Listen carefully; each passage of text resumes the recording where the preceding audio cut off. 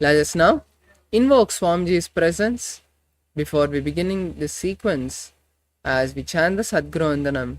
So keep your feet crossed in Sukhasana or in a comfortable seated position. Bring your hands together in front of your heart center. Close your eyes. Visualize Swamiji. Take a deep breath and let's chant the Sadguru Vandanam.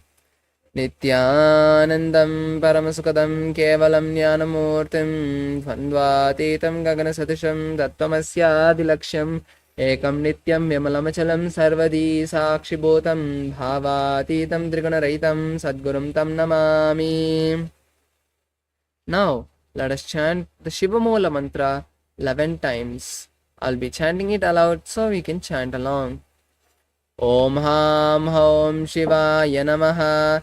Om Ham Om Shivaya Namaha. Om Ham Om Shivaya Namaha. Om Ham Om Shivaya Namaha. Om Ham Om Shivaya Namaha. Om Ham Om Shivaya Namaha. Om Ham Om Shivaya Namaha. Om Ham Om Shivaya Namaha. Om Ham Om Shivaya Namaha. Om Ham Om Shivaya Namaha.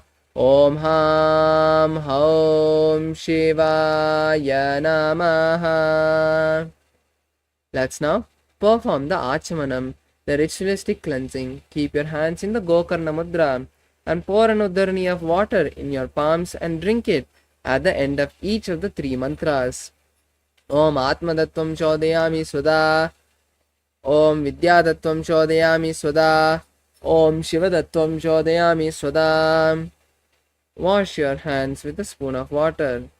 Om Ham Hridayaya Namaha. And wipe the upper and lower lips twice. Om Ham Hridayaya Namaha. Wash your hands with a spoon of water again. Now, with the index, middle and ring fingers of the right hand touch above the upper lip and below the lower lip. Wash your hands with a spoon of water. Now with the index finger and thumb touch the right nostril, the left nostril, and with the ring finger and thumb touch the right eye, right ear, left ear. Wash the hands with a spoon of water.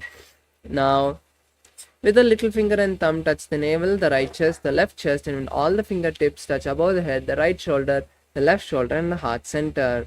Wash your hands with a spoon of water. Now, let's perform the Sankalpa as you place your right palm on your left palm and place both the hands on the right thigh.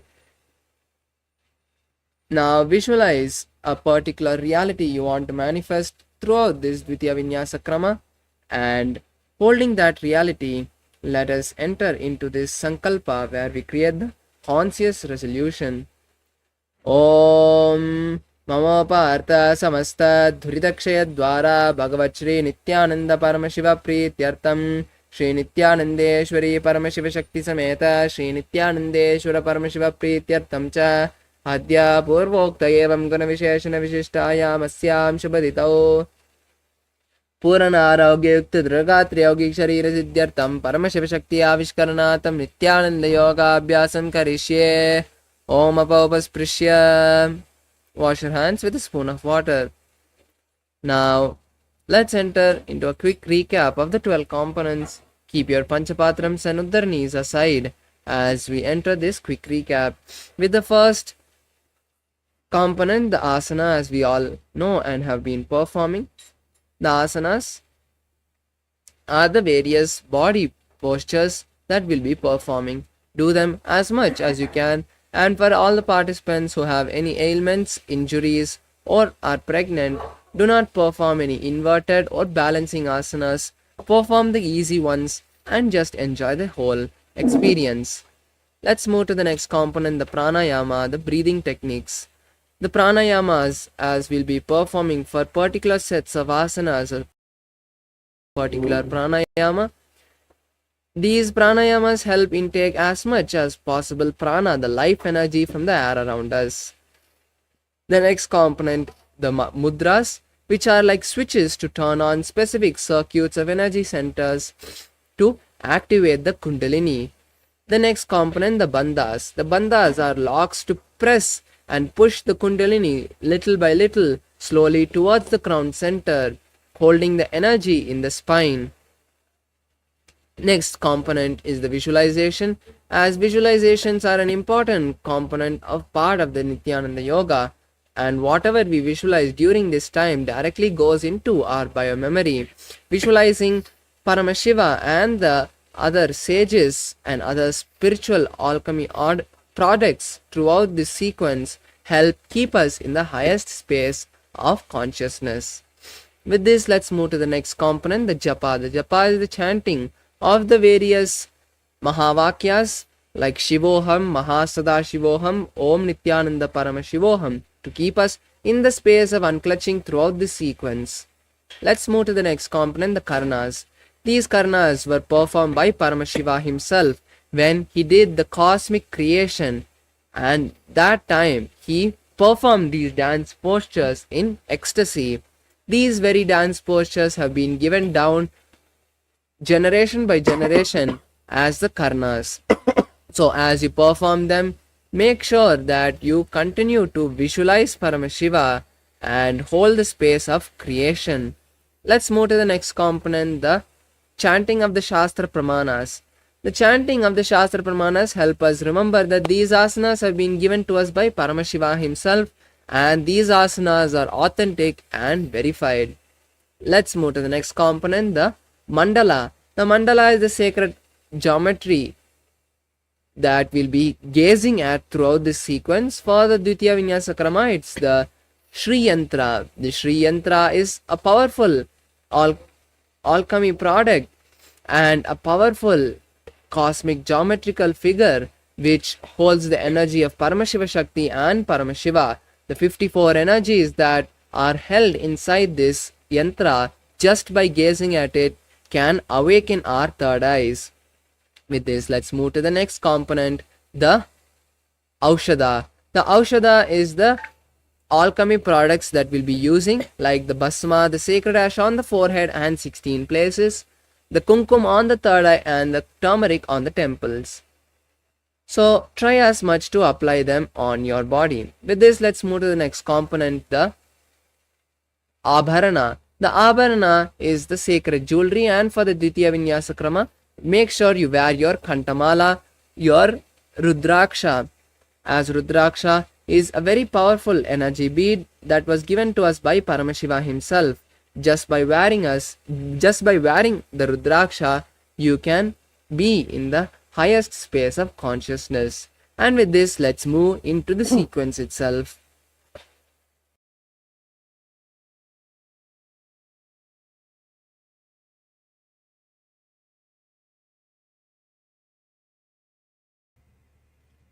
So the first asana will be entering into the Sukhasana. Being seated in a comfortable position, in a cross-leg position with your head, neck and spine in a straight line, bring your index and thumb fingers together on your knees in the Bindu Mudra. Visualize Paramashiva in your inner space. As you engage the Mahamudra Bandha,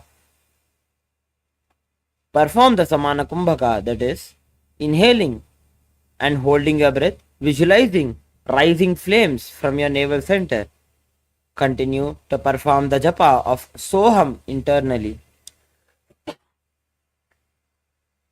Tatsukhasanamityuktam ashaktastatamacharet asanam vijitam yena jitam tena jagatrayam.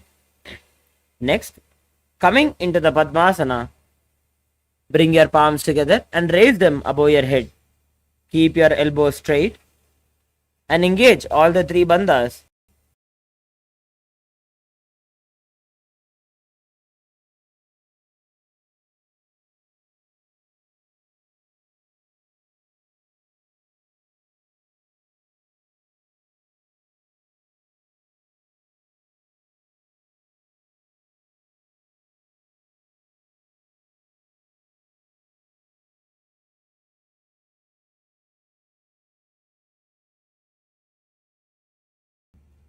Now, entering into Halipavasana, bring the soles of your feet together in the front. Hold your left hand by your right hand behind your back. Bend down and place the forehead on the ground behind the heels. Engage all the three bandhas and gaze to the tip of your nose. Visualize Swamiji in your inner space. पूरव विधियाहु में जानो उभय पगतली संपुट ठानो पिष्ट पछे तो बो कर लिया वो दक्षिण कर सो वाम गहावो. Next, maintaining the same position of Haripasana, stretch your hands out in the front of the feet and cup the palms, making a halo. Engage all the three bandhas and gaze to the tip of your nose. Visualize yourself as a snake. पूरब विधि परि आगाने नीचौ हौ भी कहूँ निफनास्यो लगा जी हाथ आगाने धरती लगावे पसारी दो वो हाथ की अंजुली करे. Now, entering into Kokilasana, hold the big toes with the index and middle fingers in the Prana Mudra. Stretch the legs straight out and up, and then cross your legs into Padmasana. Lean forward and down on your elbows. Visualize yourself as a bird. अथान्यदासनं वक्ष्ये येन सिद्धो भवे नरः अकस्मात् वायु संचारं कोकिलाख्यासनेन च. Next, entering into Nithyananda, place the one ankle on top of the opposite knee and hold the opposite elbows. Gaze to the tip of your nose. Engage all the three bandhas and start rotating the arms in a circle motion, visualizing Swamiji in your inner space. Goda Bama Padagi Ashama Hile Soja Dacharanako Varalota Parikulbha Samoja. Next, entering into a plank position, raise your hips up and high. Lower your head and then the chest, scooping the body down and forward again and again. Engage the Uddiyana Bandha, sucking in your stomach in and up towards your spine. Visualize yourself as an elephant. Nyubjam Padagre Bhumau Gritva Lambi Bhuja Mastakagre Nidhaya.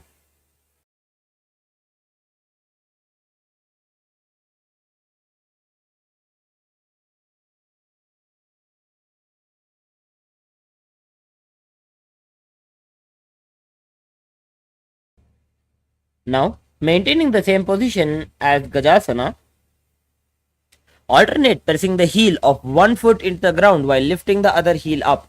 Repeat the same again and again, visualizing yourself as a bear.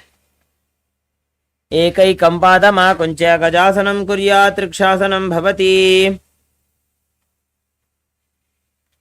Next, coming into a tall standing position, on the tips of your toes, bring your hands, that the middle finger, index and ring fingers together, touching your heart center.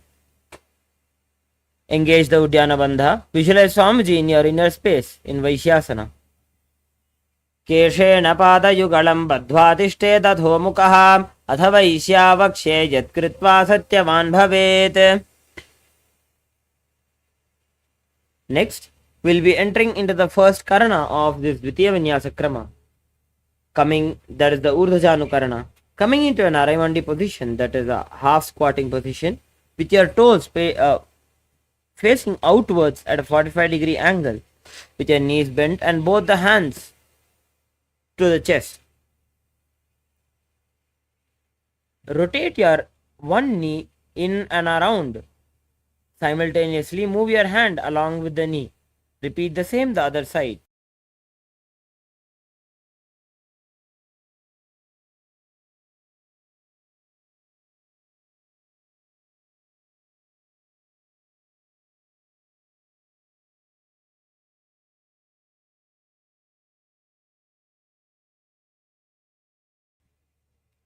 Next, entering into the Balalingasana, interlace your fingers from outside in.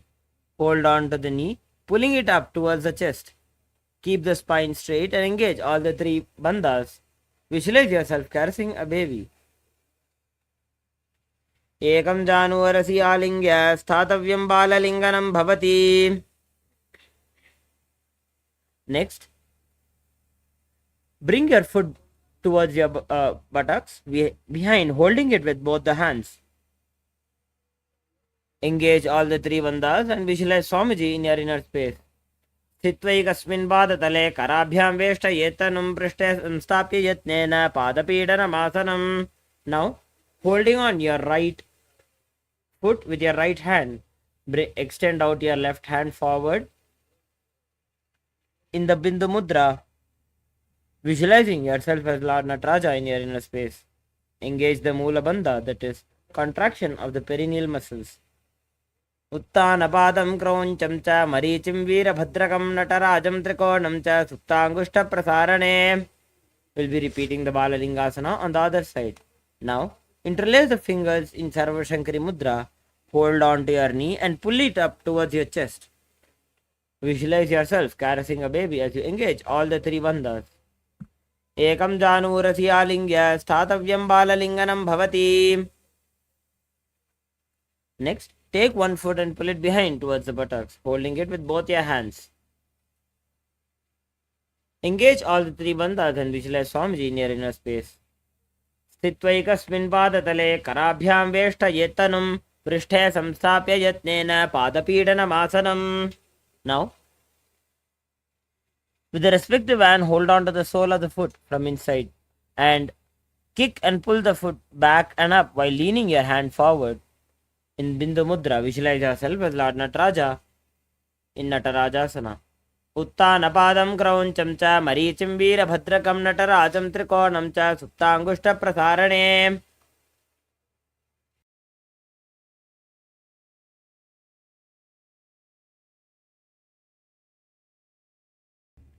Next, we'll be entering into the Ardharechita Karna. Again, coming into an Araimandi position. Bring your right foot behind the other with the toes down and heel up. Keep the left hand at the chest and move your right hand in a pendulum movement, bringing your hand back to your nose. Repeat the same the other side.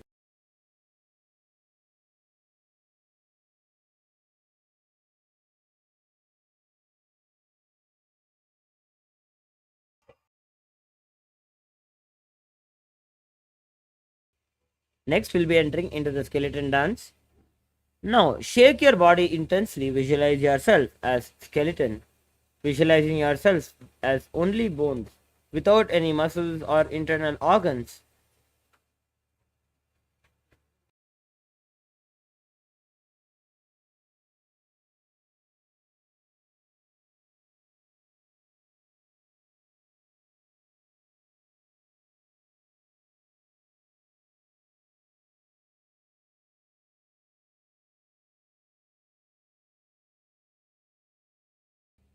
Next, entering into the Katichina Karna, coming back into an Araimandi position, bring your hands above the head with the arms crossed and palms facing backwards.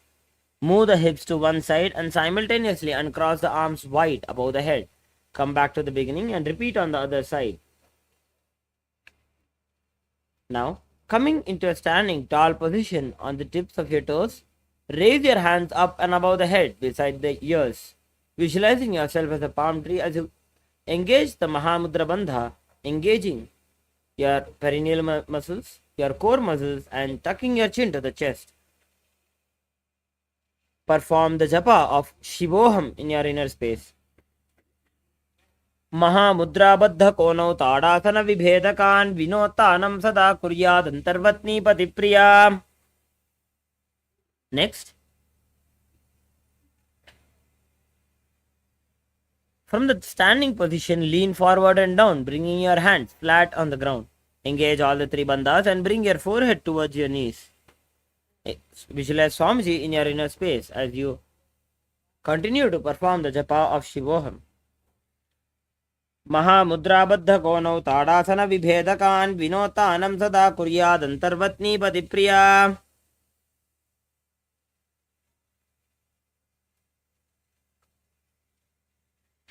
Next, entering into Tarakshvasana, coming into a plank position. Tuck the chin to the chest, engaging the Jalandhara Bandha, and rotate the head from side to side, visualizing Swamiji in your inner space.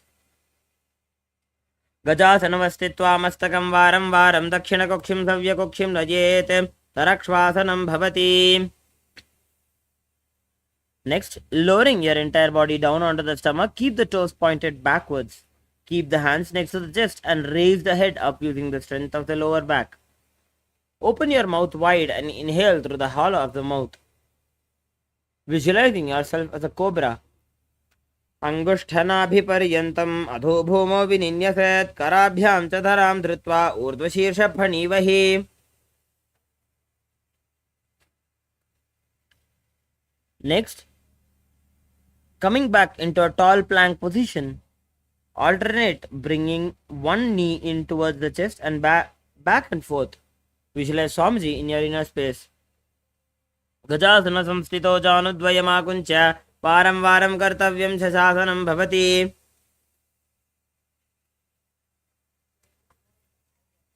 Next, entering into Rathasana, place your one foot in between both the hands and simultaneously jump one foot back and bring the other foot in between both the hands. Perform the Sahaja Kumbhaka, that is inhaling, holding your breath and exhaling slowly. Visualize yourself as a chariot. गजासन संस्थितो एकैकं पादं पुरोमार्गेण भ्रामयित्वा कर्तव्यं रथासनं भवति. Now, having your right foot in the front, keep the toes pointing forward and the knees bent at a 90-degree angle. Keep your left foot behind with the toes facing outwards. Bring your arms up parallel. Pull the stomach in and up, engaging the Uddiyana Bandha. Visualize yourself as Lord Veerabhadra as you gaze into your third eye. Vasishtamata kaundinyam urdhakukkutameva cha ashtavakramathotthanam mayuram setu bandhanam. Now we'll be repeating the Veerabhadrasana on the opposite side. Flip over your feet with your left foot leg bent at a 90-degree angle and your right foot extended back with your toes pointing outwards. Raise your arms up and parallel. Engage the Uddiyana Bandha. Gaze into your third eye, visualizing yourself as Lord Veerabhadra. Vasishtamata kaundinyam urdhakukkutameva cha ashtavakramathotthanam mayuram setu bandhanam.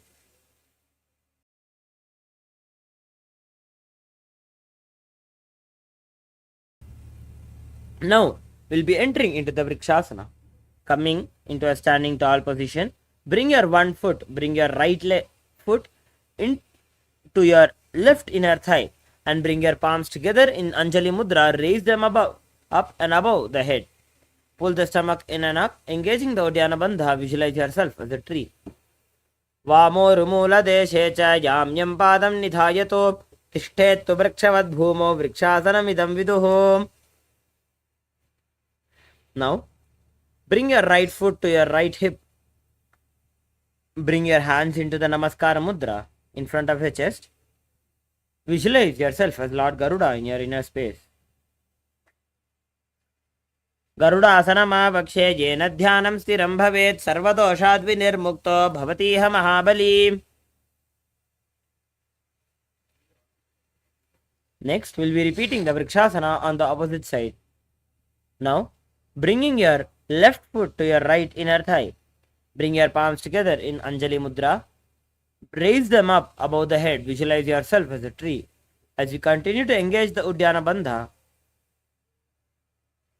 Vamo rumula deshe cha yamyam padam nidhayato trishthet vrikshavad bhumo vrikshasanam idam viduho. Next, bring your left foot to your right hip. Visualize yourself as Lord Garuda as you bring your hands in Namaskar Mudra. Garuda asanama vakshe jena dhyanam stiram bhavet sarvadoshad vinirmukto bhavatiha mahabali. Now, extending your one leg far back and keep the front toes pointing forwards, back toes facing sideways. Keep the arm straight, parallel to the ground, and bring the front arm down while you extend the other arm up towards the sky. Visualize yourself as a triangle in your inner space. Uttanabadam grauncham cha maricham veerabhadrakam natarajam trikonam cha stangushta prasarane.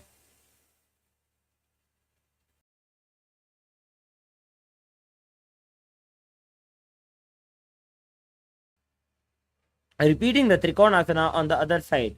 Flip over your legs and bring your left hand down towards the ground while you extend your right hand up towards the sky. Visualize yourself as a triangle in your inner space. Uttanapadam grauncham cha marichim veerabhadrakam natarajam trikonam cha suptangushta prasarane. Next, we'll be entering into the Nikuttaka Karma. Come back into an Araimandi position and having your hands in front of your chest in a parallel position. Lift your right heel up and stamp it onto the ground while lifting the other heel up. Simultaneously, move your hands in a rotatory movement. Next, we'll be entering into the Angushthasana. Lower down onto the tips of the toes, placing your perineum on your heels. Have your hands in the Namaskara Mudra. Visualize Swamiji in your inner space as you perform the japa of Sadashivoham internally. कबन्धासनमित्याहुः गोरक्षासनमेव च अङ्गुष्ठमुष्टिकं ज्ञेयं ब्रह्मप्रासादितं तथा. Now, extend your right leg out with the heels on the ground and the toes facing up. Perform the Brahmari Kumbhaka, that is inhaling and exhaling, making a sound of like that of a buzzing of a bee. Keep your fingers down on the ground by the sides with the palms facing forward in Varamudra. Visualize Swamiji in your inner space. Prasarya ikam padatalam samsthapya tveka padakam.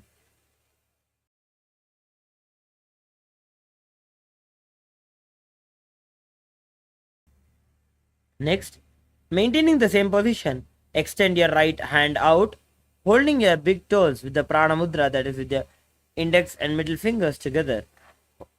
Keep the opposite hand on the back of the heel. Visualize Swamiji in your inner space. Gulbhastito padam ekam prasarya tatpadagram samsprishyat tatkarena. Now, repeating the Saurasana on the other side, extend your left leg out with the heels on the ground and toes pointing up with your hands in the Varamudra by your sides. Prasarya ikam padatalam samsthapya tveka padakam.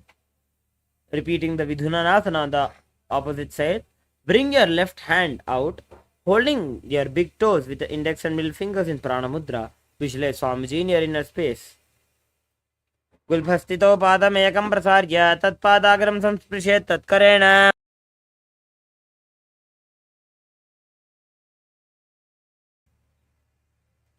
Coming back into a seated position on your heels. Bring your hands, rest your hands on your knees with the palms facing up. Keep the gap between the legs. Engage the Jalandhara Bandha, tucking your chin to the chest. Gaze through the gap between the palms. Visualize Swamiji in your inner space. दोवु फणा पानी हो ए वैसे एड़ी दो गुदा निवैसे कोरपक तल्या की माहिली ice माहे राशे मिली. Dropping your knees down. Rest your hands on top of the thighs. Visualize yourself as Sage Kapila Muni. As you gaze through the tip of your nose, engage the Uddiyana Bandha. Continue to perform the Brahmari Kumbhaka. Ubhai pagatali samataharaave tinko mahili kor milave.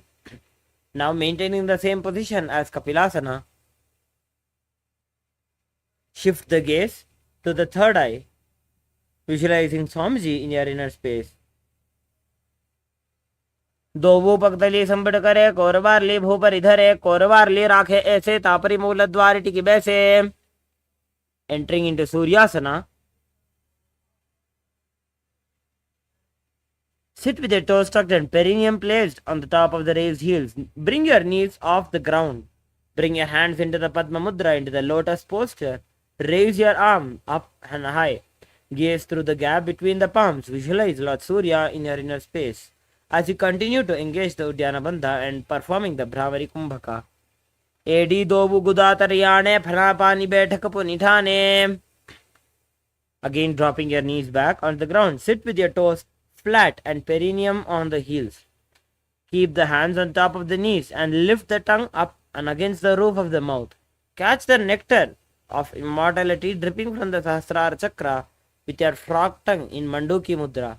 Gaze into your third eye and visualize yourself as a frog. पादतलौ पृष्ठदेशे अंगुष्ठे द्वे च संस्पृशे जानुयुग्मं पुरस्कृत्य साधयेन्मण्डुकासनम्. Maintaining the same posture of Mandukasana. Keep your hands on the back, holding the head with the elbows. Continue to perform the Manduki Mudra. Gazing into your third eye, visualize yourself as a frog as you perform the Sahaja Kumbhaka, inhaling, holding a breath and slowly exhaling.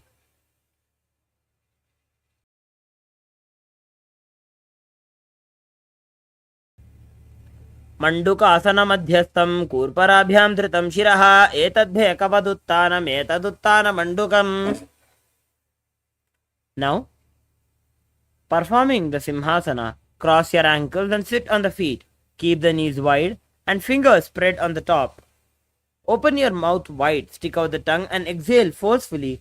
Gaze at the tip of the nose, visualizing yourself as a lion. दक्षिणं सव्यगुल्फेण दक्षिणेन ततेतरं हस्तौ च जान्वः संस्थाप्य साङ्गुलिश्च प्रसार्य च. Next, entering into Bhadrasana, sit with the heels under the perineum and keep the knees wide. Cross your hands behind the back and hold the big toes with the prana mudra, that is with your index and middle fingers together. Apply the Jalandhara Bandha, tucking the chin to the chest. Gaze at the tip of your nose, visualize Swamiji in your inner space as you repeat the Brahmari Kumbhaka, inhaling and exhaling with the buzzing of a bee. Gulbhau Chavrashanasyaadho Vyutkrameణ Samahitah Padanguštau Karabhyancha Dhritva cha Prishtadeshatah. Next, entering into the Kakapusandhyasana.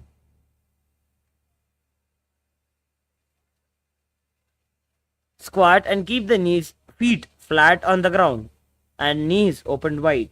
Bring the arms in and around the back and interlace the fingers behind in Parashumudra. Gaze to the nose. Visualize yourself as a crow in your inner space. Prathame Vesakau Kadathane Dobu Hathapagami Chaane. Next, entering into the Kanipavasana, place the palms on the floor, shoulder width apart. Bring the knees on the back of the arms towards the armpits. Lean the chin forward and down, balancing and gazing ahead.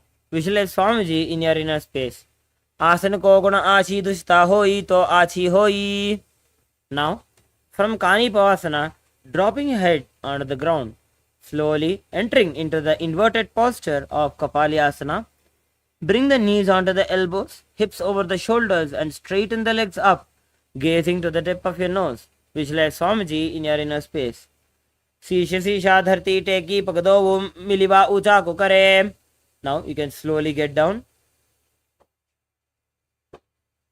We'll be performing next the Parshvamayurasana.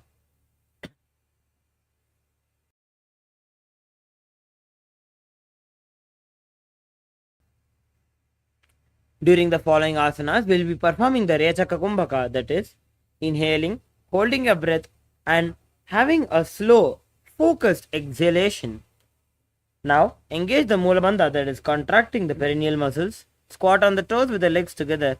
Twist the body, place both the hands to one side. Lean onto the arms and balance. Extend the legs to the side and gaze to the third eye. Visualize yourself as a peacock. Mayuram Dandavat Kuryan Mayuram Dandanamagam. Repeating the Parshvamayurasana on the other side. Twist the body onto the other side. Lean onto the arms and balance. Extend the legs to the side and gaze to the third eye as you visualize yourself as a peacock. Mayuram Dandavat Kuryan Mayuram Dandanamagam. Now coming back into a plank position.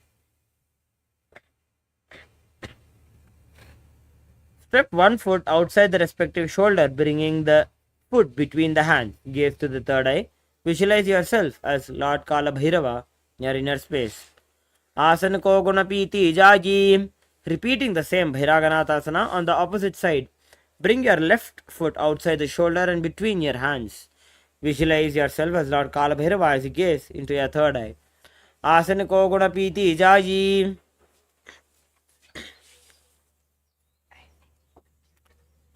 Next, we'll be performing the Unmukha Pithasana.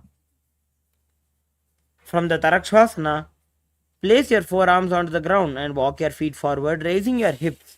Lift the chest and head up and gaze to the third eye, visualizing Swamiji in your inner space as you perform the Unmukha Pithasana.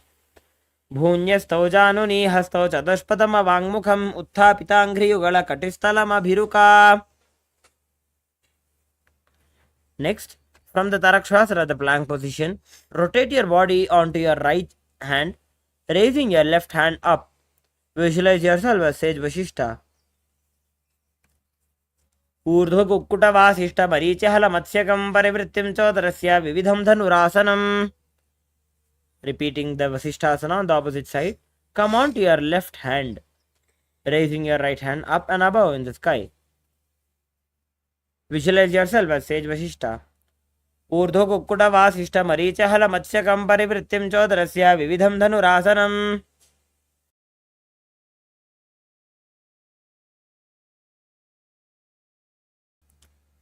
Next, we'll be entering into the Anjaneyasana. Be seated with your legs stretched and toes pointing up. Bring the hands under the buttocks with the palms facing up. Keep your elbows closer to your body and tuck your chin to the chest, engaging the Jalandhara Bandha. Gaze to the tip of your nose. Visualize yourself as Lord Hanuman as you continuously perform the japa Mahasadashivoham internally. दोबू करकी उभय हथेली कोरवारेली मैं लेभेली.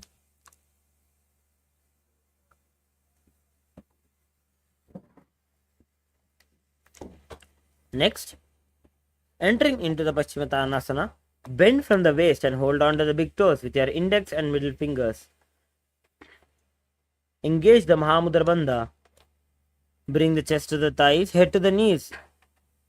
Visualize Swamiji in your inner space. Jano parilalatanto paschimam tanamuchyate yena kena prakarena sukham dharyancha jayate. Next, relax. Now, with your clasp your hands behind your head and lean the chest forward and down, bringing the head to the knees. Engage all the three bandhas. Visualize Kali in your inner space. स्वपाणिभ्यां दृढं धृत्वा जानुपरि शिरोन्यसेत् आसनो अग्रमिदं प्रोक्तं भवेदनिलदीपनम्.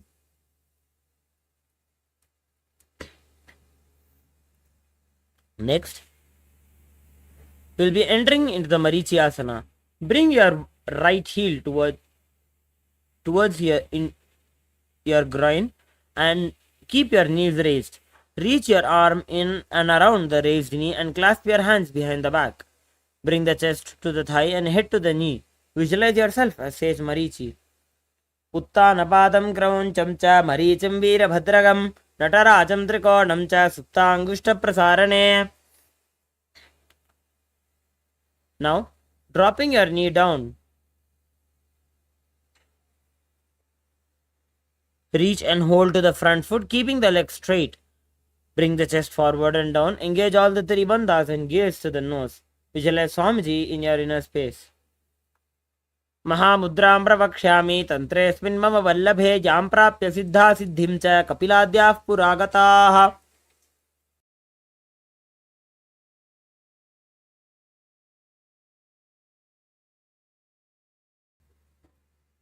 Next, we'll be repeating the Marichyasana on the opposite side. Sit with the legs extended. Bring your left heel close to the groin and reach your arm in and around the raised leg. Clasp your hands behind the back. Bring the chest to the thigh and head to the knee, bending forward. Visualize yourself as sage Marichi. Uttanapadam krauncham cha marichim veerabhadragam natarajam trikonam cha suptangushta prasarane. Now, dropping your knee down with your right leg extended straight. Inhale and bend down. Reach and hold to the foot, keeping the leg straight. Engage all the three bandhas. Gaze to the tip of your nose and visualize Swamiji in your inner space. Mahamudram pravakshami tantresmin mama vallabhe jam prapya siddha siddhim cha kapiladyah puragataah. Now, we'll be entering into the Bhadrasana 2. Now, sit and bring the soles of the feet together with the heels close to the perineum. Keep the knees wide and hold the feet firmly. Maintain a straight spine and gaze.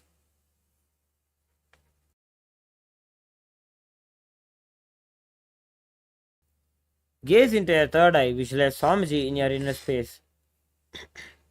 Gulbhau tavirshana syadaha sivantyah parshvayoho kshipet.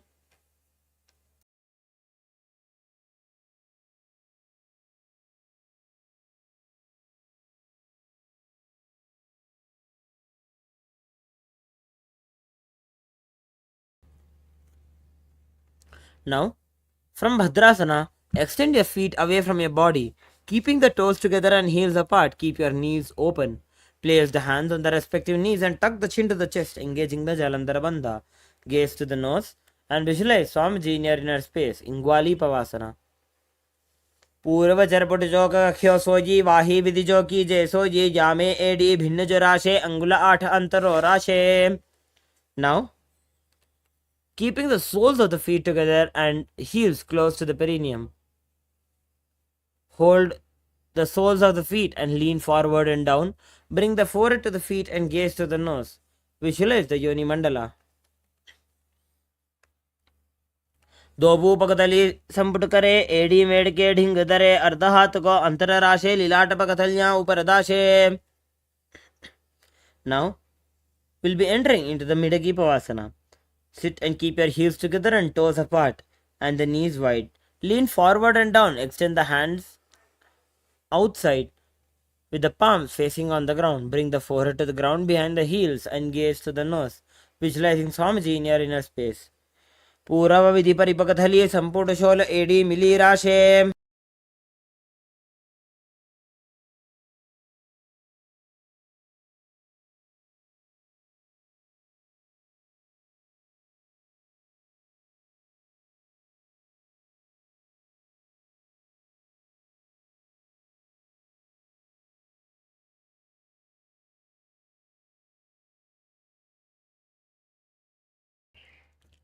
Next asana is the Siddha Samadhi asana.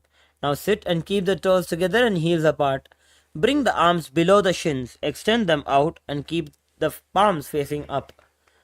Bring the forehead to the ground above the feet, bringing the toes near the throat. Gaze to the nose and visualize Surya in your inner space. दोबू पकतली संपुट करे 16 मेढ़ आगा मेधरे अंगुल 8 अंतरो राशे AD को ऐसे विदिदाशे. Next asana is the Chinaki Pavasana. Now sit and keep the heels together and toes apart. Hold the feet and open them up, bringing the soles towards the sky, keeping the back of the hands on the ground. Press the elbows onto the thighs towards the knees and gaze to the nose. Visualize Swamiji in your inner space. दो पगा की एड़ी धरती मगिवा मेढ़ लगावे. Next, sit and bring the soles of the feet together, heels at the perineum and knees to the ground. Place the hands on the knees and gently press them down. Pull the stomach in and up, engaging the Uddiyana Bandha. Visualize Swamiji in your inner space as you gaze to the third eye. दोबू पगदली संपुट धारे आगा ने कर जारे पसारे गोड़ा भूसो लगता राशे हाथ दोबू गोड़ा परिदाशे. Now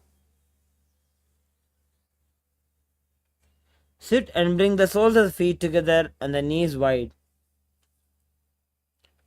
Lift the heels up and bring the toes down onto the ground. Keep the knees on the ground. Pull the stomach in and up in the Uddiyana Bandha. And place the hands on the knees in the Vidya Mudra. Visualize yourself as Lord Kala Bhairava. Gulbhav Sambidya Janyonyam Vyutkramenothitam Shanihi Janvav Parshvakato Hasto Dandavad Bhairavasanam.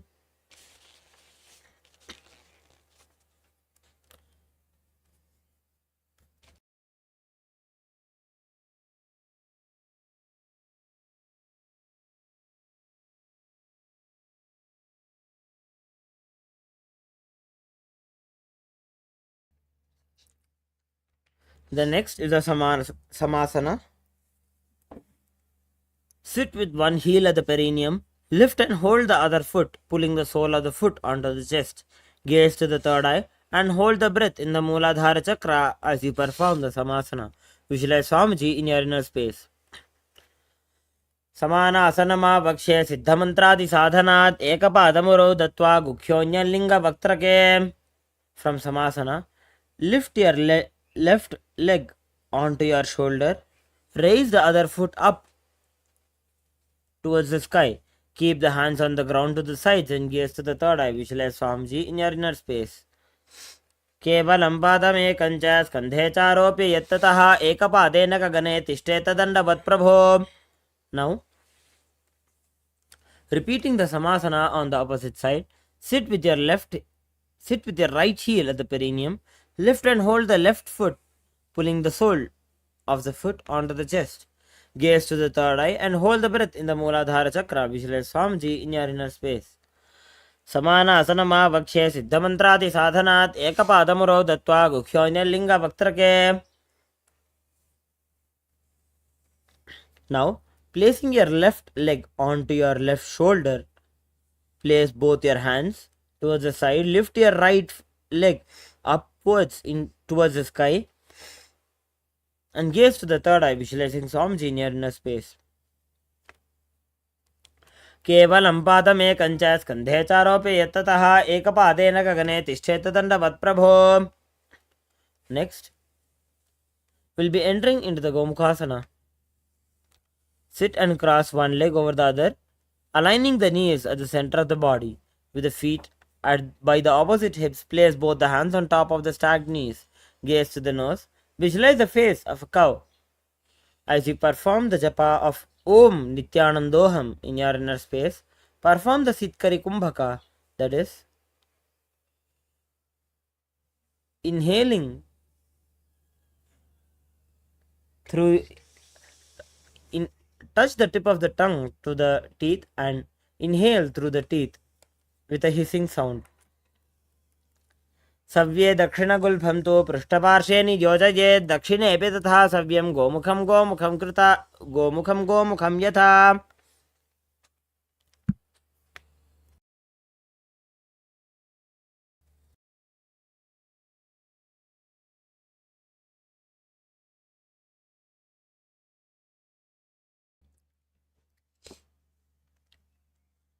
Next, moving to Anusuyasana. Keeping the same position as Gomukhasana, hold the big toes with the index and middle fingers. Relax the shoulders and pull the stomach in and up. Engaging the Uddiyana Bandha, visualize yourself as Rishika Anasuya as you gaze at the tip of your nose. दक्षिण गोडो नीचो उठाने बाबों ताके ऊपर आने. Next, from the Anusuyasana position, interlace the fingers behind the back and lean forward and down. Bring the chin over the knees and touch the nose to the ground. Gazing at the tip of your nose, visualize yourself as Rishika Anusuya. Jimana Goda ki sandhi uprida vagoda ki sandhi. Next, sitting on the ground with one heel pressed against the perineum, keep the opposite foot flat on the ground and the knee to the chest. Keep the spine tall, chest out and hands on the respective knees. Gaze to the nose. Visualize yourself as Lord Garuda. Dabo pagamodi edi mahilo gulphamula dwarni chaide.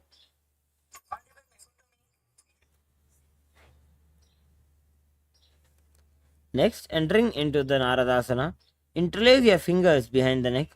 Twist outside the raised knee and gaze to the third eye. Visualize yourself as Sage Narada. पिष्टिजवाम पकतली केरी भूपरिता ही लगा बेफेरी घोड़ा सुदोपना है जो जीत छिपा चितीरा शेषो जी.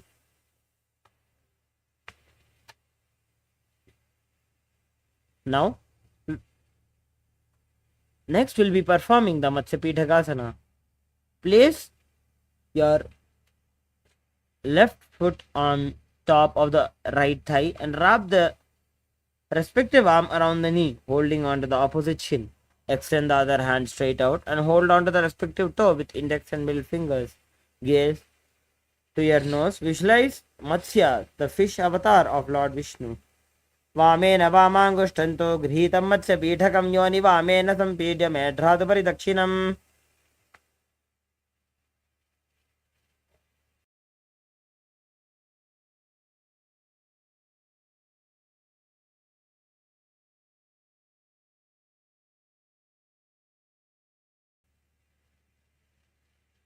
Next, we'll be performing the Gomukhasana on the opposite side.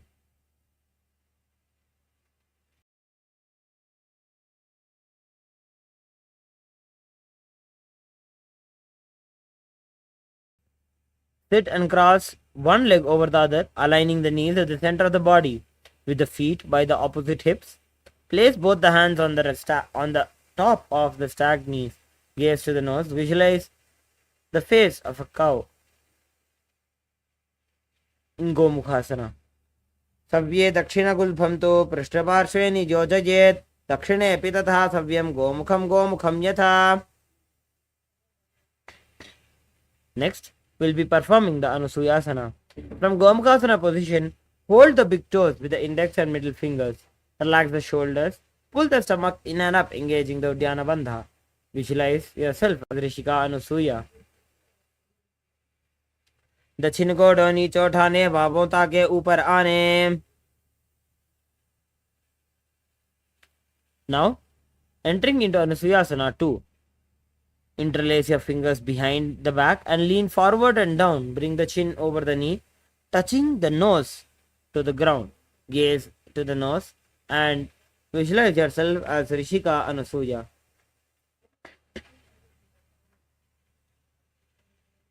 जीमणा गोदा की संधि उपरिडा वा गोड़ा की संधि मिलाई राशे गोड़ा स्योले पकतल्यालो वाड़वाई सुधा राशे. Now we'll be performing the Garudasana 2 on the opposite side. Now sit on the ground with one heel pressed against the perineum. Keep the opposite foot on the ground in front of the other. Keep the spine tall, chest out and hands on the respective knees. Gaze to the nose. Visualize yourself as Lord Garuda. Dabo pagamodi edi mahila gulbhamula dwarani chaide. Now interlace your fingers behind your neck, twist outside of the raised knee and gaze to the third eye. Visualize yourself as Sage Narada. पिष्टिज वाम पगदली केरी भूपरिता ही लगा वे फेरी गोड़ा सुदोपण है जो जी दचिपा शिति राशे सो जी.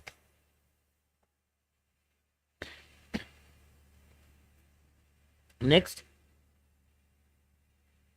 place one foot on top of the opposite thigh and wrap the respective arm around the knee, holding onto the opposite shin. Extend the opposite hand straight and hold on to the respective toe with index and middle fingers. Gaze to the nose. Visualize Matsya in your inner space. वामेन वामाङ्गुष्ठन्तो गृहीतं मत्स्यपीठकं योनि वामेन सम्पीड्य मेढ्रादुपरि दक्षिणम्. Now, we'll be performing the Matsyendrasana on one side. Now place one foot on top of the opposite thigh. Place the opposite foot on the ground on far side of the opposite thigh. Twist and bring the elbow outside of the raised knee. Keep the arm by the neck. Turn the head back and gaze to the third eye. Visualize Matsyendranath in your inner space. उदरं पश्चिमाभासं कृत्वा तिष्ठति यत्ततः नम्राङ्गं वामपादं हि दक्षजानुपरिन्यसेत्. Next, we'll now bringing your left hand towards here and holding the big toe with your index and middle fingers in Prana Mudra. Raise your right arm towards your ear and turn back, visualizing yourself as a camel.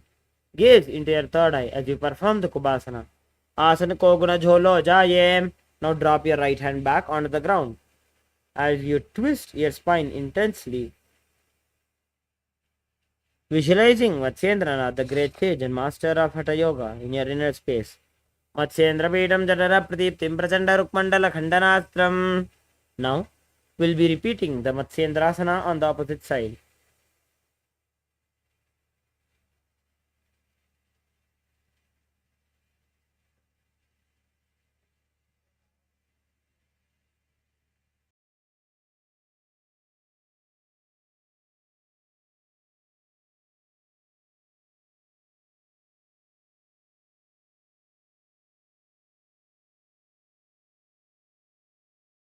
Now, place one foot on top of the opposite thigh.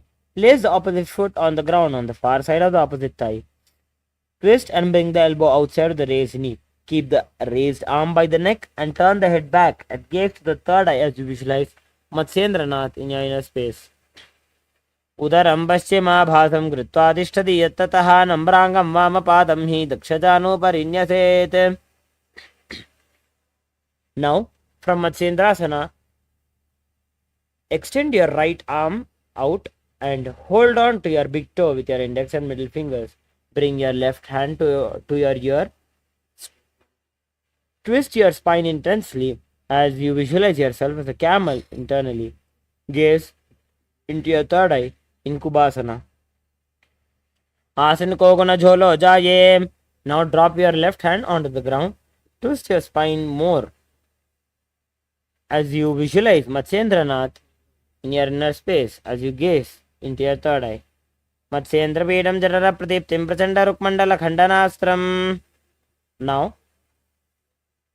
relax after this intense sequence of asanas.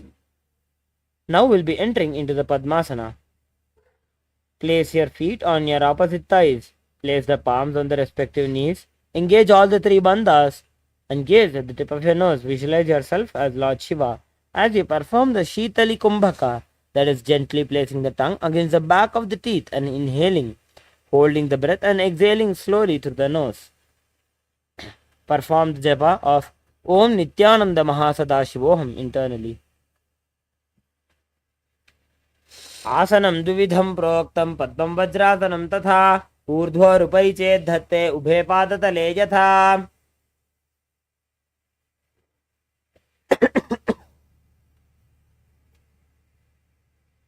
Next will be cross your arms and hold on to the toes with your index and middle fingers. Gaze to the nose. Visualize yourself as Goddess Parvati. उत्तानौ चरणौ कृत्वा ऊरु संस्थौ प्रयत्ततः ऊरु मध्ये तथोत्तानौ पाणी कृत्वा तु तादृशौ. Now next is a Kukutasana. Place your palms on the ground between the two thighs and lift the body up. Visualize yourself as a rooster in your inner space. Padmasanam samsthapya nanvorantare karo. Next, from Padmasana, rise onto your knees.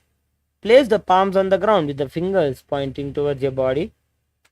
Keep the elbows together and press your navel against the elbows, balancing on your elbows. Extend the knees up and off the ground. Visualize Swamiji in your inner space in Baddhakeki Asana. Dharamavashtabhyakaradvena tatkurpari stapita nabhiparshvaha. Next, while on your knees, place the palms on the ground, fingers pointing towards the body. Keep the elbows together and balancing on your elbows, lift your feet up off the ground. Visualize yourself as a peacock in your inner space. अथ पक्षे Mahadev मयूरासनमुत्तमम्.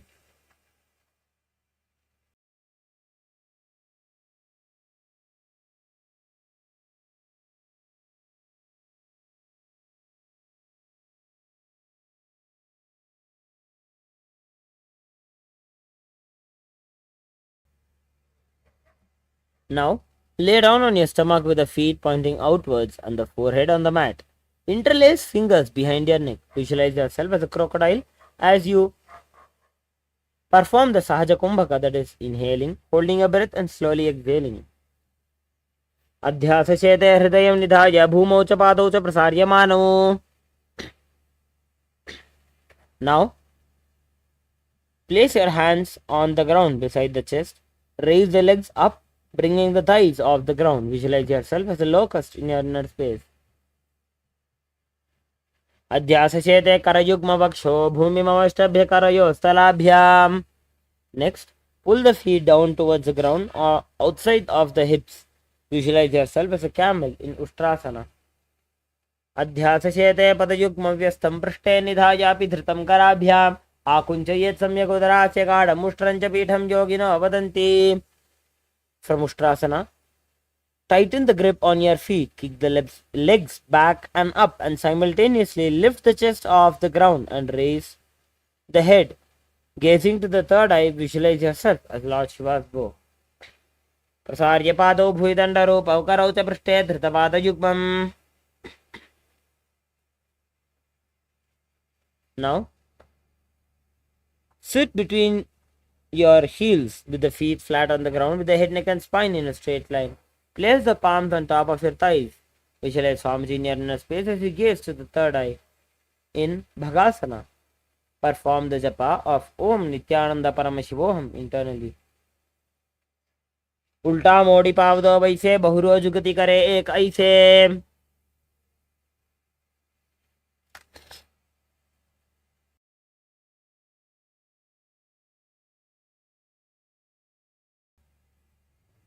Now we'll be entering into the inverted postures of Guhyasana and Shirasasana. We request all the participants who have serious ailments or are pregnant are kindly requested to not perform this asana or consult your doctor before practicing this asana. Now, from the knees, place your forearms on the ground, fingers into the knees bent together against the chest and touching the chin. Gaze to the nose. Visualize Swamiji in your inner space. दो वो हाथ की कहुनी जोजी पुनः कलाई जाने दो जी.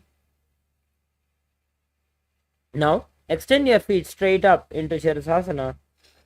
Gaze to the nose. Visualize Swamiji in your inner space. Viparitam mandalam cha dvidhaiva viditam hinaha. You can slowly come down and come back into a seated position. Now we'll be performing the Podhyasana.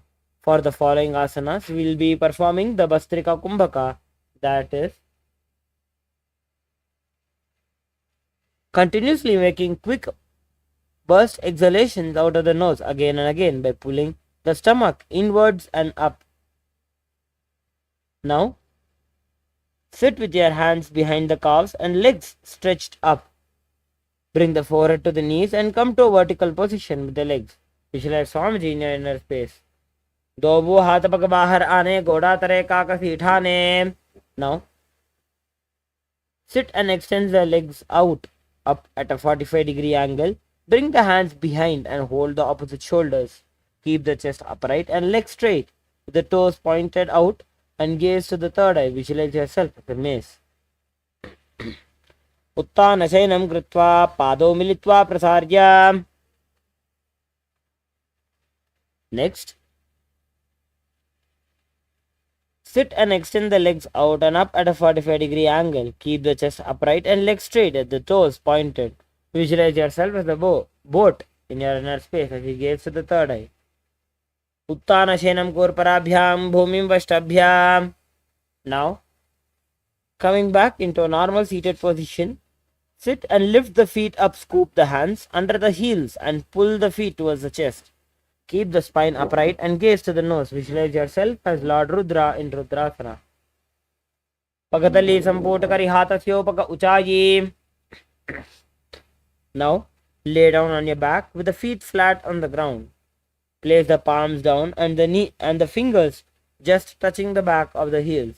Lift the hips up and high, feeling the feet into the ground.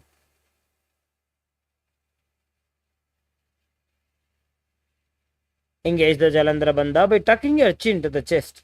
Visualize Swamiji in your inner space. Urdhve cha januni kritva shavitvurdhva mukham tatha. Now,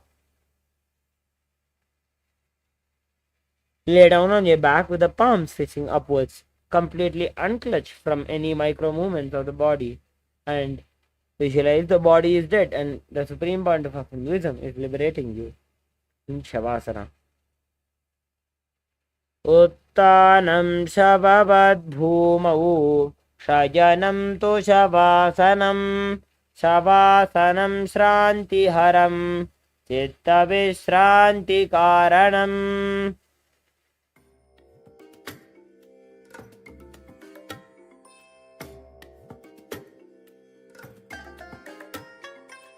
I bless you all. Let you all open all your three eyes and manifest the powers of Mahasadashiva. Om Nithyananda Paramashivoham. Om Nithyananda Paramashivoham. Om Nithyananda Paramashivoham. Om Nithyananda Paramashivoham. Om Nithyananda Paramashivoham. Om Nithyananda Paramashivoham.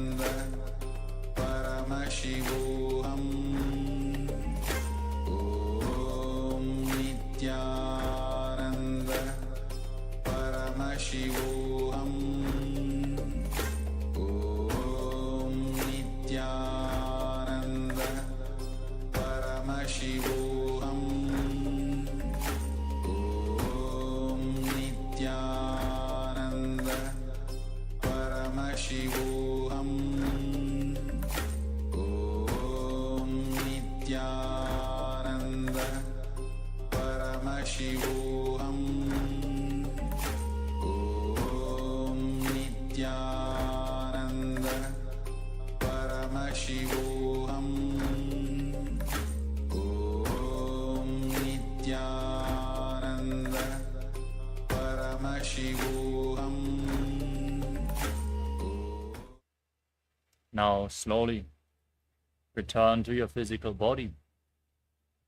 Start to wiggle your fingers and toes, your wrists and your ankles, your elbows and your knees.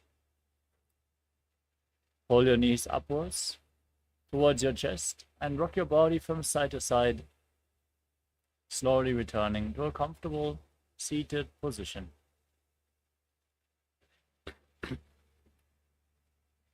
Congratulations, you completed the Pratama Vinyasa Krama, the first 108 asanas of the sequence. With this, we conclude today's Nithyananda Yoga session for the Paramashivoham Level 1 participants. Thank you all so much for joining us today. The next Acharya is going to start the next session very soon. And for the Level 2 and 3 participants, let us now get ready to continue the Dvitiya Vinyasa Krama with the next asana of the sequence, which is Yathasana Ishtasana. Now sit in a comfortable position with your hands on top of the knees in Bindu Mudra, index fingers and thumbs together. Visualize Swamiji in your inner space and breathe in Samana Kumbhaka. Inhale deeply into your stomach and visualize the fire in your stomach being kindled, rising up as you contract the perineal floor in Mula Bandha and internally chant Om Nithyananda Paramashivoham in Yathasana Ishtasana. पर्यङ्कं तत्समाख्यातं यथसंस्थं यथा स्थितिः.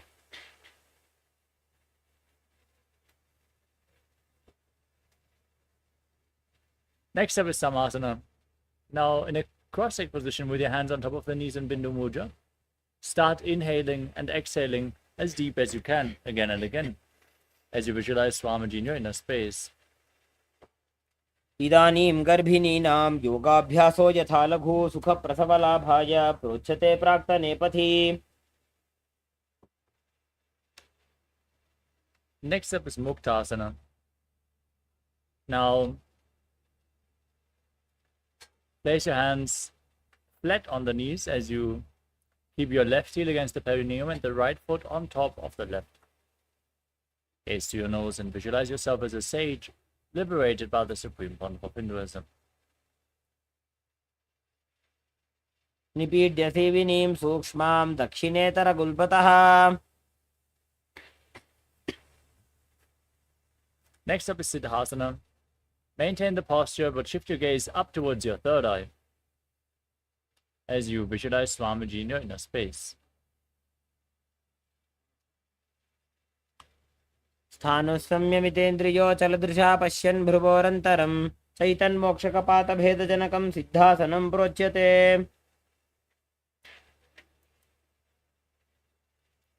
Next up is Siddhi Asana. Maintain the posture, but shift your gaze to the ground in front of you. Engage all three bandhas as you visualize Swamiji in your inner space. वामपादके इडीजानो सीवनिमधितासकोठानो. Next up is Rudrasana 2. Now rotate your hands on top of the knees into Bindu Mudra. Gaze to your third eye and visualize yourself as Lord Rudra.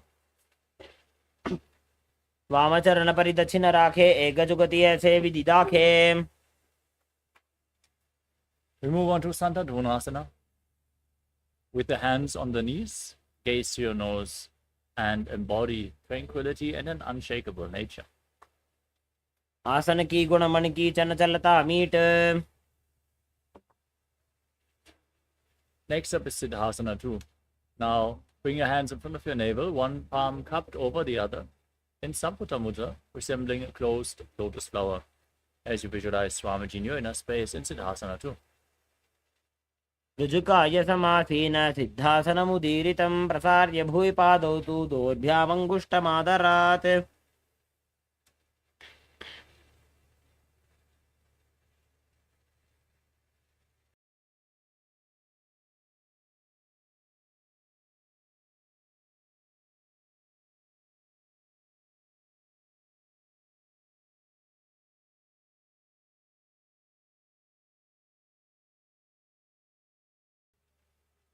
Next up is Bandha Yoni Asana. Now, maintain your feet in the same position and set the sankalpa to manifest with the womb of creation. As you inhale all the way, hold your breath, and then lock all the five senses with your hands in your face. Close your mouth with little fingers, nostrils with ring fingers, eyes with middle and index fingers, and your ears with your thumbs in Shanmukhi Mudra. यत्र मध्ये महादेव बन्धयोन्यासने शृणु यत्कृत्वा खेचरो भूत्वा विचरेदीश्वरो यथा. Next up is Virasana.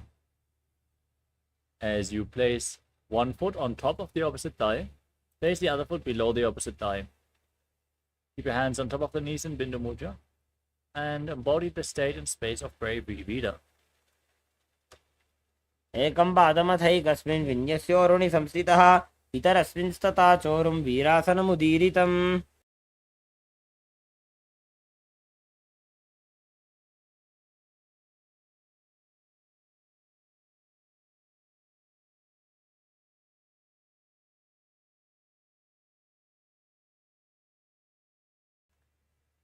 Next up is Valmikasana. Maintain your hands on top of the knees in Bindu Mudra. Gaze to your third eye and visualize the great sage Valmiki, the poet and author of Ramayana. डाबा पग की पगथली पुनि एड़ी है जोय. Next up is Joni Mudrasana. Place your hands flat on top of the knees. Gaze to your nose and visualize the Yoni Mandala, the visual representation of Devi Paramashiva Shakti, which is projected in the top right corner of the screen in Joni Mudrasana. वामपाद की पगथली जाहि माहिली core. Next up is Yoni Asana from the same posture. Now gaze up towards your third eye. Keep visualizing the Yoni Mandala in Yoni Asana. योन्यासनं पर्वतेन योगं योगफले नीलं तत्कालफललं तावत् खेचरो यावदेव हि. Next up is Padasana 3. Now join the soles of your feet together as you hold on to your feet with interlocked fingers. Push your knees down to the mat. Gaze to your nose as you perform Uddiyana Bandha, the abdominal lock, and Mula Bandha, the root lock, visualizing yourself as Lord Veeravata in Padasana 3. गुल्फौ च वृषणस्यादः सीवन्त्याः पार्श्वयोः क्षिपेत् सव्यगुल्फं तथा सव्ये दक्षगुल्फं तु दक्षिणे. Next up is Agodasana. Now keep your left hand on the left knee and cover your mouth with the right hand. Close your left nostril with your index finger. Inhale through the right nostril, then close both nostrils, hold your breath. Exhale through the left nostril and inverse the breathing flow in Abhyantara Kumbhaka again and again. As you gaze up towards your third eye, press your tongue upwards in Kechari Mudra and visualize yourself as an Agori. पूर्व कहो अभिषेका जोजी वाही विधि जो की जैसो जी.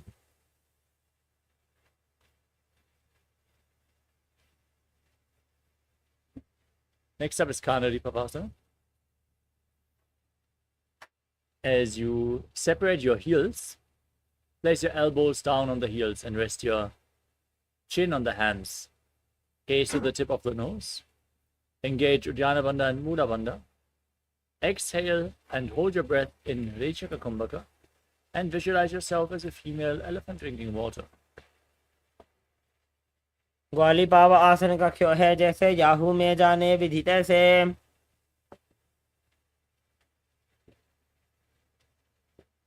Next up is Padasana.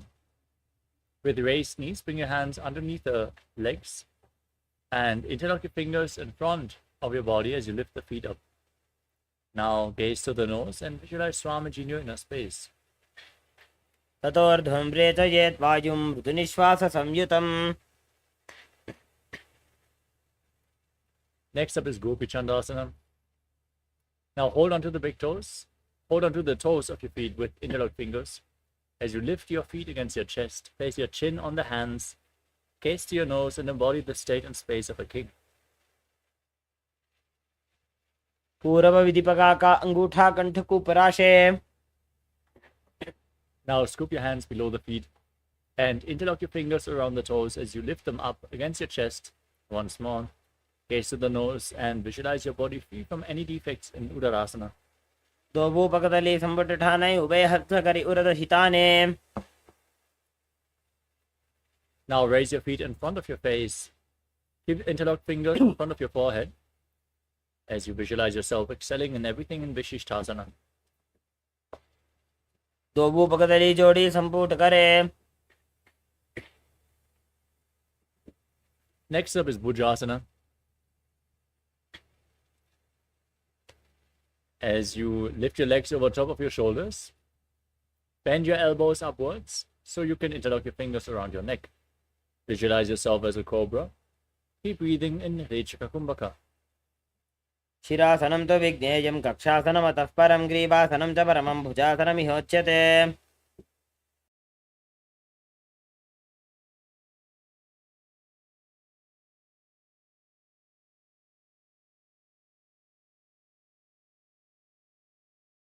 The next asana is Kalyanasana. With your legs over top of your shoulders, bend your elbows downwards and interlock them behind your back. Gaze to the tip of your nose and visualize yourself as a beautiful, auspicious goddess.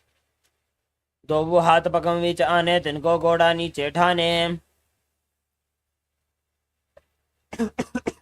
Next up is Sankatasana. Now place the top of the left foot flat on the mat and sit on the left heel. As you stack your knees, right knee over top, place your hands on opposite knees. Gaze forward in Vaishnavi Mudra without focusing on any external objects. Just focus on the object within as you visualize a swan in your inner space. वामपादं चितेर्मूलं सन्न्यस्य धरणीतले पाददण्डेन याम्येन वेष्टयेद्वामपादकम्. Next up is Dhenukasana.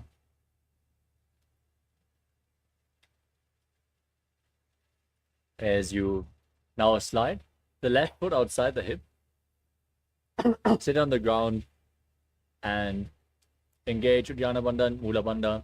Place your hands on the top knee as you visualize a cow in your inner space. अनुषागी Nagar पंचडं वृषीलिन्दकल्यम्नी. Next up is Machandasana. Now, place the right foot on the left thigh and the left foot on the right knee. Bring your left arm behind your back. Twist your spine to hold on to opposite thighs with your hands as you gaze up and visualize Swamiji in your inner space. वामजंगपरिदक्षिणटाने वामहस्तपिष्टे दिशा आनेत् बहुरोदक्षिणपतः जोयी ताकी नलिजो पकरे सोयी. Next up is Machandasana too. As you sit in Machandasana, hold onto the big toes in Prana Mudra and lean forward and down. Place your navel on the heels and your forehead on the ground in front of you as you visualize Swamiji in your inner space. प्रथमजी मनोचरण Joji वामजंगपरिराखे सोयी. Rise back up, interlock the fingers and place them on the top knee. Engage all the wonders and visualize Swamiji in Guru Asana. ऊर्मूले इतरपादस्य कनिष्ठिका प्रदेशगुल्फं संस्थाप्य. Now repeat Sankatasana on the other side. Place the top of the right foot flat, sit on the right heel, and stack the left knee over top. Hold on to opposite knees. Visualize yourself as a swan and breathe in Ujjayi Pranayama. Make an ocean-like sound with your mouth. वामपादं चितेर्मूलं सन्न्यस्य धरणीतले पाददण्डेन याम्येन वेष्टयेद्वामपादकम्. Now slide the right heel outside the hip, sit on the ground. Place your hands on the top knee. Engage Uddiyana Bandha and Mula Bandha and visualize a cow in Dhenukasana. अनुषागी Nagar पंचडं वृषीलिन्दकल्यम्नी.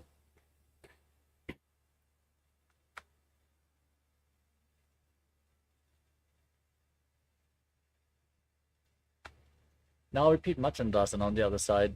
Place the left foot on the right thigh and the right foot on the left knee. Bring the right arm behind your back. Twist your spine, hold on to opposite thighs as you gaze up and visualize Swamiji in your inner space. वामजंगपरिदक्षिणठाने वामहस्तपिष्टे दिशा आने.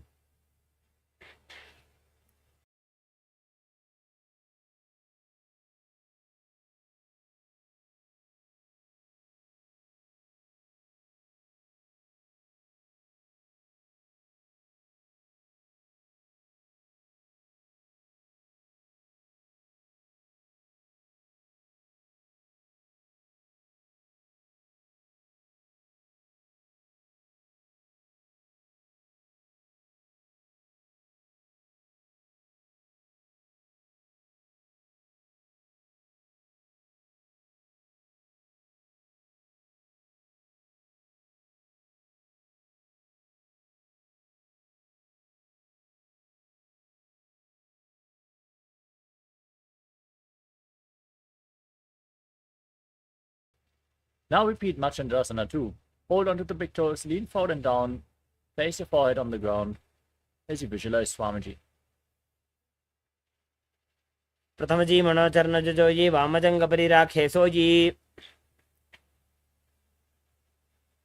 Next up is Machandrasana 2. Next up is Guru Asana on the other side. Interlock your fingers and place them on the top knee.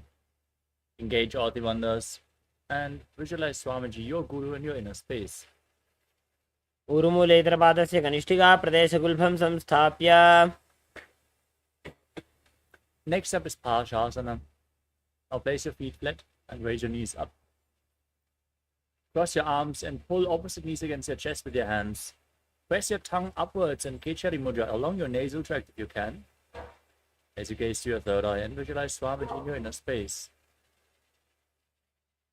पादतले भूमौ निधाज्य जाननिवृति निधाज्य विपरीत हस्ताभ्याम ऊरु सहित जंगे निबध्य. Next up is Bodha Shokasana. Now hold on to opposite wrists with your hands. Place your chin on the knees and gaze at the nose as you visualize that you reside in a abode of bliss. Breathe in Ujjayi Pranayama. दोवो पगतले भूपरिधरे कोरमाहिली ऐसे करे कोरमिलाजी उकड़बई से जंगा छाती अग्रणी वैसे.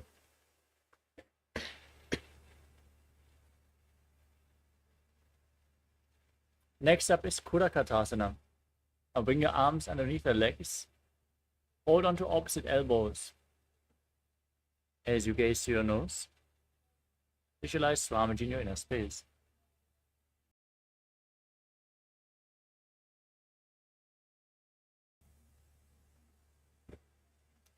दोवो हाथ पग बाहर ल्यावे गोडा नीचे ले टहरावे. Now cross the ankle of the right foot over the left with the toes pointing up.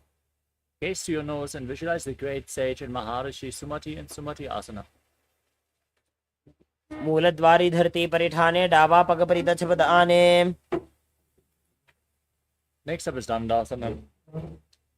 Extend your legs forward and interlock your fingers as you raise your arms up above your head with the wrists pointing outwards. Now engage all the bandhas. Gaze to your nose and visualize Swamiji in Dandasana. इदानीं गर्भिणीनां योगाभ्यासो यथा लघु सुख प्रसवलाभाय प्रोच्यते प्राक्तने पथि. Next up is Arambhasana. Now lean forward and down, hold onto the big toes in Prana Mudra as you bring your head down towards the knees and start performing Nadi Shodhana. Inhale through one nostril, exhale through the other alternatingly, leading the prana along your spine through all the 7 chakras and cleansing Ida and Pingala Nadi as you alternate the breath. Visualize Swamiji. दोवो पग मिलिवा पसारी पगा का अंगूठा पकड़ी लीलाट गोड़ा लगावे. Next up is Bidokasana. Now separate your feet and slightly raise your knees as you bring your arms underneath the shins and hold your soles of the feet from the outside. Now gaze to your third eye and visualize Swamiji in your inner space. प्रथम बैसी दो पाव पसारी कछुक उर्द को कुरुडो डारे. Next up is Jalandhari Pavasana. Now join the soles of the feet together. Bring your hands underneath the shins with the palms facing up. Place your face on the feet, gaze to your nose and visualize Swamiji in your inner space. दो एड़ी मेली के दीजे हाथ पसारी.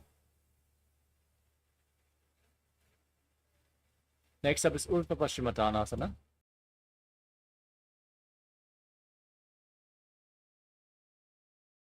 As you sit, with your legs extended, lift one leg behind your neck. Then lean forward and down and hold onto the front foot as in Paschimottanasana. Now visualize Swamiji in your inner space. As you breathe in Pratyahara Pranayama, visualize your prana flowing through 9 points of your body.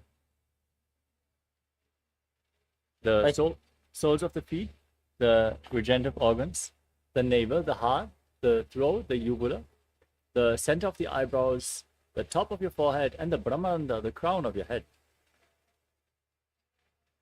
पश्चिमतानवत्संस्थितिं कृत्वा एकं पादं ग्रीवायां धृत्वा तिष्ठेत्. Okay, if you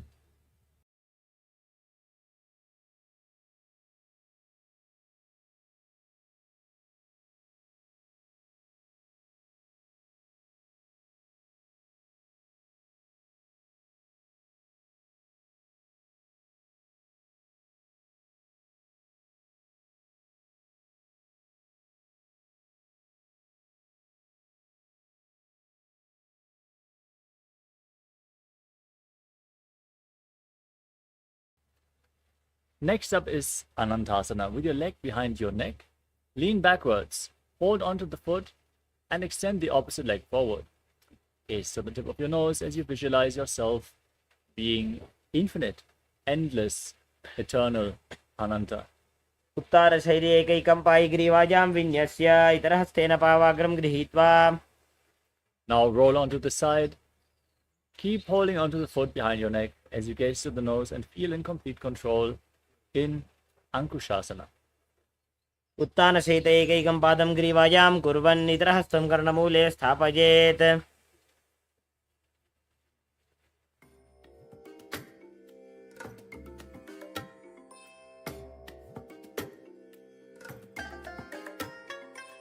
I bless you all. Let you all open all your three eyes and manifest the powers of Mahasadashiva. Om Nithyananda Paramashivoham. Om Nithyananda Paramashivoham. Om Nithyananda Paramashivoham. Om Nithyananda Paramashivoham. Om Nithyananda Paramashivoham. Om Nithyananda Paramashivoham. Yes, sorry for the technical glitch. Let us now continue with Drishasana, the next asana of the posture, the next posture of the sequence. As you pull your knees up against your chest and circle them with your arms, squeeze your body into a ball and rock your body from side to side, visualizing Swamiji in your inner space as you breathe in Pratyahara Pranayama. Visualize the pranas flowing upwards within your body. उत्तानशयनं जानुनि हृदयवष्टम्बा जङ्घासहित उरूनि करद्वये बद्ध्वा. Now repeat Urdhva Paschimottanasana on the other side. As you lift the other leg behind your neck, hold on to the front foot, and visualize Swamiji in your inner space.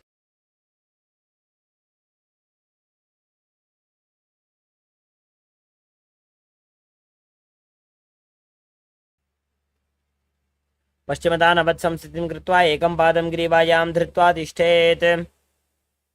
Now lean back with your leg behind your neck. Hold onto the foot with the opposite hand as you extend the opposite leg forward, gazing to the nose, visualizing yourself being unending in Anantasana. उत्तानशयने एकैकं पायिग्रीवायां विन्यस्य.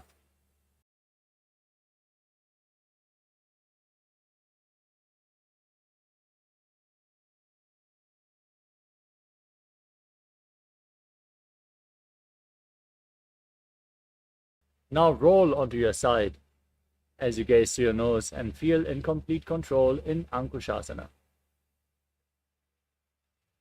उत्तानशयत एकैकं पादं ग्रीवायां कुर्वन्. Next up is Yoga Nidrasana. As you lay on your back, lift your legs behind your neck, one by one. If you can't bring them behind your neck, you can bring them over your shoulders or pull them towards your chest. Open up your hips. Once they are locked, bring your hands behind your back and interlock them in Parashamudra as you gaze to your nose and visualize Swamiji in your inner space. पादाभ्यां वेष्टयेत् कण्ठं हस्ताभ्यां पृष्ठबन्धनं तन्मध्ये शयनं कुर्यात् योगनिद्रा सुखप्रदा.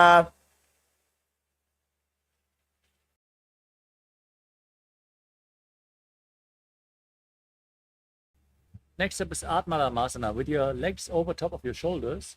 Now bend your elbows up and interlock them behind your neck. Gaze to your nose as you visualize Lord Vishnu blessing you from within. Atmaram आसन प्रथम सुधोसो वे. Next up is Kochikasana. As you lay on your back, pull your knees up against your chest and extend your arms out to the side, soles of the feet facing upwards. As you gaze to your nose and visualize Swamiji in your inner space. दो बू हाथ चीता सा करे तेन सो बे सपा करे.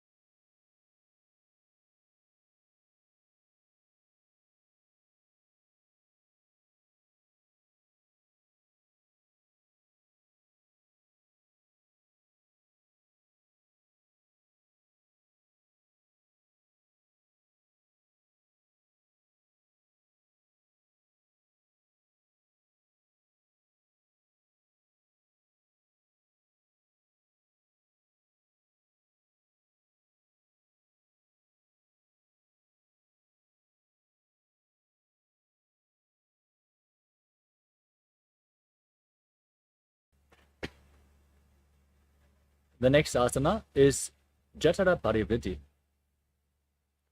This asana consists of 3 steps. We are going to perform the first 3 steps and then repeat them on the other side. As you pull your knees against the chest and extend your arms out to the side. This is the neutral position to which we are going to return.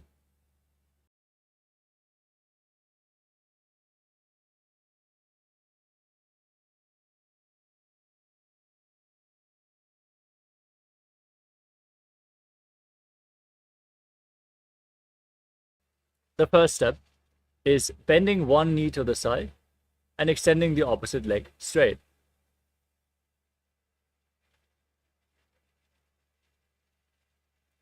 Now bend both knees to the side. Now extend both your legs to the side, hold on to the feet, and gaze in the opposite direction.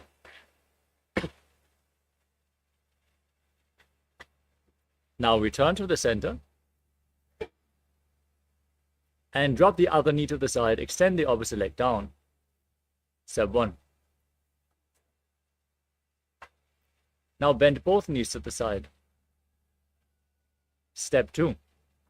Extend both legs to the side, hold onto the feet, and gaze away from the feet as you visualize Swamiji and perform the Mula Bandha. परिवृत्ति कुक्षे भागे त्रिता हि परिकीर्तितः बद्धकोणं सुप्तकोणं ऊर्ध्वकोणमथापि च. Next up is the Dviparapitam. Now lay on your back with your feet flat, your knees raised. Hold on to your ankles as you push your hips up high.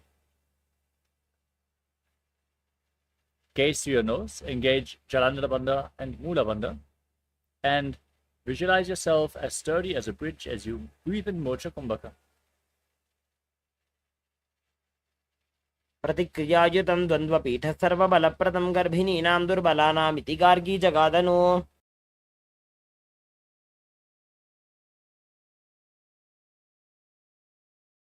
Next up is Paryankasana. Now bring your hands over your shoulders. Place them on the mat, fingers pointing towards your feet as you lift your entire body off the ground. Push your hips up high. Gaze to your nose and visualize yourself as sturdy as stone furniture as you breathe calmly through your nose in Sahasrara Kumbhaka and Paryankasana.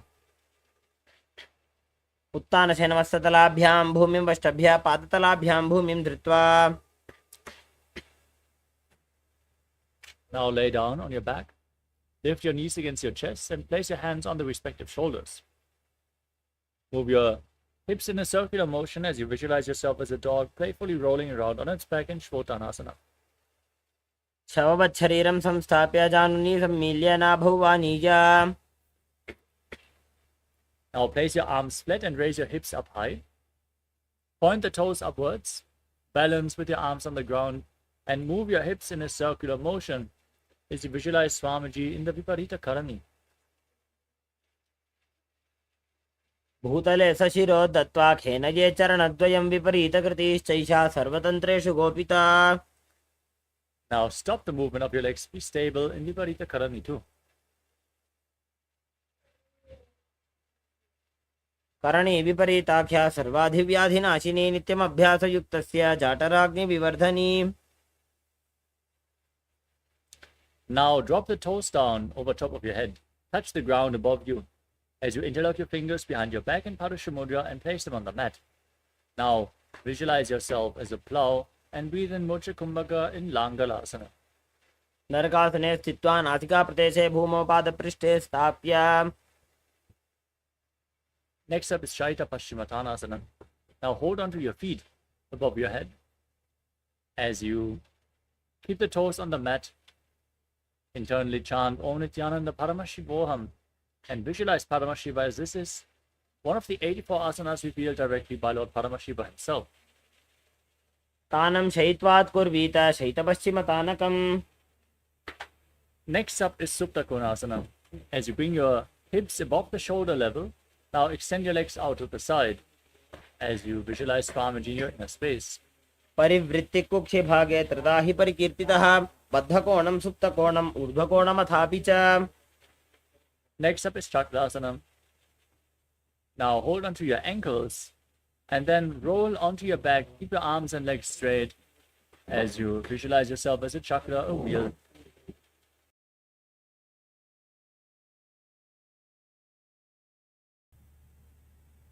शवासनस्तद्वौ पादौ कुर्यान्मस्तकतः परो व्युत्क्रमेण ततः शीघ्रमेतत् सर्वस्य साधनम्. Next up is Supta Prasarita Padangushtasana. As you keep your legs straight, vertical, hold onto the big toes in Prana Mudra. As you then separate your legs wide to the side, visualize Swamiji in your inner space. उत्तानपादं क्रौञ्चं च मरीचिं वीरभद्रकं नटराजं त्रिकोणं च सुप्ताङ्गुष्ठप्रसारणे. Next up is Supta Padangushtasana. Join the feet back together above your body. Keep the legs straight. Hold onto the big toes in Prana Mudra as you visualize Swamiji. उत्तानपादं क्रौञ्चं च मरीचिं वीरभद्रकं नटराजं त्रिकोणं च सुप्ताङ्गुष्ठप्रसारणे. Now cross your legs into Padmasana from the same position. As you lay flat on your back, hold on to opposite elbows above your head. Breathe in Ujjayi Pranayama. Make an ocean-like sound with your mouth as you visualize Matsya, the fish avatar of Lord Vishnu, in Matsyasana. मुक्तपद्मासनं कृत्वा उत्तानशयनं चरेत् कूर्पराभ्यां शिरो वेष्ट्य मत्स्यासनं तु रोगः. Next up is Parasharamasana. As you place the back side of the right hand on top of the left palm, over top of your head, palms facing up, gaze to the nose and visualize Lord Rama in your inner space. प्रथमकरे पद्मासन आचे सुधो सोवे भूपरिपाछे.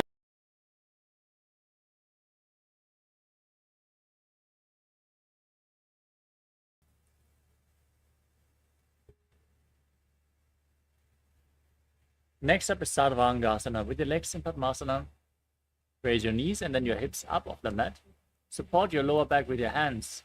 Press your elbows on the ground and gaze to your nose as you visualize Swamiji in your inner space, engaging Chalandrabandha and Mulabandha as you breathe and Mocha Kumbhaka. अथवा क्षेत्र संक्षेपात् सर्वांगासनम् उत्तमं यत् कृत्वा योगनिपुणो विद्याभिः पण्डितो यथा. Next up is Vrishikasana. As you lay on your back, place one foot on top of the opposite thigh and pull the opposite knee up against your chest. Send your arms up, hook your fingers forward, tuck your chin to the chest. As you gaze to your third eye, visualize yourself as a scorpion. प्रथमशयन सूदो शीर्षकेशिकी सन्धि सुदाखे. Exchange the position of your feet. As you repeat Vrishikasana, the scorpion posture on the other side. प्रथमशयन सूदो शीर्षकेशिकी सन्धि सुदाखे. Next up is the Vrishaparakshipasana. As you lay on your back with your legs flat, interlock your fingers around your neck, and then lift your legs off the mat, alternate pulling them in towards your chest, back and forth, as you visualize Swamiji in your inner space. Calmly breathe in Sahadra Kumbhaka. उत्तानशयनं कृत्वा अङ्गुलिभिः कन्द्रां बद्ध्वा गूर्परो मिलित्वा. Next up is Maruttanasana. Laying on your back, place your arms flat next to your body and alternate touching your ears with the respective knees, as you visualize Swamiji in your inner space. श्वोत्तानवत् संस्थिति कृत्वा जानुद्वयं पर्यायेन कर्णयोः संस्पृशेत्.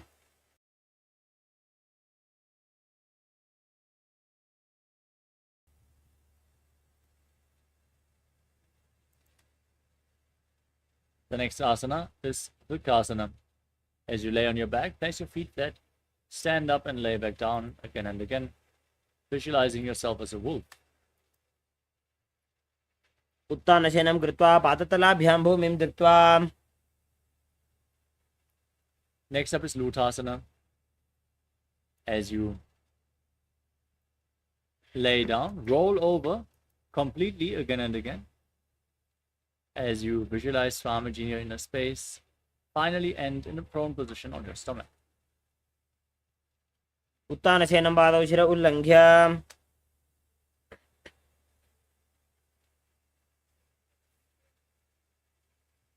As you lay on your stomach, with your hands next to the shoulders, contract your lips, make a whistling sound like a flute on the inhalation as you visualize yourself as a chariot carrying warriors into a bed for Dharma on your chariot back in Salatasana. निब्जशयनं कृत्वा नाभिं भूमौ निधाय संबद्धस्थाभ्यां भूमिं वष्टभ्य. Next up is Tehalulanganasana.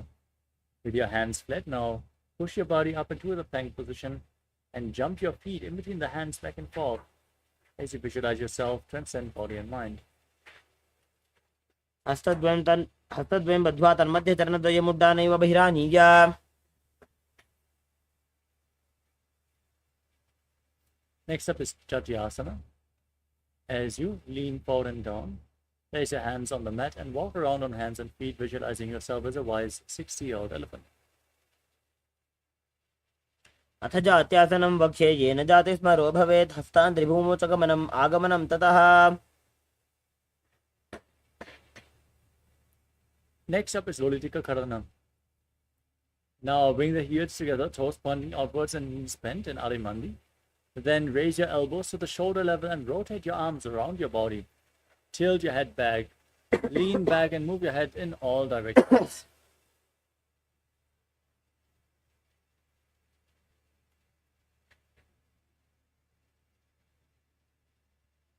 Next up is Sarvasana. Now tie your feet with a rope if you have a rope available.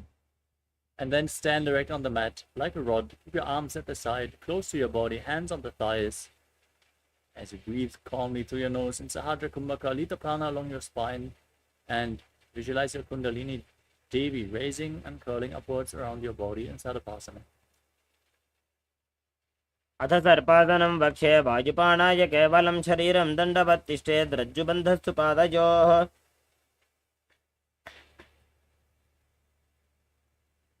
Next up is Ushtrasalanasana. From a standing position, lean forward and down, place your hands on the ground and step your toes onto your fingers as you clench your hands at your fists. Now walk around on the mat, visualizing yourself as a camel. मुष्टिकनिष्ठिका प्रदेशेन भूमौ निधायोपरि पादतले संस्थाप्य. Now, from the same posture, hold onto the toes from the outside, walk around on the mat, visualizing yourself as a horse.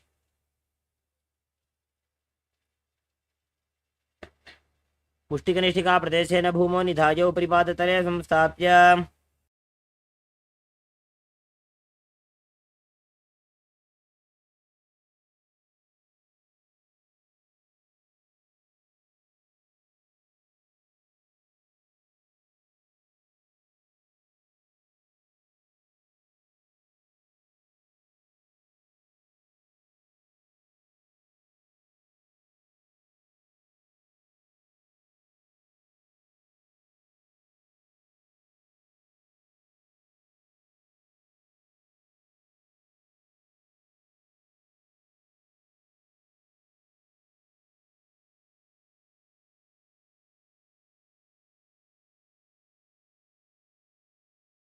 The next asana is Kapota Nitakasana. As you stand straight with the heels together, interlock your fingers behind your back and pull them down towards your calf. Open up your chest, lean back, tilt your head back. As you visualize yourself as a soaring bird diving, breathe calmly and deeply through your nose in Sahadra Kumbhaka. पादतले भूमौ निधाय पृष्ठभागेन हस्तो जङ्घापर्यन्तं नीत्वा. Next up is Tala Pushpaputam Karana. Now, stand in Arimandi posture and join your hands in Namaskara Mudra. Bow down to one side and open up the respective palms as you raise the respective heels. Repeat the movement as you visualize yourself holding a bouquet of flowers and offering it to Paramashiva.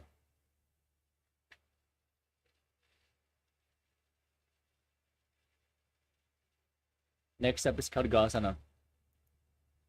Now visualize yourself as a rhinoceros and gaze to the tip of your nose as you lay on your stomach. And then jump your feet up towards your hands and stand with your hands in Namaskara Mudra extended to the front, resembling the horn of the rhinoceros. आसनं कृत्वा पादतलाभ्यां भूमिं वष्टभ्य उत्तिष्ठेत खड्गासनं भवति. Next up is the Uttanottanam. Hold weights. You want to intensify this asana as you sit down on the ground or as low as you can to the ground and stand back up again and again. Gaze to your nose and visualize Swamiji in your inner space. पुनः पुनः उत्थातव्यमथितव्यमिति उत्थानोत्थानं भवति.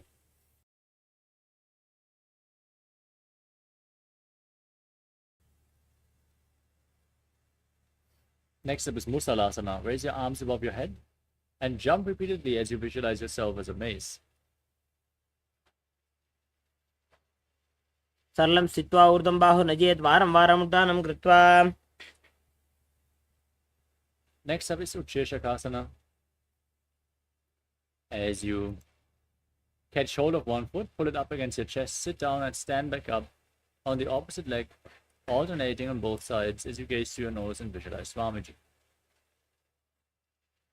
एकैकं पादतलं कुक्षौ निधाय तिष्ठेत् उत्शीर्षकं भवति. Next up is Parshvajanukarana. Now, turn one foot so the toes are pointing outside and lift the other knee against your chest. And circle the raised knee with one arm, keep the hand in the fist and place the other hand on the respective inner thigh.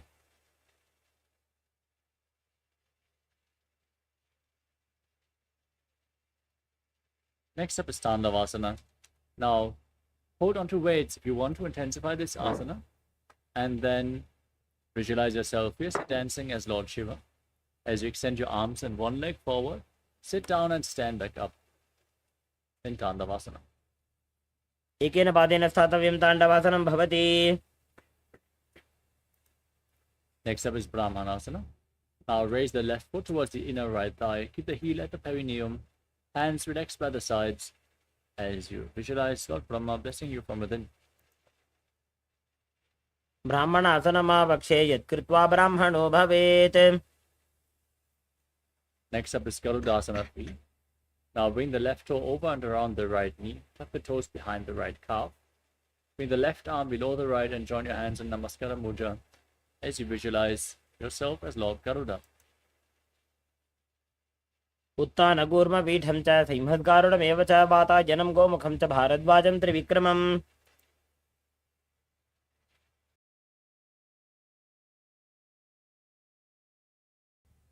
Next up is Ekapadasana. Now place the left foot on top of the right thigh. Keep your hands by the side and visualize Swamiji in your inner space. दक्षाङ्घ्रिं वामपादस्य जङ्घोपरि निधाय च. Next up is Dhruvasana, the pole-star posture. Hold onto the big toe of the left foot as you extend it out to the side. Rotate quickly on the standing leg as you visualize yourself as the North Pole Star. एकेन हस्तेन दण्डरूपस्य एकस्य पादस्याग्रं धृत्वा. We move on to Trivikramasana. Now lift one leg behind your neck as you visualize Lord Vishnu blessing you from within. Then stand tall on the mat. Sit down and stand back up, performing the 3 steps of Lord Vishnu. एके ग्रीवायां पादं संस्थाप्य स्थातव्यम् उत्थातव्यं त्रिविक्रमासनं भवति.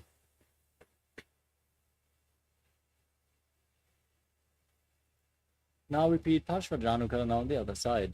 Lift the other knee up. Hold it with your hand in the fist. Other hand on the respective thigh.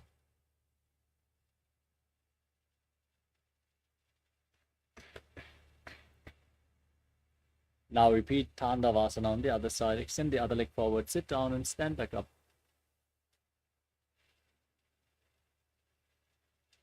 एकेन पादेन स्थातव्यं ताण्डवासनं भवति. Next up is Brahmanasana. Now lift the right foot towards the inner left thigh with the heel up against the perineum. Hands by the sides. Visualize Lord Brahma blessing you from within. ब्राह्मणासनमावक्षे यत्कृत्वा ब्राह्मणो भवेत्. Next up is Garudasana 3. Now bring the right foot over and around the left thigh. The toes tucked behind. In the right arm below the left. Join your hands in Namaskara Mudra and visualize yourself as Lord Garuda. ब्राह्मणासनमावक्षे यत्कृत्वा ब्राह्मणो भवेत्. Next up is Ekapadasana. Now bring the right foot on top of the left thigh. Stand with the hands by the side, visualizing Swamiji in your inner space. दक्षाङ्घ्रिं वामपादस्य जङ्घोपरि निधाय च. Now repeat Dhruvasana, the pole-star posture on the other side. Hold on to the right big toe in Prana Mudra as you rotate quickly, visualizing yourself as the North Pole Star. एकेन हस्तेन दण्डरूपस्य एकस्य पादस्याग्रं धृत्वा.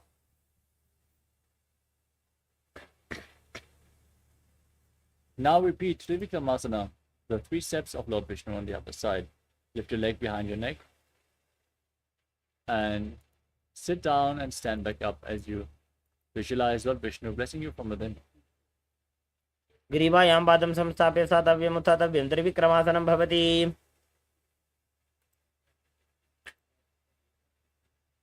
Next up is Sammanaka Karana. As you stand with the heels together, toes pointing outwards, hands slightly extended away from the body. Point your fingers one by one.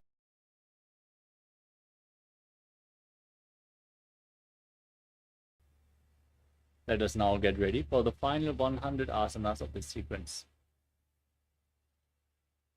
As we continue with Gorak Anjali Asana. Now, squat down and bring your hands from the outside in between the legs. Interlock your fingers in front of your navel as you visualize the great sage Goraknath, founder of the Natha Yoga Hindu Sampradaya. Breathe in Jivachala Kumbhaka. Inhale deeply. Hold your breath. And move the retained prana upwards, downwards, within your body and through the various limbs of your body, along with your mind. Bring your attention through the body and lead the prana freely as per your will. As you visualize the great sage Goraknath, founder of the Natha Yoga Hindu Sampradaya. प्रथम हि बोहो ये बाहुरी नीचो पुनिहो वे. Next up is Kanchi Asana. As you squat down, interlock your fingers behind your back. Visualize Swamiji in your inner space. ऊरुमध्यात् हस्तो निवेश्य नितम्बं धृत्वा पादतलाभ्यां भूमिं वष्टभ्य. Next up is Bhairavasana. Now bring the heels together, close to the body, and interlock your fingers behind as you squat down all the way. Gaze to your navel as you visualize Bhagavan Kala Bhairava, the Lord of Time. दोवू पगगी थलिया की माहिली core मिलाई दी भना पानियों कड़मोड़ वैसे. Performing Bhairavasana can resolve hiccups. Next up is Varahasana. Now keep the heels against your perineum and squat down as you separate the toes. Join your hands in Anjali Mudra and bring them behind your neck with the fingers pointing down towards the ground as you gaze up towards your third eye and visualize yourself as Varaha, the boar avatar of Lord Vishnu. पागथली की माहिली core मिलाई दी भना पानियों कड़ वैसे.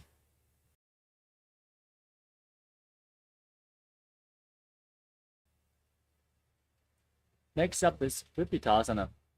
Now hold on to the big toes of Dana Mudra and raise your hips to the same level as your knees as you visualize Swamiji in your inner space.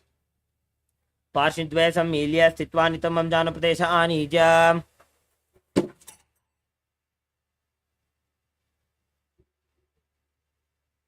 Next up is Bakasana. Now place your hands on the ground and bring your knees onto your arms towards your armpits. Lean forward, lift your feet off the mat, and balance as you visualize yourself as a crow. हस्ताभ्याम् अवनिमवष्टभ्य.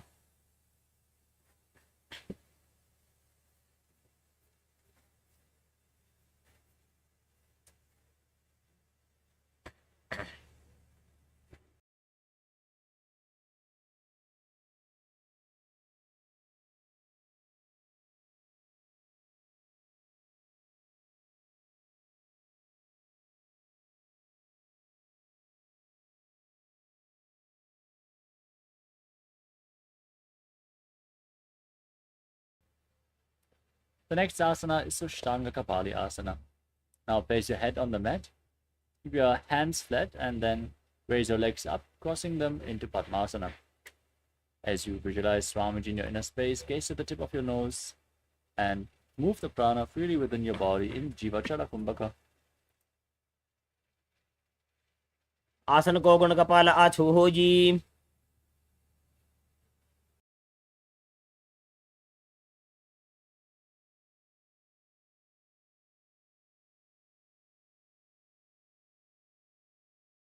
The next asana is Guptasana. As you sit in a kneeling posture, place your hands on the knees, keep the heels outside the hips, the toes touching behind. Gaze to the tip of your nose and visualize that you're sitting in the secret seat with Paramashiva and Guru. जानोर्वोरन्तरे पादौ कृत्वा पादौ च गोपजेत्. पादोपरि च संस्थाप्य गुदं गुप्तासनं विदुः.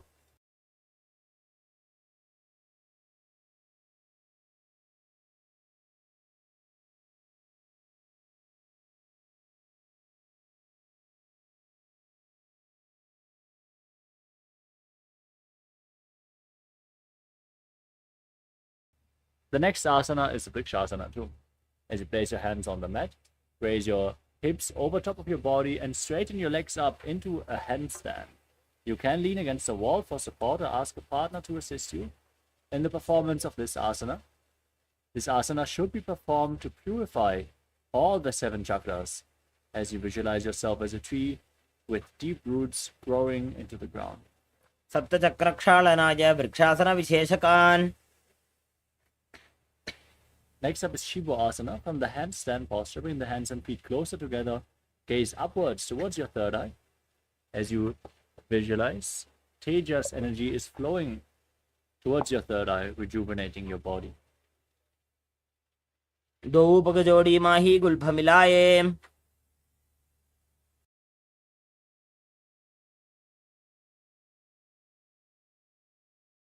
Next up is Matsyasana. As you place your hands flat, step your feet back and lower your body down and push it back up again and again, visualizing yourself as a fish. निब्जं शयनं गुरुपरो पार्श्वभागाय मूर्धकृत्य. Next up is Sarvasana 2. Now place your hands on the hips and lift your head and chest from side to side, visualizing and moving your body like a snake. निब्जं शयनं कृत्वा हस्तौ नितम्बं संस्थाप्य पादौ दीर्घीकृत्य. Next up is Niralambanasana. As you lay on your stomach, bring your elbows on the mat in front of you. Your hands in Padma Mudra, the lotus mudra, resting your chin on your hands. Now feel self-supported and completely independent as you breathe calmly through your nose. कराभ्यां पङ्कजं कृत्वा तिष्ठेत् कुर्परया सुधीः मुखमुन्नमनुच्चायी निरालम्बनमासनम्.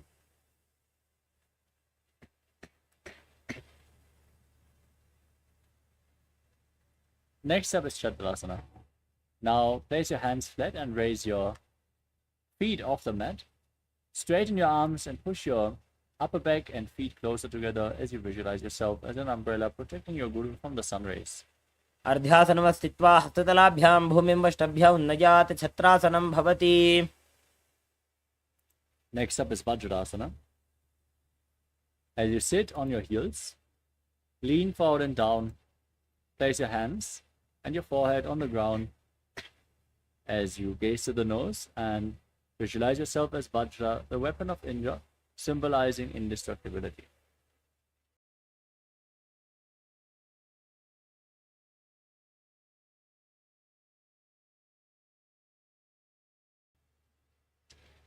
इदानीं गर्भिणीनां योगाभ्यासो यथा लघु सुखप्रसवलाभाय प्रोच्यते प्राक्तने पथि दण्डपद्मभरद्वाज वीरवज्रसमानितो आसनानि सदा कुर्यात् सुदीर्घैरे च पूरकैः.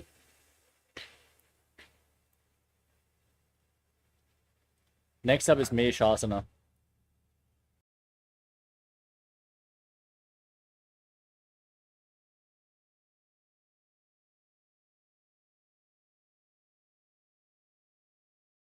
As you raise your hips up into Gajasana position, alternate striking the ground with your hands as you visualize yourself as powerful as a ram.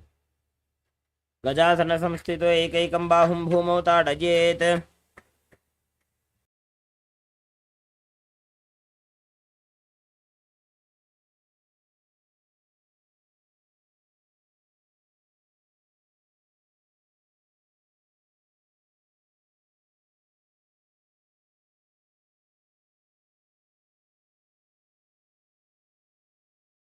The next asana is Ajasana. From Gajasana position,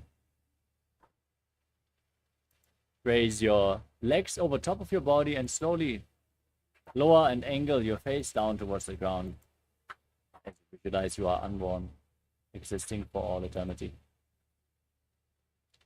गजासनसंस्थितो पादद्वयमन्तराळे कृत्य मस्तकेन भूमिं स्पृशेत्.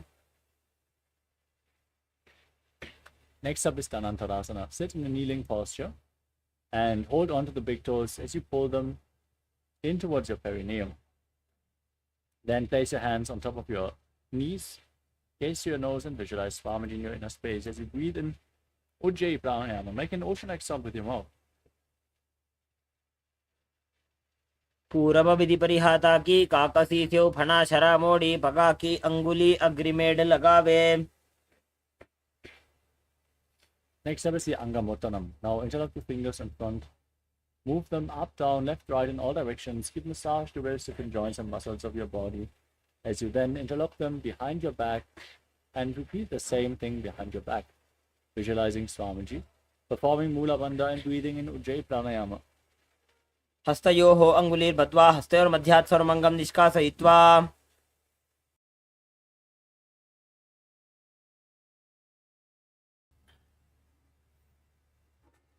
Next up is Garudasana form.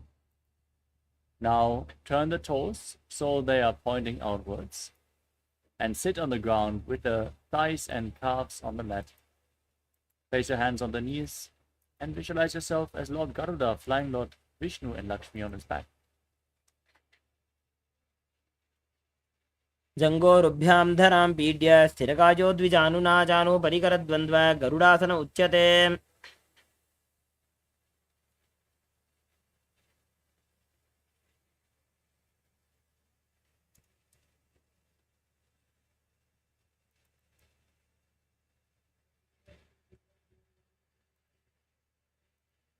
Next up is Ananda Mandirasana. As you bring the soles of the feet together, toes pointing back, sit on your heels and hold on to your ankles. As you bring the front of your buttocks on the ground, you can gaze up towards your third eye and visualize yourself residing in the blissful space of a temple. अथ पक्षे वीरनाथ आनन्दमन्दिरासनं यत्कृत्वा अमरो धीरो भवत्येवेह साधकः. Next up is Mandukasana 2. Now overlap your feet and sit on your heels. Place your hands below the knees. Press your tongue up flat against the top of your mouth. Manduki Mudra as you visualize yourself as a frog and perform Uddiyana Bandha and Mula Bandha. पृष्ठं सम्पीड्य गुल्फाभ्यां जान्वङ्गे सवलयाकृतिः हस्तौ पादतले क्षिप्तो मण्डूकं पाददोषहृत्. Next up is Narasimhasana. Now tuck the toes and sit on raised heels. Place your hands on the ground, thumbs touching. Stick your tongue out, gaze to your nose, exhale forcefully again and again as you visualize yourself as Narasimha, the lion man avatar of Mahavishnu. दोबू फणा पाणी होय वैसे एड़ी Mailer गुदानी वैसे समशरीरनी काट हरावे NASA अग्रदृष्टि को ल्यावे.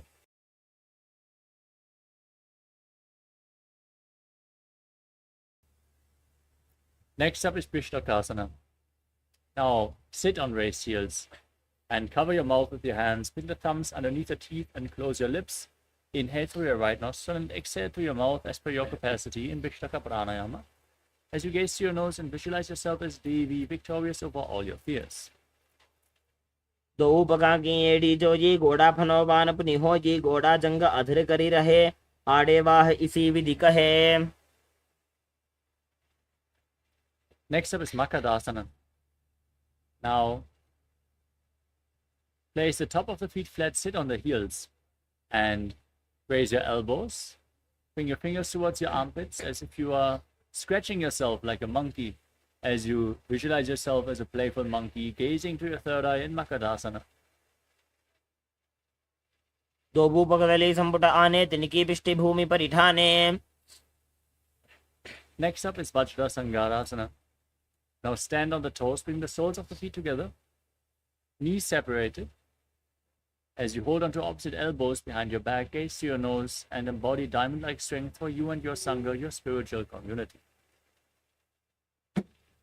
प्रथम पणा पाणी होय वैसे दोबू एड़ी गुदानी वैसे.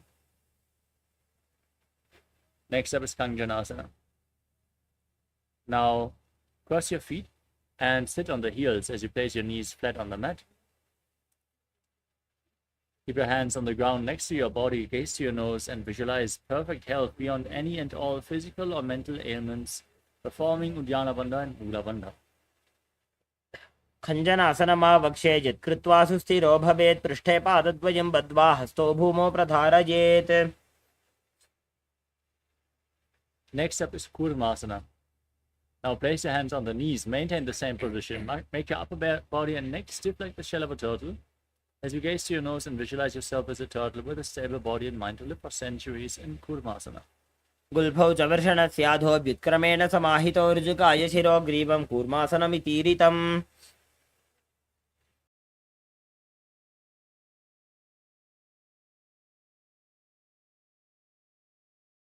Maintain your hands on top of the knees.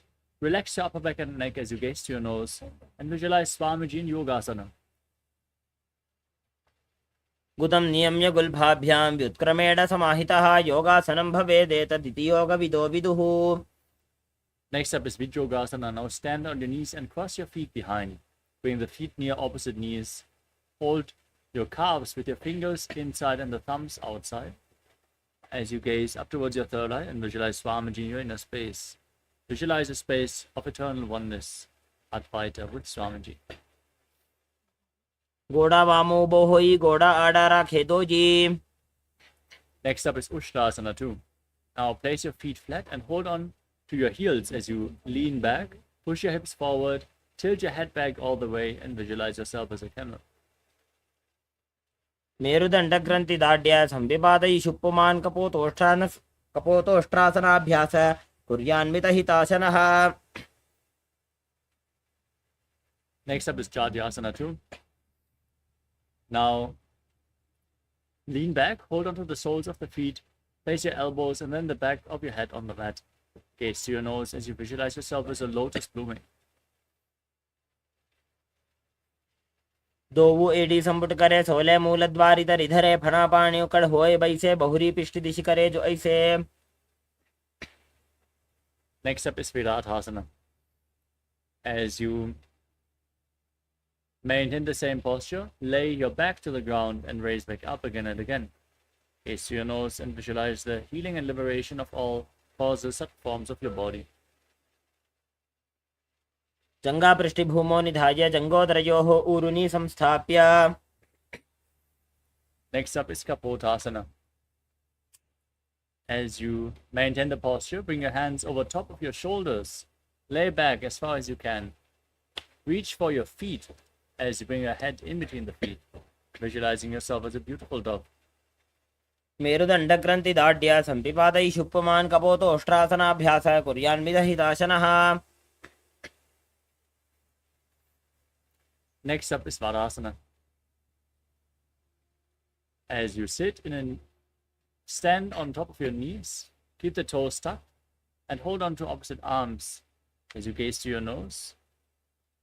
Visualize Paramashiva in your inner space, for this is the boon-fulfilling posture. Receive your boon from Paramashiva. Internally chant Om Nithyananda Paramashivoham. जानुनि भूमौ संस्थाप्य हस्ताभ्यां बाहु परस्परं धृत्वा सरलं तिष्ठेत्. Next up is Varahasana 2. Now lean forward and down, sit on raised heels, and place your forearms on the mat, resting your head on your hands. Visualize yourself as Varaha, the power avatar of Lord Vishnu. सूर्यं चन्द्रं भेदनानि आसनानि निकथ्यते कूर्परो भूमौ स्थापयित्वा जानुभ्यामवनिमवष्टभ्य.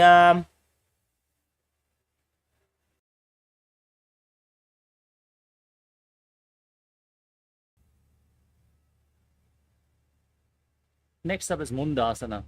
Now place your forearms on the ground, elbows shoulder width apart, fingers interlocked. Place your forehead on the ground, support it with your hands. Walk your feet up and lift your feet off the ground, extending them upwards into a headstand posture. Now gaze to your nose and visualize yourself as a lopped tree. अधो मुण्डासनं वक्षे सर्वेषां प्राणिनां सुखम्. Next up is Andhasana. Now come back down into a kneeling posture, feet flat, sit on the heels, and bring your head in between the knees. Hold your head with both hands as you inhale through your nose and exhale through your mouth. Visualize Swamiji and gaze to your nose in Andhasana. प्रथम पगदली समटहरावे कोरमाहिली उभे मिलावे फनापानी उकड़ कर बैसे दोवु AD गुदा निवैसे.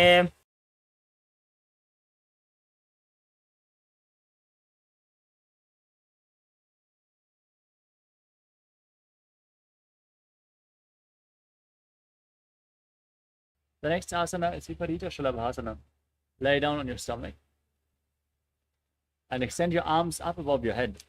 Hold on to weights if you want to intensify this asana. As you lift your arms, your legs, and your chest off the mat and hold, visualizing yourself as a locust in Viparita Shalabhasana.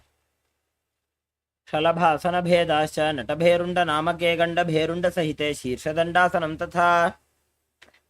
To move on to Kapalasana. Now place your forehead on the ground.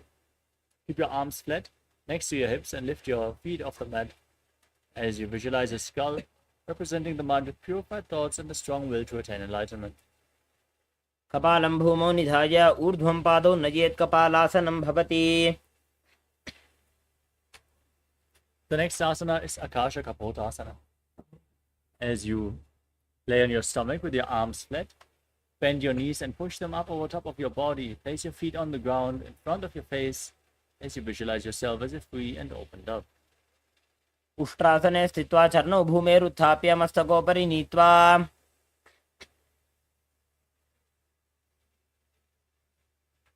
Next up is Chatakasana. Now sit in a kneeling posture with your forearms on the ground in front of you as you visualize yourself as a sparrow. कूर्मरपर्यन्तौ हस्तौ धरामवष्टभ्य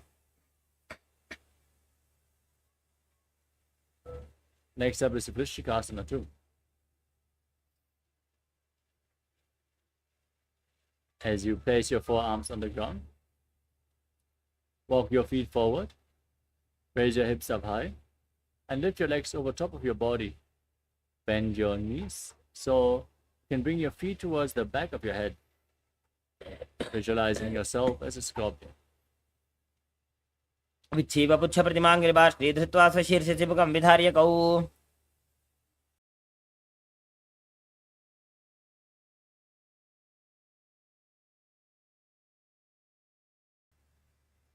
Next up is Vrishasana. Now sit on the right heel, bring the left foot outside the hip with the toes pointing to the side. Place your hands in front of the knees and visualize yourself as a bull as you breathe in Antaranga Kumbhaka. Inhale forcefully, hold your breath for a short while, and then again slowly exhale through your nose. याम्यगुल्फे पादमूले वामभागे पदेतरं विपरीतं स्पृशेत् भूमिं वृषासनमिदं भवेत् Next up is Lolasana. Place your hands on the ground and then lift your knees off the mat, crossing the toes of the left foot over the right. Visualize Swamiji in your inner space. लोलासनं सदा कुर्यात् वायुलोलापघातनात्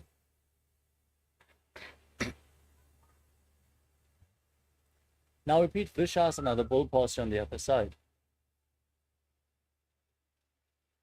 याम्यगुल्फे पादमूले वामभागे पदेतरं विपरीतं स्पृशेत् भूमिं वृषासनमिदं भवेत् Now we move on to Bala Gunasana. Now tuck the toes of the left foot and sit on the left heel. Place the right foot flat and raise the right knee against your chest. Keep your hands on top of the knees and visualize Bala Guna Hai, one of the 84 siddhas in your inner space. आसन को गुण जल विकार जाई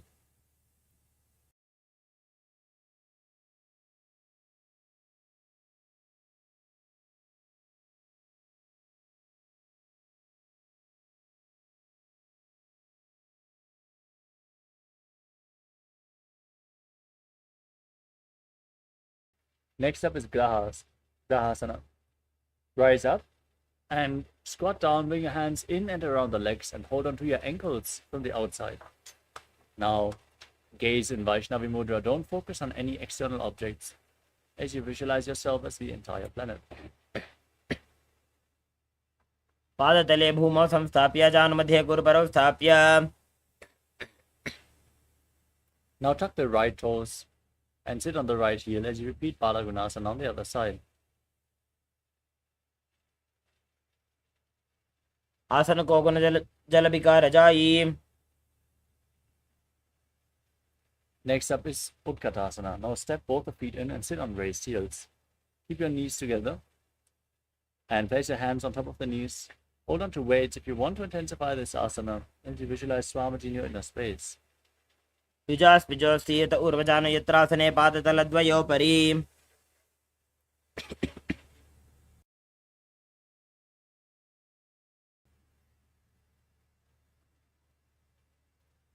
Next up is Vajrasangarasana too. Now bring the soles of your feet together. Open up your knees wide and hold on to opposite elbows behind your back as you visualize Swamiji in your inner space.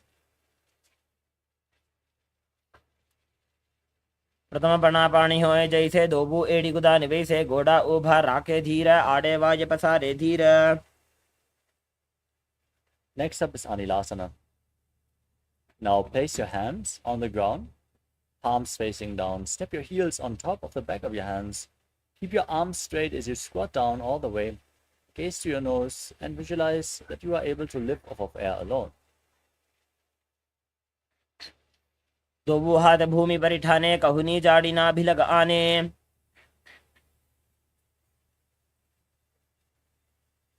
Next up is Padukasana. Now stand up and place the back of your hands on the mat as you lean forward and down. Step your feet onto your hands and wrap your hands around the feet like shoes. Start walking around on the mat. Visualize that you are wearing padukas walking all over India. हस्ततलयोः पादतले कृत्वा तिष्ठेत् गच्छेत् पादुकासनं भवति. Next up is Kukkutoddanasana. Now place your hands on the mat and kick your legs up and let them fall back down again and again. Visualize yourself as a rooster and breathe in Antarangaka Kumbhaka. हस्ततले भूमौ कृत्वा पादतले च ऊर्ध्वमुड्डानं कृत्वा. Next up is the Viparitandriyasana. As you raise your body up on two hands, move your legs around, dance on two hands as you feel yourself become free of all inhibitions. हस्ततलाभ्यां भूमिं वष्टभ्य ऊर्ध्वपादाग्रे कुर्वन्. Next up is Kunjarasana. Now lean forward and down, separate your feet and place one hand on the mat as you place the other hand on the respective ear. Now visualize Swamiji in your inner space and breathe calmly through your nose in Sahasra Kumbhaka. अथ वक्षे महादेव कुञ्जरासनमुत्तमं करेणैकेन पादाभ्यां भूमौ तिष्ठेत् शिरःकरः. Now place the other hand on the mat. Repeat Kunjarasana on the other side. अथ वक्षे महादेव कुञ्जरासनमुत्तमं करेणैकेन पादाभ्यां भूमौ तिष्ठेत् शिरःकरः.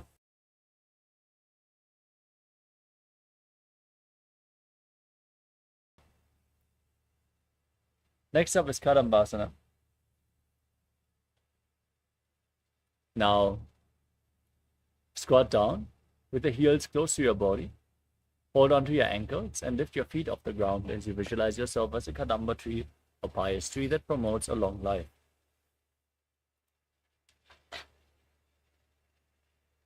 पार्श्वेभ्यां भूमिं वष्टभ्य हस्तद्वयेन गुल्फौ धृत्वा तिष्ठेत् कदम्ब भवति.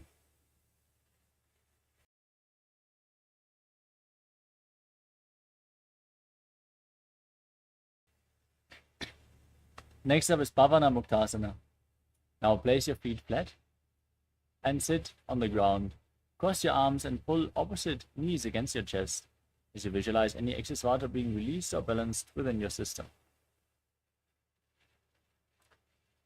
द्वयोः सुपादयोः पाणिं लात्वा स्वस्वनितम्बके जानुनी वक्षसि साधुर्बभ्रती करबन्धनैः. Next up is Chakrasana. Now lift one leg behind your neck. Place both your hands to the sides and then lift your entire body off the ground. Extend the opposite leg forward, gaze upwards and visualize yourself as a powerful source of energy. पूर्वतानं च दुष्पादपीठं वज्रासनं तथा.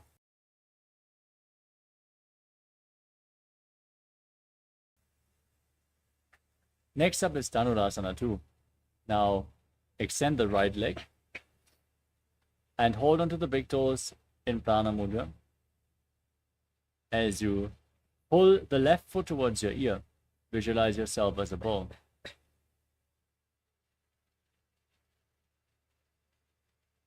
पादाङ्गुष्ठौ तु पाणिभ्यां गृहीत्वा श्रवणावधि धनुराकर्षकाकृष्टं धनुरासनमीरितम्.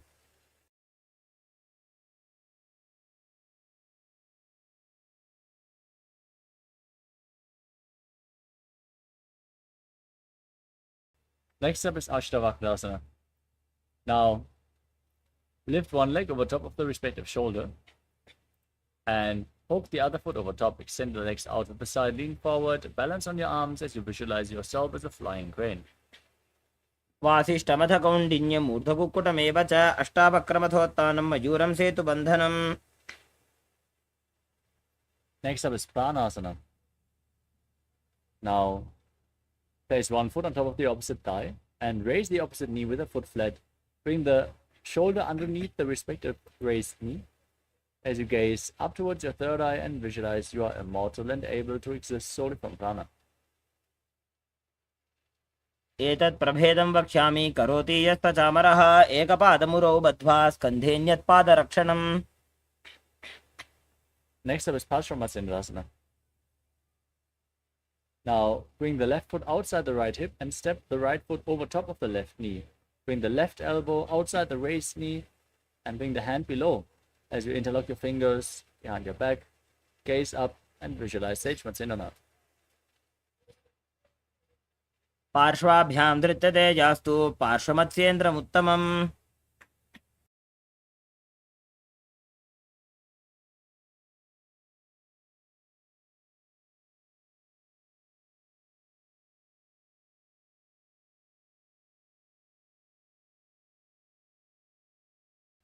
Now repeat Chakrasana on the other side. Lift the other leg behind your neck. Extend the opposite leg forward. Lift your body up as you visualize yourself as powerful source of energy. Gaze up towards your third eye in Chakrasana. पूर्वतानं चतुष्पादपीठं वज्रासनं तथा.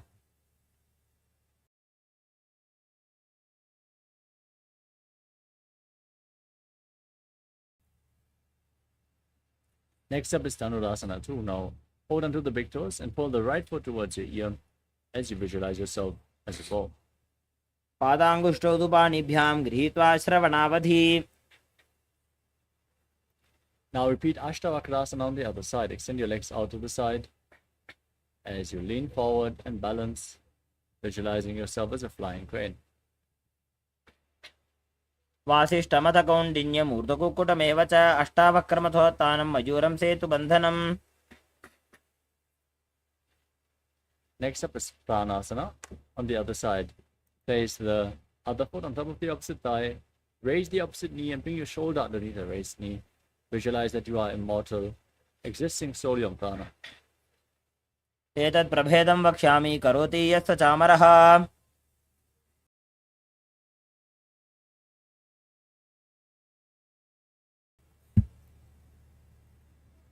Now bring the right foot outside the left hip and set the left foot over the right knee. Twist your right elbow around the raised knee. Bring it below the raised knee and interlock your fingers behind your spine as you gaze through the third eye and visualize Sage Matsyendranath and Paramashivoham on the other side. पार्श्वाभ्यां धृत्यते जास्तु पार्श्वमत्स्येन्द्रमुत्तमम्. Next up is Ardha Paschimottanasana. Now bring one heel against the perineum. Extend the opposite leg forward. Lean forward and down. Hold on to the front foot with both hands.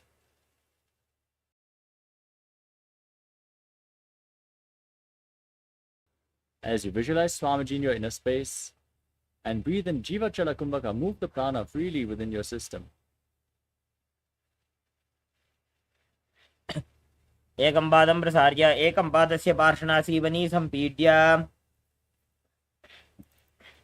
Next up is Kraunchasana. Now keep the right foot outside the hip. Place the top of the foot on the ground and then hold on to the other foot, extending it up in front of your face with the knees straight, visualizing yourself as a crane. उत्तानपादं क्रौञ्चं च मरीचिं वीरभद्रकं नटराजं त्रिकोणं च सुप्ताङ्गुष्ठप्रसारणे.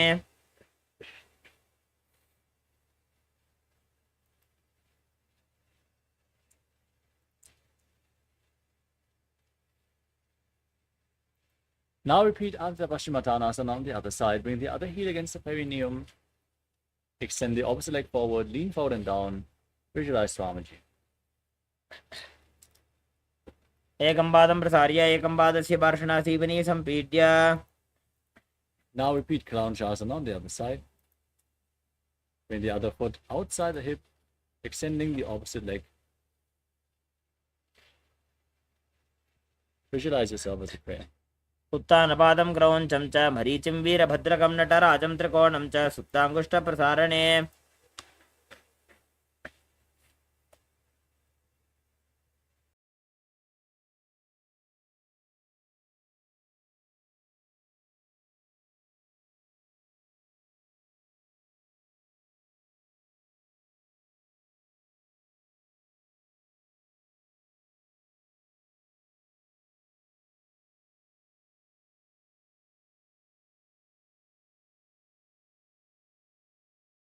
The next asana is Swastikasana. Now sit in a comfortable cross-legged position and place your feet in between the thighs and calves. Keep your hands on the knees, gaze to your nose, and embody peace, well-being, good fortune, and prosperity as you visualize a swastika in your inner space. जानुर्भोरन्तरे सम्यक् कृत्वा पादतले उभे ऋजुकाय समासीन स्वस्तिकं तत्प्रचक्षते. Next up is Kodakshasana. Now cover your heels with your hands, gaze to your nose, and tuck your chin to the chest as you visualize the great sage Kodaknath, founder of the Natha Yoga Hindu Sampradaya. जानुर्भोरन्तरे पादौ उत्तानो व्यक्तसंस्थितौ गुल्फौ छाच्छाद्य हस्ताभ्याम् उत्तानाभ्यां प्रयत्नतः.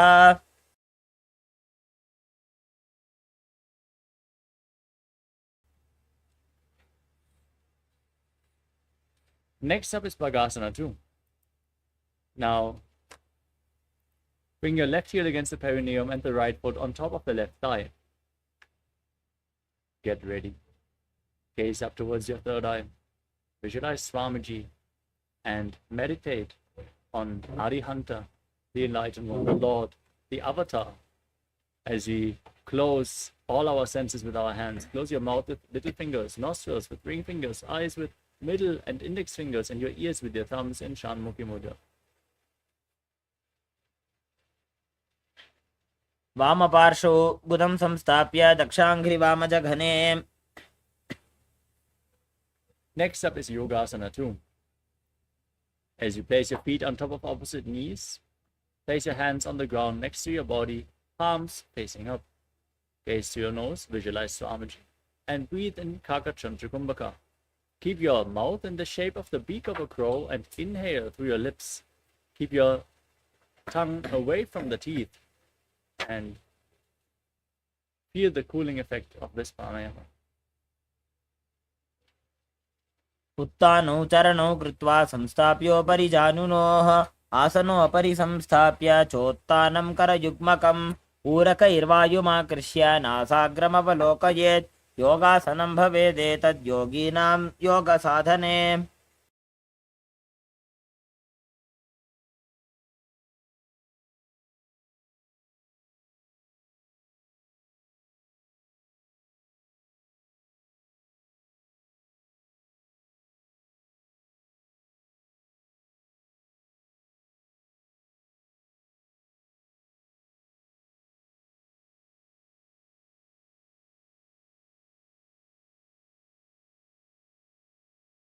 The next asana is Urdhva Kupputasana. Now rotate your hands, place them flat on the ground next to your body. As you lift your entire body off the ground and balance on your arms, visualizing yourself as a rooster. वासिष्ठमथ कौण्डिन्यम् ऊर्ध्वकुक्कुटमेव च अष्टावक्रमथोत्तानं मयूरं सेतुबन्धनम्. Next up is Siddhaharatali Asana. Now bring your hands in between the legs, place the palms flat on the ground, but stay seated on the ground. Don't lift your body up. Gaze to your nose, breathe in Kakachandrakumbhaka with your mouth in the shape of the beak of a crow as you visualize Swamiji in your inner space. प्रथम पद्मासन को करे हस्तुदो वो गोडासन दिदरे.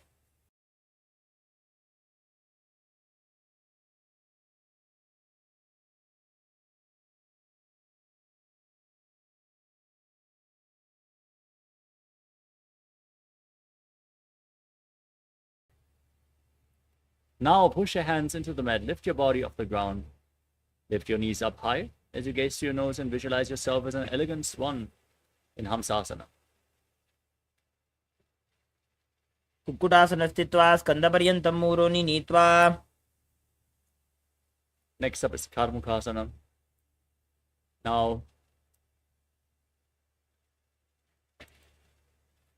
bring your hands in between the legs, lift your hips and push the hands through behind your back, interlocking them in Parashu Mudra as you place your forehead on the ground in front of you. Visualize that you are Vinaka, Lord Shiva's bow in Karmukhasana. प्रथम पद्मासन को करे गोडासन दिमाहि करिधरे. Next up is Kurmasana 2. Now lift your knees off the ground, sitting in Padmasana still, as you bring your hands in between the legs, Bend your elbows upwards and hold on to the respective shoulders as you visualize yourself as a turtle with a stable body and mind to live for centuries. By जंग पर दक्षिण पावा दाई जंग परि by लियावा. From the same posture, now tuck your chin to the chest and gaze to the nose. Cut through all the granthis, the knots in the nadis and the energy channels as you engage Jalandhara Bandha and rejoice knowing you're sitting in Shiva's secret knot posture, Granthi Vedasana. अथ वक्षे नीलकण्ठ ग्रन्थिभेदासनं शुभं ज्ञात्वा रुद्रो भवे क्षिप्रं सूक्ष्मवायुनिषेवनात्.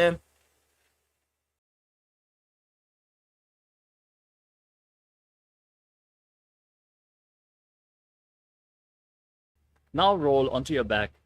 Maintain this posture. Hold onto your shoulders as you embody a turtle laying on its back, gazing at the nose in Uttana Kurmasana.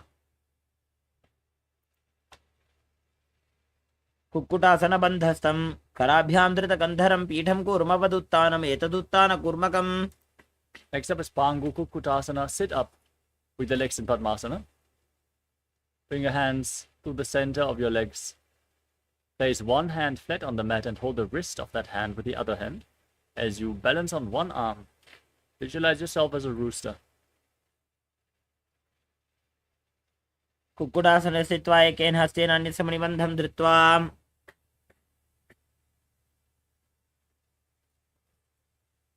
Now place the other hand on the mat. Lift your body up. Visualize yourself as a rooster in Pangu Kukkutasana on the other side. कुक्कुटासने स्थित्वा एकेन हस्तेन अन्यस्य मणिबन्धं धृत्वा.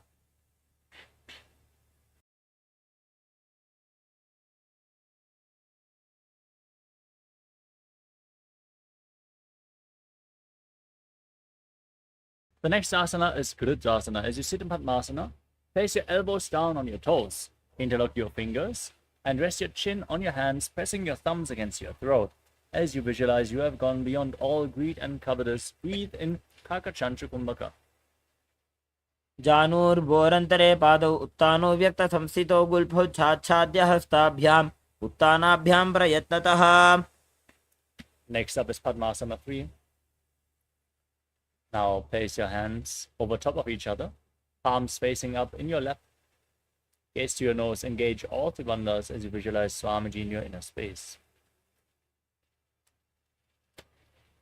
उत्तानो चरणो विधाय विधिवत् शक्तिस्थितो योगिरात्. Next up is Padmasana 4. Place your hands on the knees, gaze to your nose, internally chant Om Nithyananda Paramashivoham as you visualize Paramashiva in your inner space. एतत् पद्मासनं कुर्यात् प्राणवायु प्रसिद्धये शुभासनं सदा ध्यायेत् पूरयित्वा पुनः पुनः. Now keep the left hand on the left knee and hook the index and middle finger of the right hand around the foot as you move the big toe round and round. Visualize Pinaka and then rotate the other big toe. Repeat the movement on the other side and Karmakasana 2. अथान्यासनमावक्षे योगपूरकरक्षणात् कृत्वा पद्मासनं पाद अङ्गुष्ठजङ्घयोस्थितम्. Next up is Karmakasana 3. Now cross your arms behind your back. Keep your legs still in Padmasana and hold on to the big toes in Prana Mudra.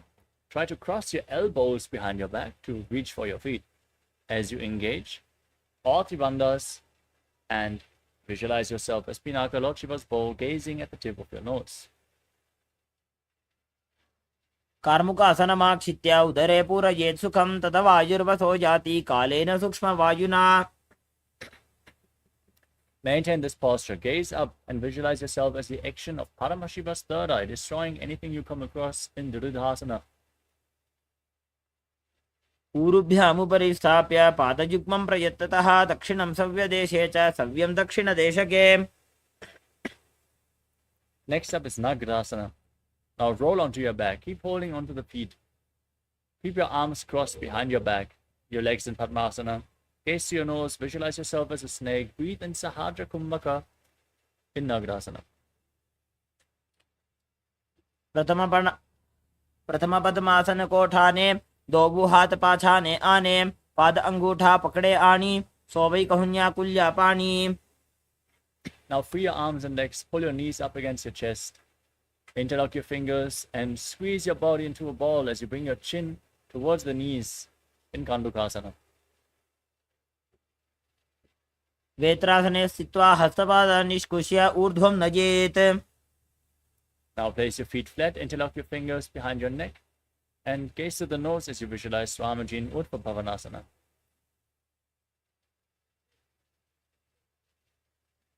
प्रथमे सूधो San करावे गोड़ा उभा राशि मिलावे. Next up is Marakata Pitasana. Place your upturned palms underneath your heels and engage Jalandhara Bandha and Mula Bandha. As you breathe in Mocha Kumbhaka, visualizing yourself as a powerful alpha ape in Marakata Pitasana. उत्तान शयनं पादतले उत्तान हस्तयोः स्थापयेत् पृष्ठभागमुत्रमजेत्. With your hips raised, bring your hands to the lower back and straighten your legs. As you rest your body weight on your elbows, gaze to your nose, and visualize Swamiji in Uttana Shikipita.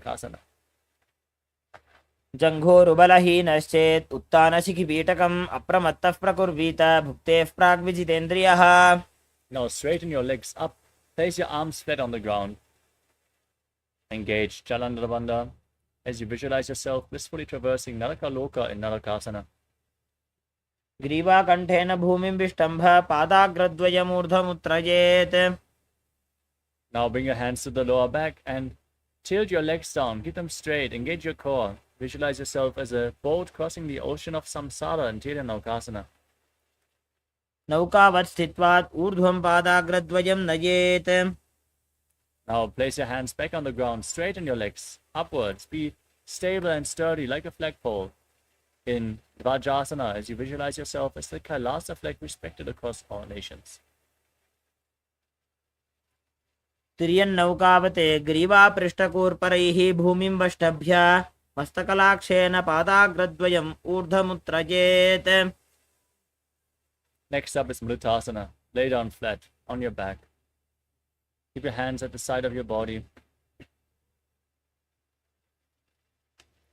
Lay as flat as possible. Sink in the ground and pull the Kundalini Shakti upwards along your spine as you completely unclutch from any internal or external movements. Visualize that your body is dead and Swamiji is liberating you. Leave your body behind, internally chanting Om Nithyananda Paramashivoham. उत्तानं शववद्भूमौ शयनं तु शवासनं शवासनं श्रमहरं चित्तविश्रान्तिकारणम्.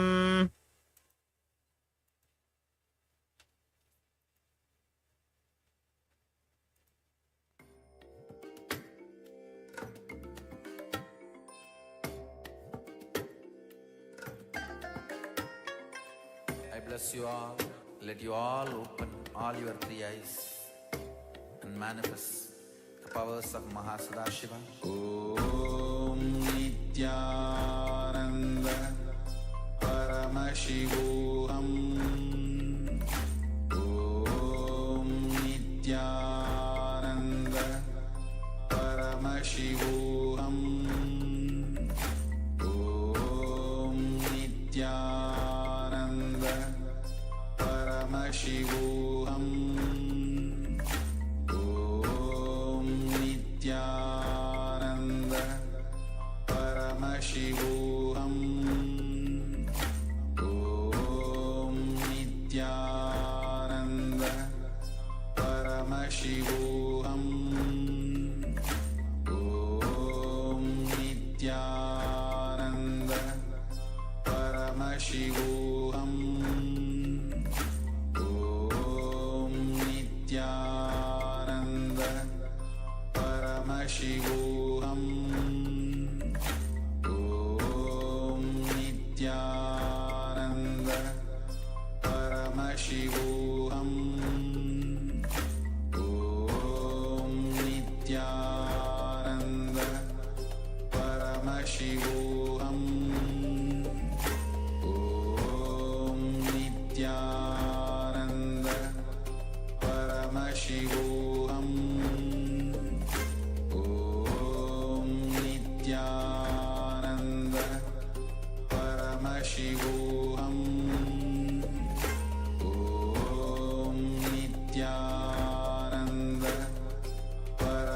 Paramashivoham Om Nithyananda Paramashivoham Om Nithyananda Paramashivoham Om Nithyananda Paramashivoham Om Nithyananda Paramashivoham Om Nithyananda Paramashivoham Om Nithyananda Paramashivoham Om Nithyananda Paramashivoham Om Nithyananda Paramashivoham Om Nithyananda Paramashivoham. Now, slowly return to your physical body. Start to wiggle your fingers and toes, your wrists and your ankles, your elbows and your knees. Pull your knees up towards your chest. Squeeze your body into a ball and rock your body from side to side as you slowly return to a comfortable seated position. Congratulations. You completed the Vidya Vinyasa Krama 308 asana sequence. With this, let us now get ready for the next session of the day, which is going to be the power manifestation. So stay tuned. Manifest the Shaktis of Paramashiva. As we conclude today's Nithyananda Yoga session, sit straight with the head, neck and spine in a straight line. Join your hands in Namaskara Mudra. Visualize Swamiji in your inner space and chant the Purna mantra. Om Purnamada Purnamidam Purnat Purnamudachyate Purnasya Purnamadaya Purnameva Vashishyate. Om Shanti Shanti Shantihi. Hari Om Tat Sat. Sarvam Bhagavat Shri Nithyananda Paramashiva Padukar Panamastu. Om Nithyanandam. Thank you all, Nithyanandam.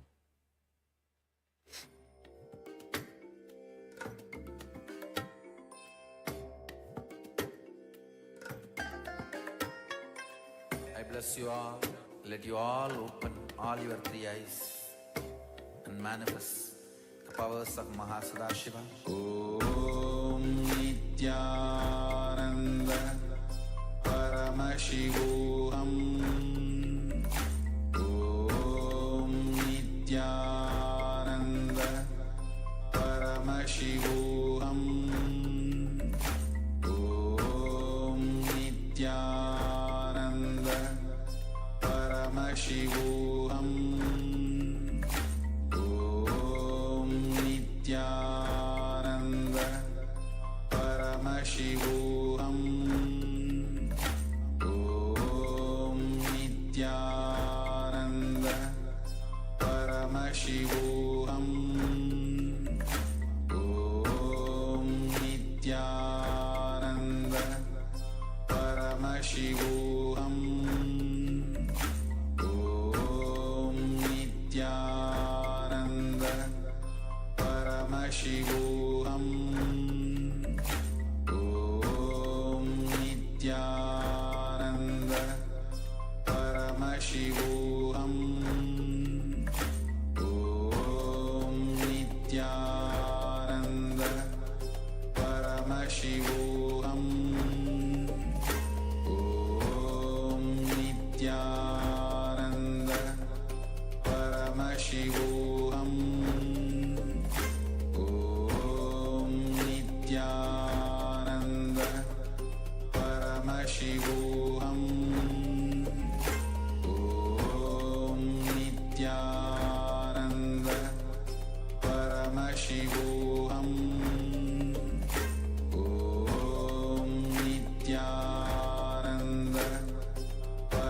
Paramashivoham Om Nithyananda Paramashivoham Om Nithyananda Paramashivoham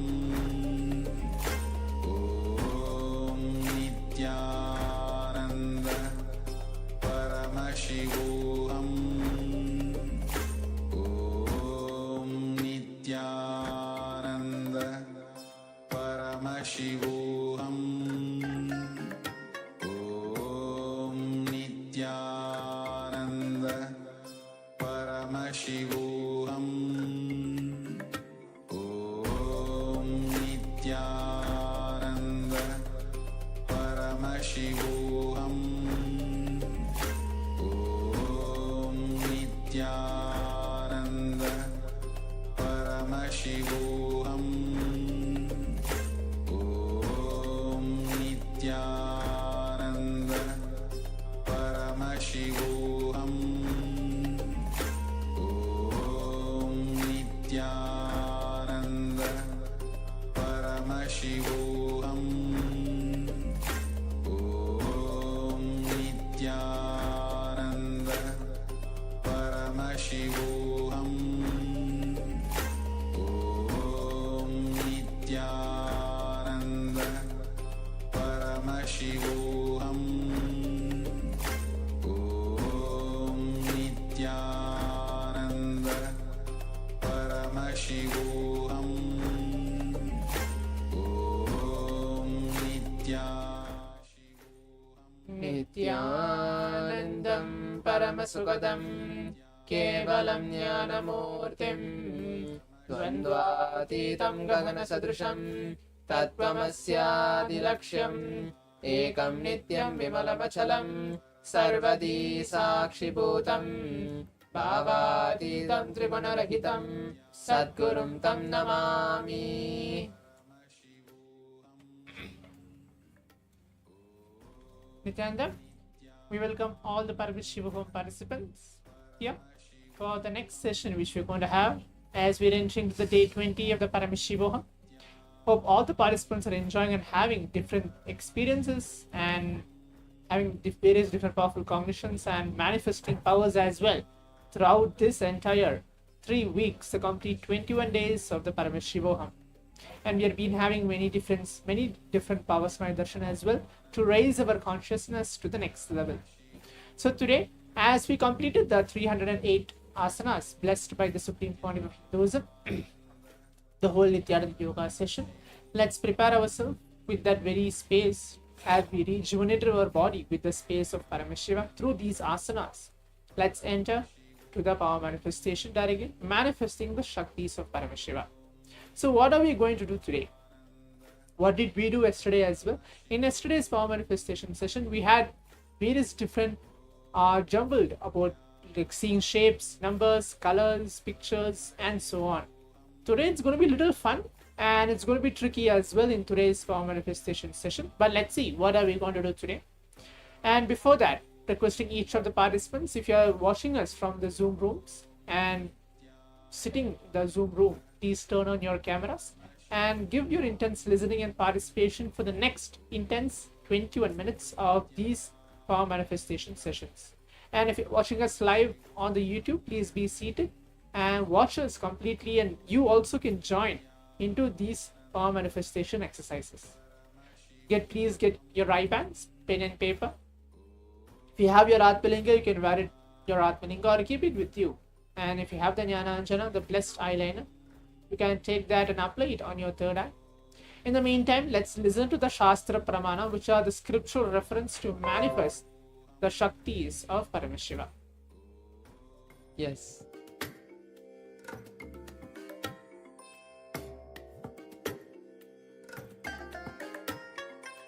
I bless you all. Let you all open all your three eyes.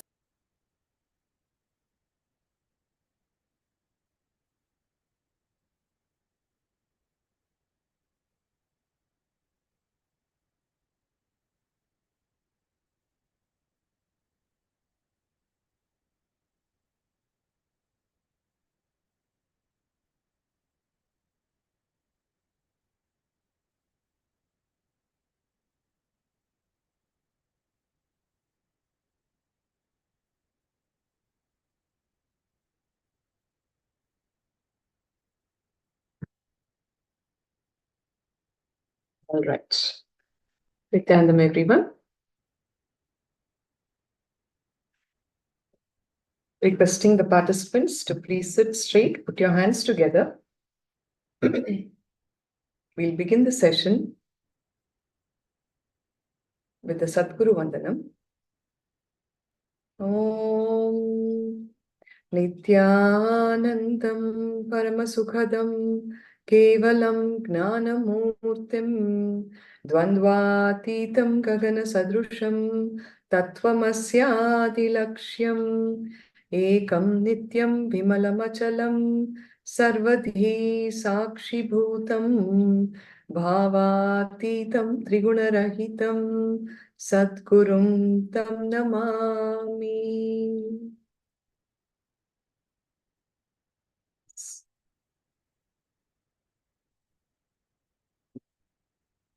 Just give me a minute.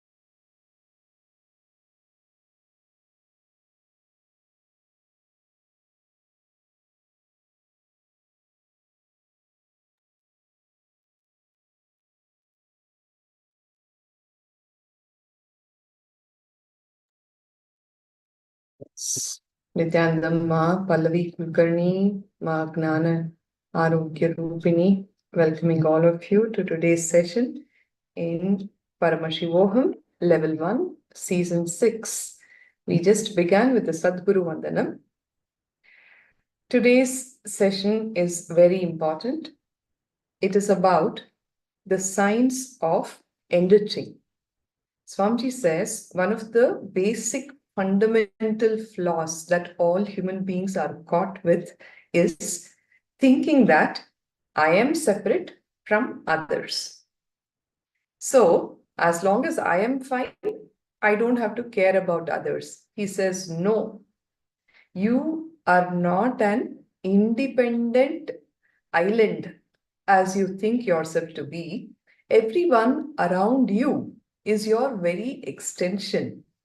Only when you cognize this truth, you will actually joyfully take responsibility for your own expansion in terms of actually enriching life around you. So with this fundamental cognition and truth that you are not an individual island, everyone around you is your very extension. So you cannot be independently joyful and blissful when you don't take responsibility to enrich life around you. So let us understand this very beautiful cosmic principle of enriching, also called Apyayanam. The teachings directly from KAILASA by the Supreme Pontiff of Hinduism, Jagadguru Mahasannidhanam, His Divine Holiness, Bhagavan Nithyananda Paramashivam. What exactly is enriching? Enriching is expanding yourself and life in and around you with the powerful cognition that life around you is simply an extension of you, whomsoever you're sharing with your life with. Everyone around you is simply your own extension. When you are established with this powerful cognition, expanding yourself and life in and around you happens, and enriching happens. The Ishavasya Upanishad, verse 8, says, "It is pure consciousness that from time eternal has enriched the ages and each being by ordaining desirable responsibilities onto them as per their nature and space, and their actions and results thereof." There's a very beautiful story from the life of Sri Ramanuja, which goes on to talk about the power of enriching. Ramanuja goes to his guru and asks him to give one method to achieve the ultimate. In Vaishnavism, the ultimate is the space in Vaikuntha. It means the space of Vishnu, Bhagavan Vishnu. Now, Ramanuja was in such a high level of completion. The Guru gave him the mantra, the initiation into Om Namo Narayanaya. And immediately, Ramanuja gets the glimpse of that space.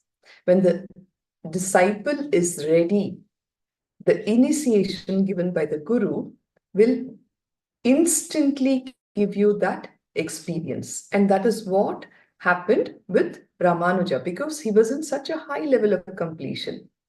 Now, because he was in the right context when the initiation was given, immediately he gets that space. But the Guru says, don't go out and give this mantra to anyone and everyone. If you do that, you will go to hell, not to Vaikuntha, is what the master tells him. Whenever you experience, you will be possessed by the spirit of enriching. See, if you have got something good for yourself in your life, you will not feel comfortable until and unless you share it with your near and dear ones, isn't it? Simple thing. Like suppose you made some delicious food at home today. Will you be happy eating it all by yourself? Will you not think of your son, your husband, your mother, father, brother, your friends, your dear ones, relatives, neighbors? You would want to share it with everyone. Any experience when you have been enriched with a particular experience in your life, you will be possessed by that spirit of sharing and enriching. Now, here, Ramanuja was possessed by that spirit of enriching. He runs to the temple tower, stands on the roof, and calls everyone and says, "Hey, come on, come on, come on. I have a secret technique to achieve Vaikuntha. If I teach you all this, I may go to hell, but all of you will go to Vaikuntha. So please come and learn." Immediately, he initiates everyone into that great principle, that Maha Mantra, the Ashtakshara Mantra. Om Namo Narayanaya. So, this is that very beautiful Apta Pramana from the life of Saint Ramanuja. We listened about enriching, the power of this very beautiful cosmic principle of Apyayanam directly from Bhagavan.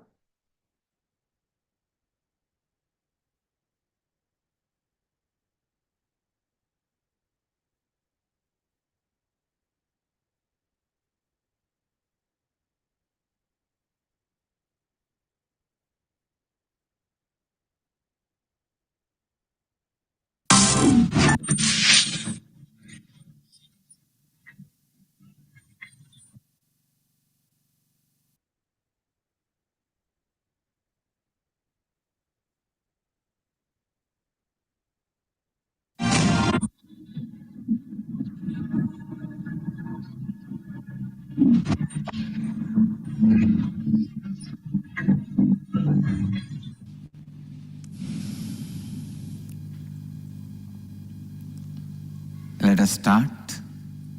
Now we will work on the crown center.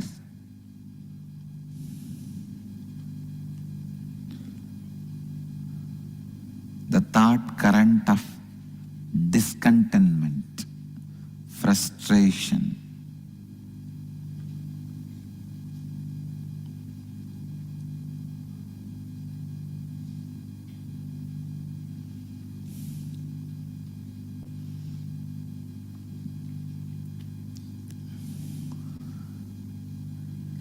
When you lack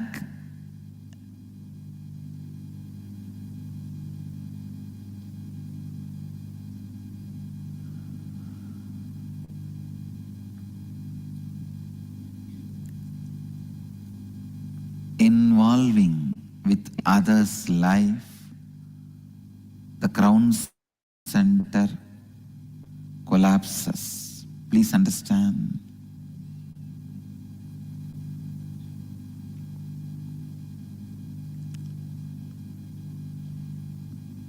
If you make the responsibility as a lifestyle, involving with others' life with responsibility,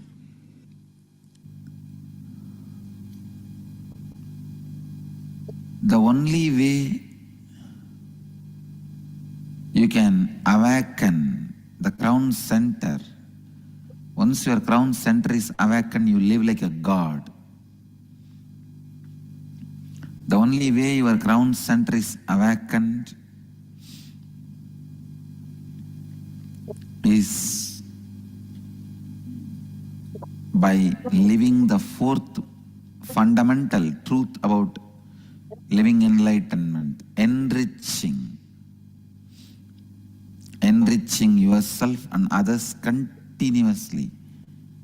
What I mean by the word enriching is you taking responsibility with integrity and authenticity that you are committed to continuously enriching, making difference to yourself and to others.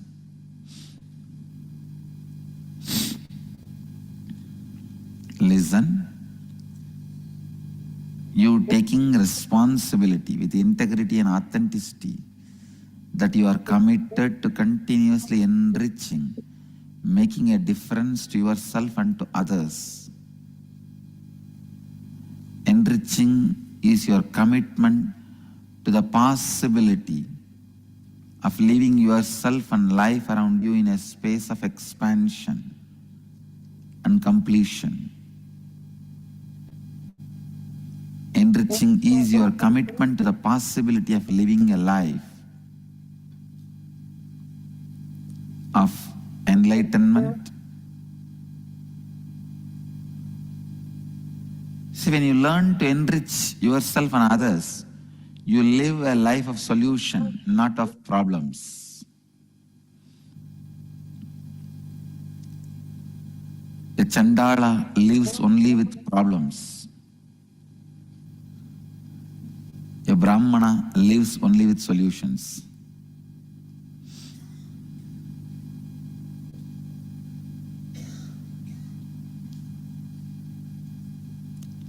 Kshatriya makes problems, Vaishya solves problems. But even Vaishya and Kshatriya does not have solution. They take it only from Brahmana. Enriching is your commitment to the possibility of being superhuman, living continuously the divine consciousness.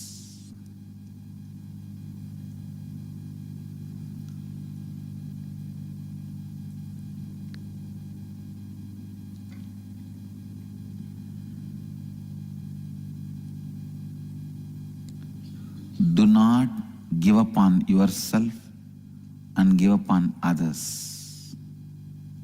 That is the secret of enriching. Understand? Don't give up on you and don't give up on others. Meena Joshi is asking, Swamiji looks very tired, like he needs a good sleep. How is he going to meet 280 questions for Kalabhairava?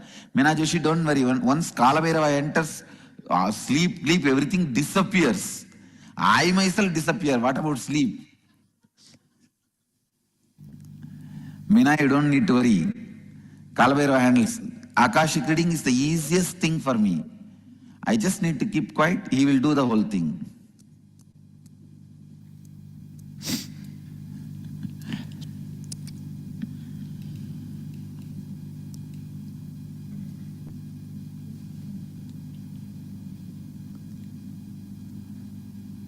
The master key to practice enriching you and others is don't give up on yourself.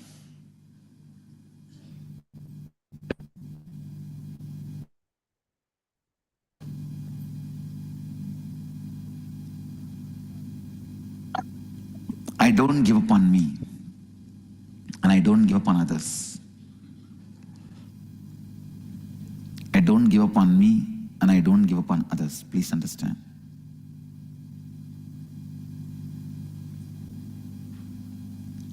How strongly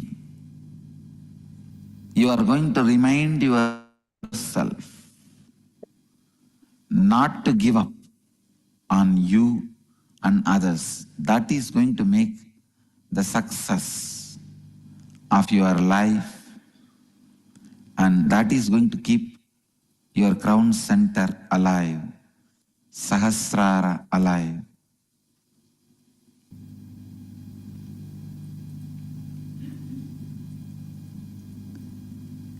Let's work on this exercise, then you will understand this tattva, enriching others.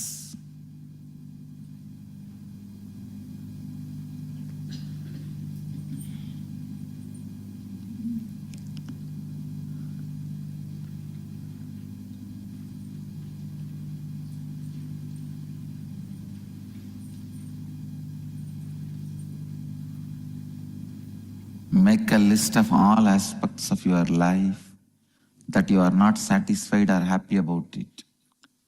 Look deeply into each of these aspects of your life and identify where you are not taking responsibility for your non-integrated and inauthentic thoughts, words and actions that are present in these aspects of your life. Now with awareness, bring integrity, authenticity and responsibility to these aspects of your life and visualize that now you are a being in a space of expansion, happiness and gratitude.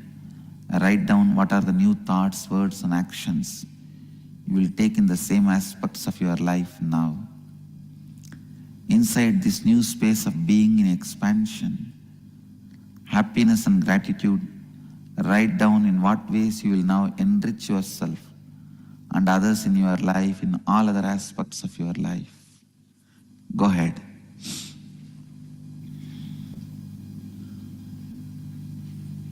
Sahasrara collapses when you are not satisfied, you are not happy with your life.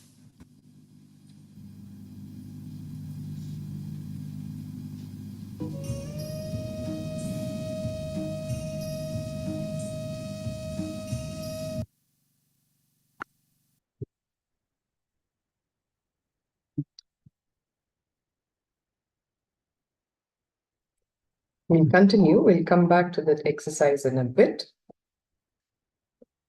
Let us have some more deeper understandings and powerful cognitions about enriching itself.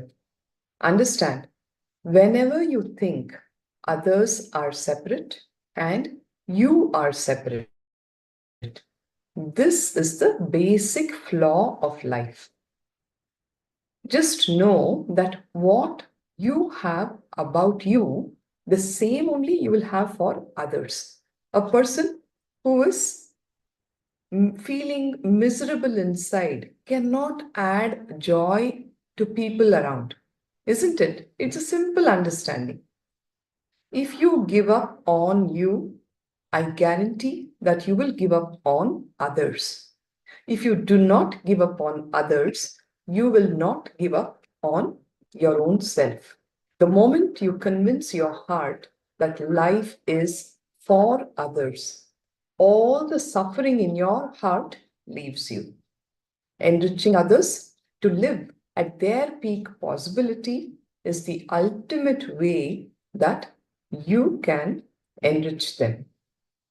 Please internalize these truths. They're all important. We will be working on the exercise to see how only when you start living life from the cognition and understanding that my life is for others, you will see experientially that all the suffering in your heart will leave you.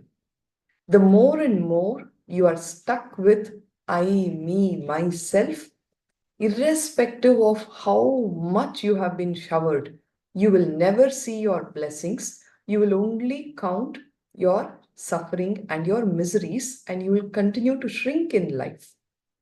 Enriching is adding to life around you and yourself, being in the space of completion and expansion.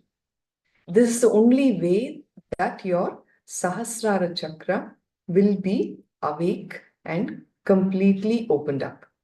Enriching others to live life at their peak possibility is the ultimate way that you can enrich them. Enriching is the strength of new life happening to you. It is a technique to create a new future. When you enrich, it literally creates a new future. You rewrite a new future. The old future just disappears and it becomes irrelevant to you. So let us now do the exercise. Make a list of the top 10 relationships in your life. Please go ahead. Make the list first. The top 10 relationships in your life. As you are penning down the names, recall any incident or incidents that you remember where you could have enriched the other person, but you did not do it.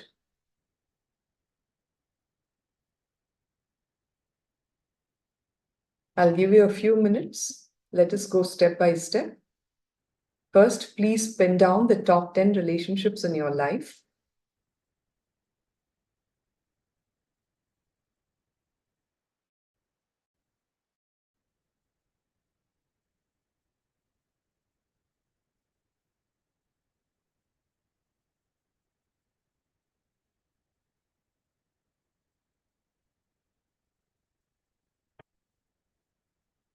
I'm sure there have been incidents that you remember with each one of them where you could have enriched that person, but you did not.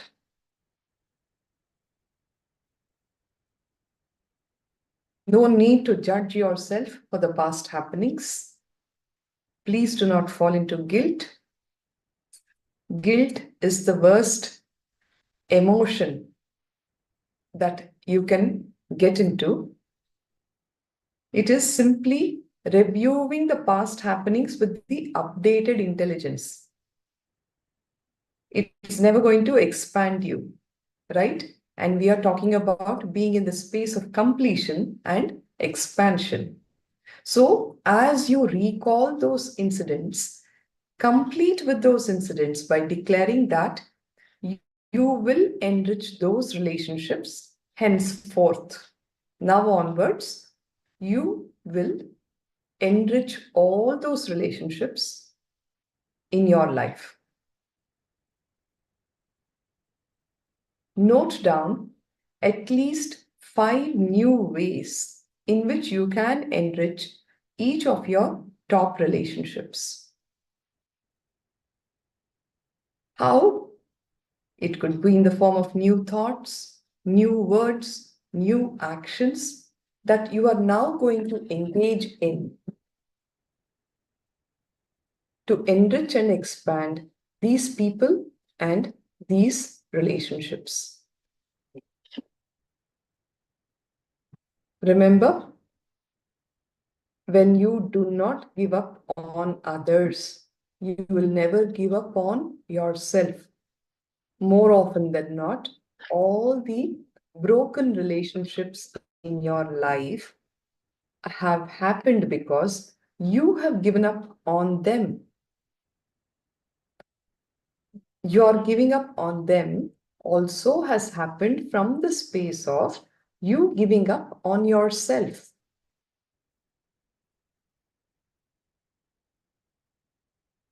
So look in and recall those incidents where you gave up on that person. You could have enriched the other person, but you did not. Simply complete with all those incidents. When we say complete, you will consciously declare completion. More often than not, all of these psychodrama of our life also happens in the space of unawareness and unconsciousness. Now, in this conscious space, with complete awareness, make a conscious declaration that you are reclaiming your space of integrity, authenticity, and responsibility to enrich all these top 10 relationships in your life, and you are declaring completion with the past happenings. All right? So, of the 10 names that you have penned down, at least for a few, just see how can I enrich this being in my life? What is it that I will be doing differently? It is the action, remember, stems only from the thought. So what are the new thoughts, the new words, and new actions that you are going to engage in to enrich and expand these people and these relationships? Even with our relationships, if you can go back to the beginner's mind, it will help a lot. Whoever that person is in your life, when you first met that person, how beautiful was that relationship? It stems from the freshness. The newness of a relationship is what makes it beautiful. So let us restart from the very beginning. Drop all the ideas, the conclusions that you have drawn about those people, and start new. What will be your new thoughts, words, and actions that you will be using and engaging in to expand and enrich these people and these relationships? It could be with your children, your spouse, your parents, your siblings, your colleagues, your neighbors.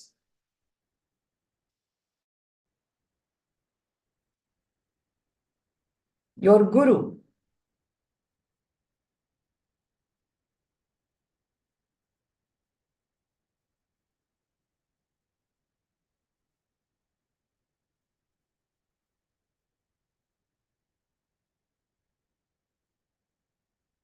Is this exercise ringing a bell for all of us?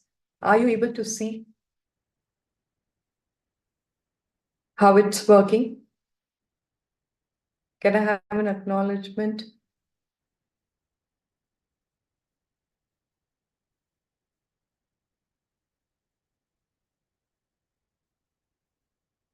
Kriya Yogini, Arogya Rupini, Pallavi Kulkarni, Kalyana Sundari.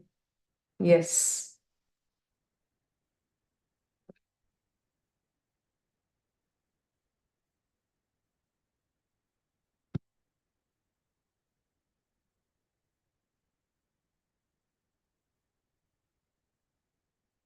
Absolutely. Yes, says Ma Kalyana Sundari.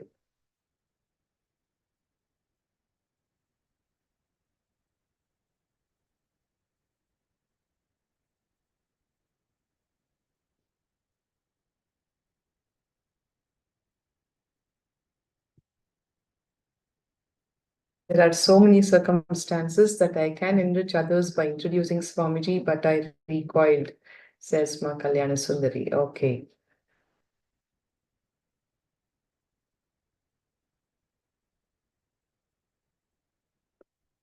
What about the rest?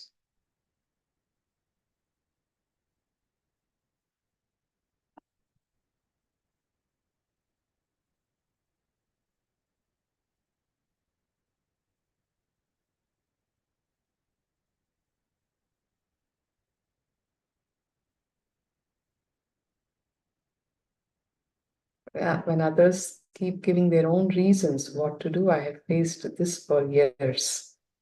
Okay. How much can you change in the others is the point. Yes, ma'am. The only thing that you can change is you. You start working on yourself, and naturally you will see that over a period of time, others around you will change. You coming into the space of completion is the very first step for your own expansion and impacting life around you. Okay? That is the basic necessity to enrich. It is a process. It's not like, it's going to fetch you instant results, but the change starts with you. So let us work on ourselves.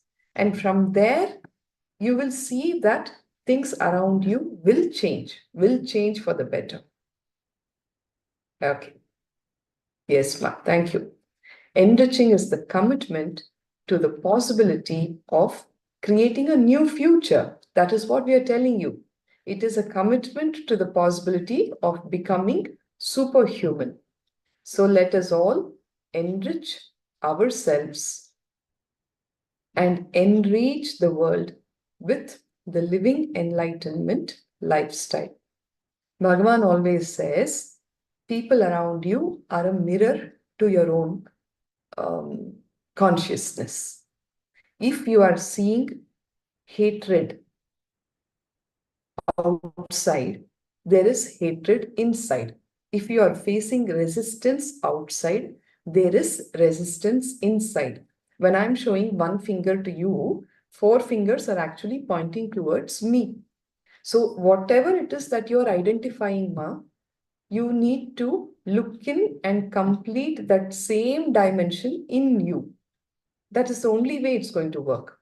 All right. So if that answer is something that you are okay about, we will continue with the joy of enriching. You will get over resistance outside only when the resistance inside you drops.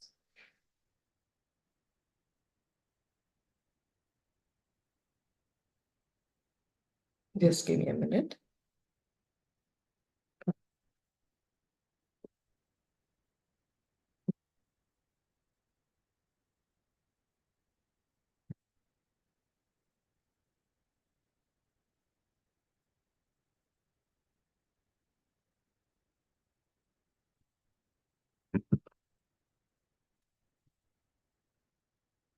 Enriching is a power.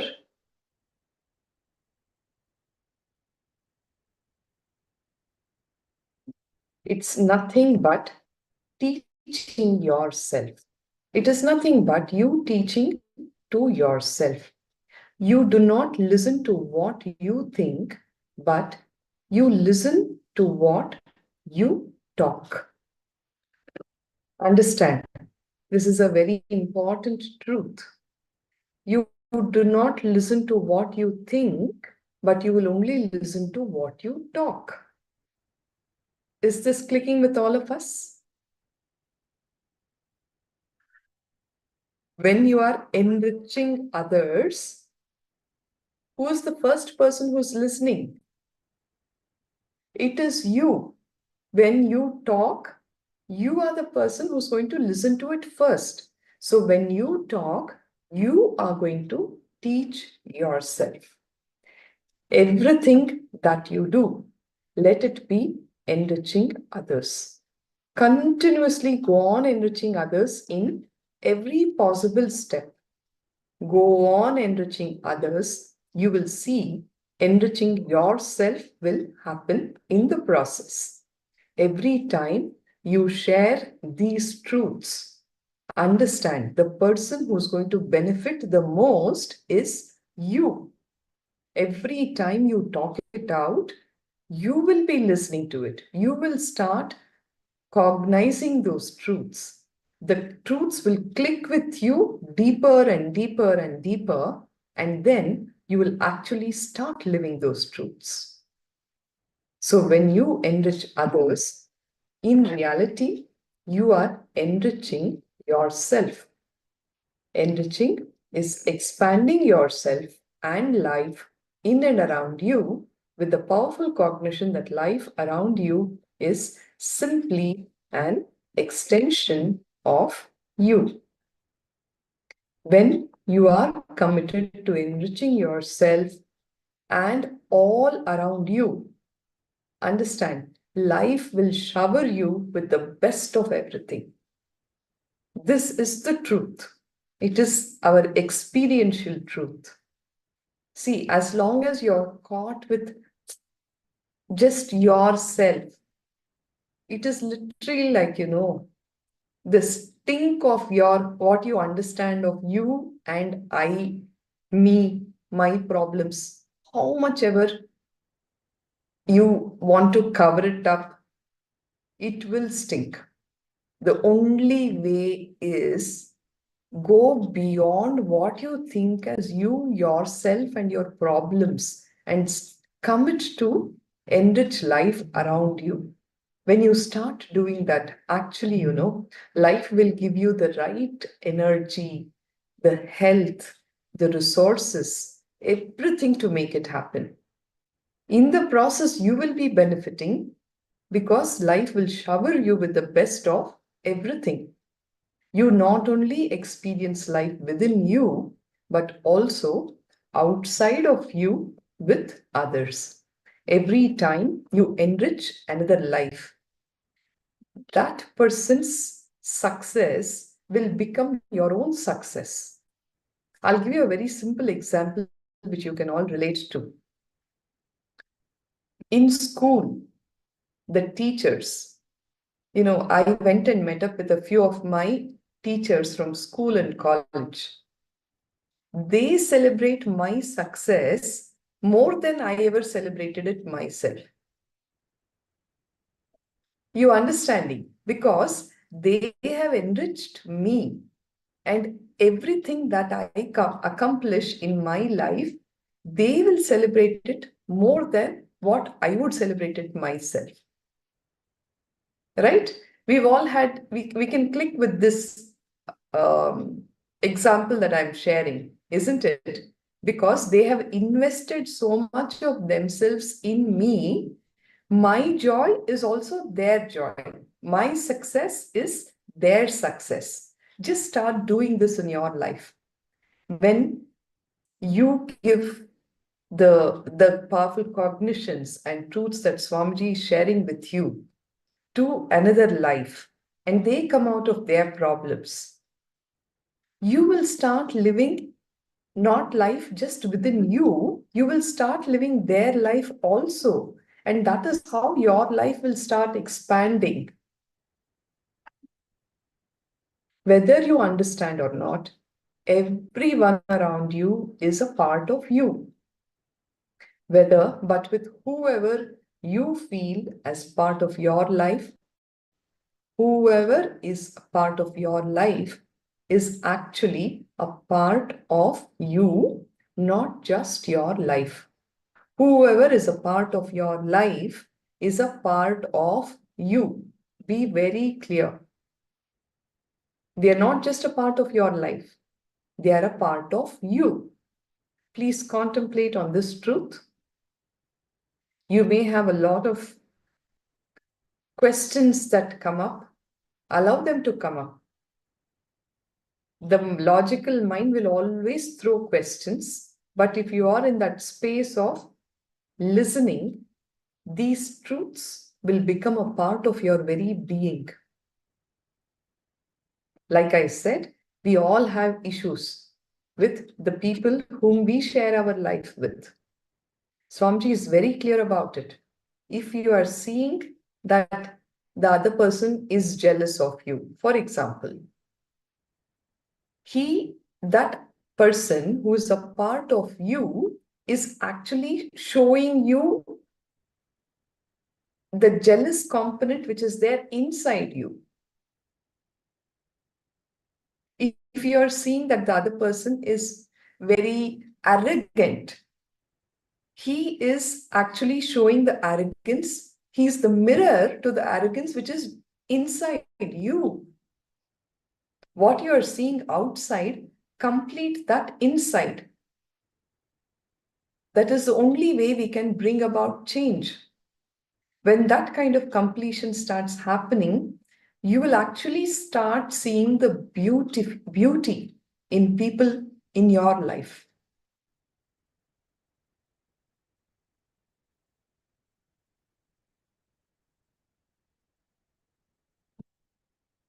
Everyone around you is a part of you. Whoever is a part of your life is not just a part of your life. That person is a part of you. And that is the truth. Okay. So let us do this exercise to internalize this truth that everyone is a part of you.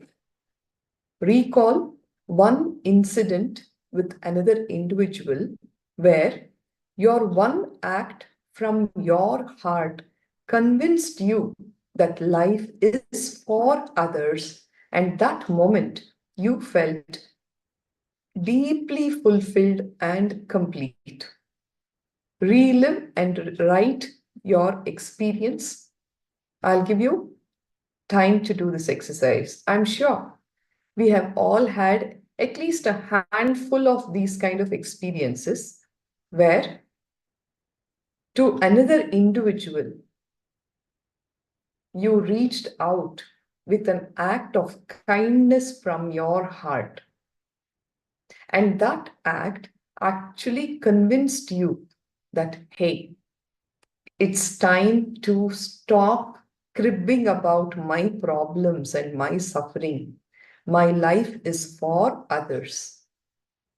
And at that moment, when you perform that act, you felt deeply fulfilled and complete. Please go ahead and pen it down. Bhagavan is asking us all to relive that experience. It's not just remembering. You have to get into that space and relive that whole happening in your being, in your heart. And please write it in detail. You have enough time to write.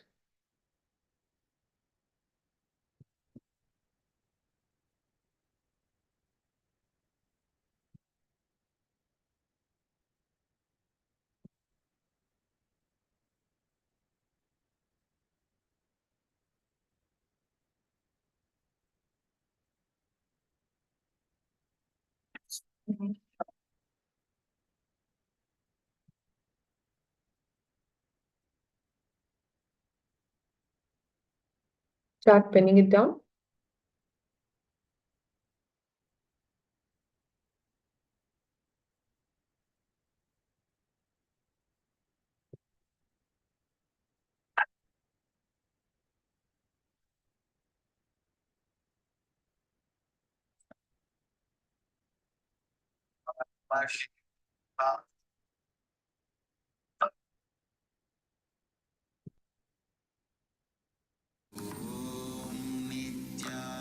Nithyananda Paramashivoham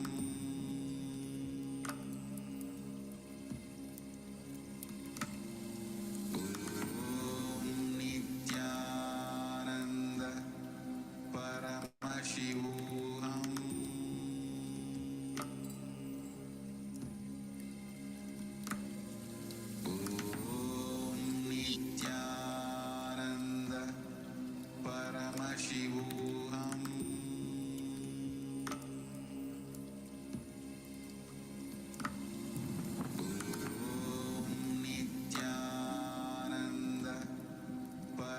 Whenever you reach out and help others with their problems, their issues, you would have had that wow feeling.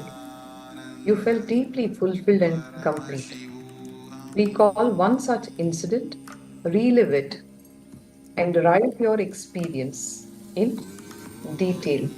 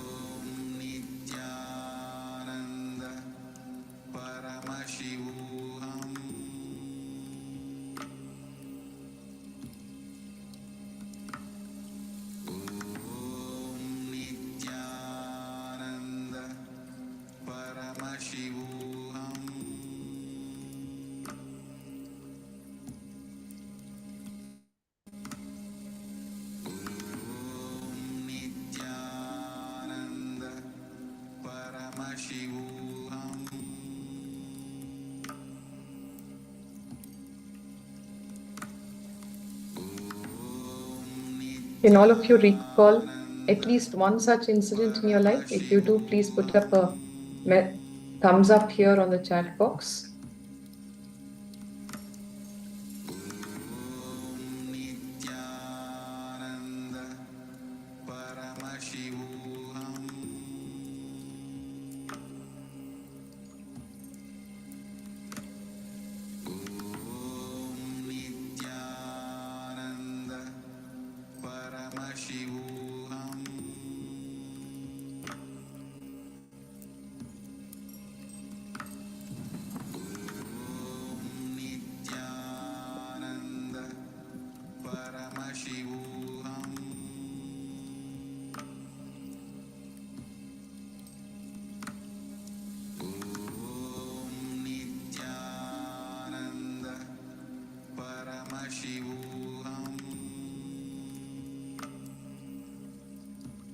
I request you to do this exercise for Nauma.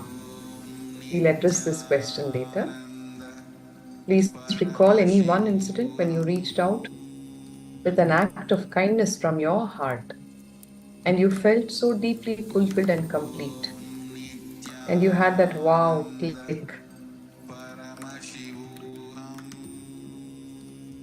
Let's do this exercise now.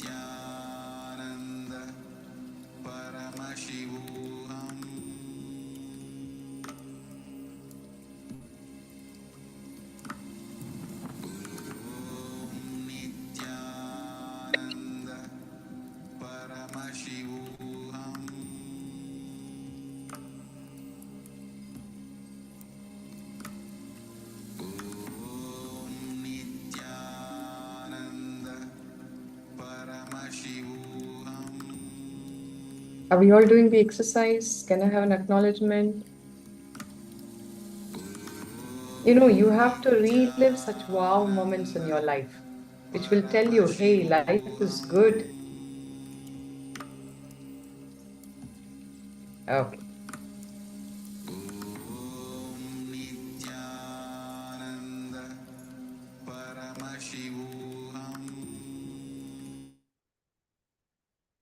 Yes, Ma Pallavi says that she's done. What about the others?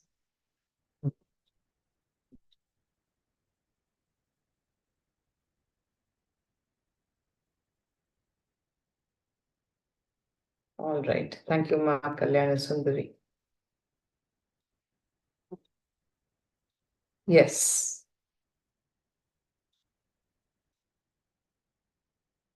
When even you relive that experience, don't you feel that wow factor inside you?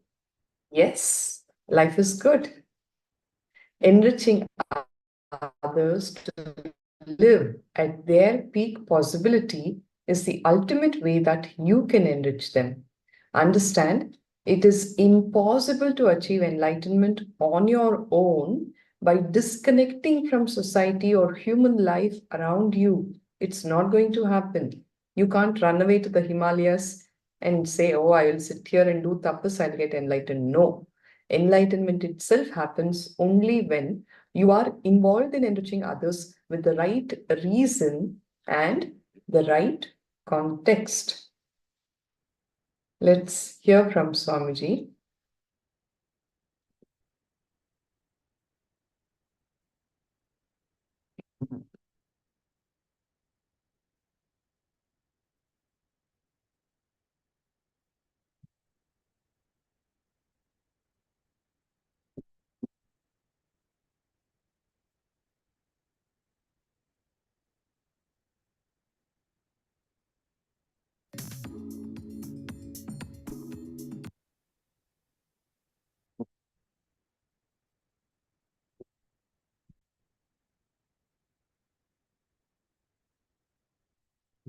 End of the day, contributors will be part of the history.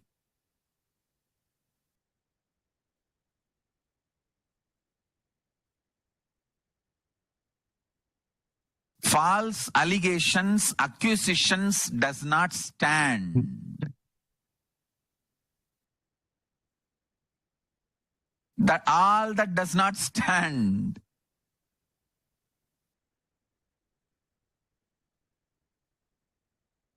I have seen so many people to become popular.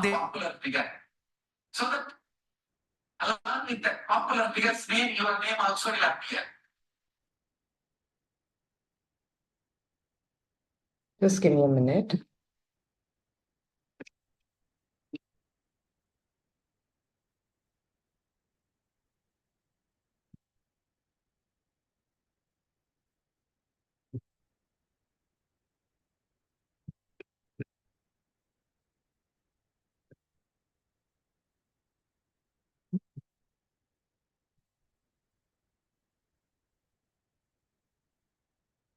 With that popular figure's name, your name also will appear. You become popular. But how many days those popularities will stand? No. Only contributors.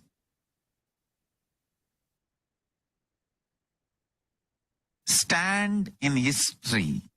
Understand?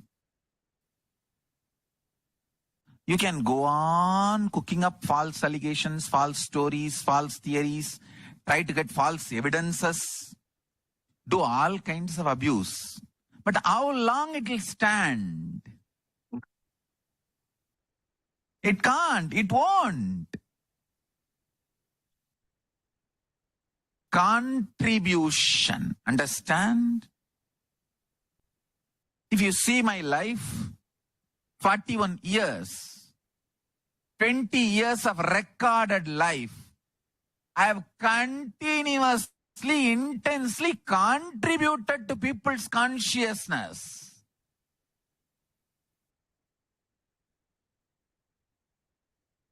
(41) years of life, 20 years is recorded, documented from 2000. It's almost documented. See the whole documentation. In the 20 years, I don't know whether 30% or 40% of the days we have video record of me sitting 20 hours, 18 hours continuously and talking to people, initiating people, giving energy darsans, giving spiritual counseling, healing, continuous contribution. Understand? This documented life, 20 years.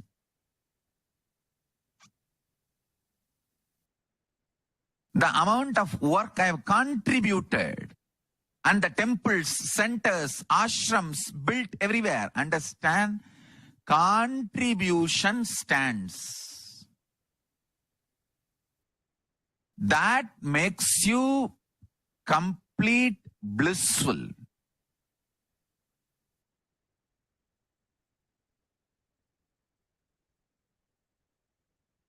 People who try to attack me and get popularity, name and fame, they may try to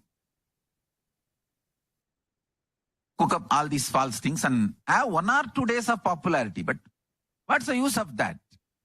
That's not going to help you forever in the life in any way. Contributing to the world. Real contribution to the consciousness of the humanity. That makes you part of the history. Understand? Listen carefully.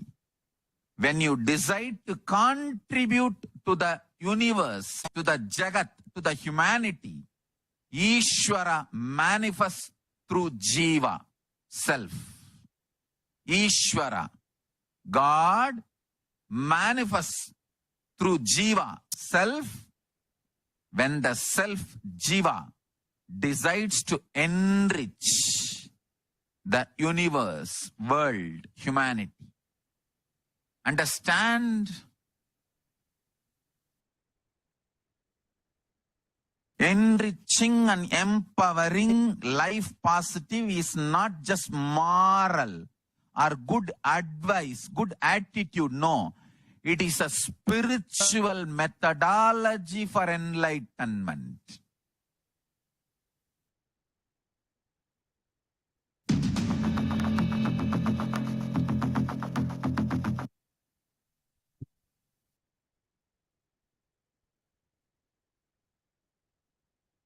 When you give one free meal, your stomach gets pure. Listen. When you give one free meal, your stomach gets pure. Your guts gets cleaned. You decide to give your own meaning for this statement. What I made is the ultimate truth. In every level, enriching, contributing, life positive.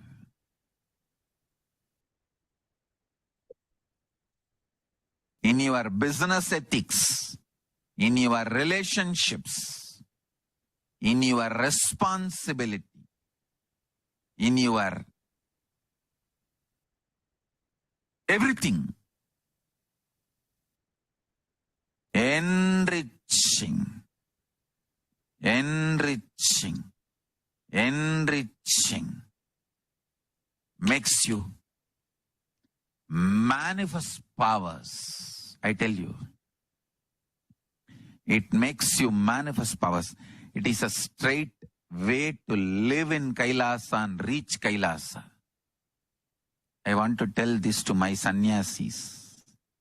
All my sannyasis and adinavasis, KAILASavasis, listen. Every minute you are active and enriching and contributing, you will be showered by Paramashiva, fulfillment and completion and enlightenment. And your purpose of life will be fulfilled. Laziness is the devil. Contribution, enriching is Paramashiva's energy. Don't think you need to be monitored and driven. Contributors are blessed by Paramashiva. Paramashiva continuously showers on contributors.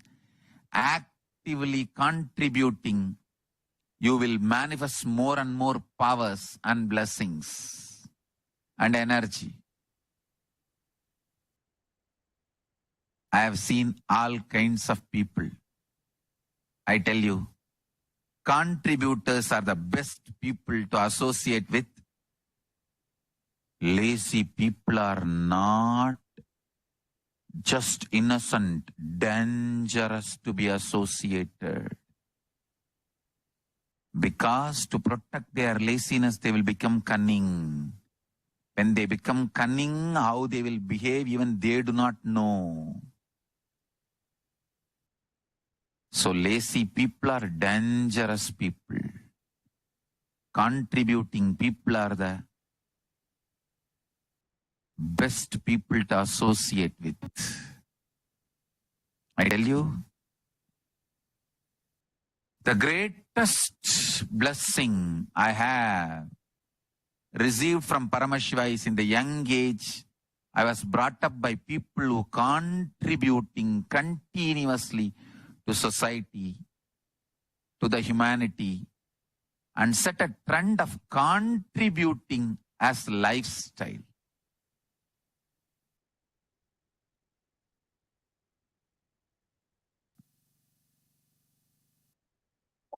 Just see the autobiography of the Avatar website.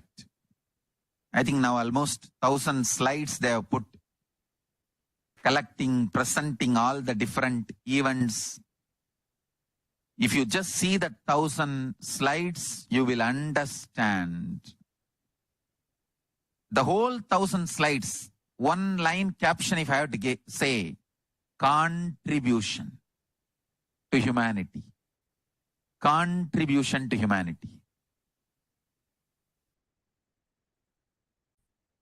Contributors live happily.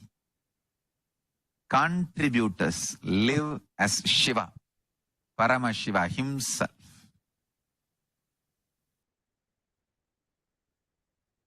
Imagine this on your Yes. The importance of enriching. Very elaborately detailed by Bhagavan. People who enrich are actually happy. Lazy ones are dangerous, who are just caught in their own web are too dangerous. Decision to enrich and cause others reality. Step beyond your own boundary and see how you can add value to life around you. Take a few minutes to come to this cognition.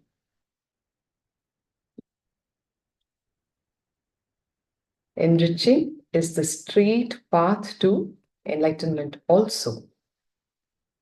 We'll continue about enriching, how enriching directly allows Paramashiva to manifest through the Jiva.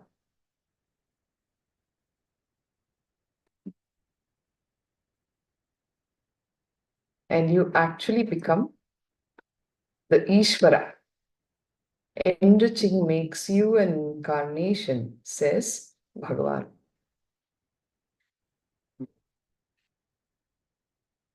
Enriching will raise your very frequency. You are a human being. You are responsible for the whole world. Your cognition itself should not be restricted to the place that you live. Your cognition should be responsible for everything. You should cognize you are responsible for everything. Bring the right cognition into your being. Take cognizance of everything that is happening around you. Responsibility means having the higher cognition in your being. Bring enriching to your whole life. Even when you breathe out, remember consciously that you are releasing oxygen for the sake of the trees. No action, no thinking, no feeling should be done by you, which is not enriching. Every action, every thinking, every feeling should be with a very established cognition of enriching. I am here to enrich myself and life around me. He says, not even any thought, word, or action should be happening inside you without this context of enriching. Just look at your life. Whenever you feel good about you, whenever you feel powerful, wherever you feel powerful, if you scan, it will always be because you are enriching at that moment. Contemplate on this truth. When you feel you are loving, you are loved. When you feel you are powerful, when you feel people are supporting you or you are supporting others, whenever, wherever you feel powerful, whenever you feel energetic, alive, look into your life. You know what? All these feel good factor about you when you're feeling loved, cared, powerful. If you look in, you will see that you will be enriching at that moment.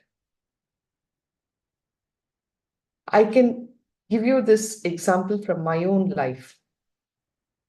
I went through a phase where within a span of 2 months, I lost two important people in my life, my mother-in-law and my father. Both passed away. I myself was going through some health issues.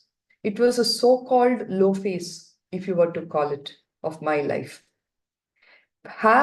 Were I to be stuck inside my house and brooding about whatever I was going through, I would have been stuck in that space of powerlessness, feeling left out, feeling like life has not been fair with me. These kind of nonsensical things that your mind will always try to throw at you.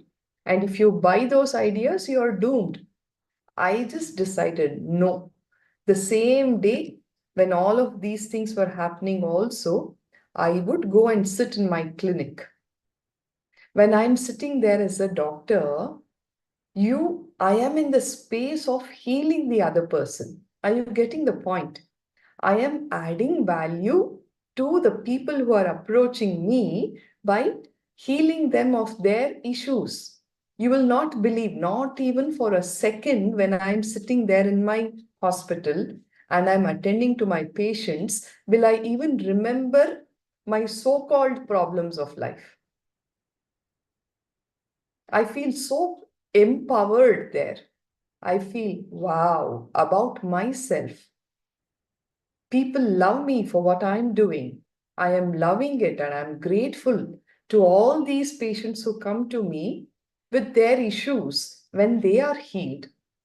I literally mean it when I say I am grateful to them, because it is not that I am healing them. In the process, I am also getting healed. Can all of you click with this example? It is only when you are enriching, you will feel good about you. You will feel powerful about you. You will have so much of energy. You will feel so alive in your life. When you take responsibility for your body, suddenly your organs have become alive. Your body is in tune. All the aches, pains, exhaustion, tiredness, everything is forgotten. When you take responsibility for the happenings in your breathing space, you become a team leader. Everything that is happening around you, if you just start feeling responsible for that, you start taking up responsibility for that, you come up with solutions for the people in your life, their problems, you become a team leader. So, the more and more and more responsibility you take, the more and more expansion happens in your consciousness. When consciousness takes a responsibility, not only the psychology, even the physiology will start responding differently. Understand, nothing can be added to you. How much ever you grab things and people, places, objects, you will not be living with it. You may have 3 houses, 4 houses. At any point in time, you can stay in only one house, isn't it? If you are established in compassion, even if your body is taken away, you will be able to experience whatever you want, even without that body. But if you are established in vengeance, even if you have the body, you will not be able to experience what you want. Life starts happening when you start experiencing extraordinary possibilities. Life starting itself happens only when you believe extraordinary possibilities, and only when you start expressing them, life happens to you.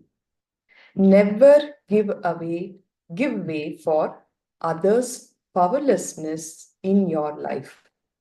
Do not ever bend or surrender to others' powerlessness. First. Second, don't think a withdrawal is compassion. Fear of facing conflicts is not compassion. Be very clear. If you avoid these 2 major mistakes in your life, you will constantly create a powerful space and completion with you and with others. First thing, Don't give way for others' powerlessness in your life. Second thing, most people withdraw, thinking that, why get into conflict? Swamiji says, fear of facing conflicts is not compassion. Be very clear. When you don't do these two major mistakes in your life, you will constantly create a powerful space and completion with you and with others. Judge. Who has the power to judge? And judges will only be a judge. Maybe an international court judge, but a judge who has the power to judge does not judge anybody is God. We are all very great at making judgments about everyone in our life. Are we ourselves perfect? Ask yourself that question. Swamiji is telling, even though you have the power to judge, if you don't judge anybody, then you are God. So, with this understanding, I will now have to close the session with the Purna Mantra. Mahuma Balaji has logged in IC, so she will be continuing with the further sessions. Please put your hands together.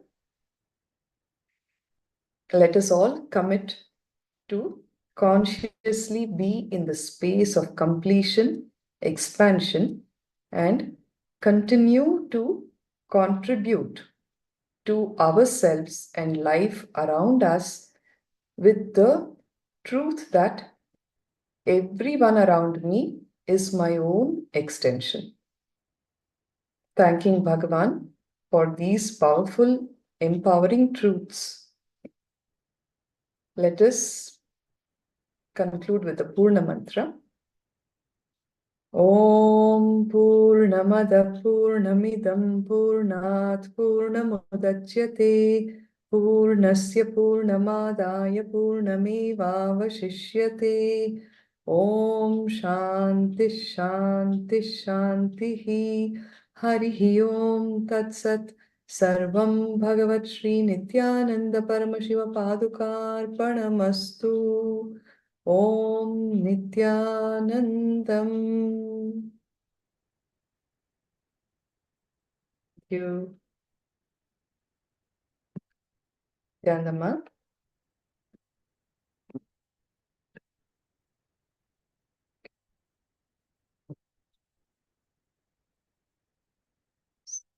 Nityanandama.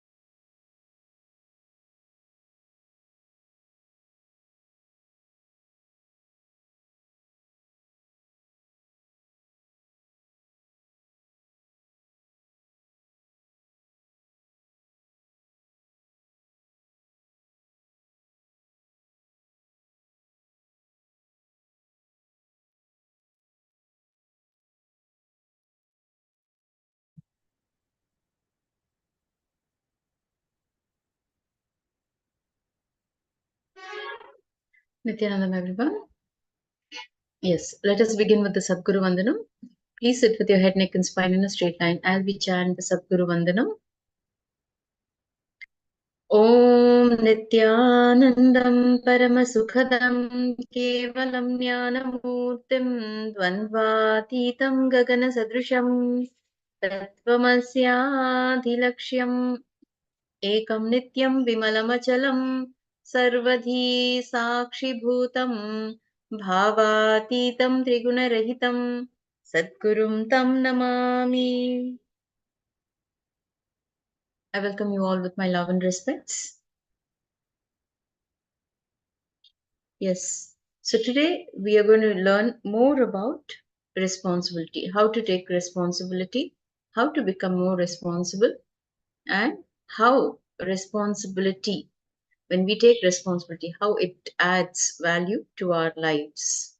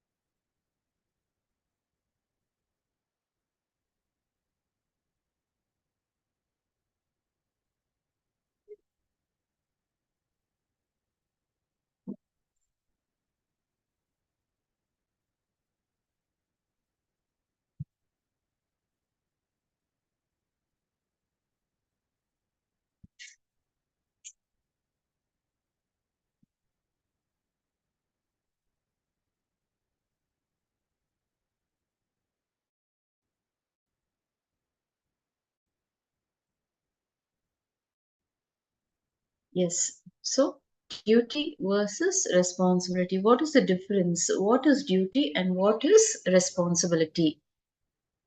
So let us learn more about this in the upcoming sessions. So, what is the definition that we have learned when it comes to responsibility? What is it to take responsibility and how does it feel when you become responsible? Today, for the first time, we will be having a new understanding. We will have a new understanding given to us by the Supreme Pontiff of Hinduism, Bhagavan Nithyananda Paramashivoham. Now, Swamiji says responsibility is living and responding, means thinking, feeling, acting, cognizing to life from the truth that you are the source of everything. Therefore, you are responsible for all happenings inside you and around you. So, all these years, we did not understand the term responsibility, taking responsibility. We never knew that we could be the source of everything because it was easy for us to pass on responsibility to others and just be an observer, isn't it? Now, today, for the first time, we would be understanding responsibility in its right term. So, responsibility is living and responding, means thinking, feeling, acting, cognizing to life from the truth that you are the source of everything. Therefore, you are responsible for all happenings inside and around you. For example, a person with eyesight is responsible to give vision to a blind person. Then he becomes a responsible leader. So the moment you have knowledge, you become responsible to make ignorant knowledgeable. A person with power is responsible to make powerless people to become powerful. Let's hear from Swamiji about responsibility and how it is When you become responsible, you also become powerful.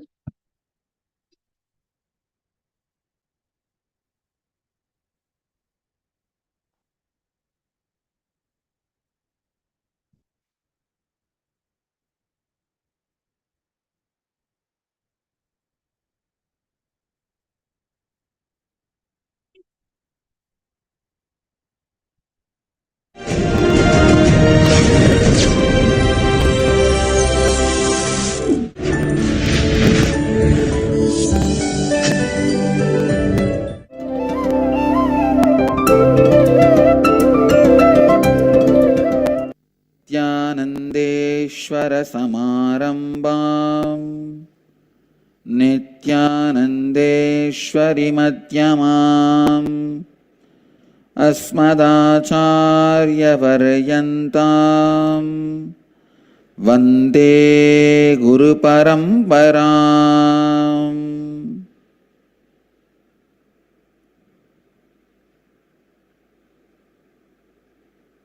इस समय हमारे साथ उपस्थित सभी दर्शकों और भक्तों का मैं प्रेम एवं आशीर्वाद सहित स्वागत करता हूँ। आज हम जीवन का तीसरा तत्व दायित्व लेना कैसे आपके मन चाहे वास्तविकता का निर्माण कर सकता है, उसके बारे में बात करेंगे। Today we will expand on the third principle, responsibility, and the unique relationship responsibility carries, the unique equation it carries to construct the reality of your choice. Let me define responsibility once more. Please listen. I am defining responsibility. Living and responding means thinking, feeling, acting, cognizing to life from the truth that you are the source of everything. Therefore, you are responsible for all happenings inside you and around you. ध्यान से सुनिए, please listen. उत्तरदायित्व की परिभाषा पुनः। उत्तरदायित्व का अर्थ है जीवन को इस सत्य के साथ जीना और प्रतिक्रिया व्यक्त करना कि आपके अंदर और बाहर होने वाले सभी परिस्थितियों का मूल कारण एवं उत्तरदायी आप स्वयं है। उत्तरदायित्व का अर्थ है जीवन को इस सत्य के साथ जीना और प्रतिक्रिया व्यक्त करना कि आपके अंदर और बाहर होने वाले सभी परिस्थितियों का मूल कारण एवं उत्तरदायी आप स्वयं है। Thinking, feeling, acting, responding, cognizing from the truth you are the source of everything. Listen, I am neither talking to you some corporate values and principles, nor talking to you what some rishis have uttered in some Upanishads. I am talking to you directly which I experienced, which you have to experience. I am talking from the context of being responsible for making you responsible. Please be very clear. The person who talks as only one reason of making you responsible, I am responsible to make you experience responsibility as I experienced. Person with eye is responsible to give vision to a blind person. Person with wealth is responsible to guide poor man to wealth. Person with power is responsible to make powerless people to become powerful. Person with energy is responsible to make energyless people with energy. Person with knowledge is responsible to make ignorant people knowledgeable. If you have knowledge, the moment you have knowledge, you become responsible to make ignorant knowledgeable. If you are powerful, you become responsible to make powerless powerful. If you are wealthy, you become responsible to make poor wealthy. Listen, I am not saying distribute your wealth. If we are having 10 poor people and you distribute all your wealth to the 10 poor people, we will have 11 poor people, that's all. With you, we will have 11 poor people. One more poor person. No. I am not asking you to distribute your wealth, but take responsibility of educating them and making them rich. Anything you own, you become responsible to share it. Make it grow. Vedic tradition beautifully says, Annam Bahu Guruvita. Let us create and share. This is the vision statement I have given for all the Annalayas getting started all over the world. All the Satsangis should know I have initiated a project of sharing food all over the world, because sharing food is Vedic culture. We are agriculture society. Vedic tradition is grain-based society, grain-based civilization. So sharing was our lifestyle. That is why no ritual, no festival, no celebration is complete in Indian tradition without sharing food. Annam Bahu Guruvita. When you own, you become responsible to make everyone own. Because I own responsibility, I own the responsibility of making everyone own the responsibility. मैं कोई corporate सिद्धांत को के बारे में नहीं बात करा है ना हो, ना कि कोई ऋषि मुनि के कहे हुए वाक्य को पुनः के रहा हूं. मैं अपनी स्वयं की अनुभव के साथ इस सत्य के बारे में आपको बता रहा हूं. There are only two types of human beings on the planet Earth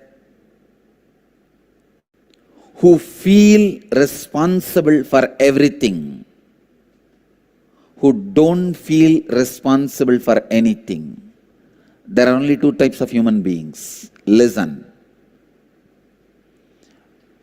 People who feel responsible become leaders.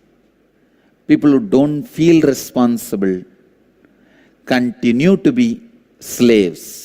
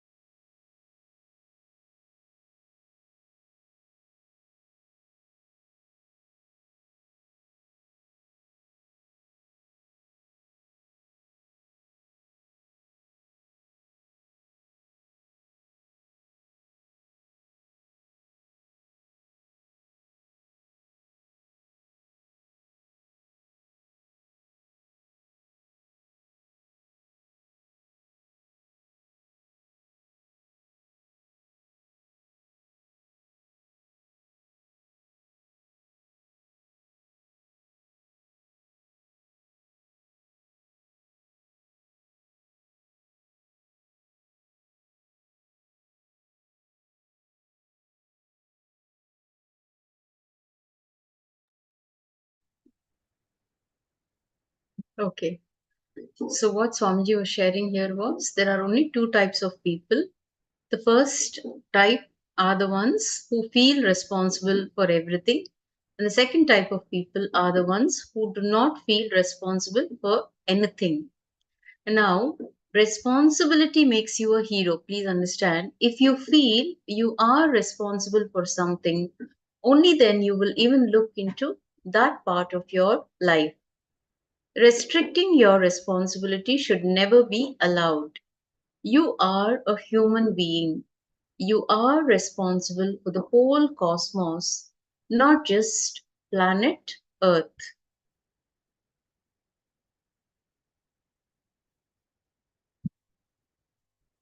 Now, when you carry responsibility in your being, that very carrying responsibility in your being will raise you to a totally different level. Feeling responsible makes you a hero. So, to feel responsible in your being, you don't need to do any action, you don't need to do any thinking. Decide from your being, you will feel responsible for the whole world. Suddenly, you will see all your actions will have authenticity and your thinking will have integrity. So, you don't have to, you can start one at a time. You can take on small responsibilities initially and then move on to take bigger responsibilities. Only when you declare that you will start taking responsibility and you are responsible for everything that is happening around you, you will even think about taking responsibility. Once you start taking responsibility, you will see that you experience a certain expansion.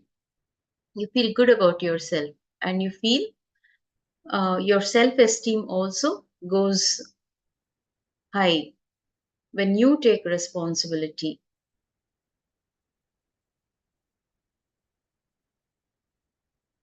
So, when you decide from your being that you will feel responsible for the whole world, you will see all your actions will have authenticity and your thinking will have integrity.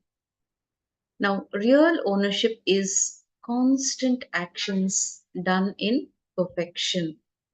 Bhagavan Sri Krishna has mentioned about taking responsibility in the Bhagavad Gita. The Shastra Brahmana says, Yogaha karmasu kaushalam. Constant actions performed in perfection, in continuum, creates a feeling of ownership for others and not for you is real ownership. So, just by looking at you, when people are inspired to take on more responsibilities, that is real ownership. So, how you perform those activities is the crux to the whole thing. Now, responsibility is living and operating from the understanding that you are the source of, and therefore you are responsible for all happenings in and around you in your life. Because you are the source of all happenings in and around you in your life, you are responsible for all the happenings in and around you in your life. When you take the responsibility not just for your image about others, but also others' image about you, you expand, you express miracle powers in you. And this is the science of Shaktis. So, how you will look at another person, how you will help another person, and how that person is going to view you or have an opinion about you when you start taking responsibility for everything, and then you become more sensitive in your actions, you become more sensitive with your words, in your thinking. So when you are sensitive towards others, the other person also becomes sensitive towards you. When you take responsibility for the other person is also motivated to take responsibility for you. And that is how not only you expand, but you become the source for others to expand by looking at you, or just by looking at you as a role model. Now, when you start taking responsibility not just for yourself, even for others, and also others' image about you, then you start expressing miracle powers, and that is the science of Shaktis. Now, let us look at a small incident from the life of Swami Vivekananda. His master, Paramahamsa Ramakrishna, Sri Ramakrishna tells Vivekananda, you have to go all over the world and teach, take my message. So, when for the first time Ramakrishna expressed his desire to Vivekananda about his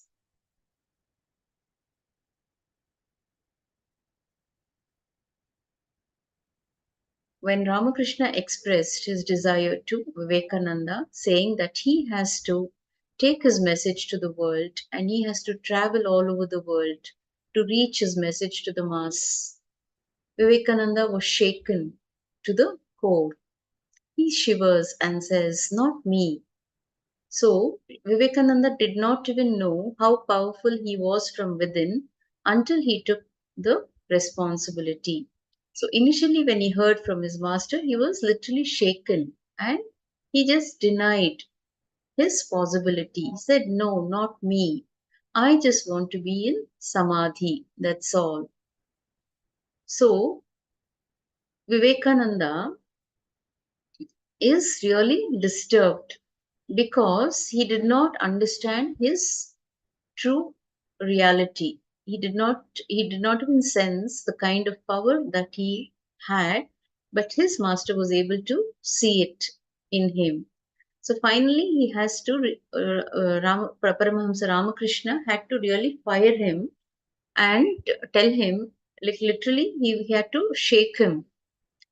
I thought you will be a banyan tree for the whole world, and you are behaving so cheap that you want to rest in samadhi and be in samadhi. So, only after his master really shook him, Vivekananda cognized his responsibility as a cognition and not as work. So now, after that, when he took on the responsibility for the whole world, when he embraced the whole world as his own brothers and sisters, the kind of work he performed, the amount of work he put in, till date, nobody is able to beat the record. So there's another Shastra Pramana from the Bhagavad Gita by Bhagavan Sri Krishna. He says, Karmanye vadikaraste ma phaleshu kadachana ma karma phalahetur bhur ma te sanghostva karmani. Do your duty. Do not expect the results. Results are caused by cognitive shift, not by work. So, taking responsibility does not mean taking on huge, large amount of work. It is only a cognitive shift. Cognitive shift is you becoming responsibility, you understanding that you are the source of everything that is happening around you. So when you have that cognitive shift, everything just aligns.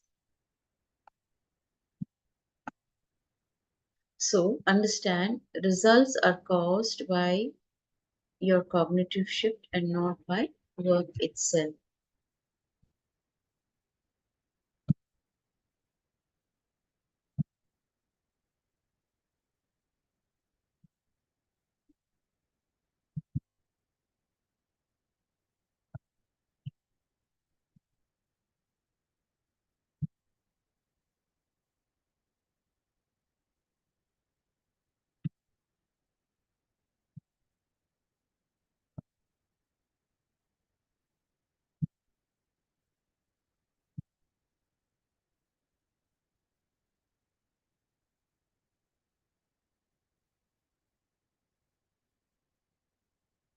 Yes. So now we move on to the next topic. You are the creator. So in the previous segment, we learned that you are responsible for everything. When you become responsible and you become a leader, and the expansion happens. You just don't expand, you also help others to expand when you become responsible and take responsibility for everything in your life. So when you start taking responsibility, you become the creator.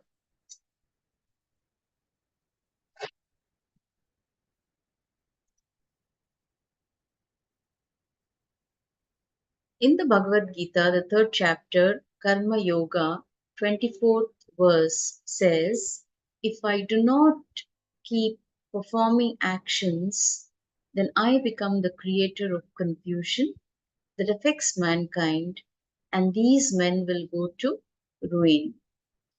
So, Bhagavan Sri Krishna is sharing that if he does not keep performing actions, then he becomes the creator of confusion which will affect mankind, and the men will be ruined. Now, before enlightenment, a mountain is a mountain, hill is a hill, a river is a river, and a forest is a forest. During enlightenment process, the mountain is not a mountain, hill is not a hill, river is not a river, and forest is not a forest. And again, after enlightenment, the hill becomes a hill, river becomes a river, mountain remains a mountain, and the forest remains a forest. So understand, when you become enlightened, you accept the whole world as your own. You embrace the whole world. So there is a lot of difference in the way you perceive, in the way you cognize when before enlightenment, during enlightenment, and after enlightenment. So even if you have achieved the highest perfect state, continue to respond to the world in a regular, normal, ordinary way by your constant performing of actions. So continuously being active, taking on responsibility, and not giving up, feeling normal. All these help in your cognitive shift, in having that cognitive shift. Now, somebody asked Padmasambhava, one of the great masters in Buddhist tradition, if you become enlightened, after that, what will you do? Padmasambhava says, I will be doing the same thing with deeper gratitude. And every day I would sit at Buddha's feet and offer my gratitude. They asked, will you not go on your own and start your own Sangha? He said, no. Enlighten means I will disappear into him, so I will dissolve into him. I will do whatever I am doing with more depth, gratitude, and intensity. This is the kind of cognitive shift that all of us need to have. Not only here, Padmasambhava, he is not only claiming that he is not going to become an individual and start an individual Sangha. What he's saying is he is going to sit at the feet of Buddha and he's going to be even more grateful to Buddha. He's going to offer his gratitude at his master's feet. Padmasambhava happens to be Buddha's disciple. So he says, I will dissolve into him and I will do whatever I am doing with more depth, gratitude, and intensity. This is what all of us need to imbibe. Whatever we are doing right now, we will be doing it with more depth, more gratitude, and more intensity. So the constant attitude to take up more and more work, constant attitude of performing actions. See, whenever we achieve something in life, we want to take a break, especially if you are a corporate.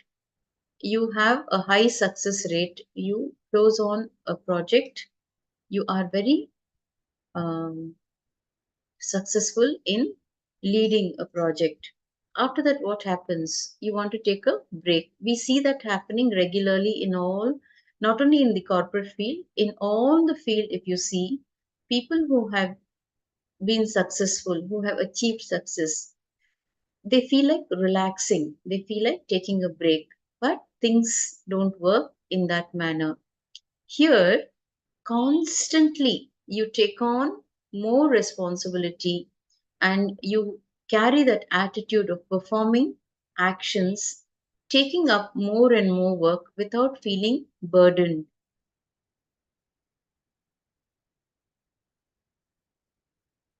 is what we need to be doing.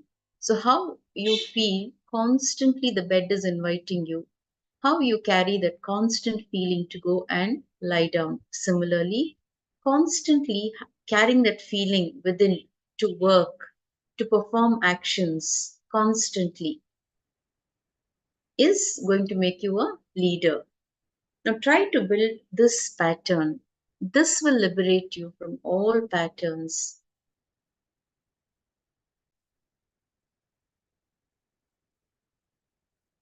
So, Swamiji is also sharing here some patterns need to be left in you till all other patterns get cleared. So, this pattern of constantly performing actions should be kept in you. It should be kept alive in you. If you keep this one pattern constantly working alive in you, all the other patterns will be destroyed. So, just this one pattern of constantly working continuously by not taking breaks and not feeling burdened is going to help you to burn all your other patterns. And you can understand one more sacred secret from this verse. Your antaratma, the individual soul, is the creator of your world. So if you're constantly performing actions, you will be the creator for yourself and you will be God for yourself. When you do not perform actions, you will only end up being a creator of confusion. Like Bhagavan says here, all the men will follow him and destroy themselves. So when you don't perform actions, so the others who are observing you will end up becoming like you, and they will not only, you will not only destroy yourself, but you will also be the reason for massive destruction. All the people around you who look upon you, when they observe your actions and follow your actions, it becomes even more important for you to become more responsible and guide people accordingly, because you are the creator of your world and your world just doesn't consist only yourself. So all the people in your breathing space become a part of your world. All your organs and thoughts will follow you in the creation of confusion, in destroying yourself, whether you are the creator of the order or creator of chaos, depends on your pattern of performing or non performing. If you are constantly performing actions, you become the creator of the order or the universe.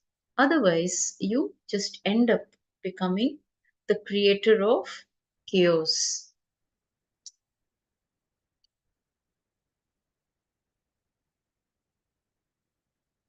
So, Bhagavan here is using a very beautiful word, Shankarasya Yacha. Aham Shankarasyacha. Shankarasyacha. I become responsible for the confusion and destruction if I do not do work. Even key performing is necessary so that everybody continues to perform, and continue to perform actions. So, patternless living happens by continuous performance of actions. When you continuously perform, all cyclones happen in your inner space, like hatred, fear, guilt. Everything disappears and it never settles as a pattern. You will never get into the panic pattern when you continuously keep performing without taking breaks and without feeling burdened. When you enjoy your responsibility, you create a beautiful world around you. But when you do not take on responsibility, when you stop performing actions, then you only end up suffering. So non-performance happens out of panic pattern. If somebody is non-performing, be very clear that fellow is caught in a panic pattern. He doesn't need mercy, he only needs puja.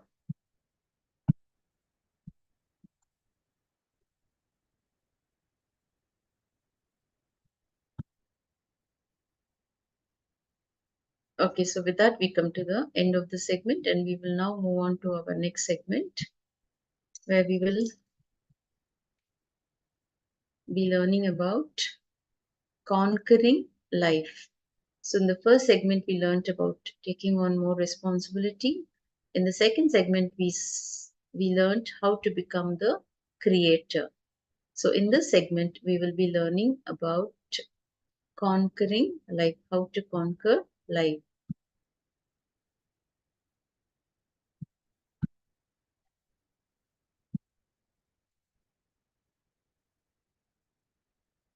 So, conquering life with the Supreme Pontiff of Hinduism, Bhagavan Nithyananda Paramashivoham. Now, whatever may be your perception, let us begin the segment with contemplation. Let us contemplate. Whatever may be your perception, whatever may be the way life occurs to you, don't try to find a reason now. Now, pen down how life is occurring to you. So, whatever is happening in your life, whatever you feel, like you may feel you are very successful, you may feel that you're a failure, you may feel that any number of projects you take on, you end up becoming being a failure. You're not able to complete the projects, you are not able to take on additional responsibility. Whatever is happening in your life, how life is occurring to you, quickly pen down. Only when you write, you will even know what is happening in your life. If you don't even take the, you know, responsibility of even writing down or looking within to understand what is happening, then you're just wasting your life. So let's take this opportunity to pen down, to look within and pen down how life is occurring to us. So, how you perceive the world, how you cognize everything, whatever is happening in your life right now, whatever you feel about the whole thing, how life is occurring. Let's quickly pen down and then just take 3 minutes. You can just write statements. You don't have to go into detail. Just write, quickly make a few statements. So we will just take a few minutes.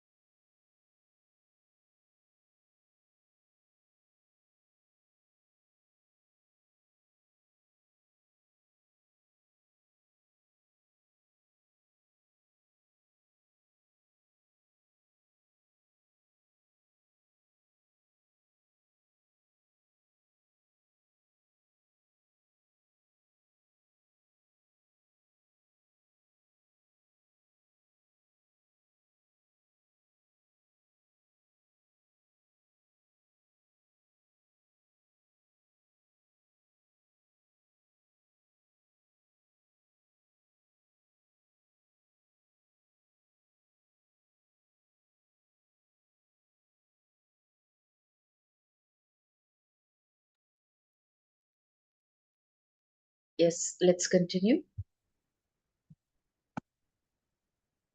Okay, now let us listen to what Swamiji has to share about conquering life.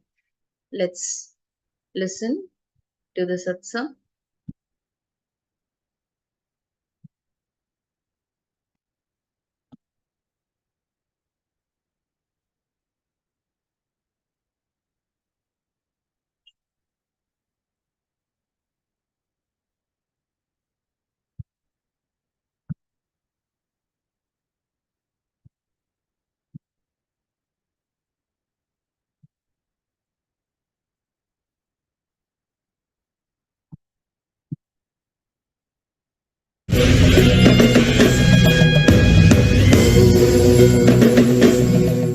சுரக்க மன்னன் கோன்முறை அரசு செய்ய குறையிலாது உயிர்கள் வா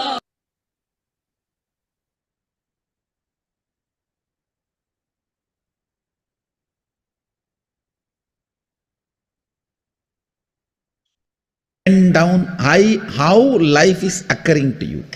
I have not asked you to find your reason. No. All your reasons, please understand.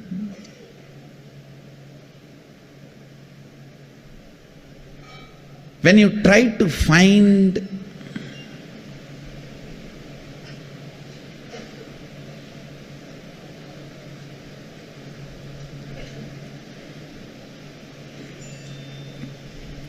reason,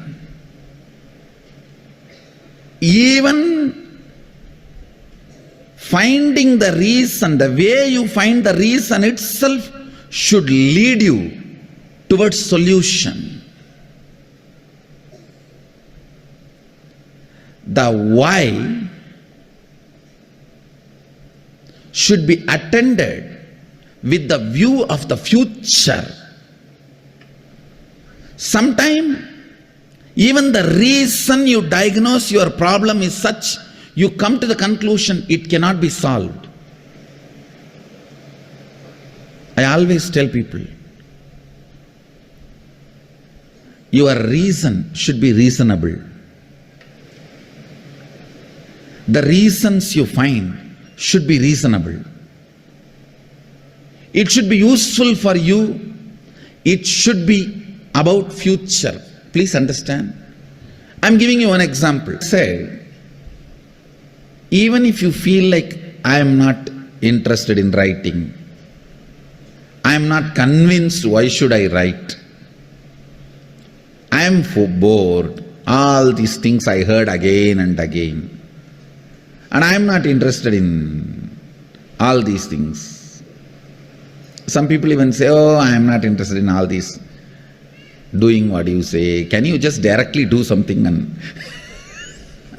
clear the mess I created for myself without asking us to do anything? Understand,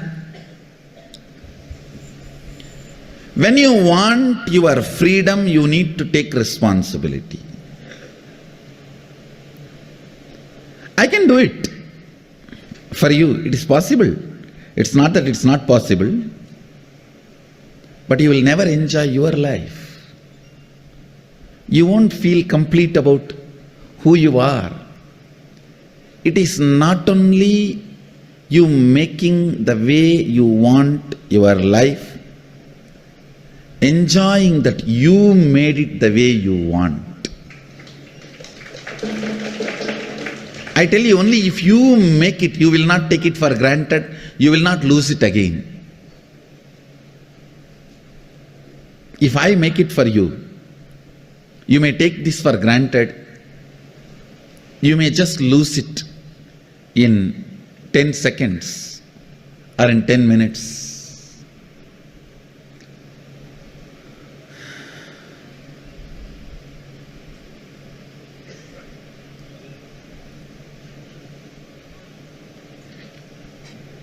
I am giving you an example. Somebody is suffering with the depression. If you want him to get healed, the very diagnosis and the context with which diagnosis is done itself should be towards the goal of curing, healing, completion.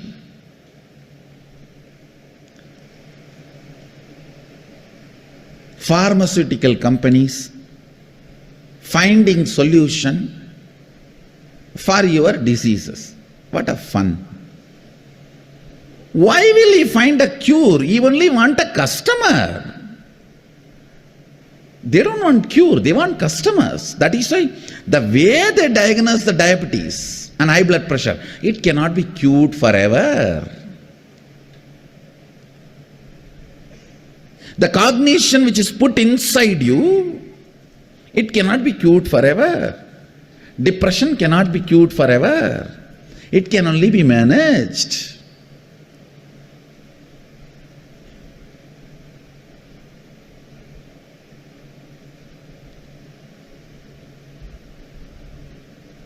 The way you diagnose, the way you discover the reason, that itself should be from the context of solving it.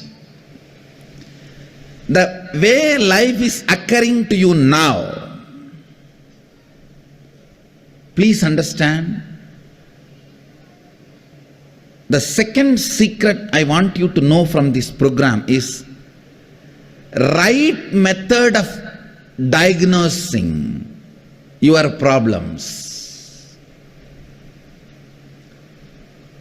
Diagnosis should be done from the angle of future possibility, not from the aspect of how you can dump the responsibility on the past. The why should be attended from future, that is only then it will become zest, or it will be X cut. If you try to deal the why from the past, it will be just X cut, crass. Only if you deal it from the future, it can become zest. Listen. Always attend the why to make Z, not to dump as crass X.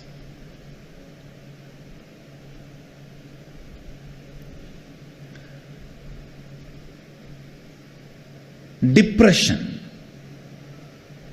If the simple diagnosis can be done to a depression, any depression has to attract the high energy. It's a simple logic. Whether in the water body or in the weather, if there is a depression, there is going to be a fulfillment. Never you will listen this diagnosis or reason, understanding about depression, because nobody is interested in curing it. Everybody wants to encash on it. I tell you, most of the people enjoy your problems, because only when you have a problem, you will be dependent on them. By and by, you yourself start enjoying it. Because with problems, the infrastructure you established seems very useful and fruitful. You look very brilliant. When the problems become redundant, the infrastructure you established looks redundant. So the time you spent on all that looks very redundant. Just to make your past worthy, you go on making your problems relevant. Listen carefully. Listen carefully. There are at least, I can give you one example. There are at least 100 methods of transportation. More convenient, comfortable methods are already available. without using the roads and petrol, diesel, the oil, without using the oil and road, at least 100 methods of transportations are already available. Enough of balloons, methods, just you can race for 200 feet and reach your office, all that is available. Nobody wants to make that popular because all the energy, time we spent on road and oil will become irrelevant. So we will look like fools. I am giving you one example. Whether in the field of health, or whether in the field of communication, whether in the field of transportation, in every field, enough has happened. If you look at the why from the angle of solving it, but the why is not looked from the angle of solving it. Let me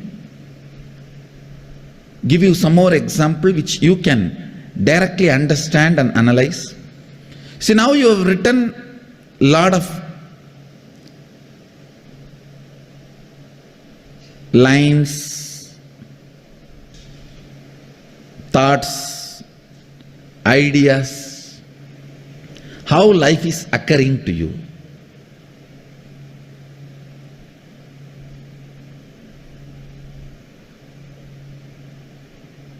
You always think, I know the problem, I know the solution, only I don't know how to execute it. Please understand, if you don't know how to make it into reality, at least be very clear, you don't know the solution. Don't have this half understanding. No, I know the solution. I only don't know how to make it happen. No.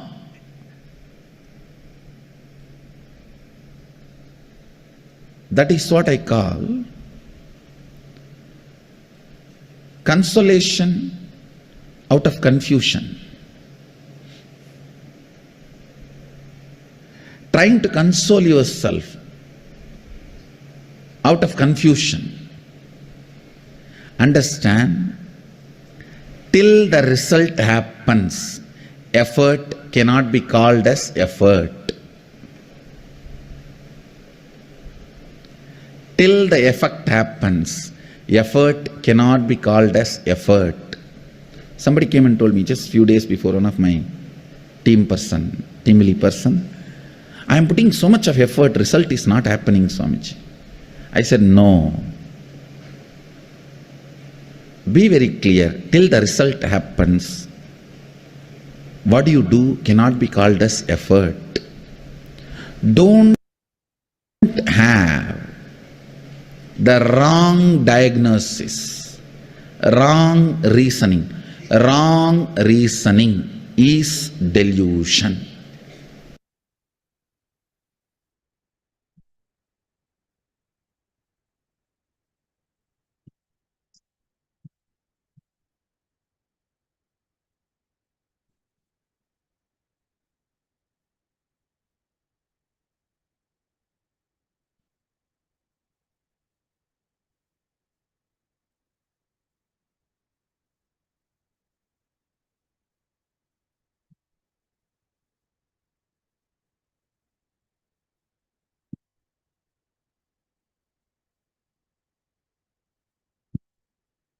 Okay, so what we learned here is till you have the results, you cannot call effort as effort.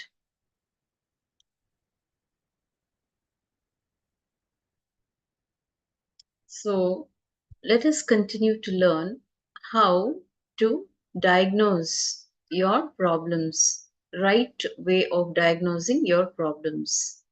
The way you diagnose or discover the reason should be from the context of solving it.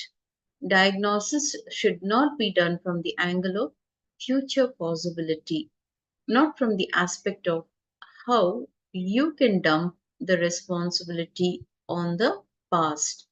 The why should be attended from future.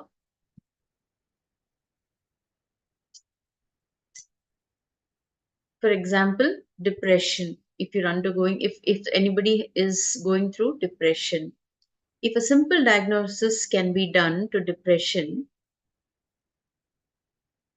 please understand any depression has to attract high energy.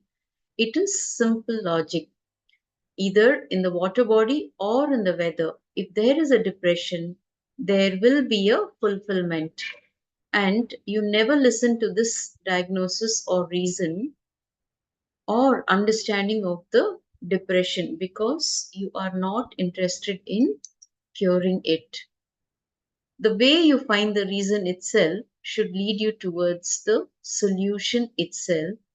It should be useful for you and useful for your future.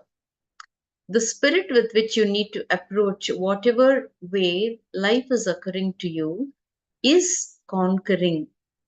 It is not adjusting or manipulating or withdrawing, it is conquering. So, the spirit with which you approach whatever is happening in your life, the way life is occurring to you, will help you in conquering life, not just to adjust, manipulate, or withdraw, but to conquer. There is no question of withdrawing or adjusting, or there is not even the question of touching up. Engineering is not possible, art is not possible, so conquering is only possible. Always look at life, perceive life, understand life, and reason with life from the context of making it as you want, making it a reality as you want. You can diagnose. Uh, okay, we will take a few minutes now again. And now, in the beginning, we wrote how life is occurring to us. Now, we will diagnose whatever we have written.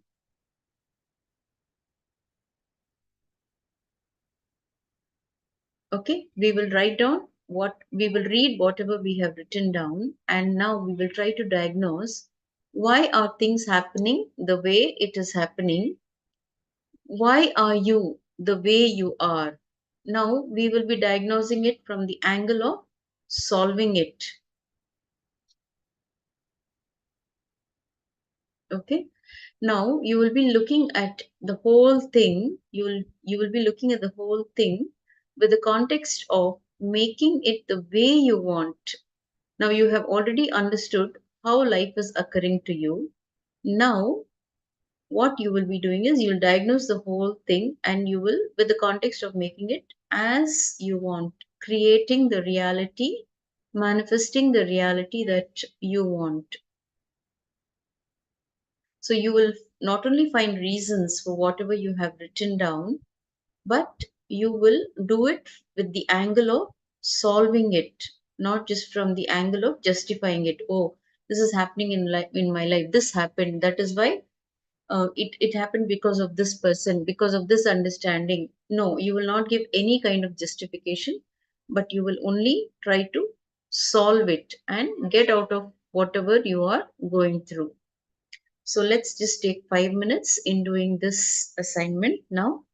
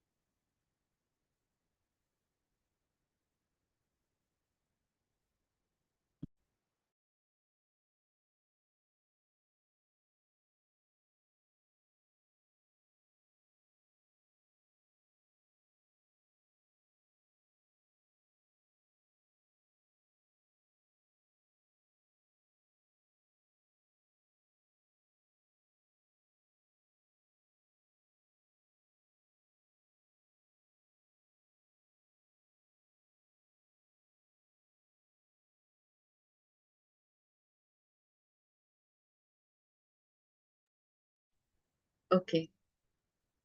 So now let us continue.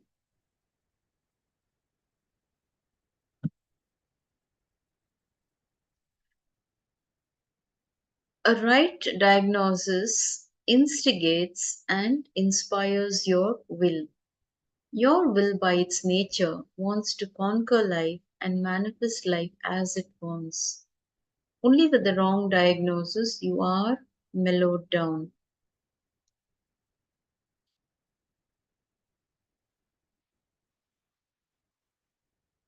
All the impossibilities of feeling stuck in pain in your current relationships, financial status, or the question about life itself. You may feel stuck anywhere.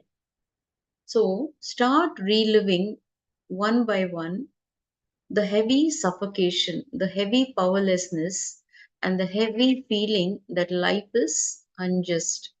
Declare with all your will you are going to create the reality you want. Let us relive all the powerlessness. So you may be feeling stuck in your relationship. It could either be your financial status or the question about life itself. What am I doing with my life? Where do I stand right now? So you may be feeling stuck. Now go one by one, read whatever you have written down and start reliving the heavy suffocation that you are carrying, that powerlessness, the feeling of heaviness inside, that life is unjust.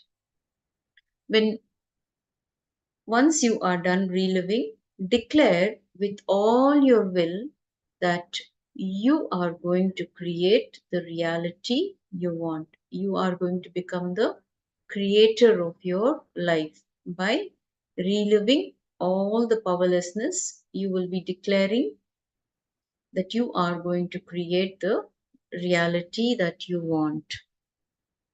Whatever you remember, only that is sitting inside you as your blockage. If you forgot something, it is no more a blockage in you. Whatever you remember, if you relive, that is enough.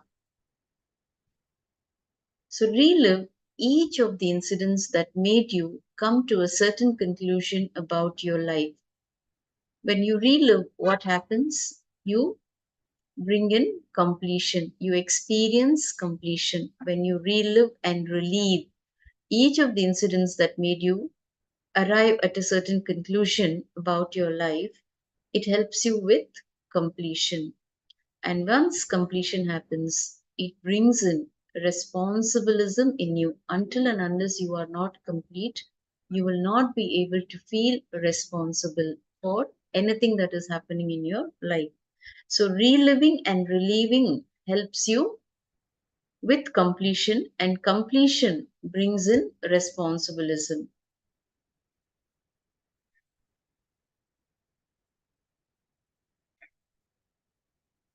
Now, by using these three thought currents, the sacred truths, let us make it as our experience.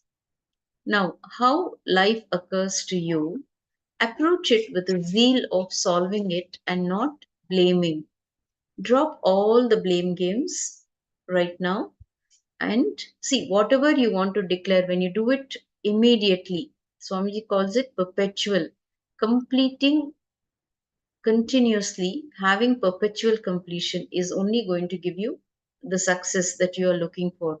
But if you think I'll do it later on, I will keep this for later, I will do it whenever I find time. When you keep postponing, it never happens. It becomes the postponing is also one type of disease. Now, whatever you have written down, how life is occurring, approach that with a zeal, with the attitude of solving it and not blaming anymore. Now, the three sacred truths are completion, reliving, and will to manifest the new reality that is immediate and more practical. That is what you will be doing now. By using these three thought currents, or the sacred truths and making it your experience. Create an intense will to manifest life as you want.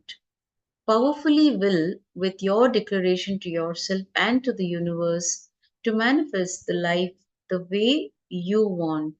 Shakti Sandhane Shariro Patihi. The translation: by infusing his power of will, which is Shakti Sandhane, the embodiment of that which is willed occurs at once. Whatever you want, command it with your will.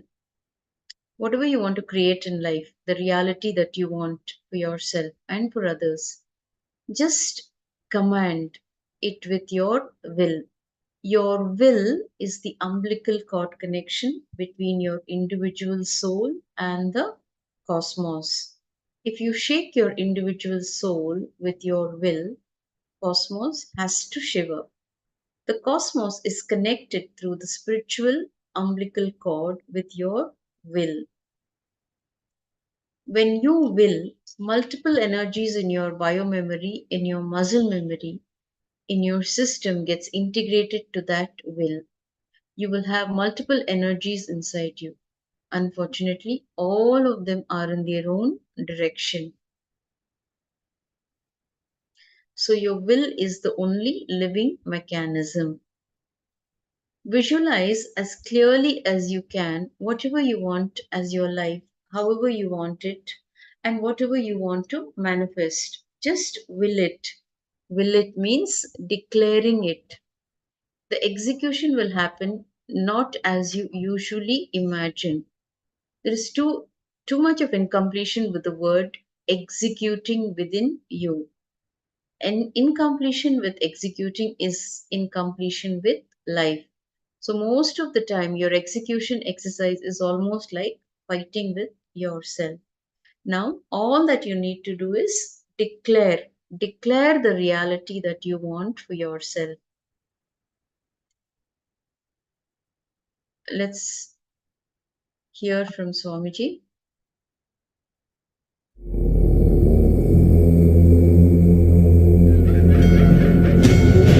Here he is expanding more on conscious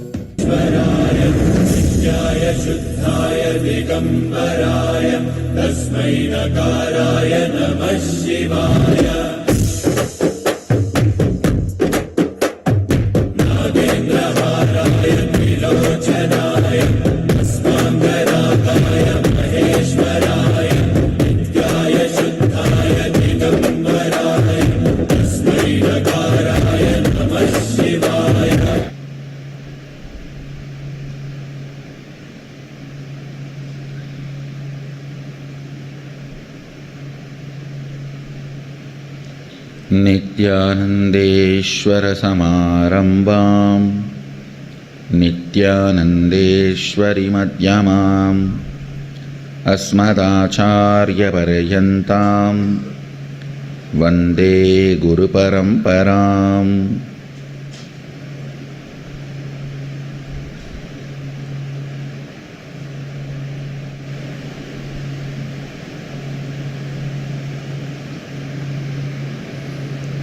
I welcome you all for this second day of the Conquering Life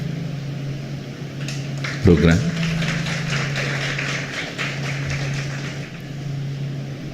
I think we are almost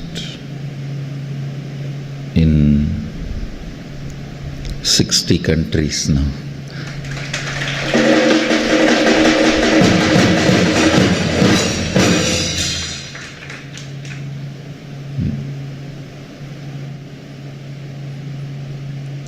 First thing I want to do today, to clear all your doubts and help you to internalize and experience these three truths I shared yesterday.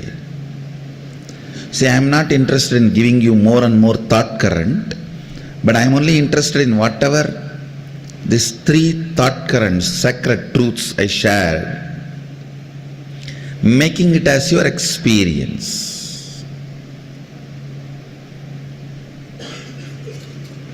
Making it as your experience.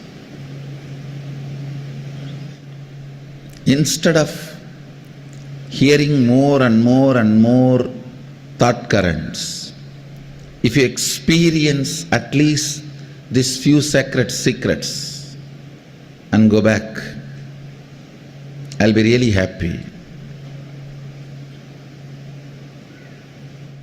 Listen. Focus on the three sacred truths I revealed yesterday. One,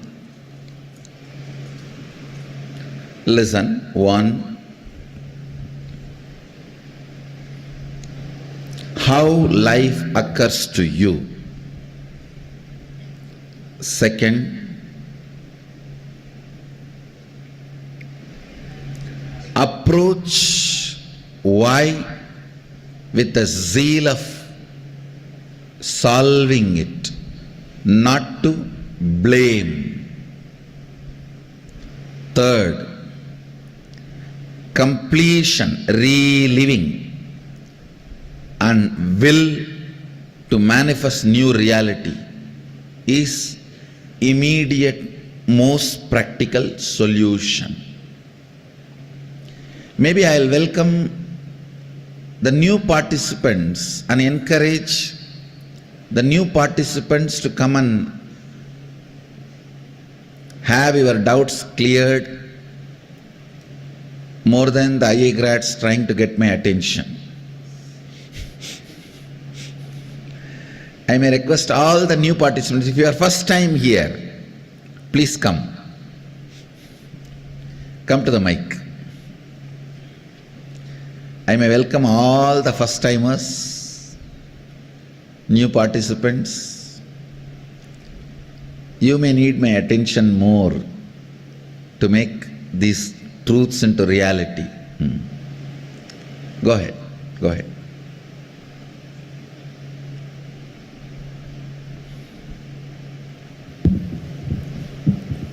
Nithyanandam, Vanakkam.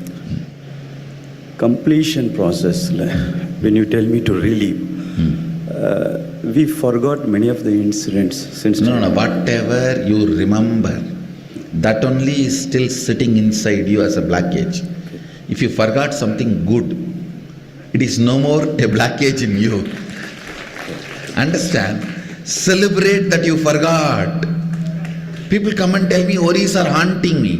When I tell, okay, relive them, Swamiji, I forgot, then come on. Feel blessed for what you forgot. What you remember, if you relive, that's enough. Again, for manifesting them into reality, what we wish to do, what kind of the visualization that we have to brought into? See, what you want, command it with your will. Please understand one thing. All of you listen. Your will is the umbilical cord connection between your individual soul and the cosmos. If you shake your individual soul with your will, cosmos has to shiver, because it is connected through the spiritual umbilical cord, your will. I don't know how many of you read in Puranas. A yogi sits under the tree and starts meditating, creating certain will to get that boon, and Indraloka burns, Devaloka shakes, and Indra has to run, Brahma has to run to attend. It is true.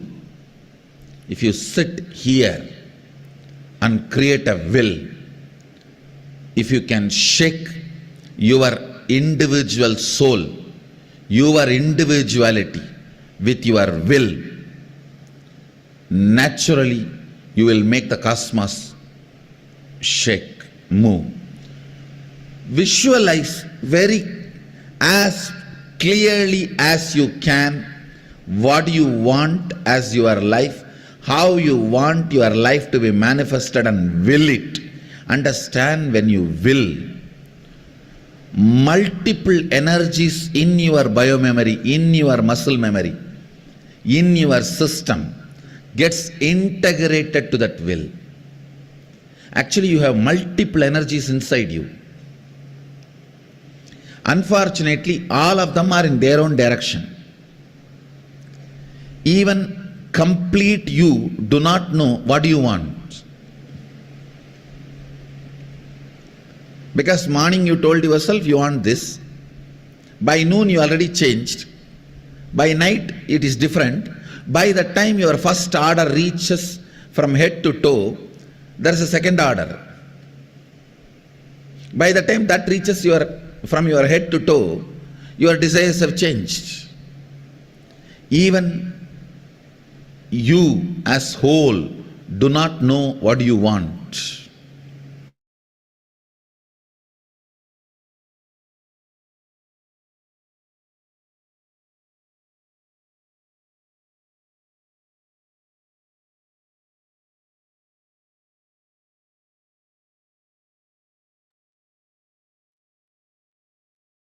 Okay, let's continue. Since your will is powerful enough to integrate, it is capable enough to manifest. A little bit of your cooperation is required, but you may not to do this whole executing exercise.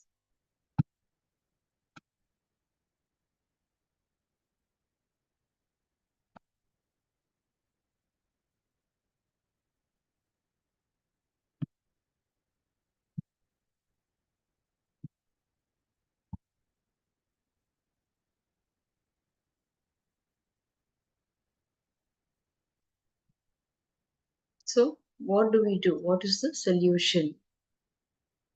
Create an intense will to manifest life as you want. Tell yourself and the universe your intention, the way you want to exist, the way life should occur to you. So, consciously spend a few minutes and declare it to yourself. So, let us do this assignment. Let's take a few minutes to do this assignment. What you need to do now is create an intense will to manifest life as you want. Tell yourself and the universe your intention, the way you want to exist, the way life should occur to you. So consciously spend few minutes and declare it to yourself.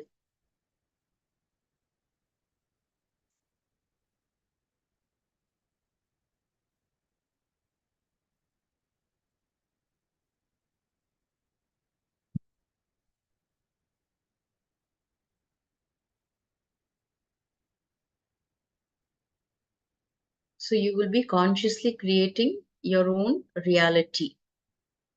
When you declare the reality that you want with your conscious will, then you will see the cosmos responding to your intention.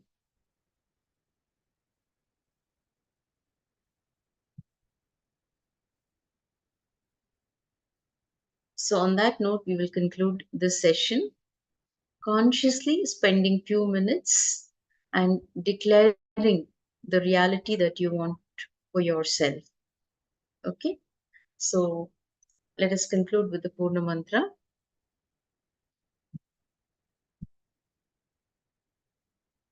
Om Purnamadah Purnamidam Purnat Purnamudachyate Purnasya Purnamadaya Purnamevavasishyate Om Shanti Shanti Shanti Hari Om Tat Sat Sarvam Bhagavad Shri Nithyananda Paramashivam Padukarpanamastu Om Nithyanandam.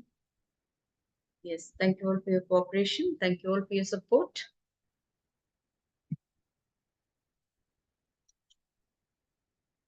Over to the next Acharya now.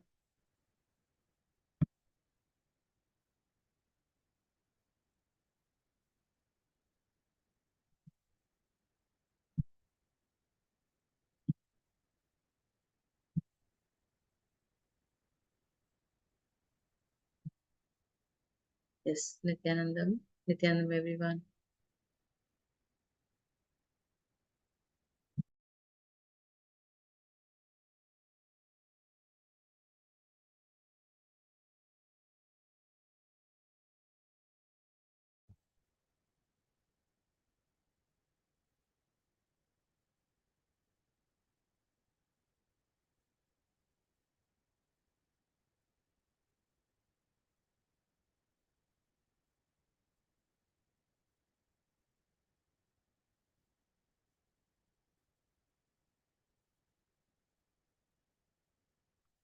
Nithyanandam, everyone. Welcome to the Paramashivoham Level-1 program. Let's start our session with the Sadguru Vandanam. Am I audible to all of you? Are you able to hear me? Can I have a thumbs up?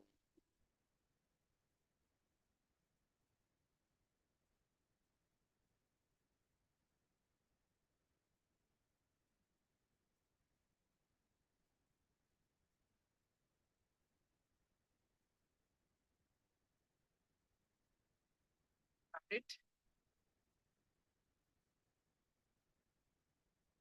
Now can you hear me?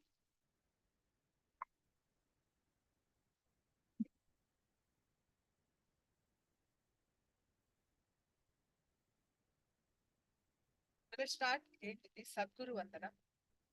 Nithyanandam Paramasugadam Kevalam Jnanamurtim Dvandvatitam Gagana Sadrusham Tattvamasyaadilaksham Ekam Nityam Vimalamachalam Sarvadi Sakshibhutam Bhavaतीतं Triguna-rahitam Sadgurum Tam Namami.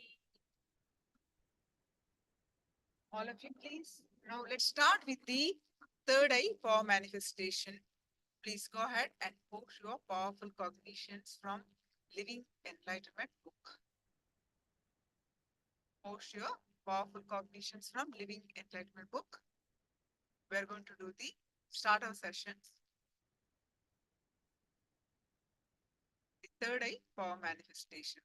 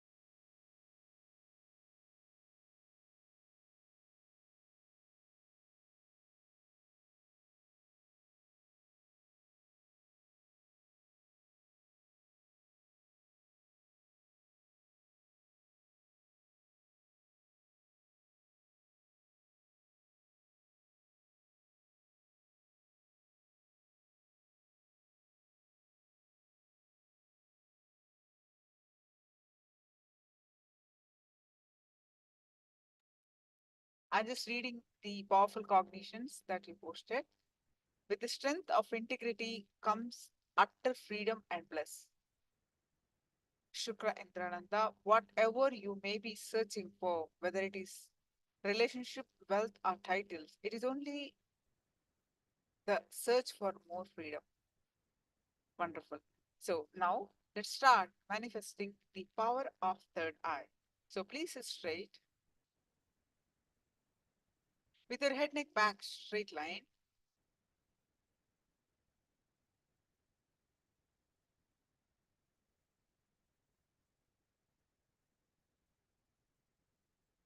Visualize Swamiji's form in your third eye.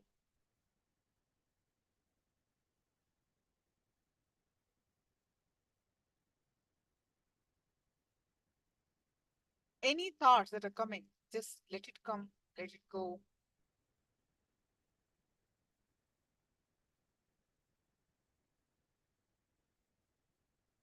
Again and again, bring your attention back to your third eye.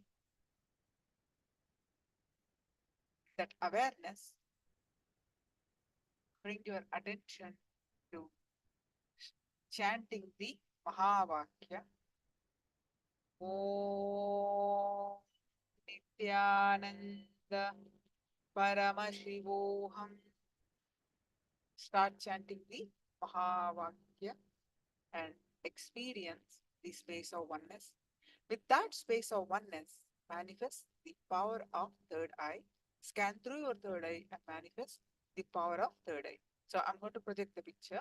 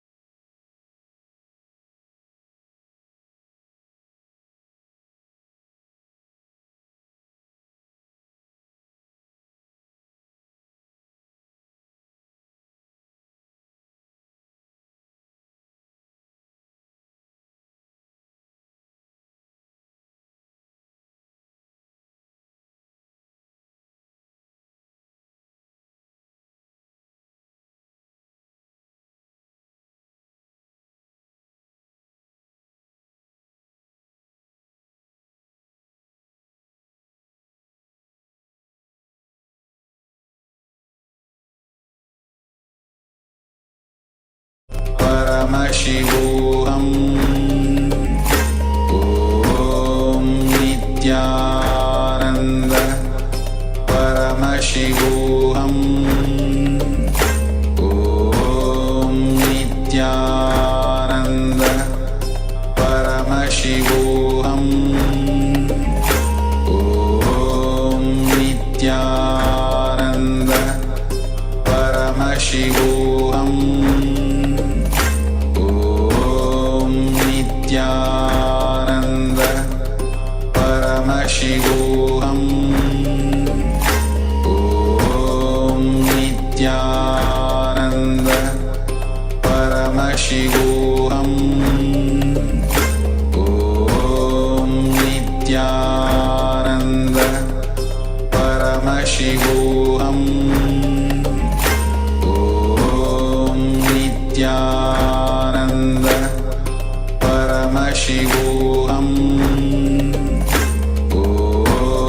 Nithyananda Paramashivoham Om Nithyananda Paramashivoham Om Nithyananda Paramashivoham Om Nithyananda Paramashivoham Om Nithyananda Paramashivoham Om Nithyananda Paramashivoham Om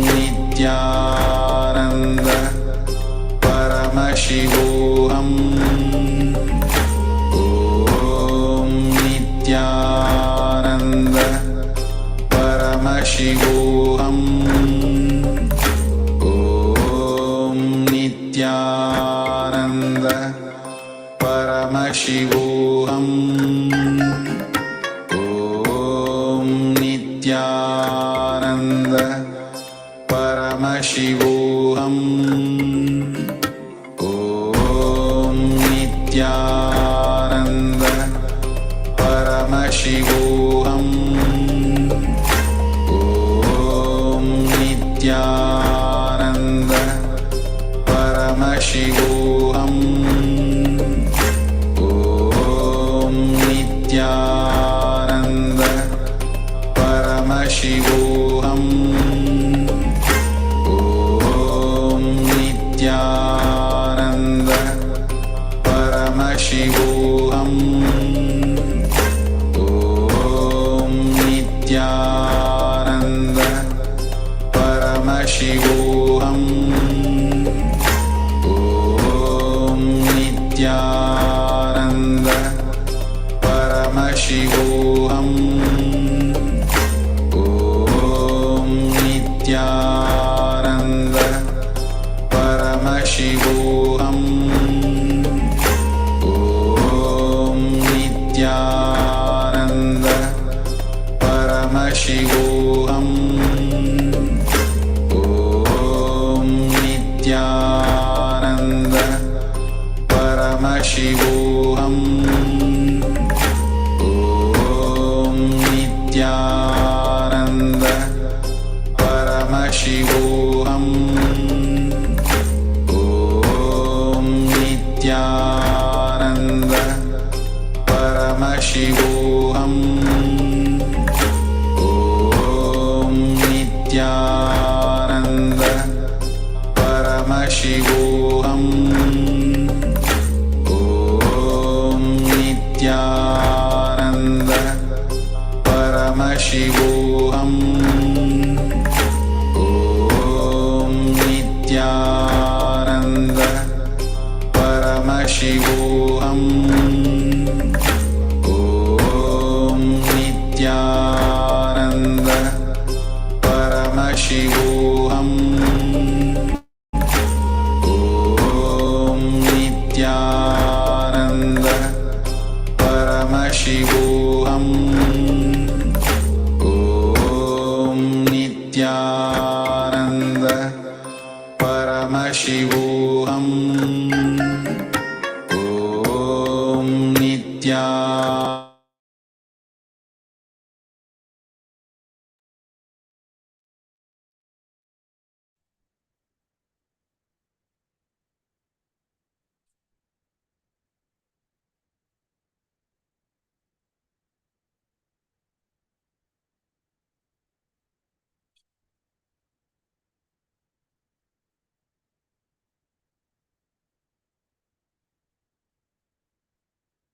Now, please go ahead and post whatever your third eye revealed in the chat.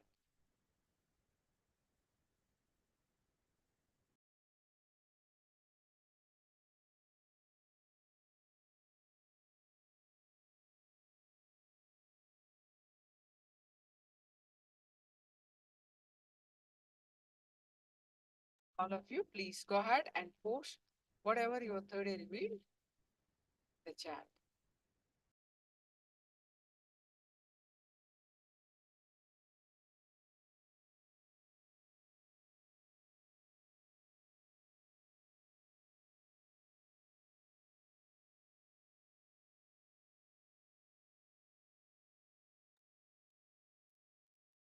All others also, please post whatever your third eye revealed.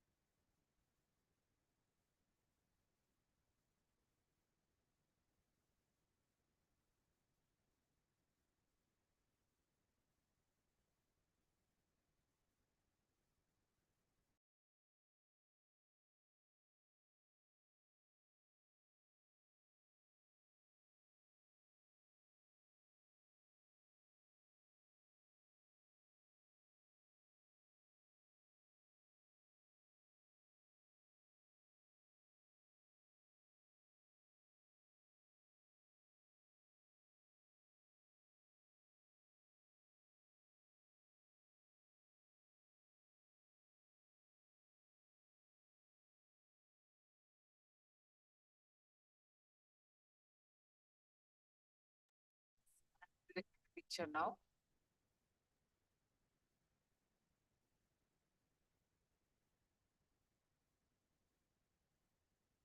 This is what I projected.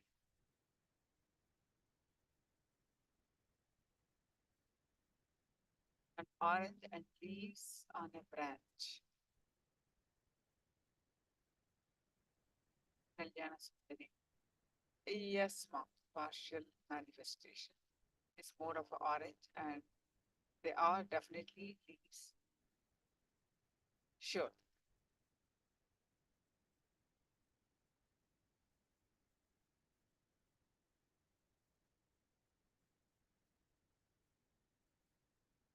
Now let's move on to our next session.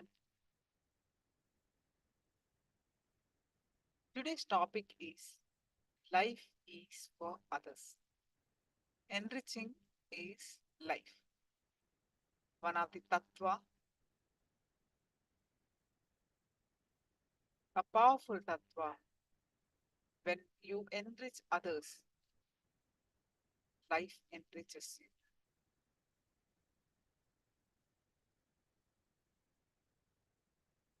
And we'll be learning so many cognitions.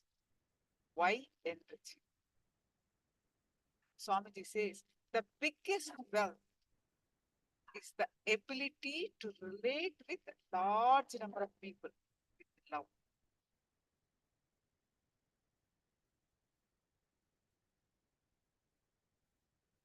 When you are really authentic, empowering people, you'll become more and more powerful. And you are the first one to listen. So you are the first one to benefit.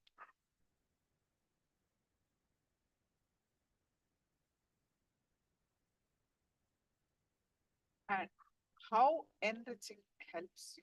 Why enriching? Let's listen from Swamiji's compilation of various satsangs in this session.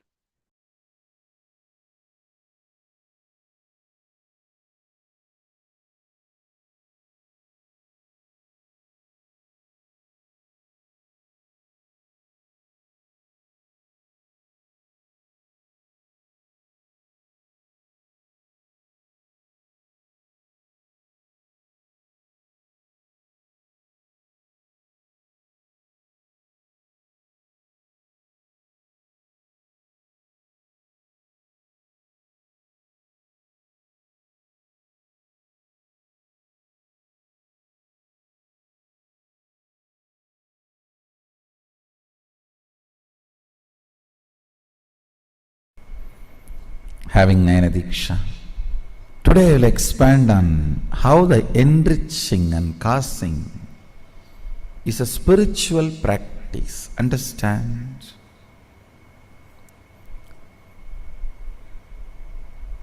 Fundamentally, the purpose of the life, not just human life,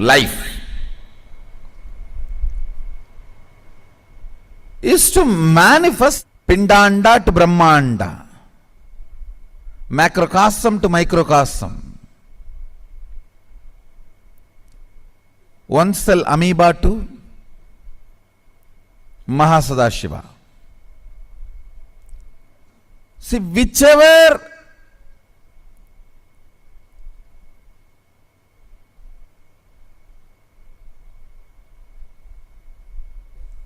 part you are in this long journey, you may be just having physical growth, or having physical and psychological growth, or physical and psychological and conscious growth, or whatever level you may be there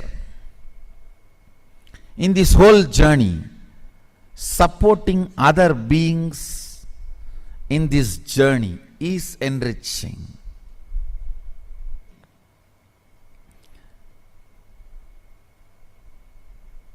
Wherever you are in this long journey, helping others, enriching others is a spiritual practice.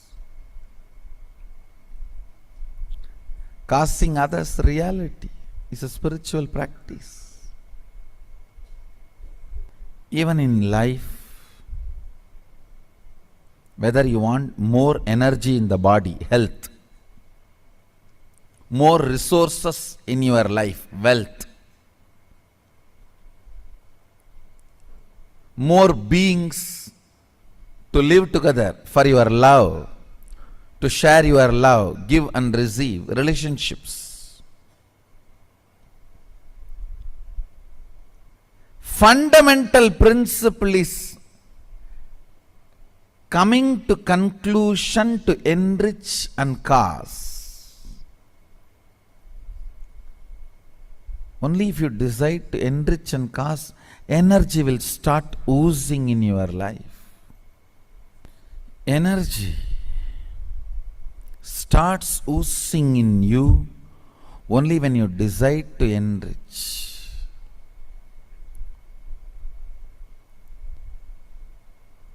It expresses as health, it expresses as love, relationships, it expresses as resource in the life, like wealth.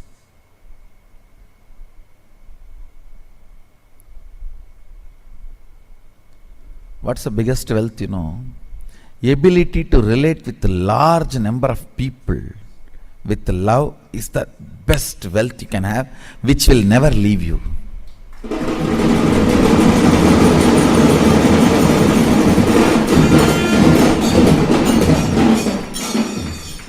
Which will never leave you. Understand? There is only two ways you can be wealthy. The organic way of wealthy is ability to relate with multiple people with energy. Toxic way of relating is ruling. Fundamentally, ruling is toxic way of relating. All human beings should be given a chance of love relationship only if he or she is not even mature to relate with that love relationship. I have seen when you shower your love, people think you are innocent and you can be cheated. Then no other way they should be ruled, because they want that only.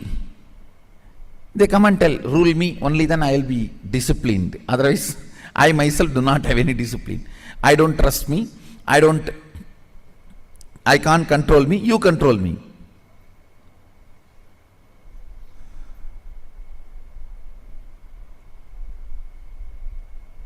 That's a toxic way of relationship. No.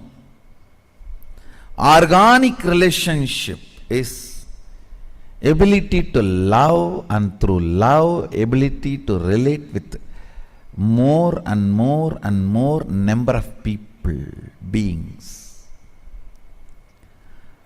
Organic wealth is your ability to enrich and inspire, get involved in people's life. I tell you. Even if you don't have this capacity, love to relate with people, learn it. That will be the best training you can have in the life. Whatever you want to become, this is the fundamental training. This will make you successful.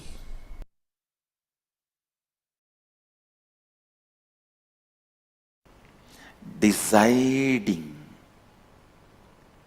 for life consciously in every step makes you free from all the karma. What is karma? Karma is nothing but your decisions against life sitting in you and harassing you, putting you in incompletion. Your decisions against life, which sits in you and puts you in incompletion, is karma. Is karma. Your decision for life liberates you from all karmas, all fears, all negativity. Evam tvayinanyate tosti na karma lipyate nare. There is no other way by which a man can free himself from the bondage created by the deeds. Listen.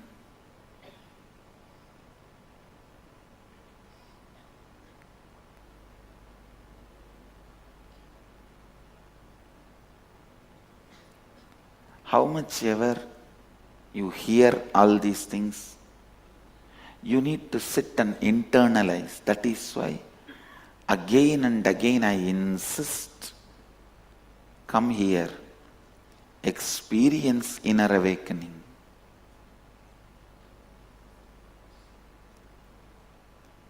Experience completion. You will see this whole truth deciding for life will become your very core cognition.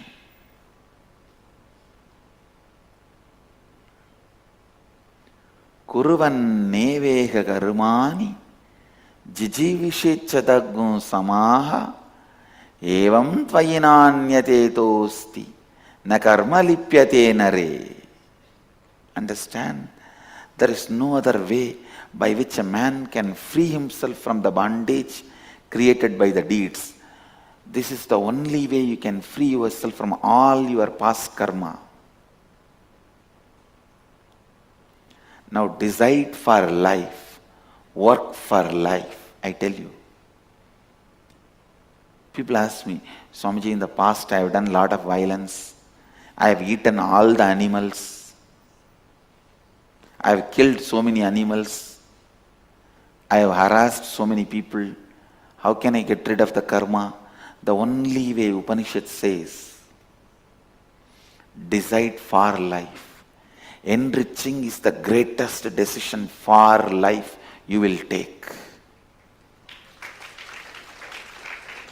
When you enrich somebody with wealth, your karma, your decision against wealth, your karma related wealth will go away. You will be free. When you enrich somebody with food, your karma, your decision against food, that will go away. You will be free from it. When you enrich somebody with a spiritual knowledge and enlightenment, all your past karma, decisions against life, bondage created by all the past deeds, all the karma will go away. You will be free from all the karmas. You will become a Jivan Mukta. Every problem you face is your decision taken in the past. Every obstacle you face in your life is your decision you took in the past, knowingly or unknowingly.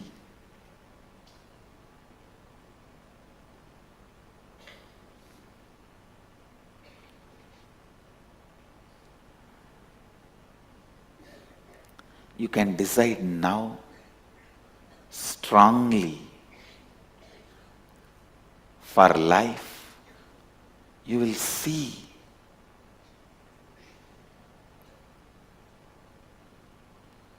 everything, all the best things of life expressing itself.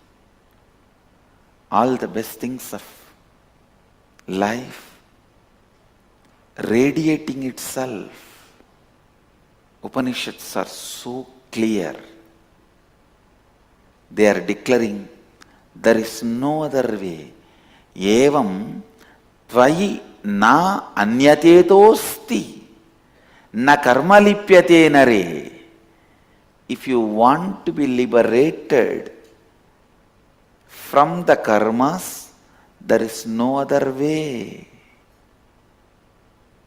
There is no other way to be liberated from the karmas.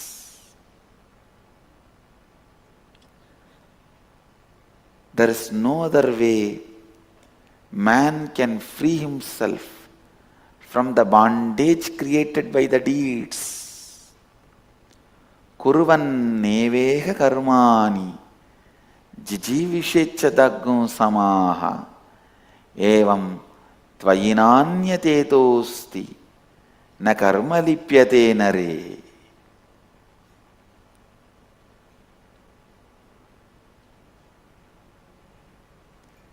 There is no other way by which a man can free himself from the bondage created by the deeds.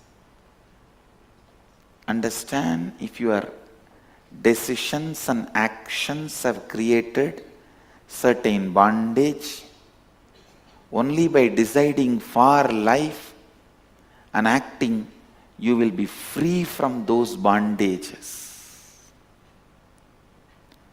One more thing you need to know, even a laziness is an action by you out of your decision against life. So when you decide for life, the laziness, tiredness, boredom, hatred, anger, everything will melt down. Everything will be cleared. So, decide, listen, decide for life. Decide for life. Decide for life.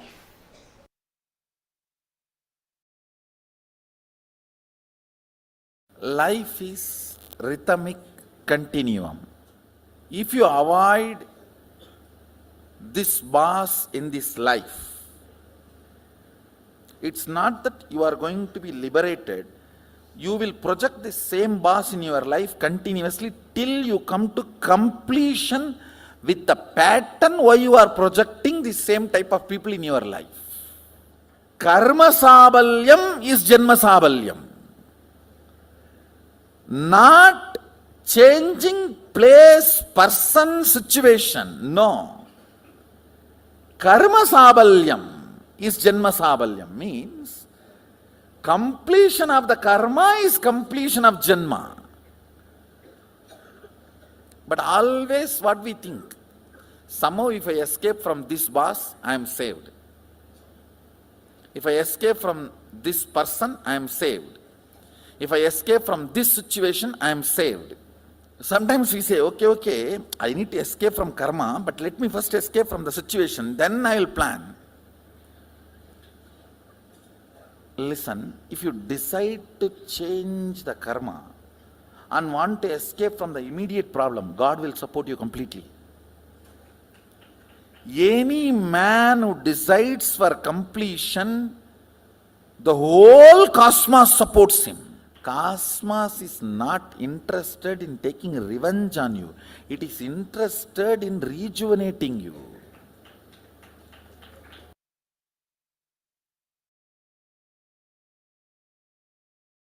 Please understand, it is the friendliness that is essence of life. It is friendliness that is essence of life. Friendliness is nothing but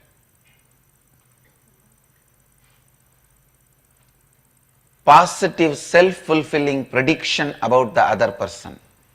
Listen, I am defining. Whenever you have a self-fulfilling negative prediction about the other person, you are waiting to break it. When you are waiting to break it, all your attitude, everything will be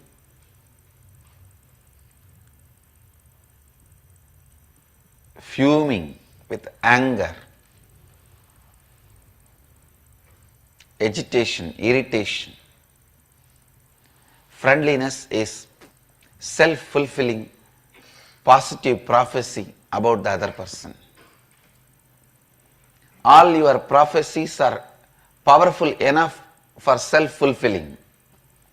Means if you decide today your day is going to be a very bad day in the morning, it is going to be bad day. Because you know how to pick up the bad things and assemble and see. Today is a bad day. You are capable of it. You will even make it and do it. There are some blackmailing media in India that's just for the news. If they want to show somebody as bad, they make news as bad and portray that person as bad. If you decide today is going to be a good day, you know how to make good day. Even if there is something wrong, you will stand and struggle, and that struggle you will make it as a, see how I responded, so it's a good day. You know how to make a good day or bad day. Any prophecy you create, it is powerful enough to fulfill itself. All prophecies are self-fulfilling. Listen. ध्यान से सुनिए. When you see a person,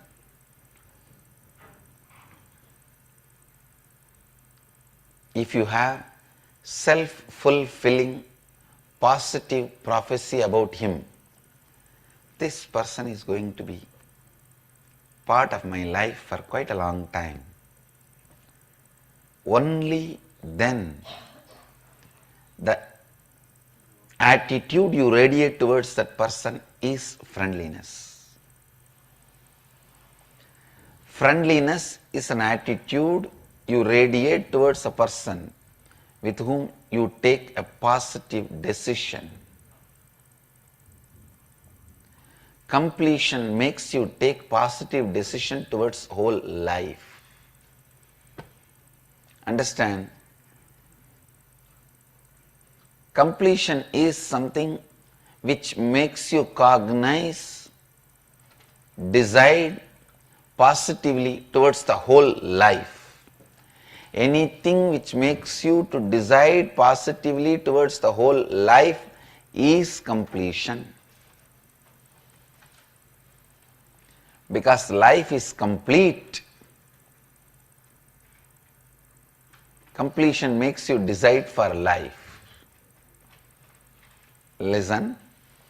Because life is complete, completion makes you to decide for life. Because life is complete, completion makes you decide for life. All of us have this one big pattern that everything should be done by somebody for me. Whether it is pushing inside or pulling outside. Brushing the teeth or taking bath. Including our transformation, enlightenment. If somebody does it and just ready-made inserts into us, like a ready-made complete software, tatak. And then you open your eyes and see, yes, I am enlightened. What happened? I went to that Nithyananda Swami's program. Yesterday he touched me and I became.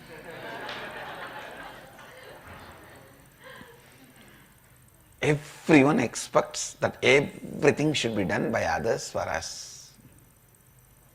But who is that others? Nobody knows. Please understand, when others do it, they will do it as per their specifications. Which is enlightenment for me may not be enlightenment for you. So I can only give you the tools. The final painting has to be done by you. Understand? I can give you the tools and knowledge, but the final painting has to be done by you. Otherwise, my portrait cannot be your portrait.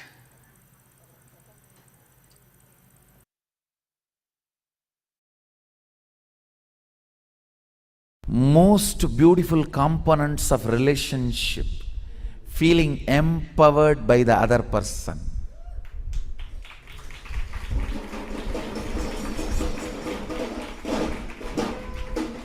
When somebody trusts you and you trust the other person trusts you, when the trust becomes a complete circle, not only you trusting me, I trust you trust me, and you trust I trust you, we both know our trust on each other, and our trust on each other, trust is so sweet. That is what I call feeling empowered by the other. Listen, whenever two persons empower each other, they are not 1 plus 1, 2, they are 1 and 1, 11.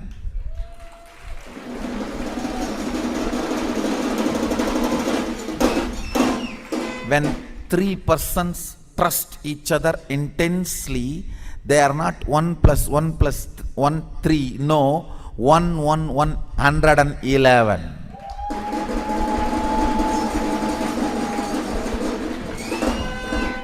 You do not know the power of feeling empowered by somebody's trust. The trust, power of feeling empowered makes every single smile intimate.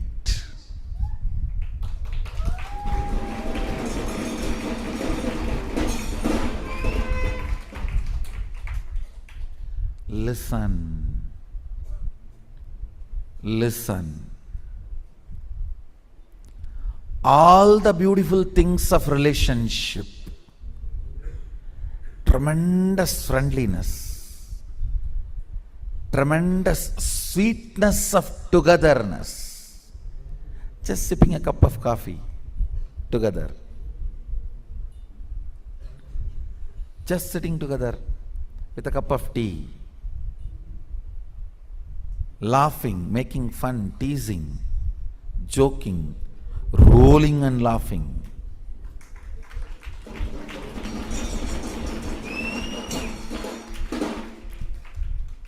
Most beautiful components of relationships gets brutally murdered when the sex intervenes like a wolf inside the sweet home.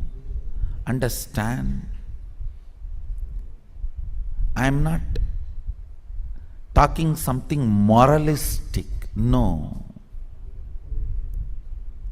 When there is a demand or deprived feeling, I am not against sex or for sex. I am not interested in commenting on it. I am only commenting on feeling deprived or feeling demanded. When that enters, it kills all the beautiful components of relationship. Understand? Some of the most ignorant vratas, Ajnana vrata, is wealth is money, sex is relationship. These are all the worst Ajnana vratas with which means ignorance burning life. When there is no deprived feeling or demand, you experience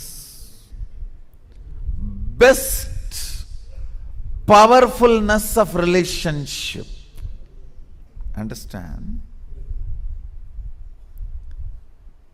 The purpose of relationship is both feeling powerfulness, empowered. 1 plus 1 becoming 11 is relationship.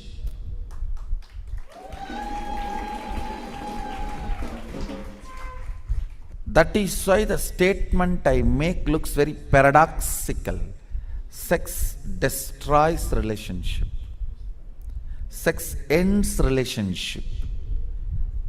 Because the moment you feel you are deprived or you are demanded,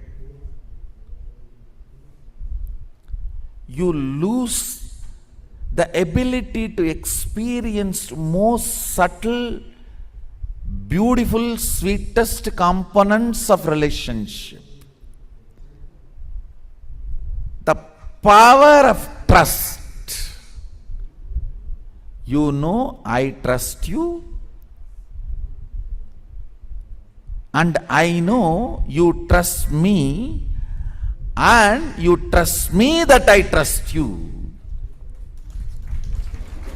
This full circle of trust,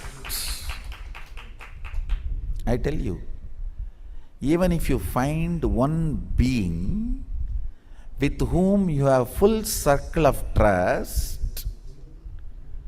so much of feeling empowered happens. Go on contributing. Contributing.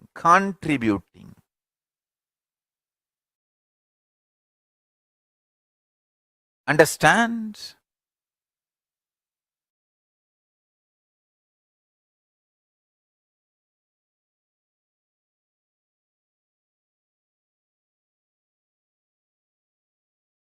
It's a contribution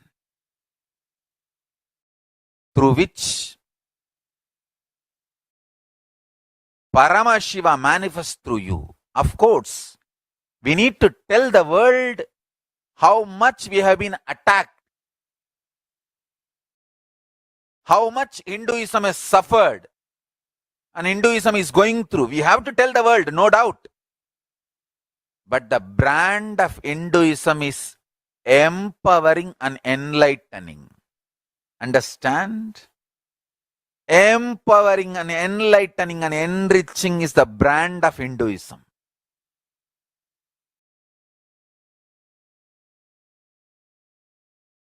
Contributing, whether social structure,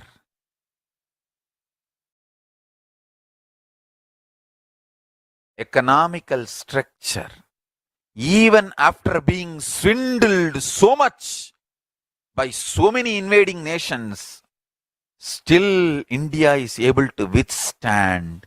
It is because of the contributing thought current of Hindus. I tell you,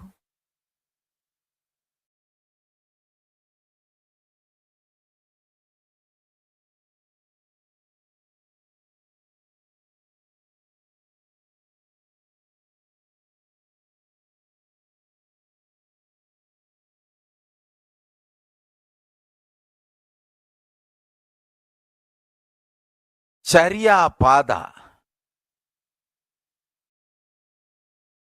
Last few days I am talking about Charya Pada.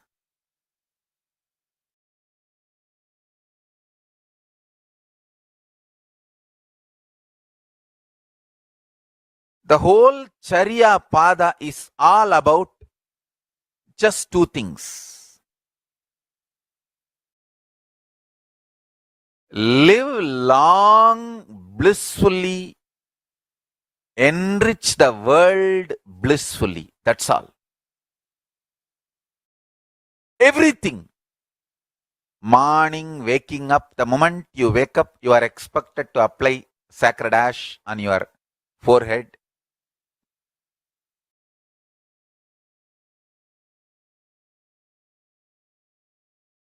Remembering how whatever you saw in the dream is now ashes, which is inside your head.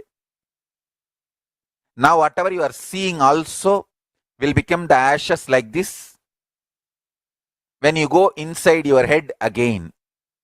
Remember that and apply the vibhuti. That's it. What you saw inside the head as dreams, what you are seeing outside the head as universe, both are just the same ashes. Remember that and apply. That's it.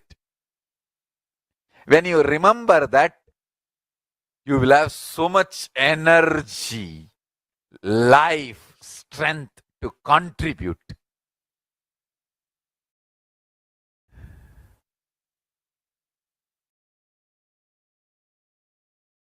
As long as we are alive, let's contribute. Morning, when you come out of your head to outer world, applying the ash, that is the first charya you are expected. And night, when you fall asleep, means when you are going from outside to inside your head, apply the sacred ash. From that to this, the whole charya pada, the essence is live long, healthily, happily, blissfully, and enrich, empower, enlighten, happily, blissfully. That's it.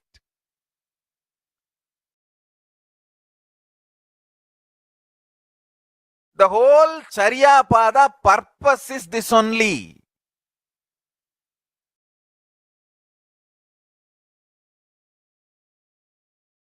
Ishavashyamidaggun sarvam yatkincha jagatyan jagad tena tyaktena bunjitamakritakkasya sviddanam kurvannevega jijivishecha daggu samaha evam tvayinanyate dosti na karma lipyade nare.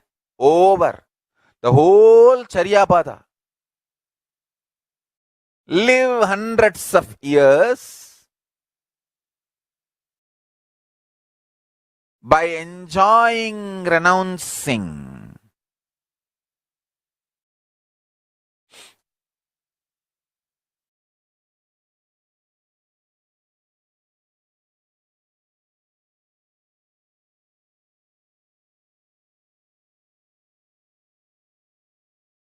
I tell you,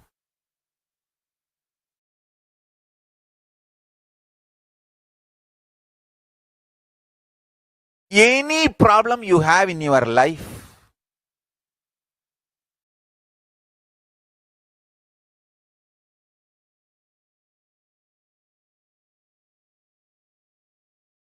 any problem, maybe it is you are struggling in your office without having a breakthrough, you are struggling in your personal relationships without having a completion, you are struggling inside your head, or you are struggling with some anger and frustration, any problem you have,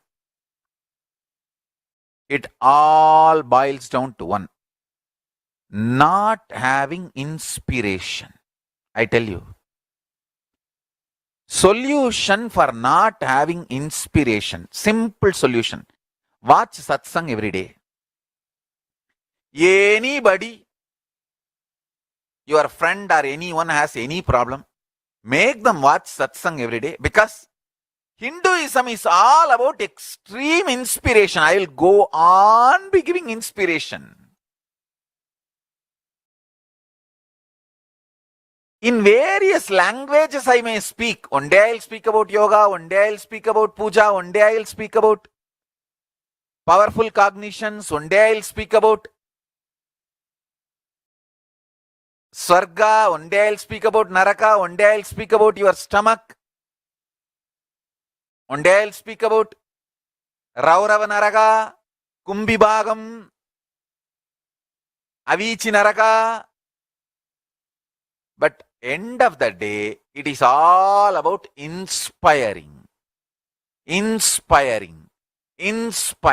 contributing.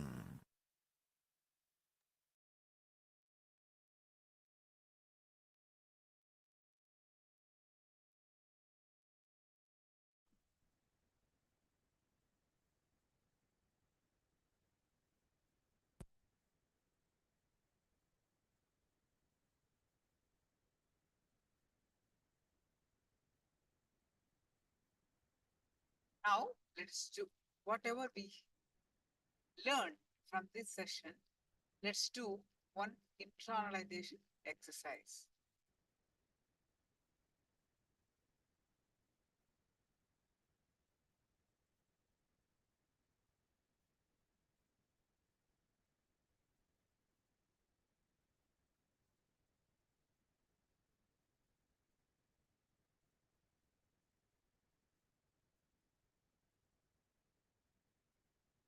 When you are authentic and empowering people, you will become more powerful. And if you feel, no,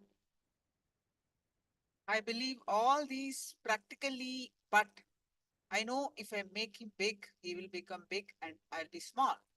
This hypocrisy will only make you smaller and smaller. Life has no hypocrisy. If you're a businessman, support as many people as possible to become businessman. You will become a great businessman. If you are a musician, support as many people as possible to become musicians. You'll become great musician.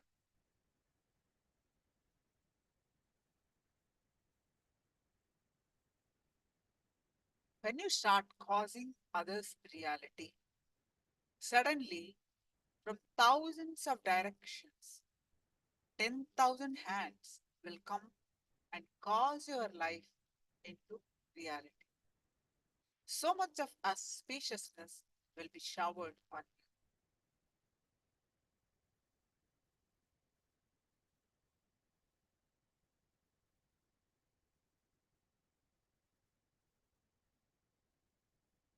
Secret of continuous enriching from the untiring life of the Supreme Pontiff of Hinduism. The Supreme Pontiff of Hinduism shares on how he tirelessly enriches millions of lives. First thing, you are not a number for me. There is no vested interest. There is nothing which needs to come from outside to complete me. I don't look at you as a utility. When you are not a number, you are a being for me. I attend to you as a being. Because I attend to you as a being, everyone feels their core is attended. Beautifully, Krishna says in Gita that I work and make everyone work, but I have nothing to gain by my work on others' work. Fundamentally, my cognition is clear. You are not the number for me, you are a being.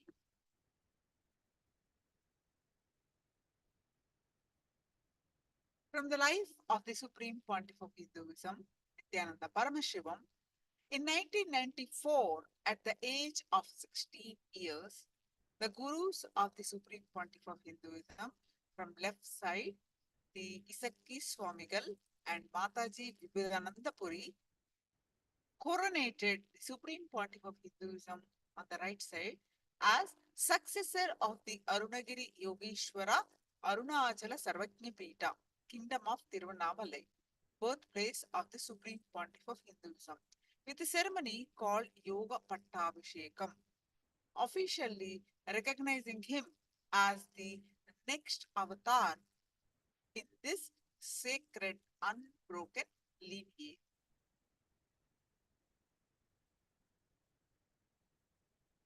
My Guru Kupamal said, this mudra, the yogic posture of the hands, denotes your being in samadhi. That is the symbol of Arunachala Sarvajna Pita, the kingdom of Tiruvannamalai. And you sitting like this, you see the bottom picture, is that you're ready to serve the whole world and enrich the whole world.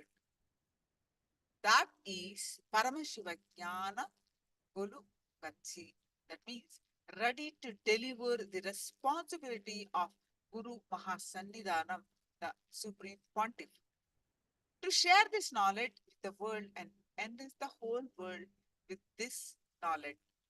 So everything I am here giving the Paramashiva Jnana Golukaji and Paramashiva Jnana for my disciples through satsang.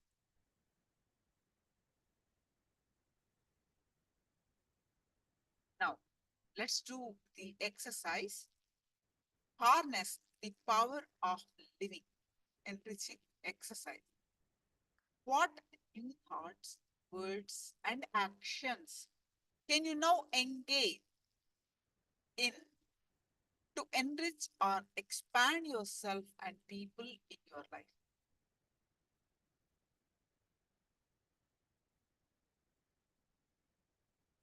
What new thoughts, words, and actions can you now engage in to enrich or expand yourself and people in your life?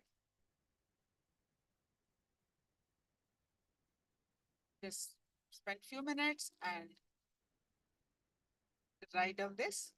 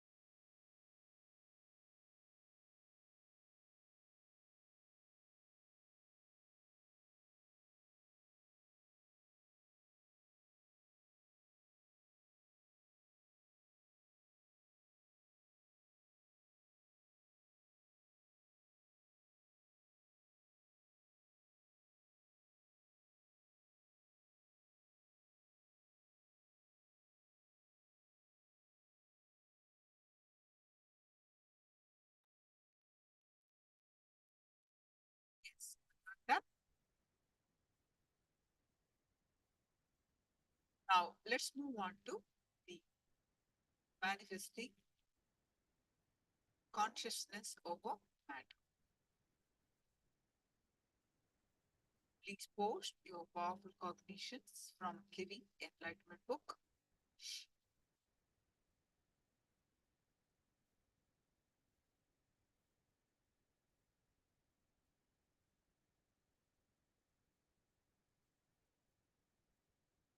On to the power manifestation.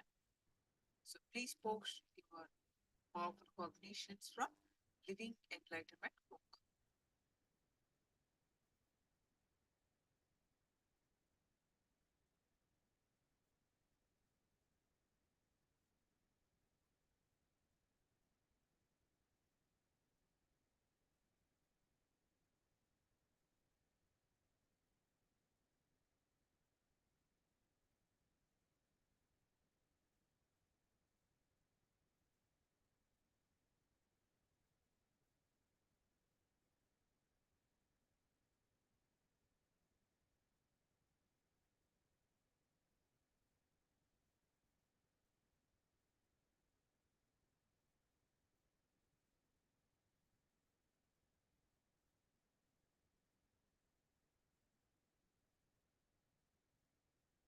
So you want to manifest the power of moving the coconut out of the hand. All right. So please get your objects, coconuts. If you do not have coconut by any chance, bring a round fruit like orange, apple. So be ready with your objects. Take 1 or 2 minutes. Go ahead and bring your objects to manifest the power of consciousness over matter.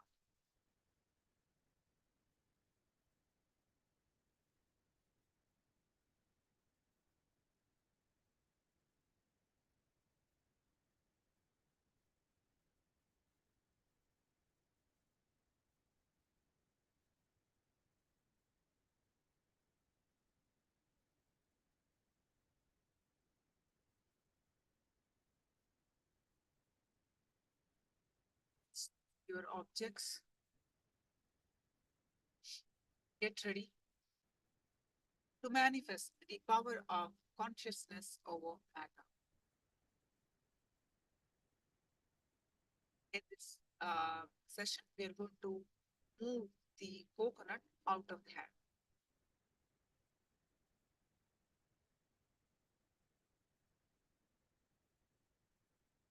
Sit with your objects.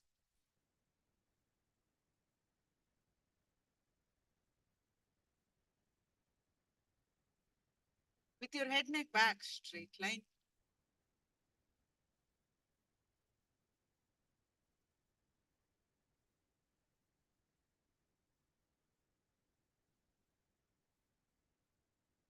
And now start, have the coconut in your hand, a flat hand on your hand. Please put your coconut on a round fruit. Now sit straight with your head, neck, back, straight line. And visualize Swamiji's form in your third eye.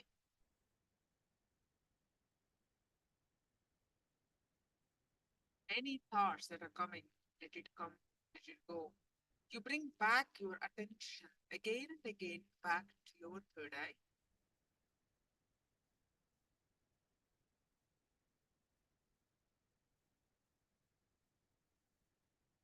Now start chanting the Mahavakya. Start chanting the Mahavakya and experience the space of oneness. With the space of oneness, declare the object to move out of the hand.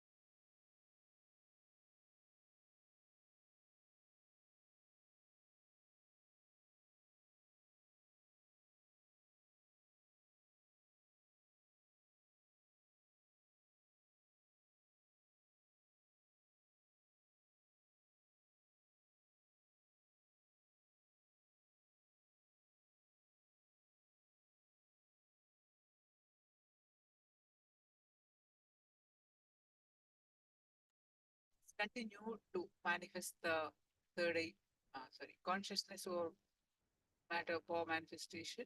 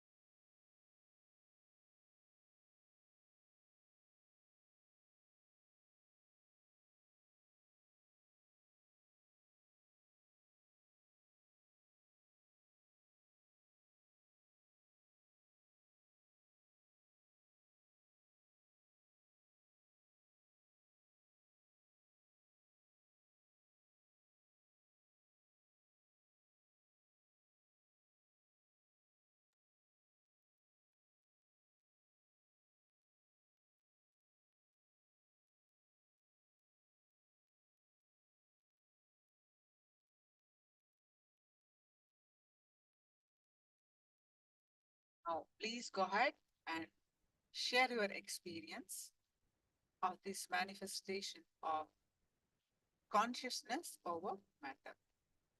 Quickly share your experience in the chat.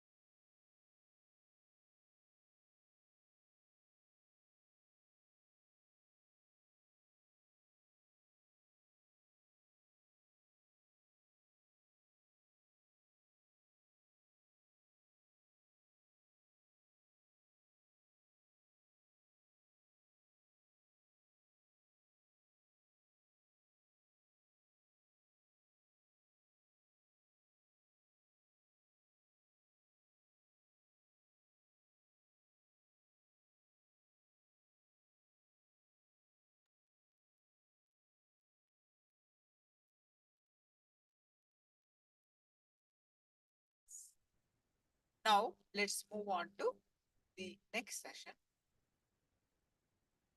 causing others reality.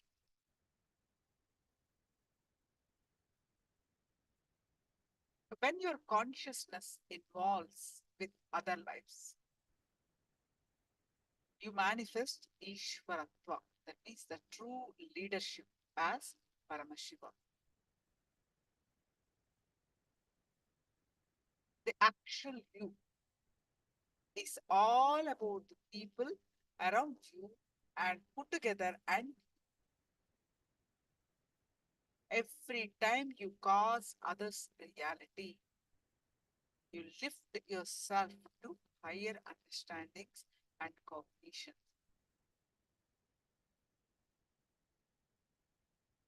Radiating the space of Paramashiva means causing others reality. What is the purpose of all of our lives? To manifest Paramashivatva.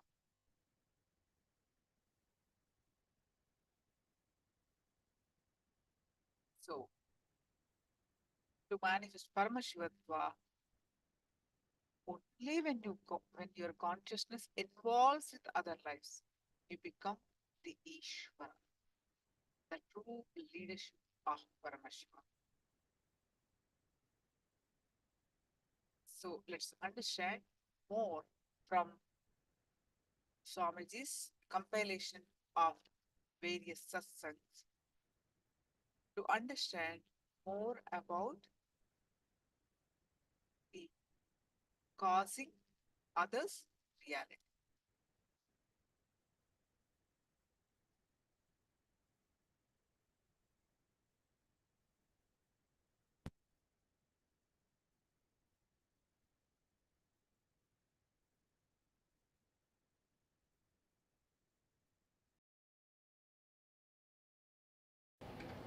Human life is worth living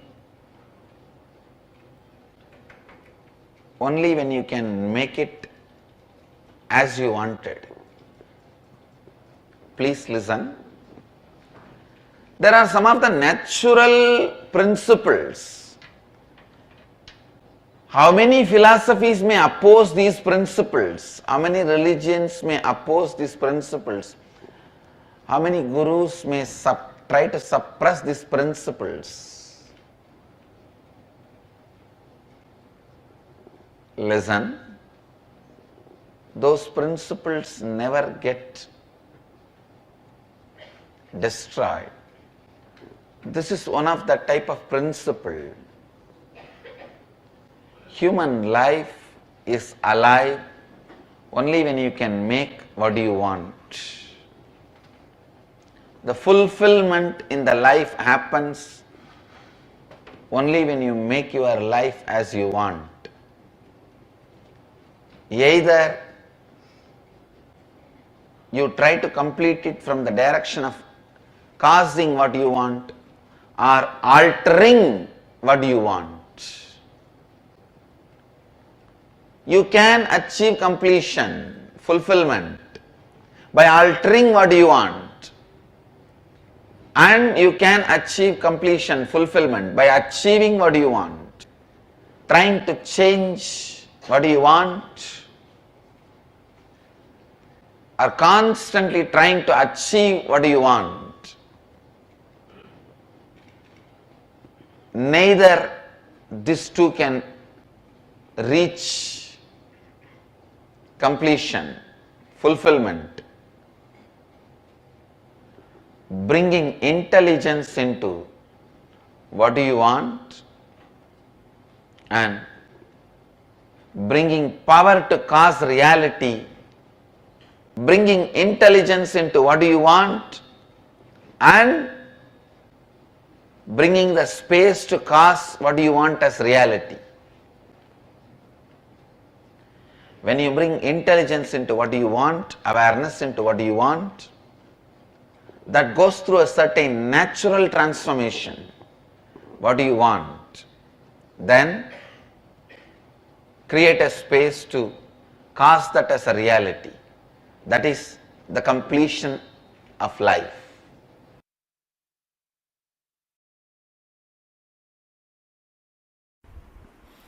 You have a human body to taste ultimate superconsciousness. Superconsciousness as a state of pure unclutching, completion.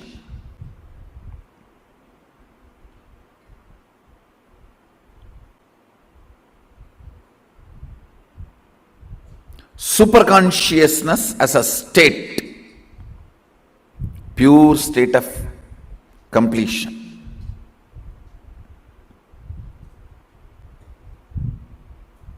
Unclutching, complete completion. Same superconscious operating space. Understand? Superconscious state, operating space. That means completion with others.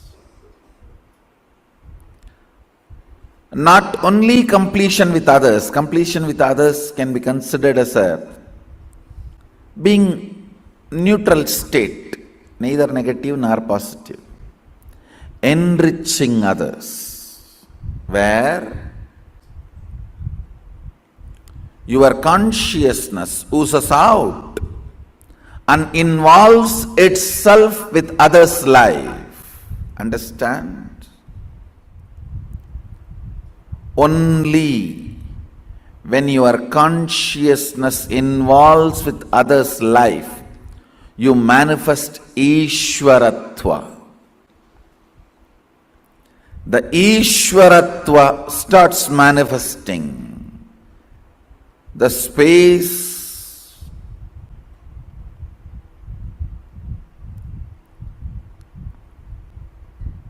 where you lead. Understand, everyone wants to be a leader. Really, everyone is interested. They want to be a leader. They want to help humanity. They want to show humanity how life should be. Listen.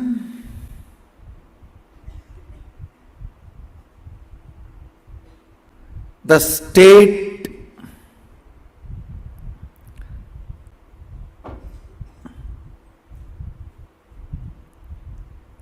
only when it becomes operating space starts leading. State of Sadashiva, when you start operating from it, the space of Sadashiva, where not only you share completion with others,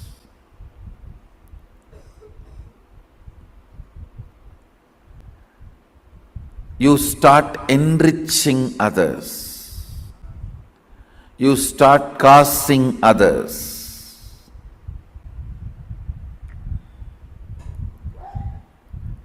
Enriching and causing others' reality becomes your lifestyle. Understand?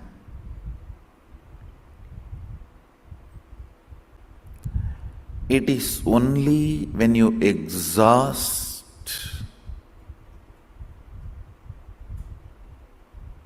all the possibilities and powers you have, Sadashiva starts manifesting his powers through you. Listen carefully. Greed means want to have more without even utilizing already what you have.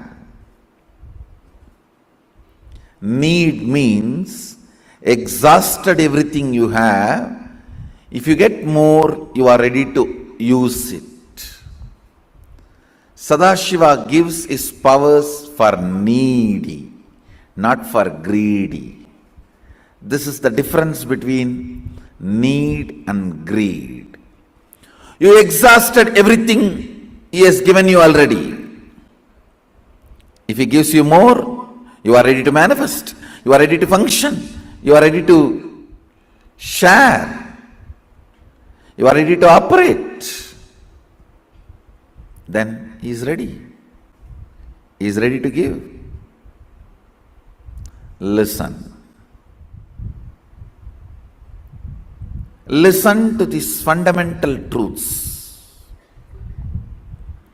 The state of Sadashiva, pure Nirvikalpa Samadhi, unclutching, complete completion. What we call Purnatva, the first word of the first Vedas, first Upanishad. Purnamada Purnamidam Purnat Purnamudachyate Purnasya Purnamadaya Purnameva Vasishyati. Vedas and Agamas both are very clear. Vedas are the pure science, Agamas are the applied science, which forms the foundation of Sanatana Hindu Dharma. Vedas and Agamas are the source book. We call it Shastra Pramana of reality, ultimate.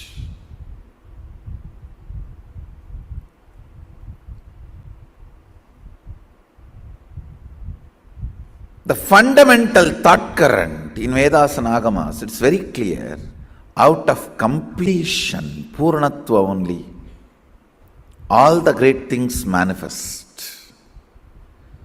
So first completion, Purnatva.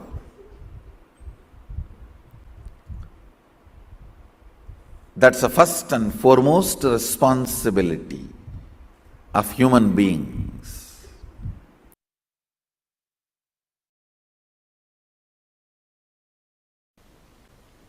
Life starts when you decide to cause others reality.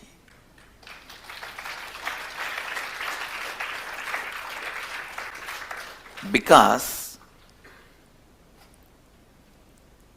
the real you, please listen, the real you is everyone around you included. But what you cognize as you is your deep-rooted pain patterns and incompletions. Please understand, how much ever you constantly try to decorate perfume, scent, garland, you are trying to do all this to the pain you of you, incompletion you of you.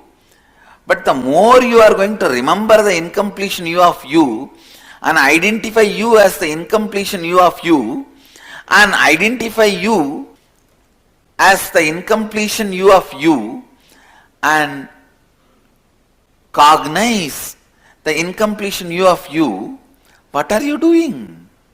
You are trying to perfume the drainage.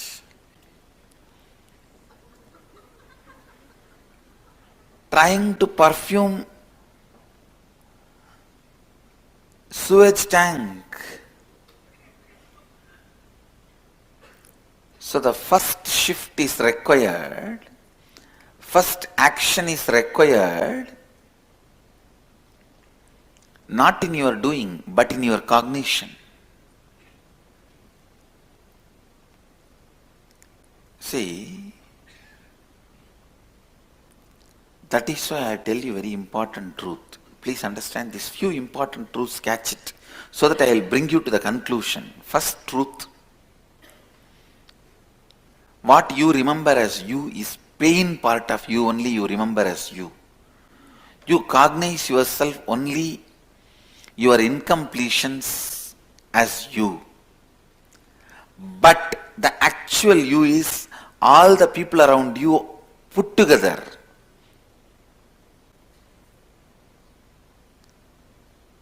Third, because what you cognize as you is only the deep-rooted pain patterns and incompletions of you, how much ever you try to perfume it, scent it, even put Kasi Chandan on it and garland it, do whatever. But the moment you open, what comes out?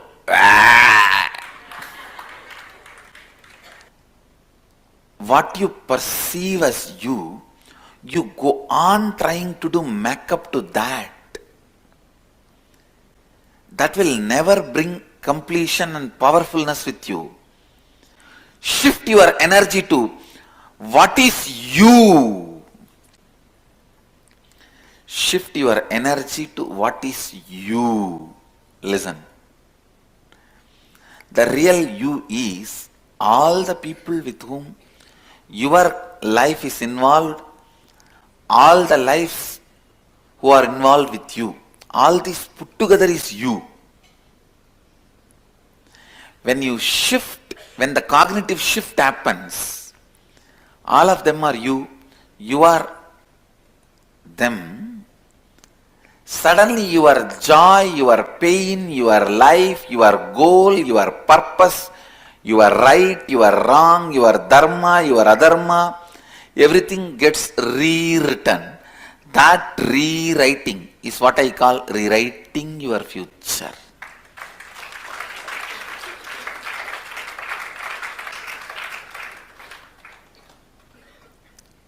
You rewrite your future full of powerfulness. Understand one thing. Some parts of what you call as your life, you may be resisting. Some parts of what you call as your life, you may be accepting. But be very clear, whether you resist or accept, no powerlessness. Do not allow powerlessness. No question of powerlessness. Always being powerful is my religion. Understand? Love, compassion, all that will start happening in you from the right context. Love, compassion, non-violence by itself cannot become a religion. Love, compassion, non-violence from the right context only can become a religion.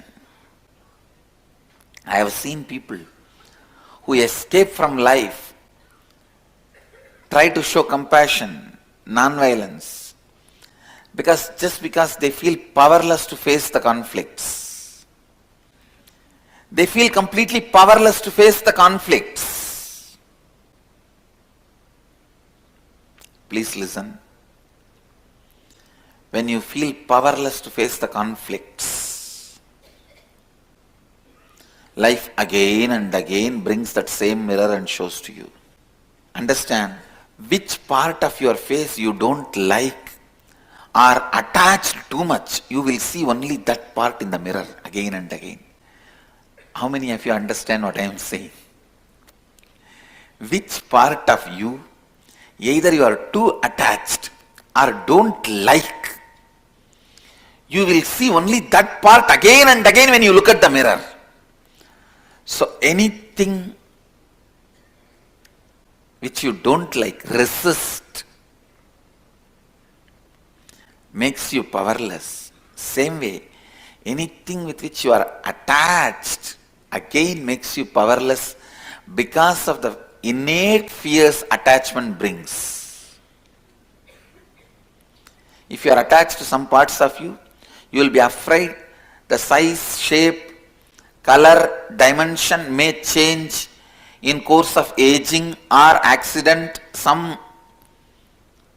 through some reason.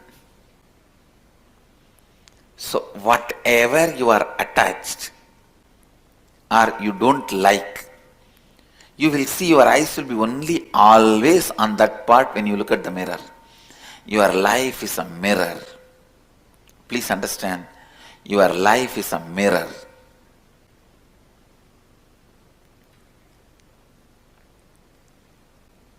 If you allow anything to make you powerless, if you allow anything to make you powerless,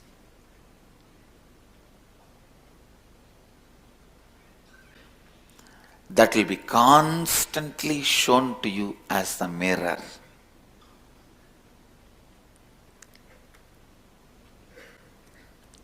If you feel powerless to handle your spouse and the family and run away to some other lifestyle, sometimes divorce, sometimes sannyas, whatever lifestyle you opt or choose, by feeling powerless, I guarantee you, you will see 10 people exactly like your spouse. You will be forced to work with those people.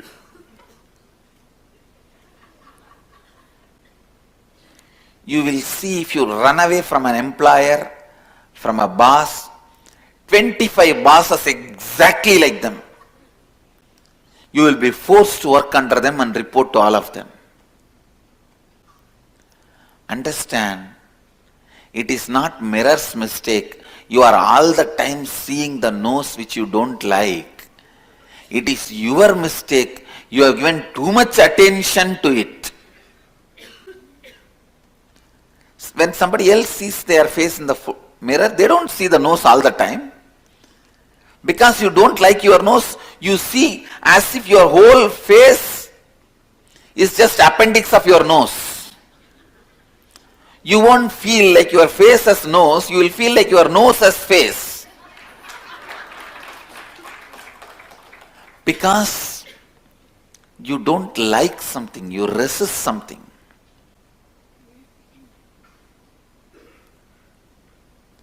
All the time you are on it. Same way, if you like something and afraid of losing it, all the time you will be there on it.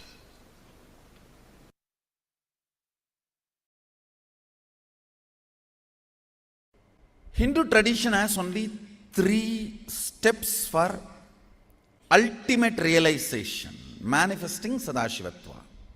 1. Shravana, listening. 2. Manana, internalizing.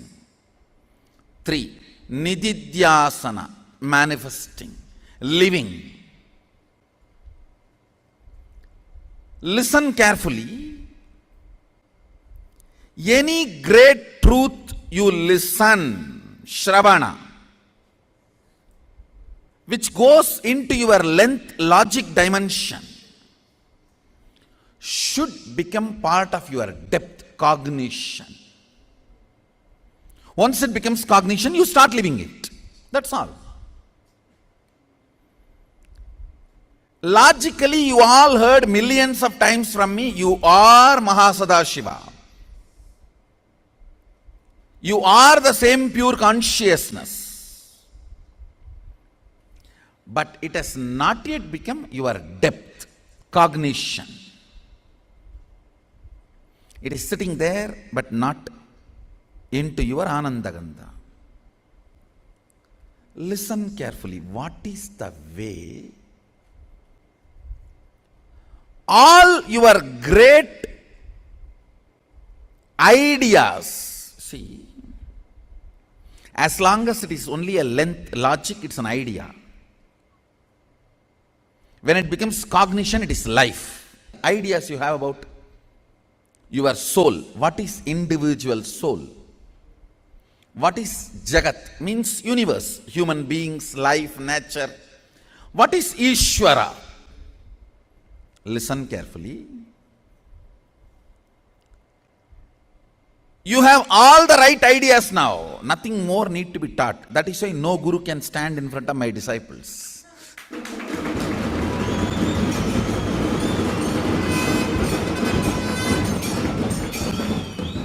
I challenge any question answers. My Tanedar. There is nobody in the field to stand my Tanedar. You guys know too much. No doubt. Amazing ideas about self means Jiva, Jagat, universe, Ishvara, God. You know too much and it is in your logic, in your length. But it has to become your cognition, depth. How? How? Understand, when all the great ideas about Jiva, Ishvara, Jagat, self, universe and God is sitting in your logic, it is yet to become your depth cognition. You all have all the right things. I have seen many people, when they advise others, the way they advise, oh God. Understand, it does not need to be our weakness. It can become sadhana. Listen. How many of you feel when you solve others' problems, so many clicks happen inside you and many of your problems are solved? Raise your hand. That is always the technique. Start causing others. That is what I am saying.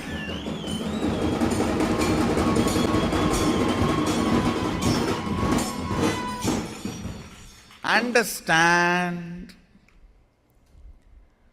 all the great understandings you have about each self, universe and God, Jiva, Ishvara, Jagat.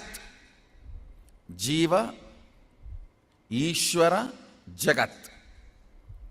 All the great things, great ideas you have need to become part of your cognition, depth. How many of you feel, everything I have in my length, if it becomes depth, now I will become enlightened. I have so much. What is the methodology then? Causing, that's all. Now you know where you are standing, you know where you need to reach, and you know the path.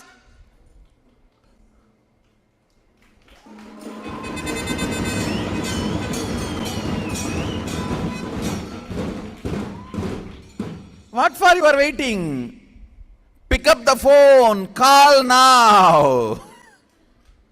Like how in US advertisements, TV, they say call now, call now, call now. We should make cost now, cost now, cost now.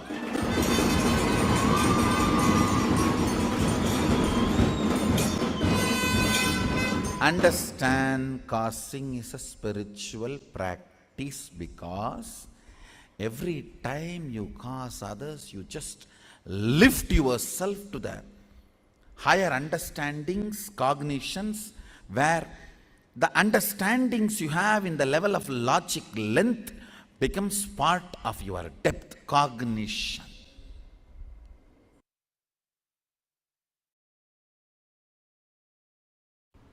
See, very simple. You are asking purpose of life. Purpose of life is to manifest Sadashivatva, to manifest, listen, live the state, radiate the space, manifest the powers of Sadashiva, ultimate.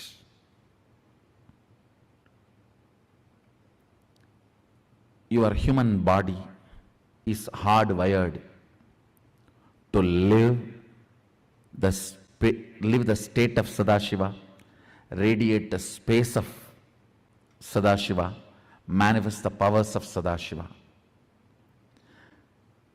Realizing it, making it happen is the purpose of human life. I tell you, living the state of Sadashiva is what I show through unclutching, completion with yourself, all the teachings, techniques, kriyas, meditations, that is living the state of Sadashiva. Radiating the space of Sadashiva means taking responsibility, completion with others, enriching others, causing others reality. All that is radiating the space of Sadashiva. Listen, I'll repeat. Living the state of Sadashiva means integrity, authenticity, completion with yourself, unclutching,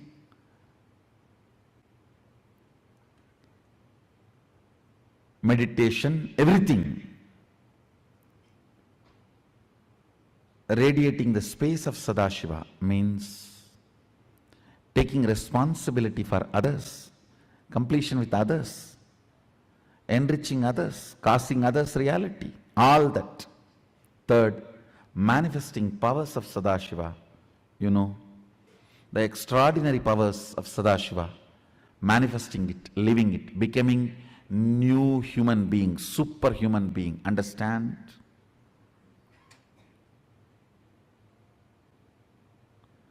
From fish to Kalki, physical and mental breakthrough.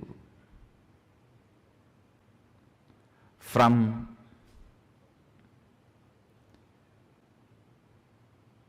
monkey to human, again, physical and mental breakthroughs.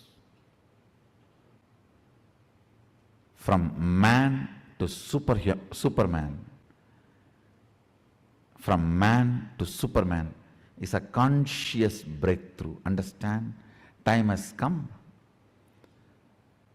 For what Vivekananda visualized, Yogananda yearned, Aurobindo aspired, Sadashiva did it.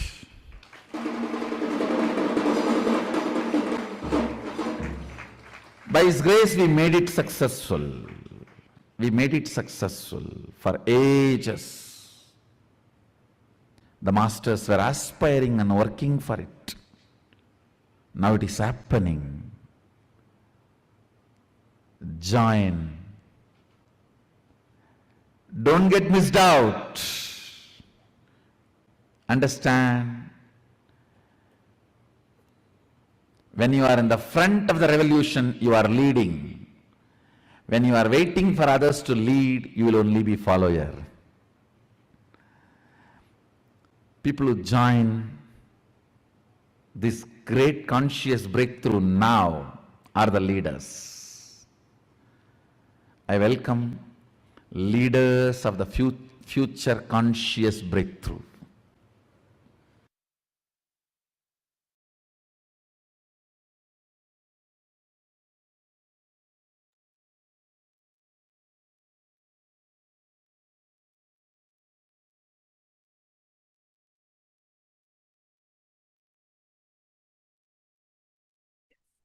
With these powerful cognitions that we learn from this session, let's do one internalization exercise.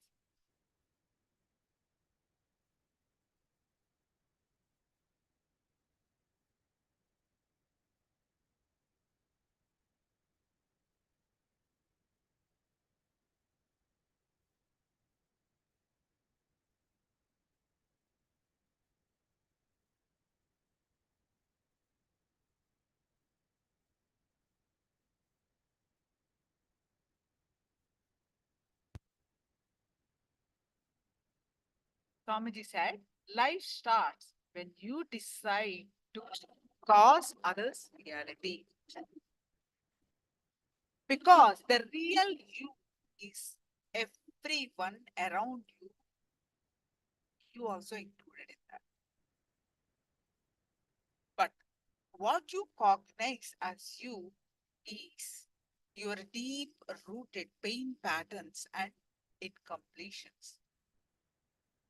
Some parts of you may be resisting life and some accepting life. Whether you resist or accept, don't allow powerlessness. Now let's do one exercise. Step 1. Pen down 3 instances in your life where You allow powerlessness and did not cause others' reality earlier. You allow powerlessness and did not cause others' reality earlier.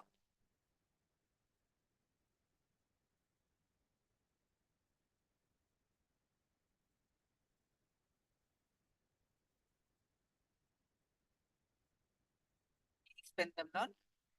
Identify 3 instances where you felt powerlessness.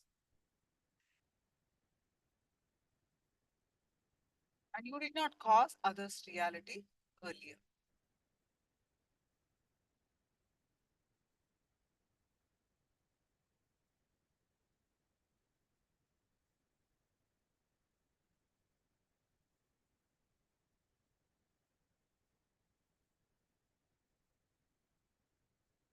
Please pen them down.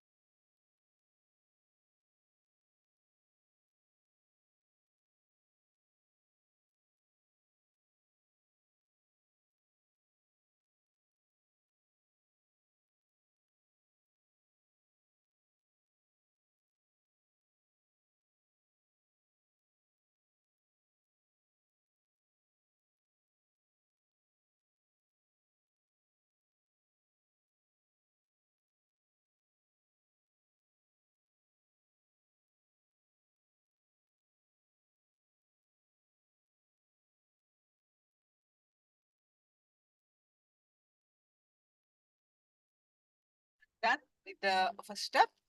Then identify the 3 incidences where you felt powerlessness and you did not cause others' reality earlier. Now, next step is from your current updated understanding, right? How you will cause their reality given the same situation. From what you learned in this session, right? How you will cause others' reality given the same situation.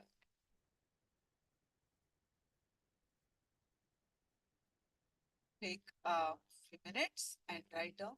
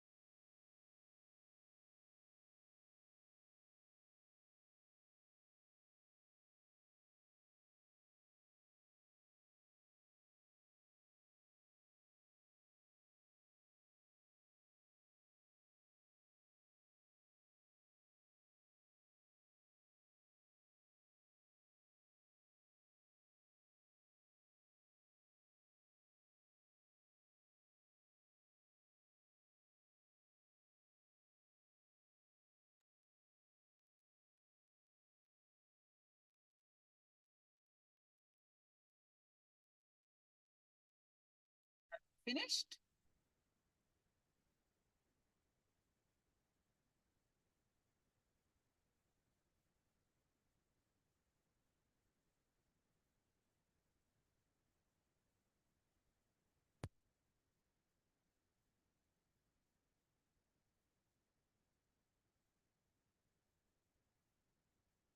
Now, let's enter into the power manifestation.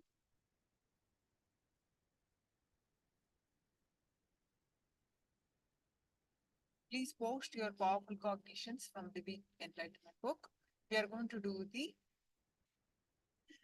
power manifestation of consciousness over matter.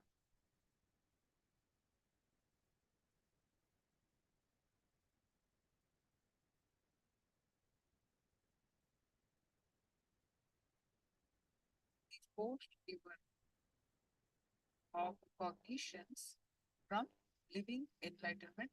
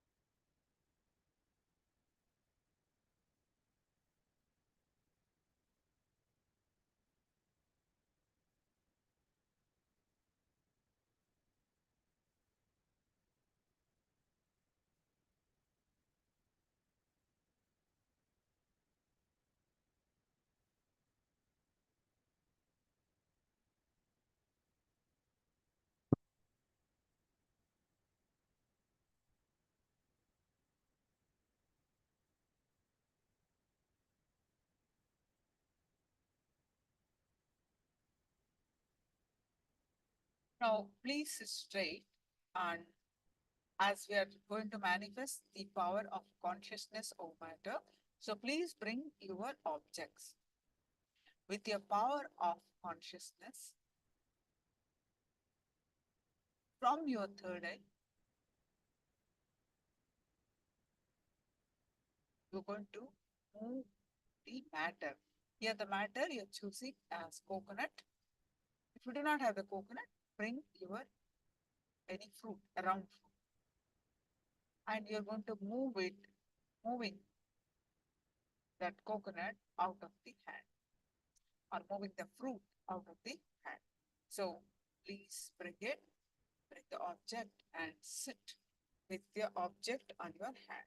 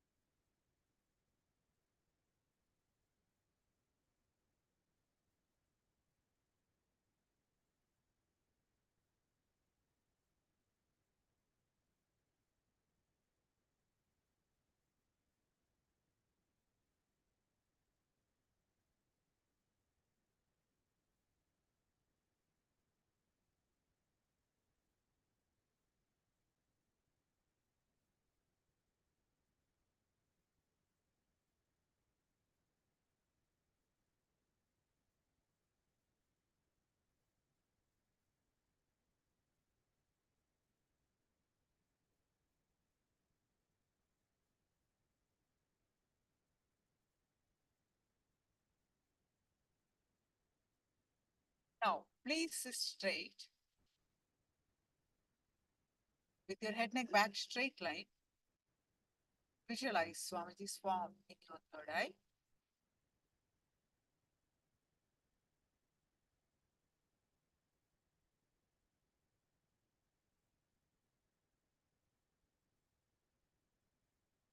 And start chanting the Mahavakya. Any thoughts that are coming now, let it come, let it go. You bring your attention back to your chanting of Mahavakya. and experience the space of oneness. With that space of oneness, manifest, declare the object to move out of your hand to and manifest the power of consciousness over matter. Now, objects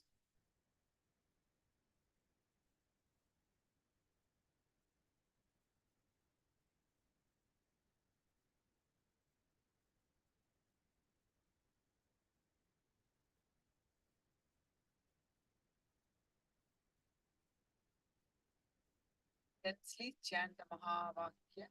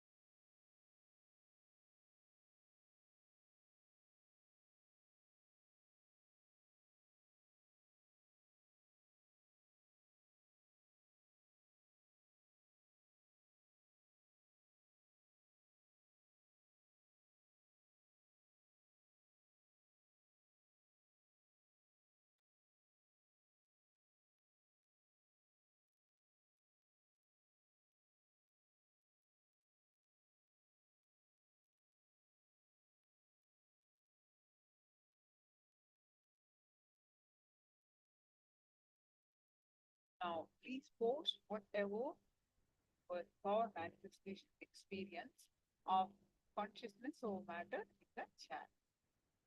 Please share your experience.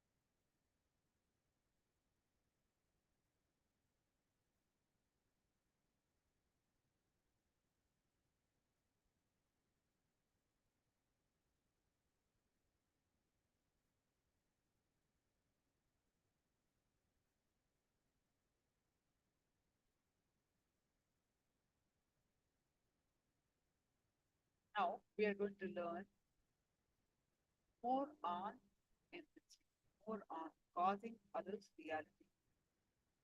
See, when you contribute to others, light explodes in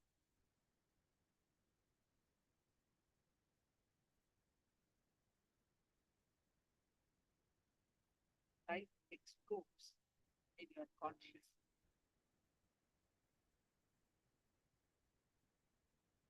That's what learn from Swamiji, various substance compilation of various substance on contribute others. Light explodes in your consciousness.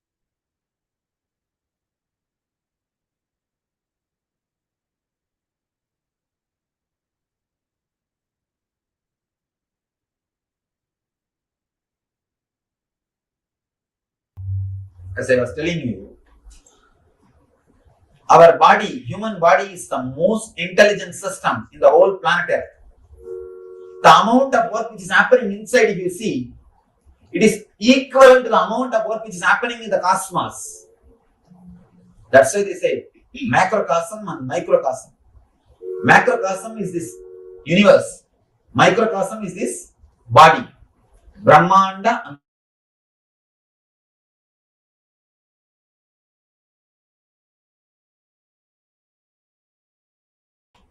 Pindanta means the universe in miniature form. It is not just the body. It is the universe in miniature form. This universe in the miniature form.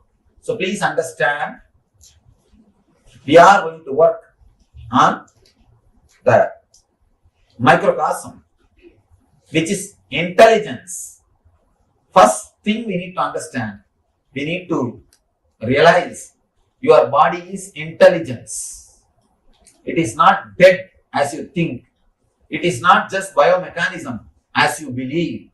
It is living intelligence. It responds to your thoughts. It responds to your thoughts. A simple experiment. If you close your eyes and remember your enemy, enemy means person who gave you money and asking back. To whom you gave money who is not giving back. Just remember that person. Within 2-3 minutes, the BP will increase. BP will increase. And the pulse rate will change. Your whole temperature will be different. Means what? Your body responds to your thoughts. Your body responds to your thoughts. Same way, any scene or coding which awakens fantasy, immediately the body temperature is different. Immediately your body is different. Please be very clear. Your body responds to your thoughts. If you are frightened, if you are suffering out of any fear, if you have a fear stroke, immediately you can see your body temperature is different. Your body continuously responds to your thoughts. It is pure intelligence. Here, we are going to work on the Vada, Pitta and Kapha. The toxins which we are having inside our system. And one more request again, I tell you, if you want to experience meditation or if you want to experience the spirituality of God, do NSP or Atma Spurana, Healers Initiation, those programs. Here, purely health, and ask only questions related to health. You can put any questions related to your health, or if you want to ask for healing, ask for healing. Let's work only on body. First thing, now we are going to work on removing the toxins from the body. It's a meditation. I cannot call this as a meditation. I can say it's a kriya, because the word meditation has got a different meaning. These are all kriyas to awaken the energies of your body, to clean the body. I can say it's one of the important kriya from Ayurveda system.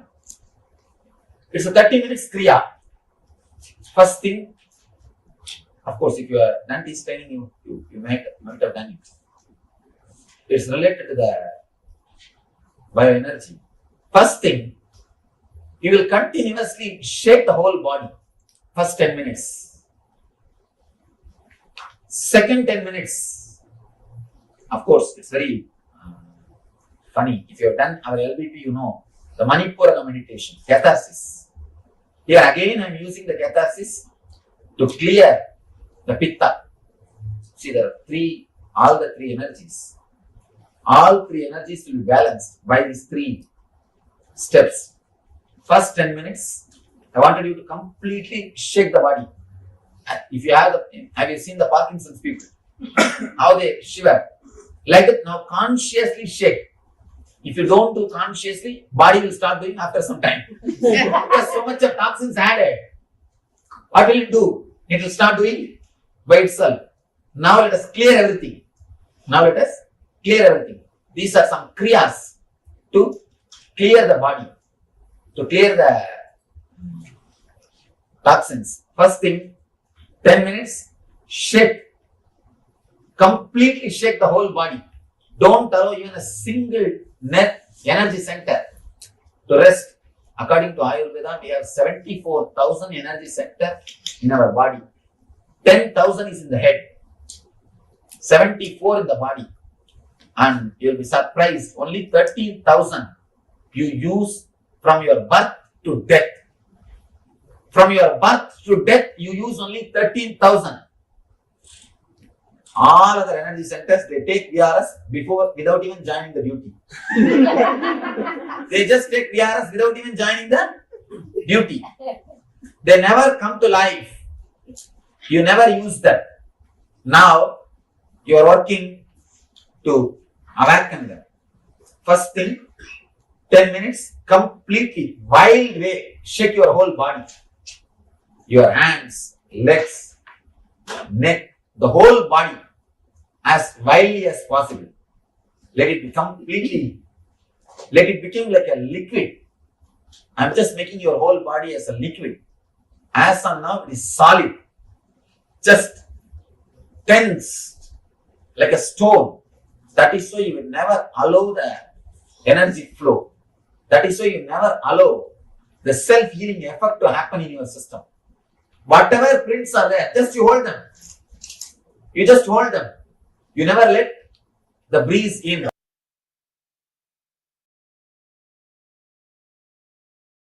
Let me tell you the exact science. Please understand.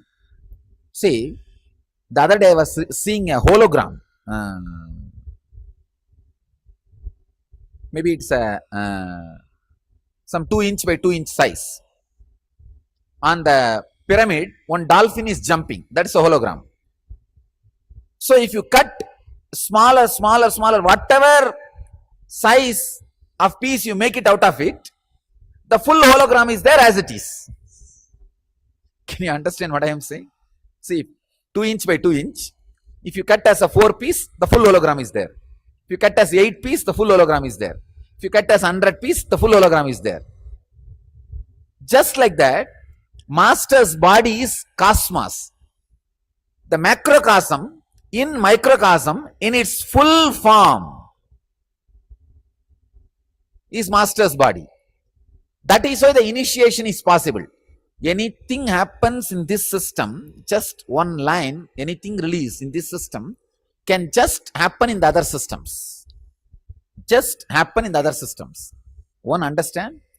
The Master's body is like a smallest possible hologram of the cosmos.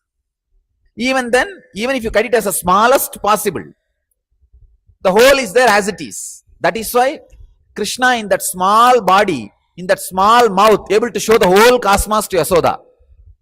He just opened the mouth and Yasoda saw the whole cosmos.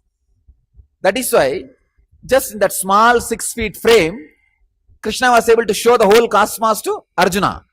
Arjuna was not hypnotized. Don't think that fellow is such a dull-headed, he can never be hypnotized. No. You live around such a charismatic person like Arjuna, like Krishna, and go on questioning him for 18 chapters. I cannot conceive the dumbness of Arjuna. I only can justify it as, oh, he did it for the sake of us. It is only justification.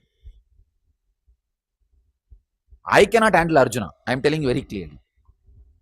See, it is almost like much more than 10 inner awakening in the war field. What I do in 10 inner awakening, this poor fellow Krishna has to do in war field. It doesn't have mic, doesn't have a setting, silent atmosphere, doesn't have the ambience, and all the fellows other side are waiting. And he has to give all the theories and theology and philosophy and whatnot, and has to show the whole Vishwarupa.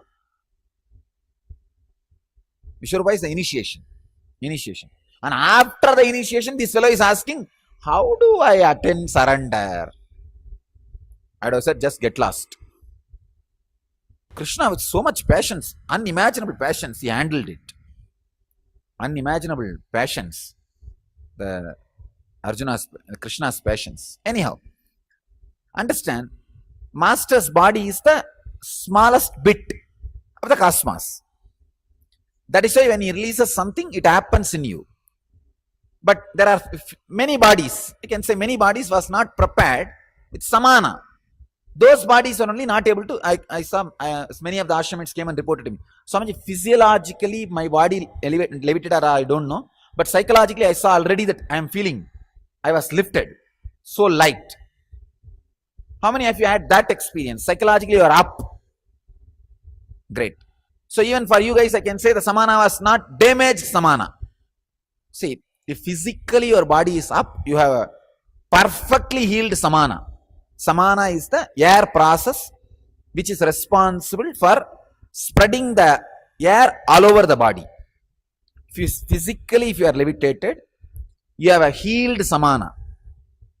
If you are only psychological levitation, you don't have any wound in samana. But if you have neither psychological nor physical levitation happen, means your samana needs to be balanced now, needs to be healed.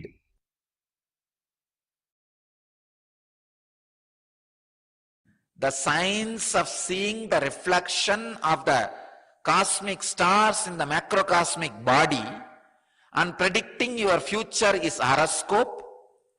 The science of altering the reflection of the microcosmic stars in the macrocosm and making that in tune with what you want in your life is the science of giving boon, kalpataru.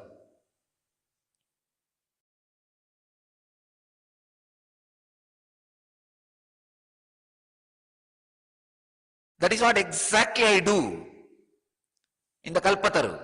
I look into your eyes, stop the deflections and restlessness created by this Raman effect in your inner space, the microcosm stars.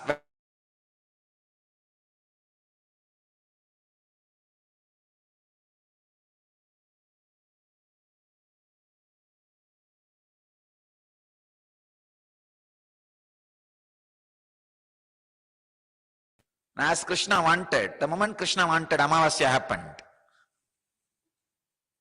The moment these things are wanted, all right, let him have it. Immediately the grahas alter and stand as you requested or what you wanted. Then simply that happens in your life. Krishna did the same thing. He saw in his inner space, saw the reflection of the sun and the moon in him beyond the Raman's effect.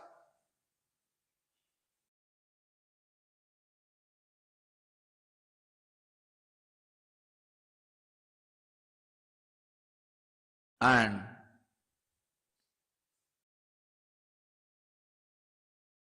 he just looked in and he saw the sun and the moon were supposed to meet tomorrow. Just looked in and felt, let the Amavasya happen, let both of them meet. The meeting has started happening and he started giving Shraddha. When the meeting has happened in the inner space, it has to happen in the outer space. Both of them landed and meeting has happened. Amavasya was preponed.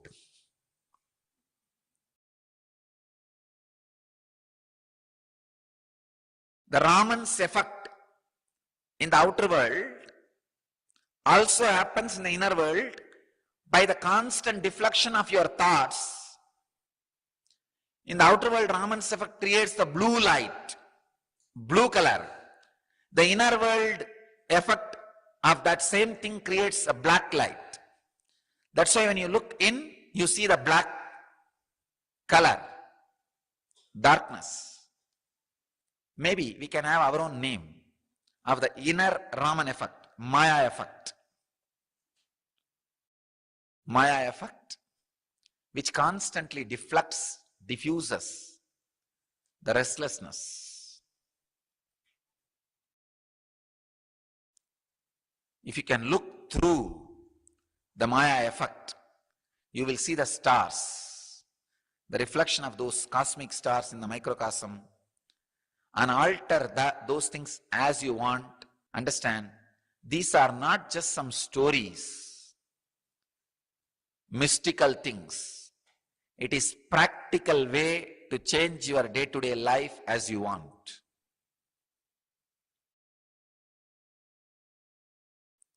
Just yesterday, one of our devotees went to a very famous astrologer.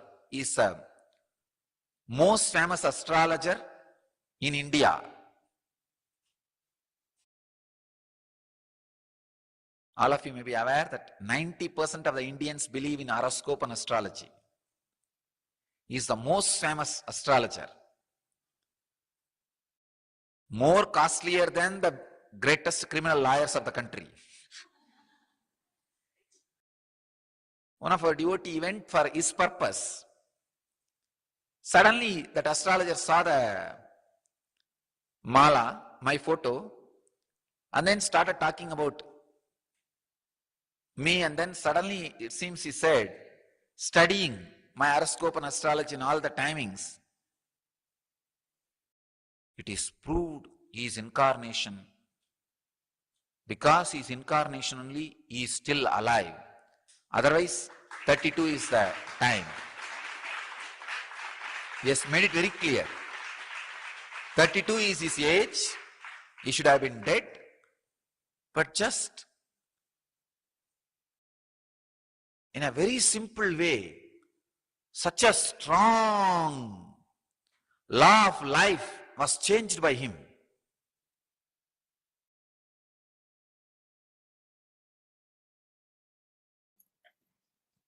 We are on the breathing space of Shiva, Mahadeva.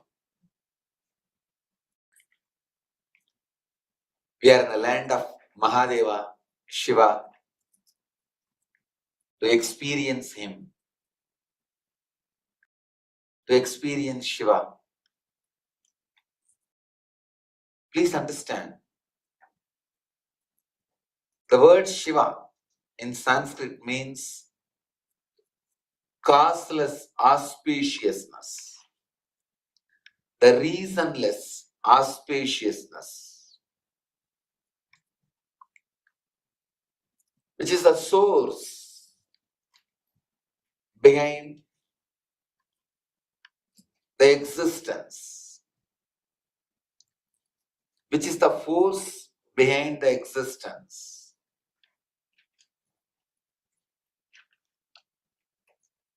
This force assumed human form also and moved in the planet Earth. This land is the land where the source assumed the human body and moved around in the planet Earth. And when a divine assumes the human frame, it can any time go back to the higher frequency and reside in that formless state, or reduce the frequency again, assume the human frame. Mahadeva has done thousands of leelas by assuming the human body and again relaxing into the formless energy. This area, this part, this land is the space where he assumes the human body, performs the extraordinary miracles, and again relaxes into the formless energy. Force becoming form, form again becoming force, happens in this very land, KAILASA.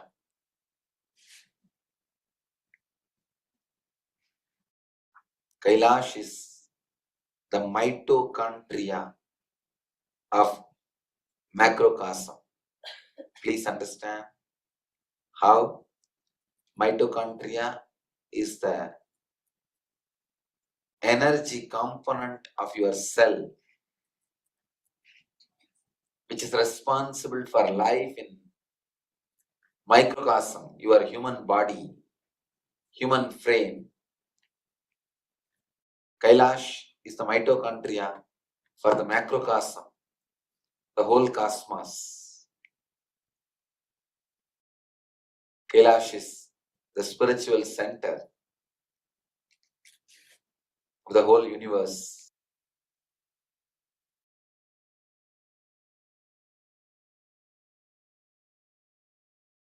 fourth verse in Isavasya Upanishad. Please recite along with me. Anejadegam manaso javiyaha nainatteva apnuvan purvamarshad tattavato anyanatyeti tishtattasmin napo matarishvadatati.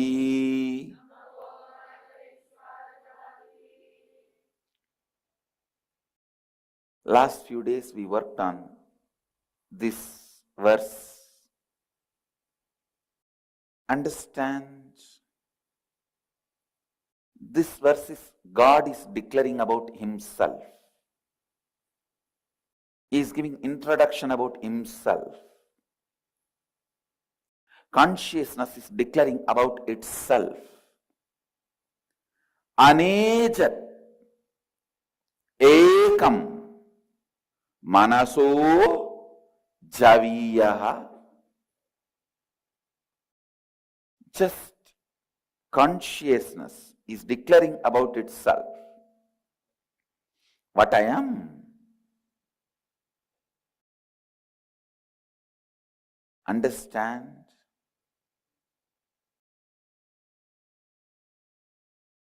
Sanatana Hindu Dharma is such, whatever it revealed in its scriptures, yet to be discovered by science, but not lies. Please understand, science is yet to catch up with us. But just because science has not yet caught up with us, does not mean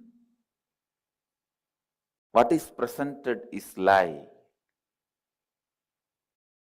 Just the other day I was reading in the internet, they have discovered billions of times bigger black hole than the sun. They have discovered a black hole in the cosmos which is billions of times bigger than the existing sun. Andanda Kodi Brahmandam. Much, much, much before.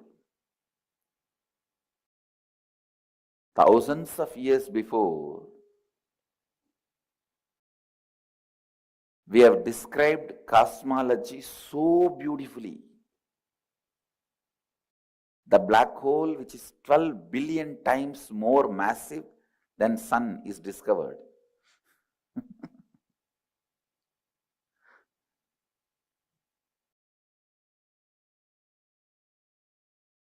Understand?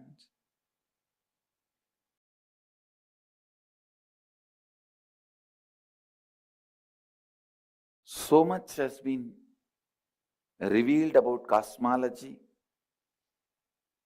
by our Upanishads, Vedic tradition, even about the number, time. When we are reading, we saw Kamikagama describes trillions. Up to that number, we have a specific word.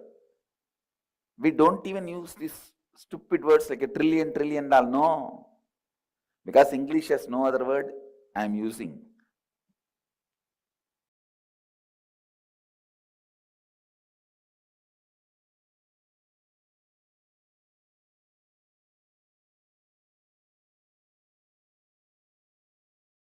$100 million trillion is parartha. We have a word for all that.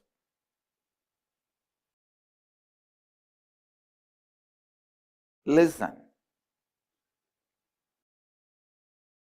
Because Science is yet to catch up.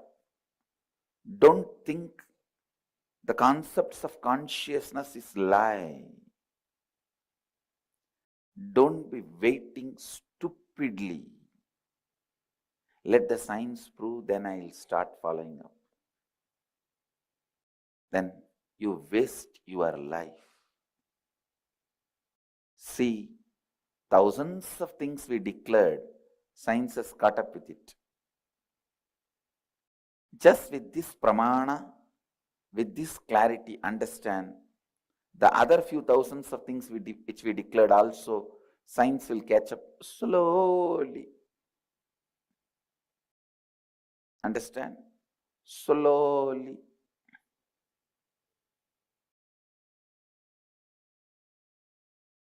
Anechat ekam manaso javiyah nainatteva apnuvan purvamarshat. This is the declaration by consciousness about itself. The super consciousness is declaring about its existence, about what it is. Not only we have revealed so much about the cosmology, the impact of the cosmology on your everyday life. Please understand, no other tradition has such precise knowledge of today should we travel to the villages in the south side or north side based on today where the Rahu is there or Ketu is there or Saturn is there and Chandra is there. Even the day-to-day decisions, the Pindandas, mere simple actions also are decided by the Brahmanda's existence and aligning with it. Yesterday one devotee came and asked me, I want to stay in the house itself and volunteer. First thing I asked, what's your nakshatra? I said, no, wait till Guru Purnima. Such a simple decision. Whether you want to be in this ashrama or in the house, such a simple decision. I look at the reason. Is there any reason from cosmology? If it is only an individual involved, the cosmic alignment is supporting that individual's decision, then I'll say Tathastu, do it, blessings. When it is not aligned with the cosmology, wait a little bit. Even such a small decisions, we look up. See the alignment with the cosmology, alignment with the cosmos.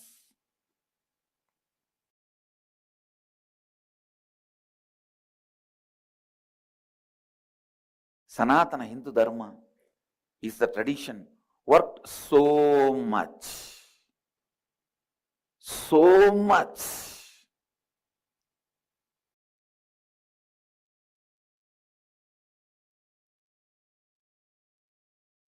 about the cosmos and the powers impact our body and mind and the science of aligning ourselves with it.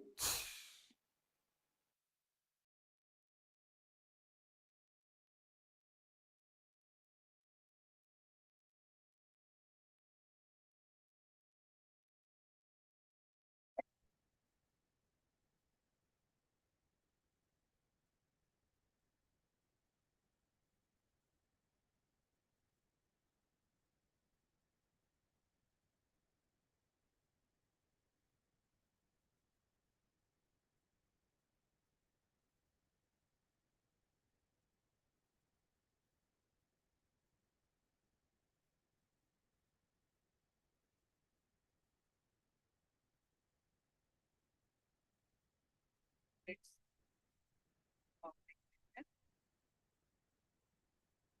energy, makes and incarnation. When you contribute other people's life, that makes you an incarnation.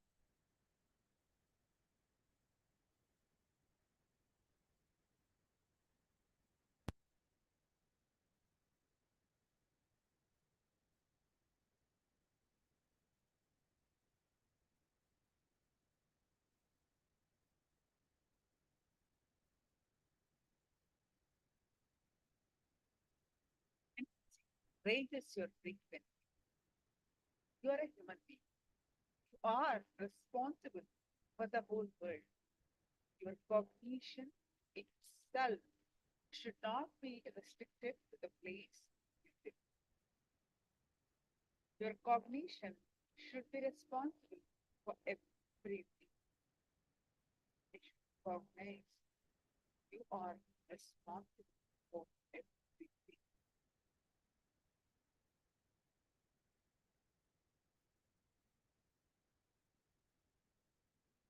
Bring right cognition into your life. Take cognizance of everything happening around you. Responsibility means having higher cognition in your life. Bring enriching to your own life. Even when you breathe out, remember you are releasing oxygen for the sake of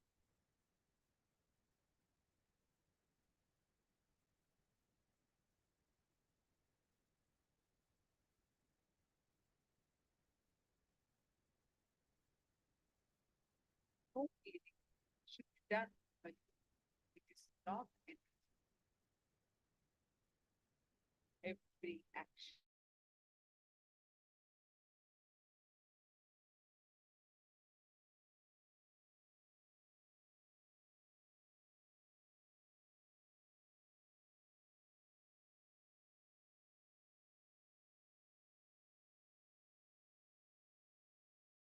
Feel good about you.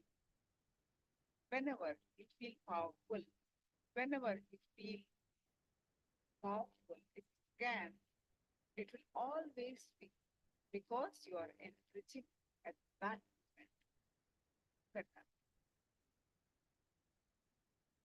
When you feel you are loving or loved, when you feel you are powerful, when you feel people are supporting you or you supporting others, whenever you feel powerful, whenever you feel energetic, alive, look into your life. When you take the responsibility for your body, suddenly your organs have become alive. Your body is sure. When you take responsibility,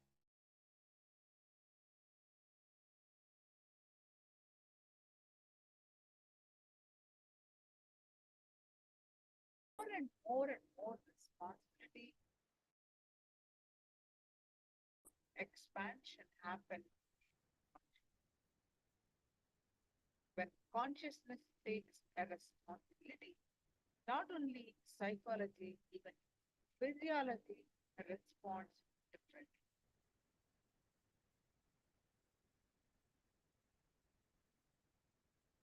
Nothing can be added. How much I will grab things or people, places or objects, you will not be living with it. If you are established in compassion, even if your body is taken away, you will be able to experience whatever you want without that body. But if you are established in vengeance, even if you have the body, you will not be able to experience what you want.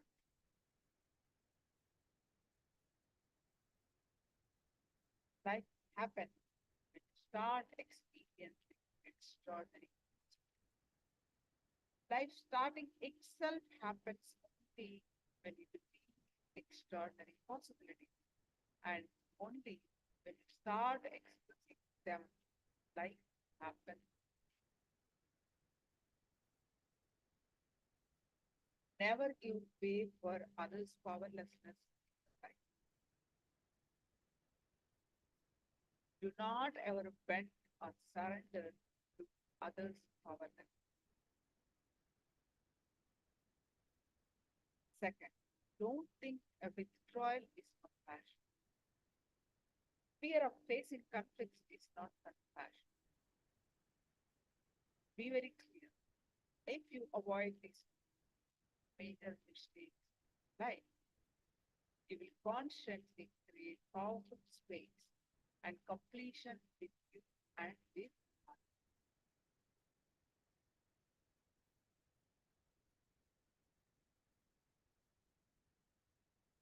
Judge who has the power to judge, and judges will only be judges. Maybe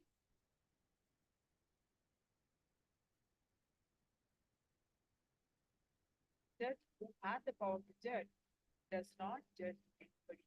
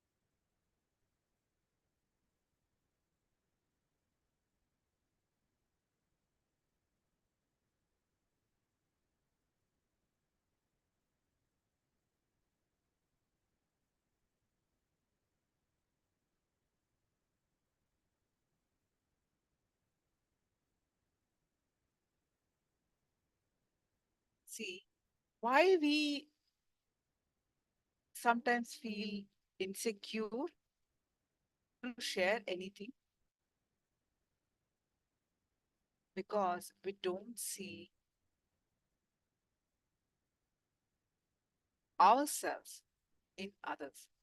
The one who sees himself in everybody, the one who sees everybody with equal vision,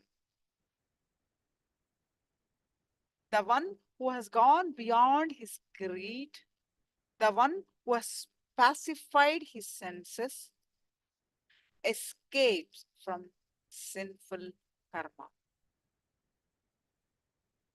Now, let's listen.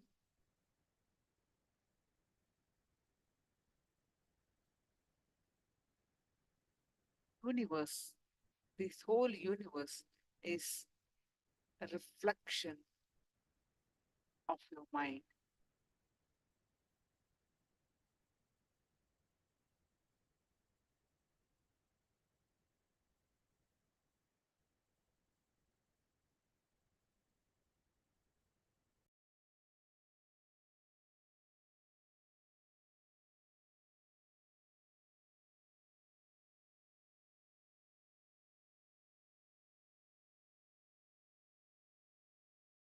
Truth.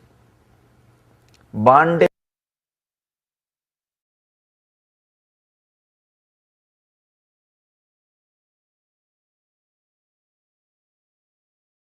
since in truth, bondage and freedom are relative, these words are only for those terrified with the universe. This universe is a reflection of minds. As you see many suns and water from one sun, so see bondage and liberation.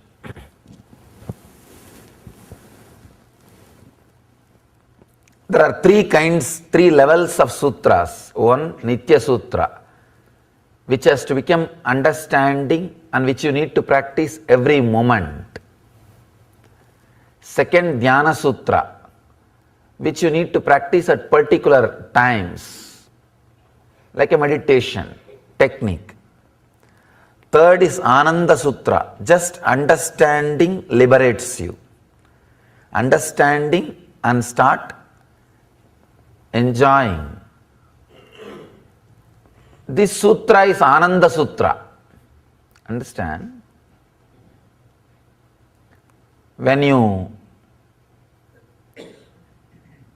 have particular set of understandings and live your life with that understanding, disciplines expressed by you with that understanding, by that understanding, automatically you release a kind of energy. It is a scientific fact. Understand this.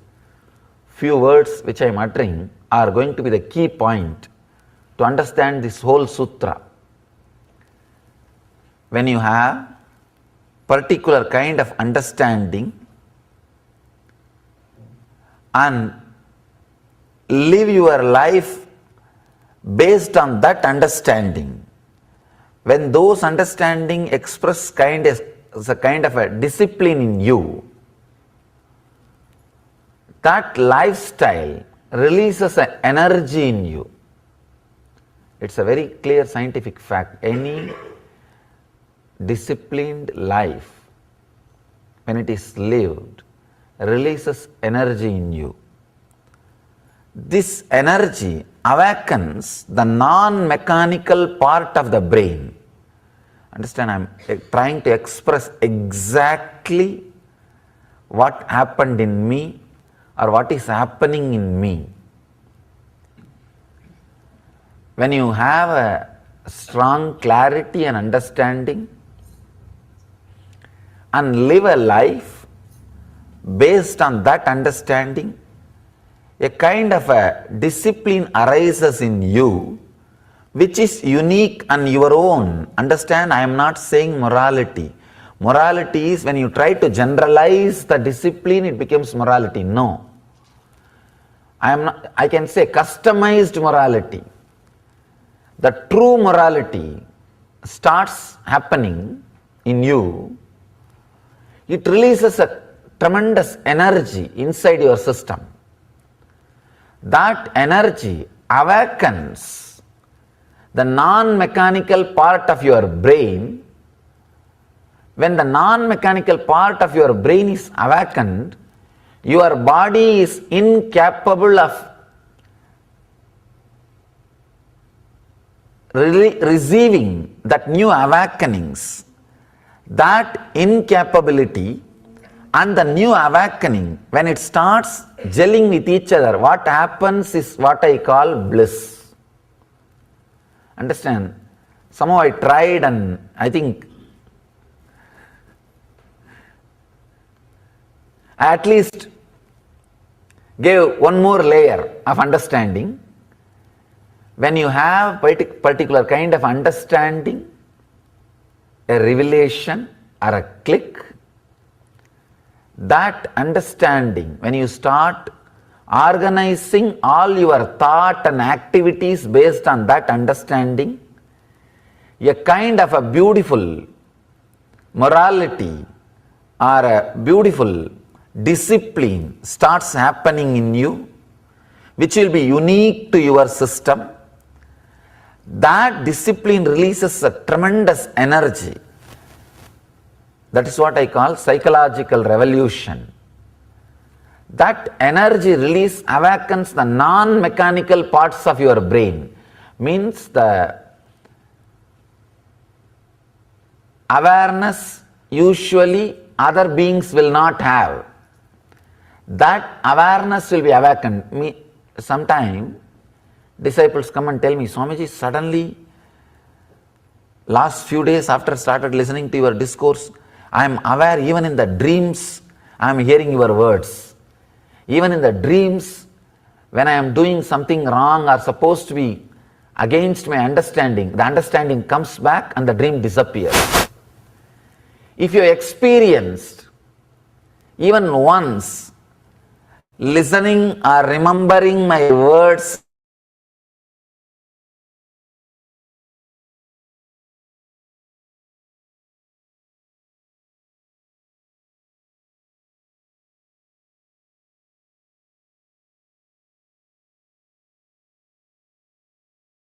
your own, when the cosmic constitution is understood by your being, you just fall in tune with that cosmic constitution. As on now, you are all in tune with the constitution of a particular country where you are staying. That is why you are outside, not in prison. Whether you want or not, your body and mind is in at least following. I may not be able to use the word in tune, at least following the constitution of that country.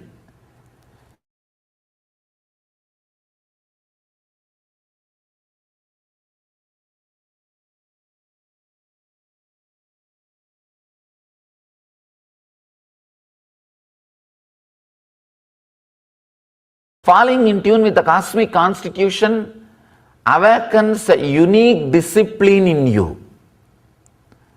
Continuously your thinking process comes back to that understanding, to that clarity, to that revelation. You are applying that thought, the understanding as a key in every situation. That releases a tremendous energy in your system.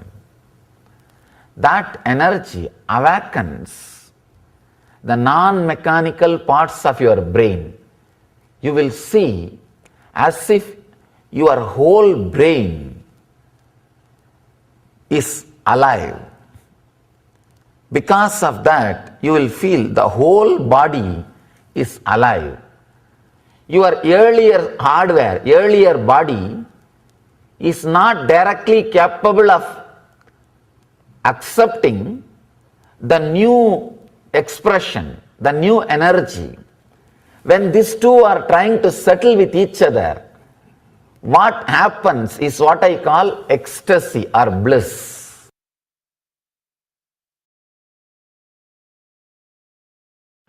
Here Mahadeva says, continuously use this as a key. Understand, this is a very small key. Every step remember, objects and desires, fear, worry, all the samskaras, just like how all of them are in my inner space, they are all there in everybody's inner space. Understand?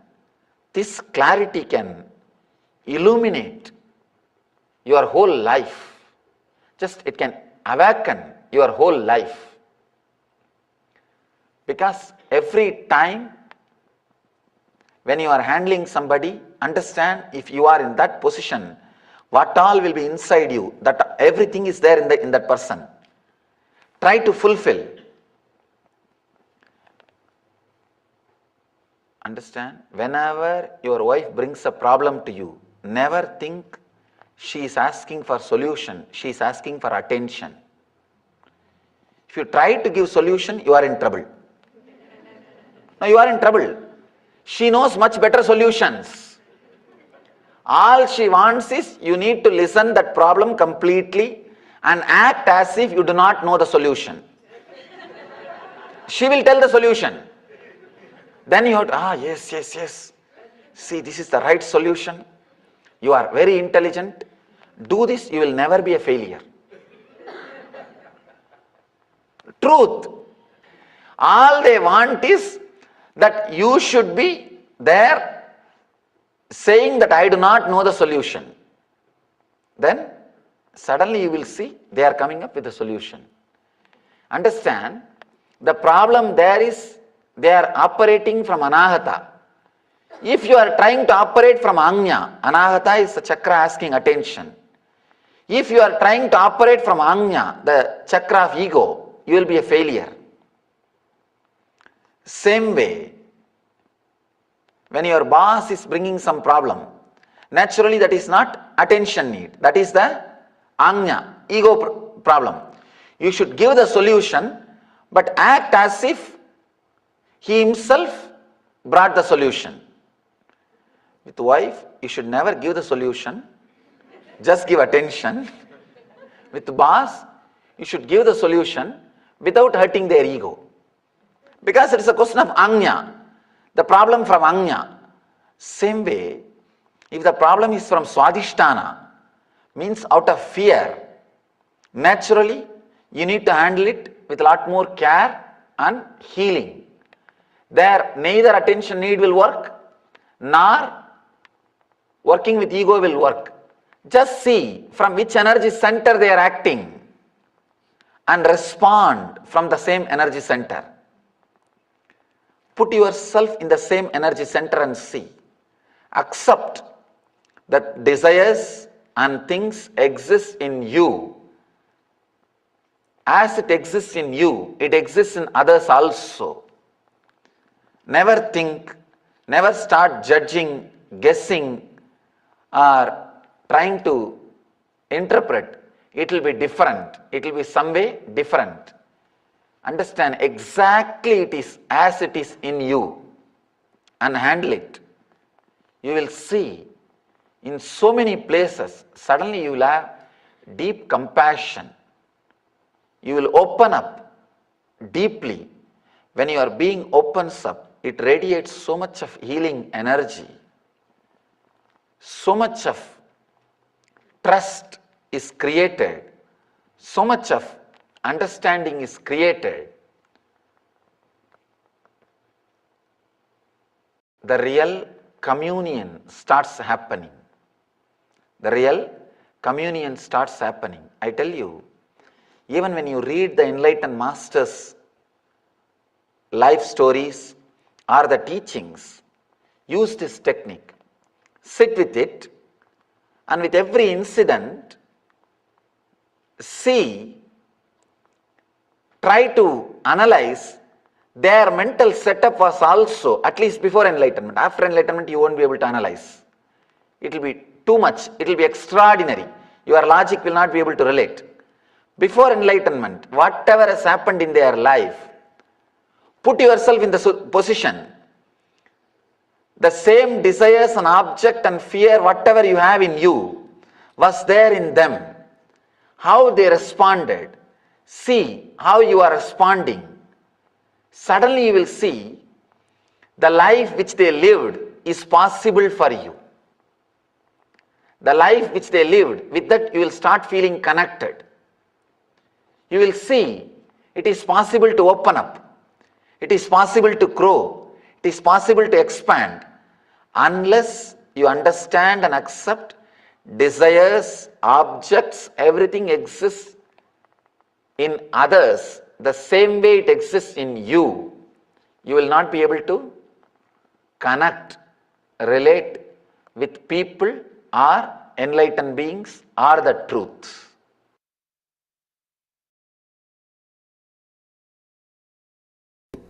If you stay inside your boundary, you will be in the present moment. You can see in your life, morning when you come out of your bed and start brushing your teeth, you are already in the office. Your mind is thinking about the office. When you are sitting in the office, your mind is thinking about evening beach. When you are at the beach or the place, your mind is thinking about the temple lecture. When you are here, now your mind is thinking about when the Swami will end, I can go to the house and relax. When you are in the house, when tomorrow morning will come, we can go to the office. If you are here, one thing is sure, your mind is not here. You don't stay inside your boundary. Your bodies are not your homes, your lodges. You put the luggage and go around for sightseeing. They are not your homes. That is why you don't feel homely inside your body. Understand? Your bodies are not your homes. As on now, they are lodges. You put your luggage and they are there. You just go around. That is why sometimes guests come and, oh, nobody is there, empty. Why not let me also leave? Ghosts.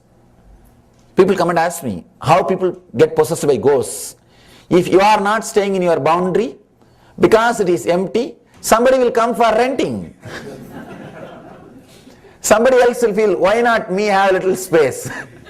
After all, nobody is living there.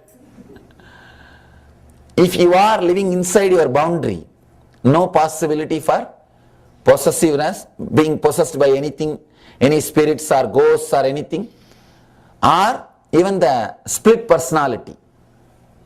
People ask me now, next $1 million question, is there ghost Swamiji? Don't bother whether it is there or not. The problem which comes in the name of being possessed happens when you don't stay inside your boundary. If you just sit in the bathtub, this level water, neck level, and feel the boundary, and just sit inside your body, feel you are sitting inside your skin. The skin is your boundary. You are not going anywhere else. Just observe what is going on inside the body. Do you have any small pain anywhere? It's like just doing small, simple overhauling or taking accounts. All the bones are there in their place. Or you are able to feel all the parts of the body. Just once in a while, it's like accounts. You don't need to do it like a big meditation technique. Just 10-20 minutes. Your boundary, see, you spend at least 1 hour every day maintaining your body, taking bath or giving food. That 1 hour just be inside your boundary, you will become enlightened. People come and ask me, Swamiji, give some meditation technique for busy people. I am too busy in my life, busy without business. Can't stand in one place, but it doesn't have anything to do. It may not have anything to do, but it can't stand in one place. So we are busy, but with no business. People come and ask me, give me some technique for busy people. I am too busy, I can't do meditation. I tell them, do you eat? Yes. Do you take bath? Yes. Do you brush your teeth? Yes. Totally per day, how many hours or how much of time you spend on your body? At least 1 hour. Brushing, taking bath, washing yourself and eating. At least 1 hour. All put together 1 hour. That 1 hour decide, you will be inside your boundary. That 1 hour, when you brush your teeth, you will feel only what is happening in that area. When you are taking bath, you will feel only what is happening all over your body by the water. When the water is being showered on you, just feel what is happening. You will not think about your accounts. You will not think about shouting your subordinate. You will not think about your boss. Just be inside. Enjoy that 1 hour every day. Just be with your body. Nothing else is required. You will be integrated. You will not have split personality. Split personality happens to you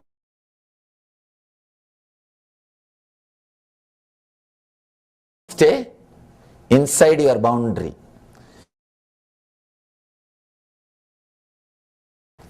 They will be very powerful on you if you integrate yourself, because unless you integrate yourself, you will not even know in which sense you are established too much. As on now, understand, sometime you may think, people come and tell me, Swamiji, I am too much caught with my tongue, I eat like anything. But if I see their energy, they are caught with their lust. It is not tongue. Suppression of lust turns as a craving for food.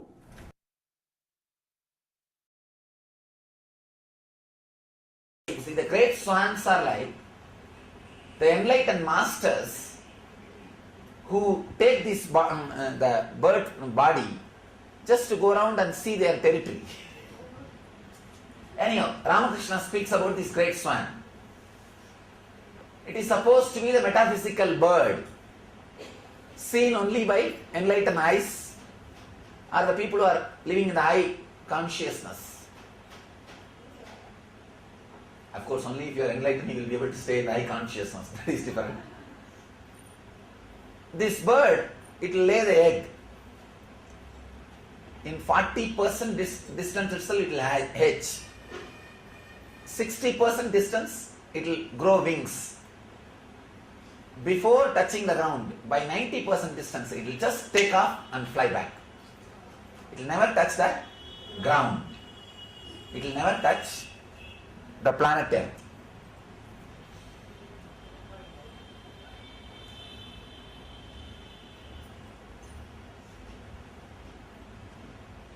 When the reflection of the swan falls on lakes or the ocean or river, when the reflection falls on the lake, all the fishes in the lake start jumping. Oh, some new fishes come, big fishes come. They all start jumping on the reflection and start playing with it. Some fishes jump this way, some fishes jump this way, some fishes jump that way. Some fishes are thinking, oh, what a beautiful fish, what wonderful fish. And they try to jump this way and that way. Some fishes start calling other fishes, hey, come quickly and come and see this fish. Beautiful fish, big fish, pretty fish, whatever you want to call. Some fishes will start even putting fence. Hey, only we can go near this fish quickly. You guys have to come? Yes. And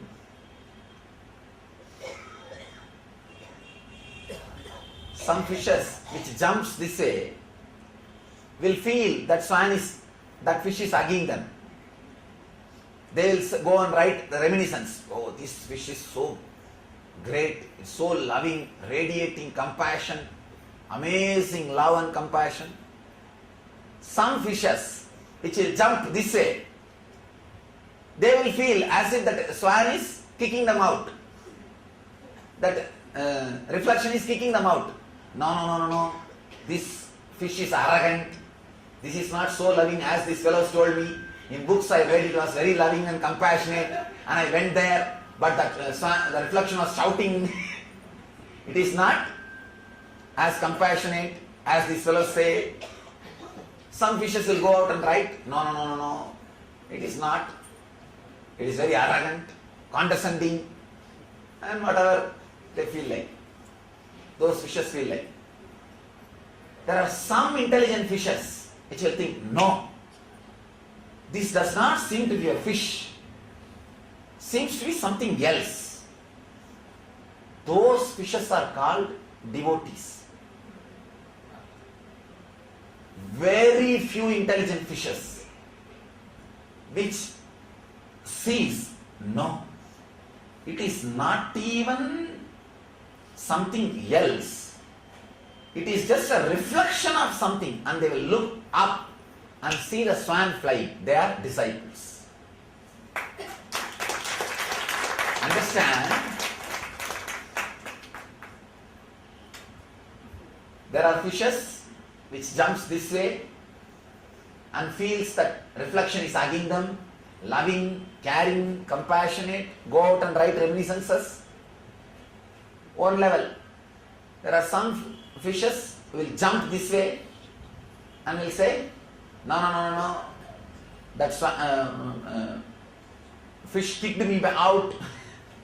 It is not loving, compassionate. That's one batch. Some rare intelligent fishes only will look. No, this is not even a fish like us. Something else. The moment the doubt is created, he is not better. See, there is a beautiful sloka in Gita. Whoever thinks Guru as a better human being has abused the divine presence. Guru is not a better human being. He is completely disconnected from this very idea of human beings. So only few intelligent guys get an idea. No, he is not a better fish or a big fish or different big fish or a beautiful fish or anything. No, he is not this species which we think. The very quality, the very brand, the very idea is totally different. Those people who feel that, who are fortunate enough to have that click, only they start becoming devotees, start living around or practicing very sincerely whatever is expressed.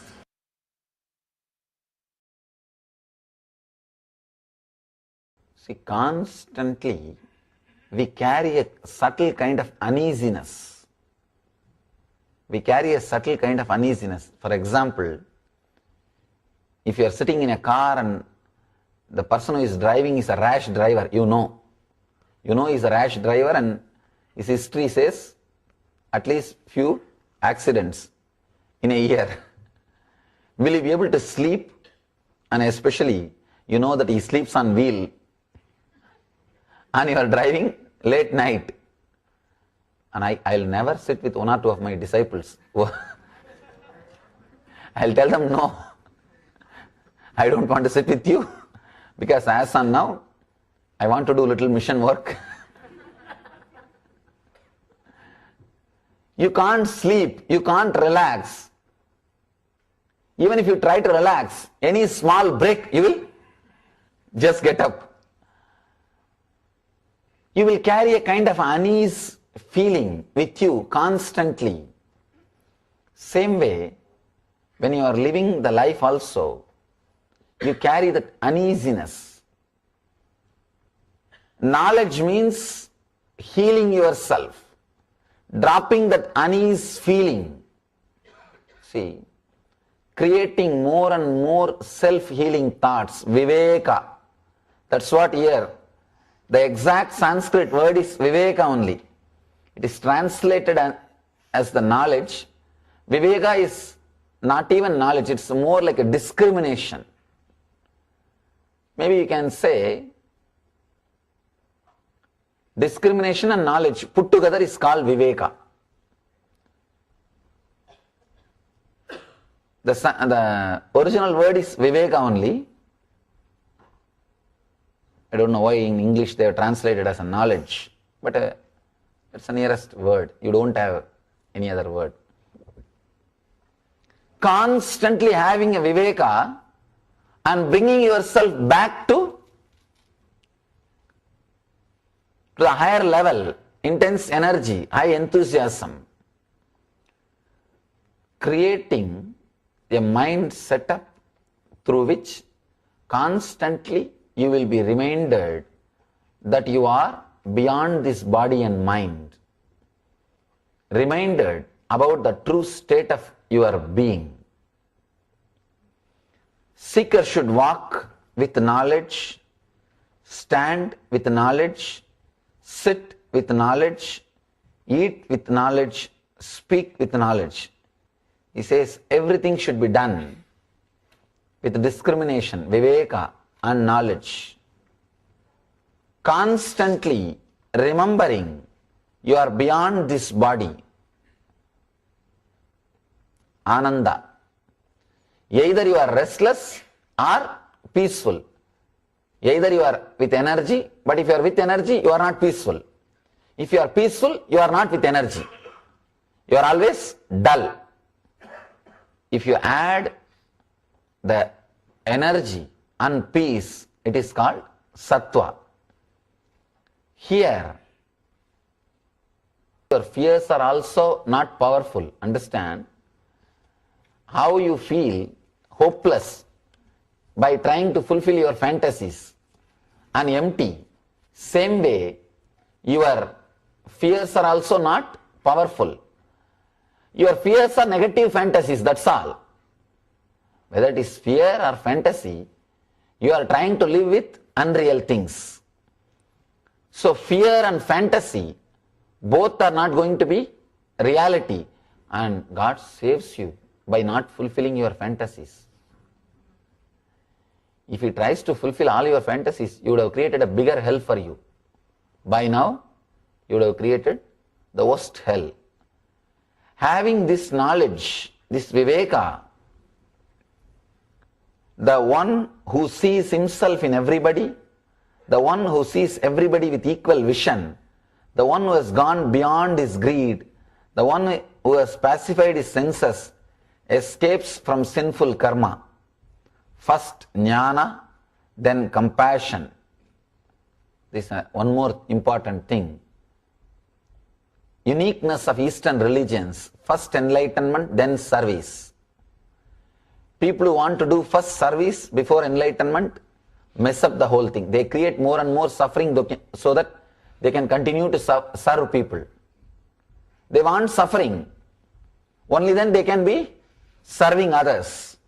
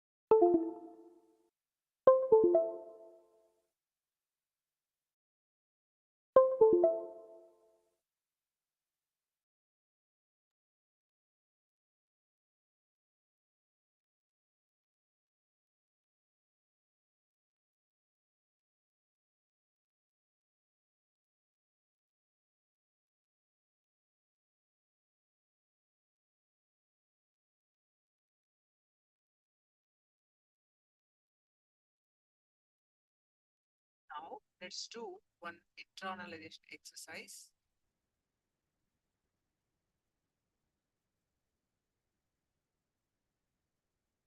Universe is a reflection. We have learned that the one who sees himself in everybody, the one who sees everybody with equal vision, the one who has gone beyond his greed, and the one who has pacified his senses, escapes from sinful karma. Step 1. Whatever is going on in your mind, just transcribe, don't judge. Write down for next few minutes whatever is going on in your mind.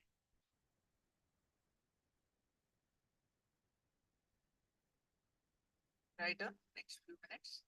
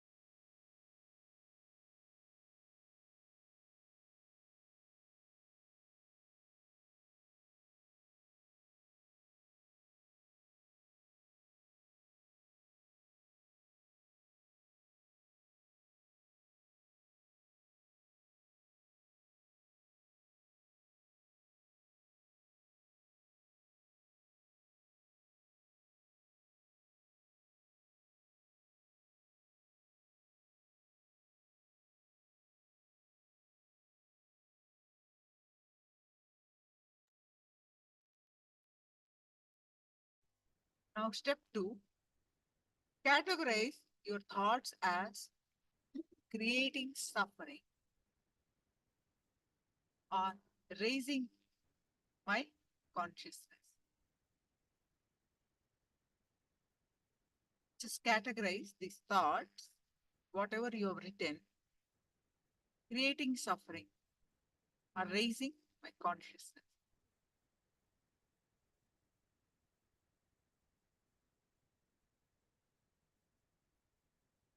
Whatever thoughts you have written, categorize your thoughts as creating suffering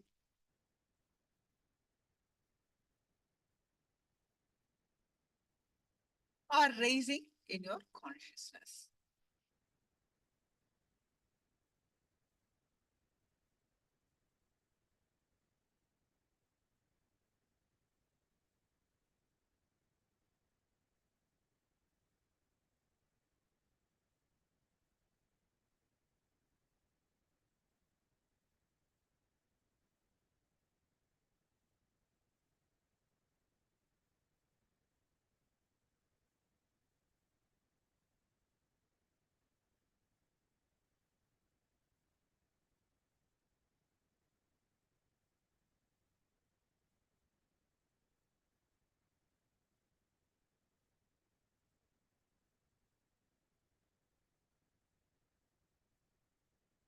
Did you notice 8 out of 10 thoughts are pulling you down, creating more and more difficulties?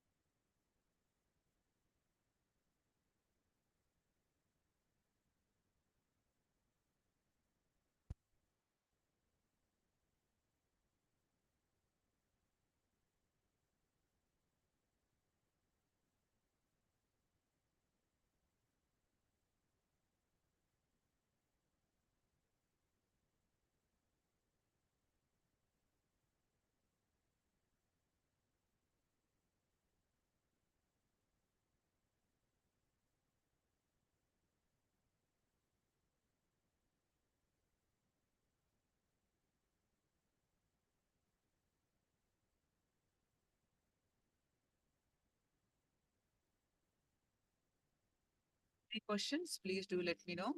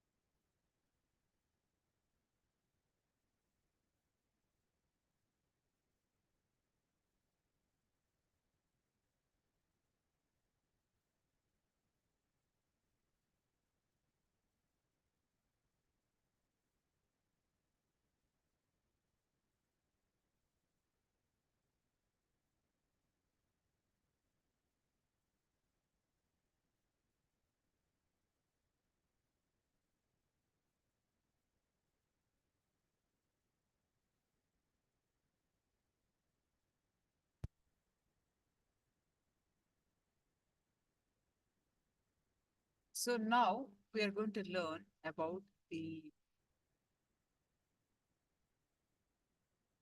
Stavaram Jangamam Vyaptam. What does it mean? You pervade in everything. Stavaram Jangamam Vyaptam is a Sanskrit word. You pervade in everything.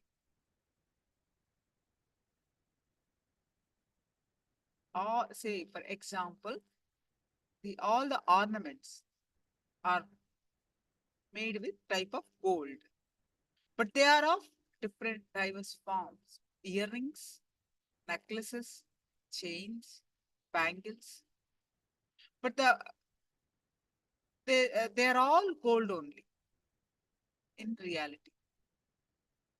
There are various kinds of, you can make, but the base is gold.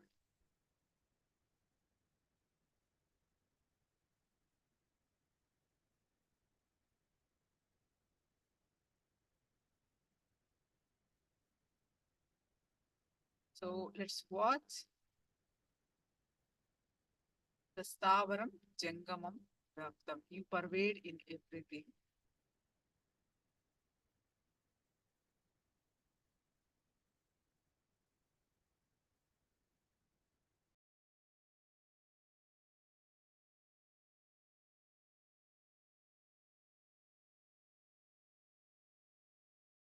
The fundamental principles of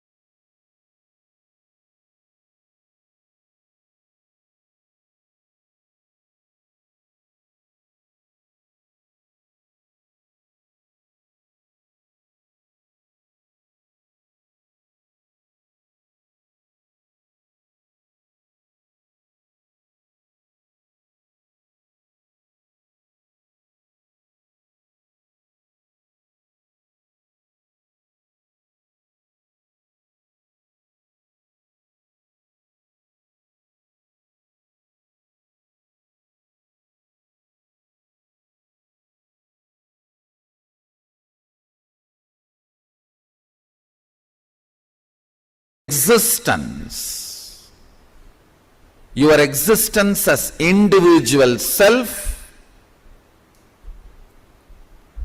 or your existence as part of the society, your existence as part of your family, your existence as part of your community, your existence as part of your country, your existence as part of the humanity, your existence as part of the cosmos. In every level of existence, there are some fundamental principles to manifest what you want as reality. Mahadeva, Sadashiva explains this science as Agama.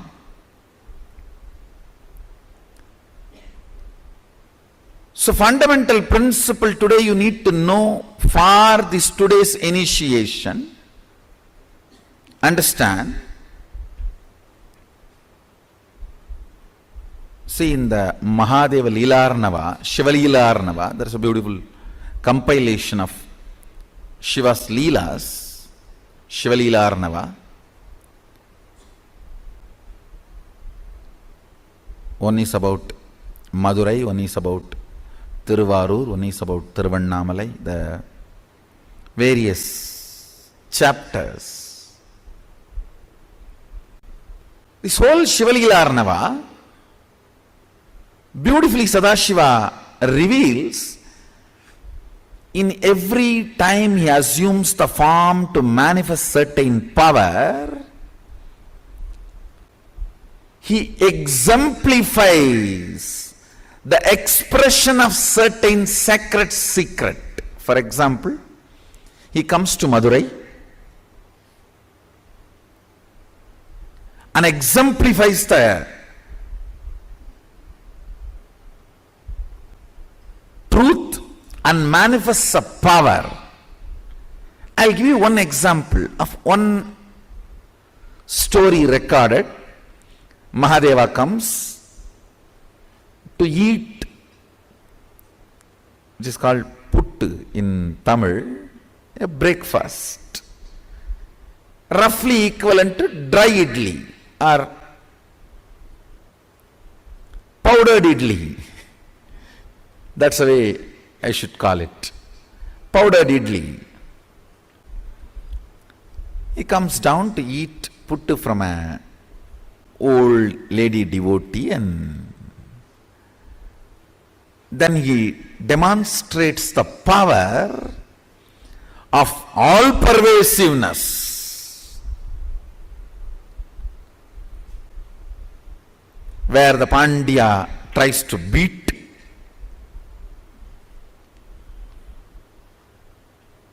Mahadeva with his ruling staff, which still has the mark.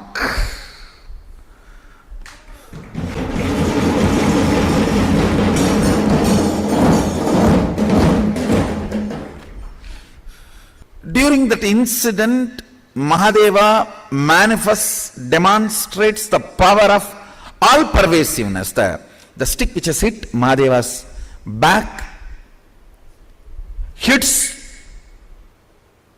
the back of all the animate, inanimate beings. Stavaram jangamam vyaptam. Animate and inanimate. Whole thing experiences that stick.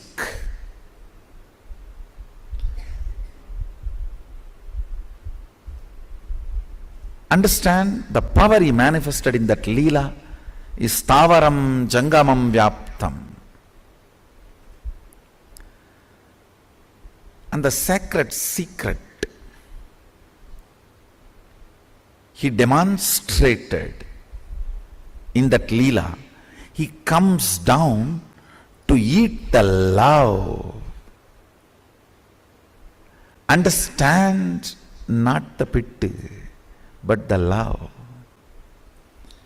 In your life, if you decide, you will eat only, you will perceive, enjoy, receive only the emotions, not the objects. You won't care about the matter, but about the experience. You will always be radiating the all-pervasiveness. Understand?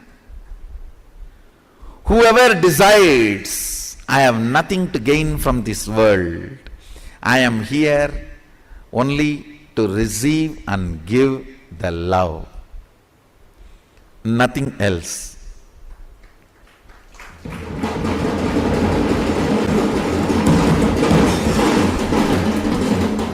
he receives the love of the Vandi, gives her the completion of feeling fulfilled.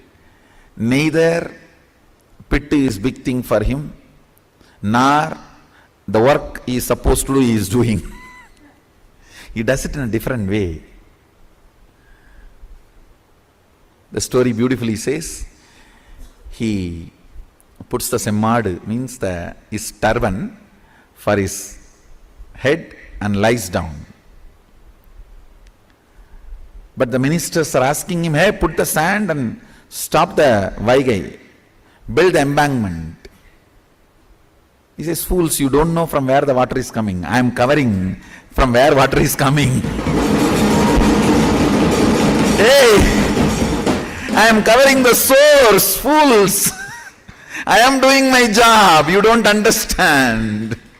It's coming from here, so I have to cover it here, not there.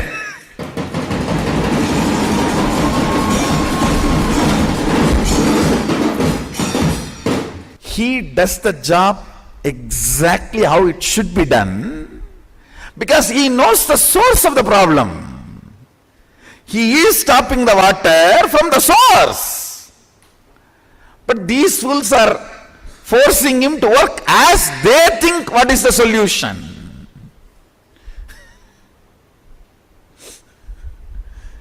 They think dumping the sand on the banks of Vaigai is the solution. That is the job he is supposed to do. But only he knows where it has to be tied. He demonstrates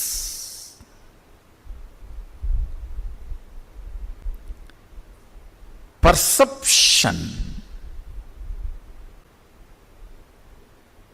as useless, immaterial. Listen carefully. If you decide to operate only based on the pure emotions, not matter based, means you are the force which drives you. Instead of fear and greed, if you change the fuel to love, you will manifest the power of all-pervasiveness. Love is the fuel for you to experience oneness. That is what he is showing in that one incident. Each incident, he personifies one sacred secret and he manifests that power which is expressed by that one sacred secret. If you want to manifest the power of all-pervasiveness, practice the sacred secret of love being your driving force, not fear or greed. That will establish you in oneness and that will manifest the all-pervasiveness power.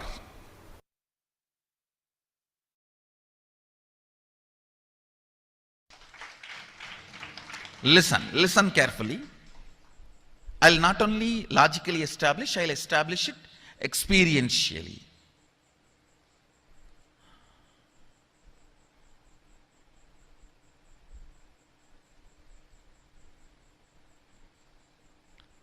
If you just internalize this thought current, you will experientially experience how all these are modifications of your own Atman, self.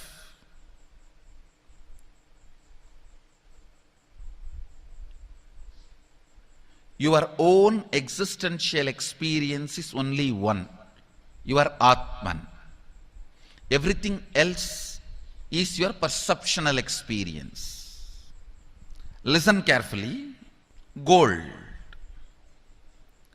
in its pure metal form, maybe in the form in which it is available for all of you guys to get to see the biscuit form. Pure 999.999 purity, something will be printed on it. It will be like a biscuit form.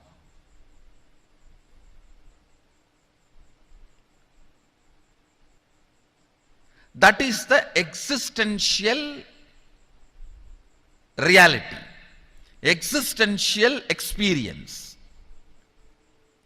Everything made out of it, whether it is a crown or the earrings or the chain or the udyanam or the ring, everything made out of it is a perceptional reality, not existential reality.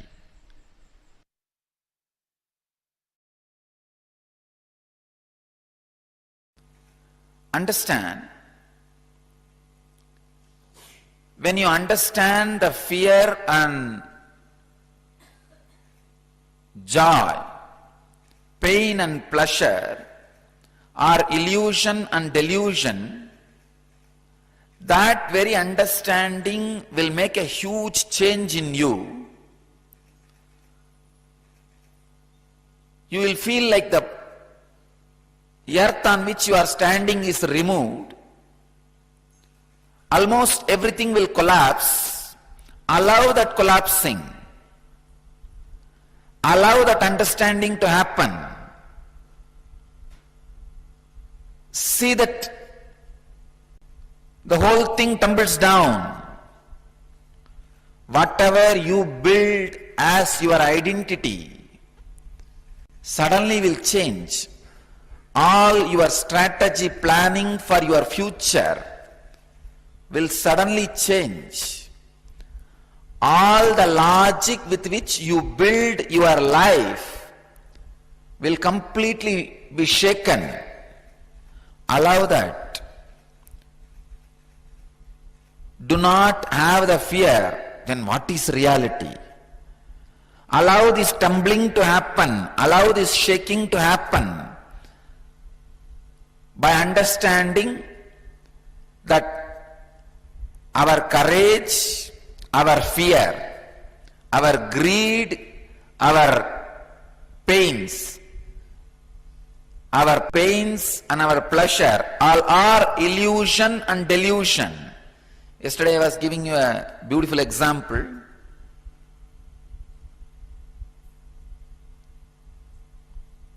Many times life actually tests you. Life actually wants to test your stability, your understanding, your strength. But in a very foolish way, you respond and react and create whole thing as a mess. Please understand. Many times life really tests you. Do you stand this fear, which is delusion? Do you stand this greed, which is illusion? Or are you going to react in a foolish way and create bigger problems, bigger mess?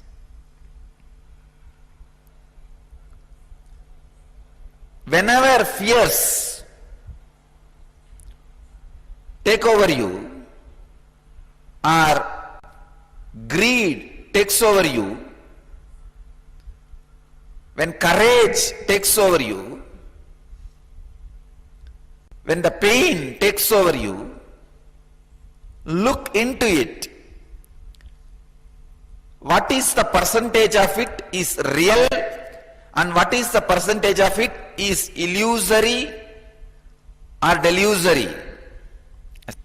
It may not be in the Oxford dictionary. Let's add in our dictionary. See what is the percentage of it is contributed by the illusions and delusions, and what is the percentage can be attributed to the real incident may not happen in your life. Let me give you a story. I have a story for you. The FBI had an opening for an assassin, so they started interviewing people. After all the background checks, interviews and testings were done, there were 3 finalists, 2 men and a woman. For the final test, the FBI agents took one of the men to a large metal door and handed him a gun. We must know that you will follow your instructions, no matter what the circumstances. Inside the room you will find your wife sitting in a chair. Kill her. The man said, "You cannot be serious. I can't shoot my wife." The agent said, "Then you are not right man for the job. Take your wife and go home." He was sent. The second man was given the same job.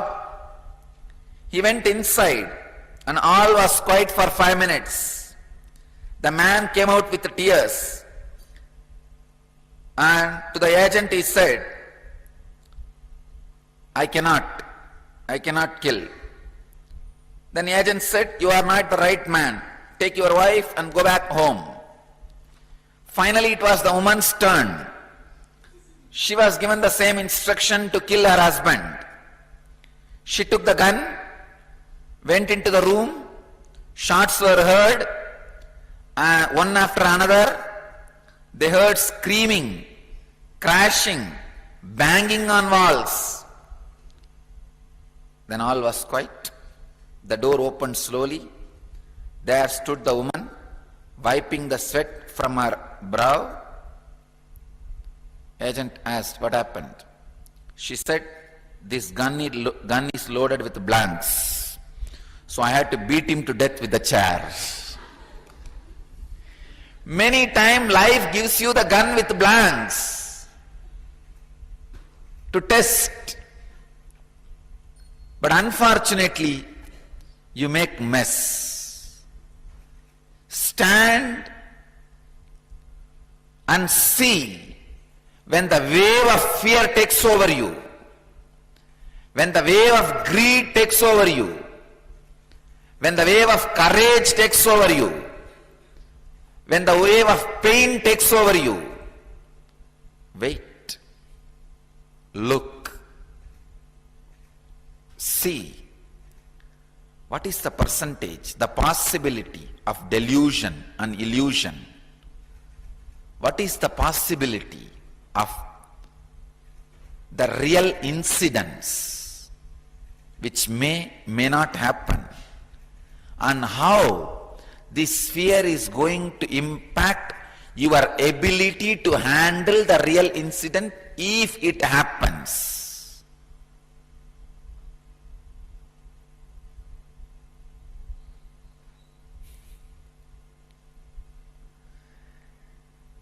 The ability to face, the ability to look, the ability to see. Please understand.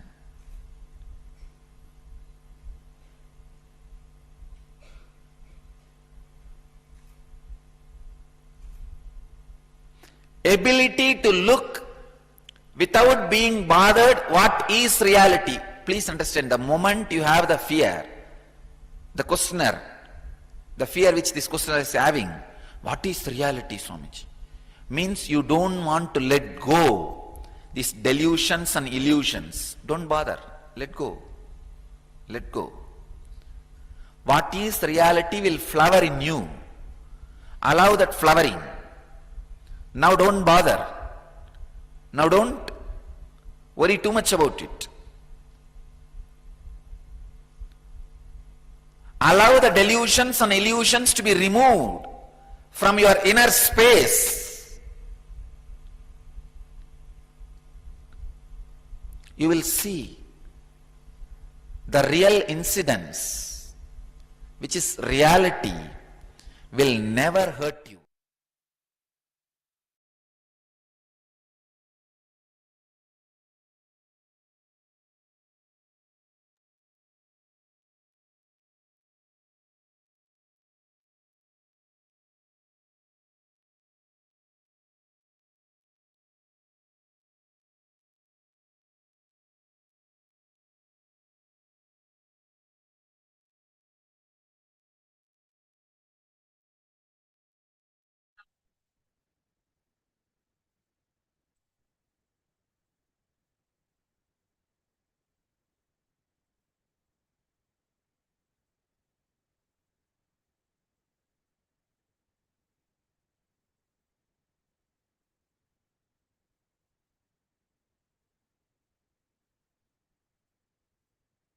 earlier learned, right? Even though all the ornaments made in the wood are look different, but the base material same wood, okay? Same way, pots. Various kinds of pots are made in jars, pots, vessels, big, small, round, narrow, different shapes. Forms may be different, but the mud, the base, all of them are made with mud in India. So various kinds of implements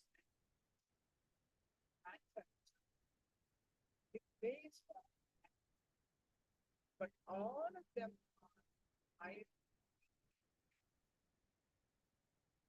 The names of those various formations and the forms are formed since they are the mud or iron. And forms of this world and its contents are simply formed, for all are essence Brahman. I think Brahman in Sanskrit is look different than the table, with the river, the tree, the monkey, all so many different variations. But the base is base is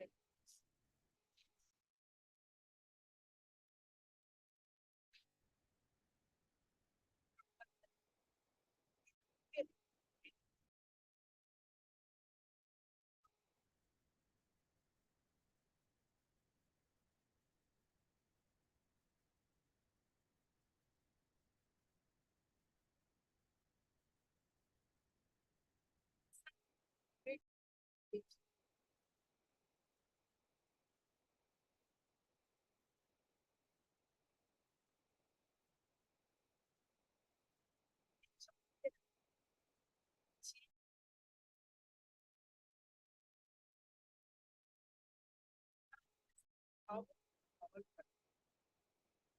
now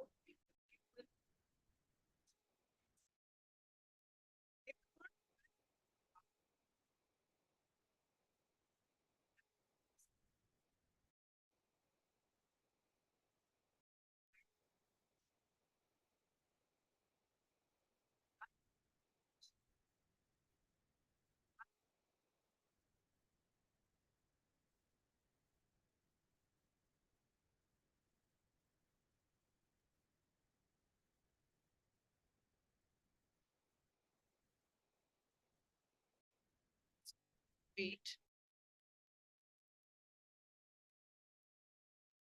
See, in the gold, the different kinds of ornaments we make, right? The the bangles, earrings, necklace. We make a lot of different material, but the base material is gold. Say if they are made with silver, there are many kinds of silver items we can make. Silver pot, silver plate, silver spoon, silver glass, but the base material is silver only. Same way brass, same way iron, mud, mud pot, mud glass, mud plate. Base material is what? Same, one material. Same way, we all exist different, like a river, a plant, a stone, a human being. All of us are looks totally different, but the base material is Brahman. The Brahman is consciousness.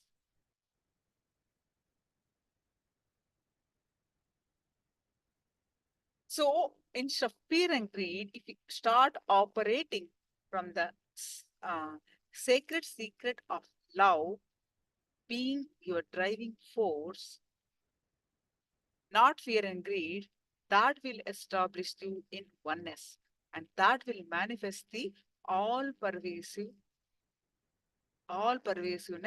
power.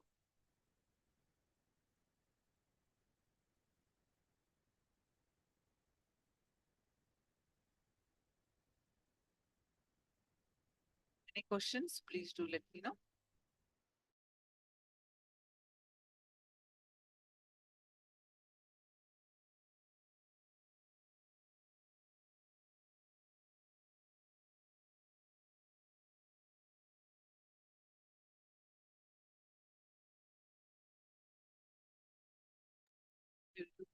Third eye power manifestation.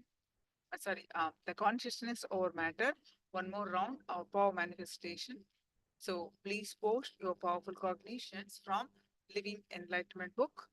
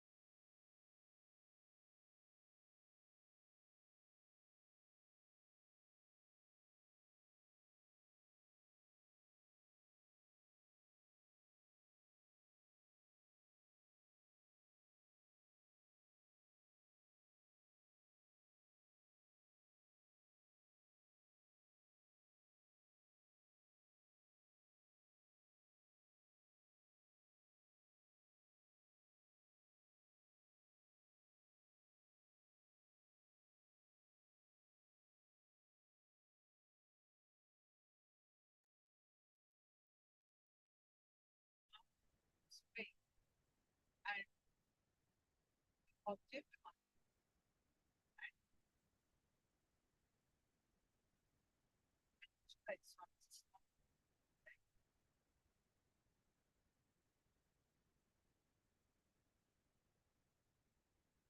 and in the face of touching, start chanting the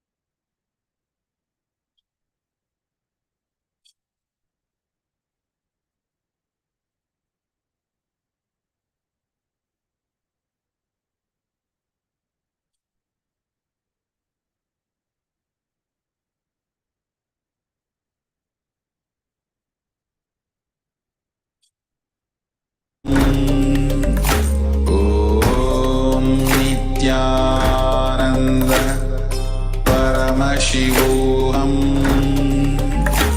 Om Nityanand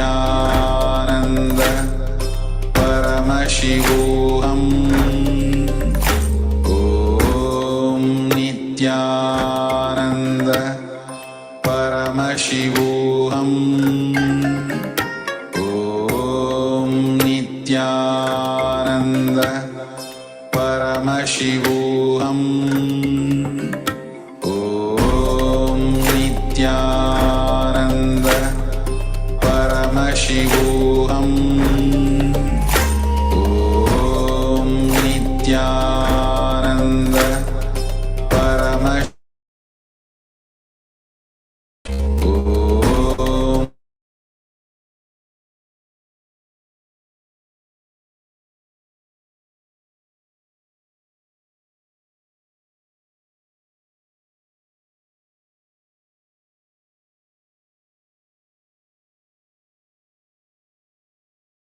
Nityanand Paramashivoham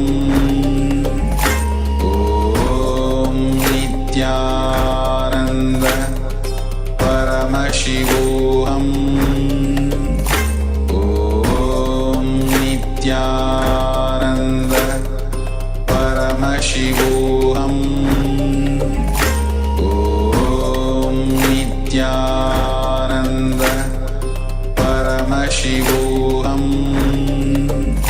Om Nithyananda Paramashivoham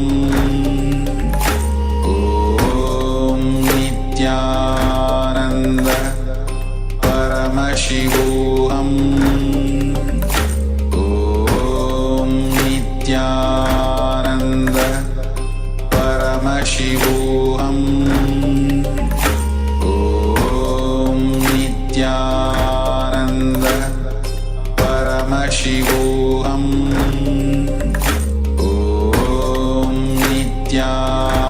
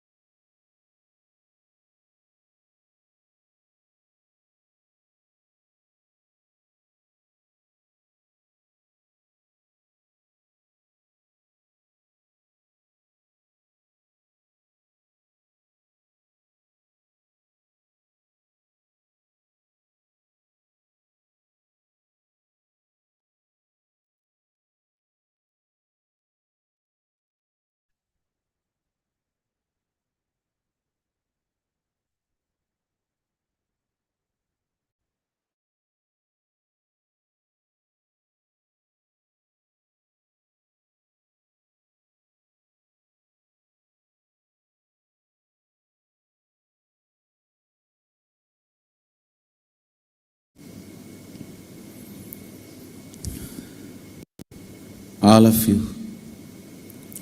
sitting with us all over the world through Nithyananda TV, two-way video conference, Facebook Live, having Nayana Diksha. Today I will expand on how the enriching and causing is a spiritual practice. Understand?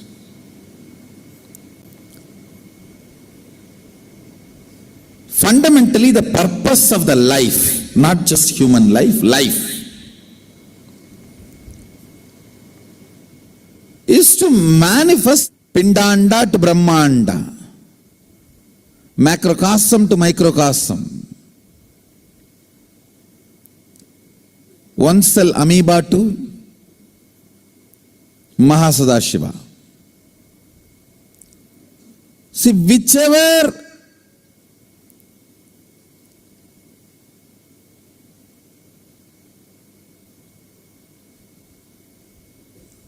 part you are in this long journey, you may be just having physical growth, or having physical and psychological growth, or physical and psychological and conscious growth, or whatever level you may be there in this whole journey, supporting other beings in this journey is enriching.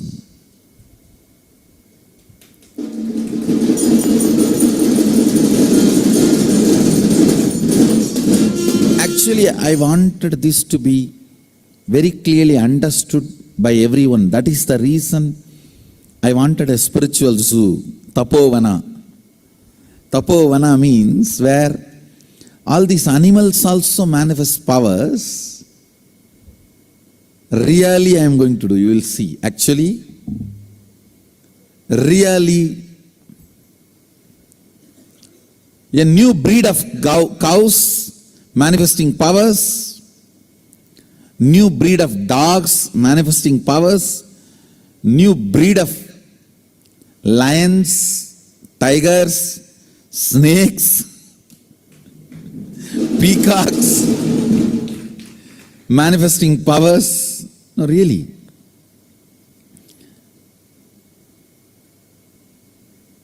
Wherever you are in this long journey, helping others, enriching others is a spiritual practice. Causing others reality is a spiritual practice. Even in life, whether you want more energy in the body, health, more resources in your life, wealth, more beings to live together for your love, to share your love, give and receive, relationships. Fundamental principle is coming to conclusion to enrich and cause. Only if you decide to enrich and cause, energy will start oozing in your life. Energy starts oozing in you only when you decide to enrich.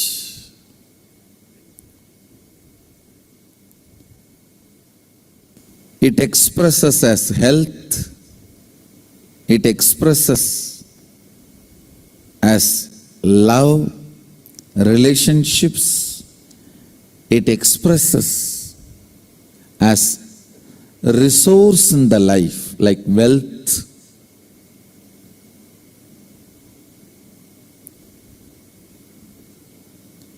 What's the biggest wealth, you know?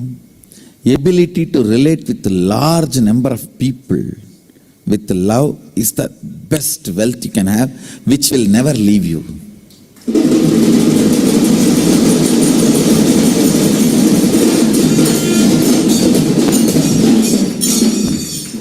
Which will never leave you.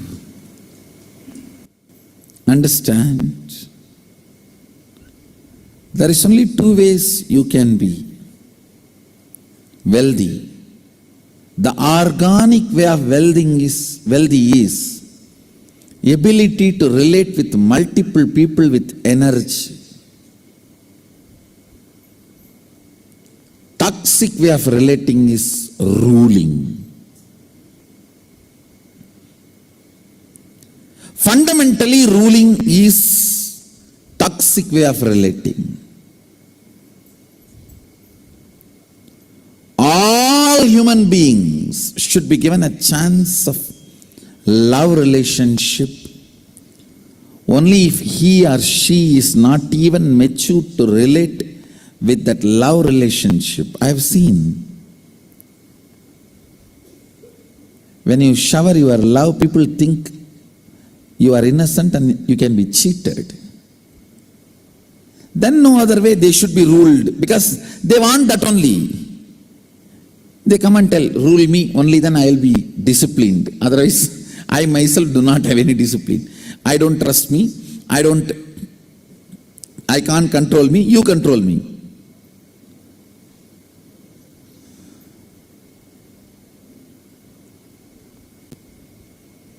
That's a toxic way of relationship. No.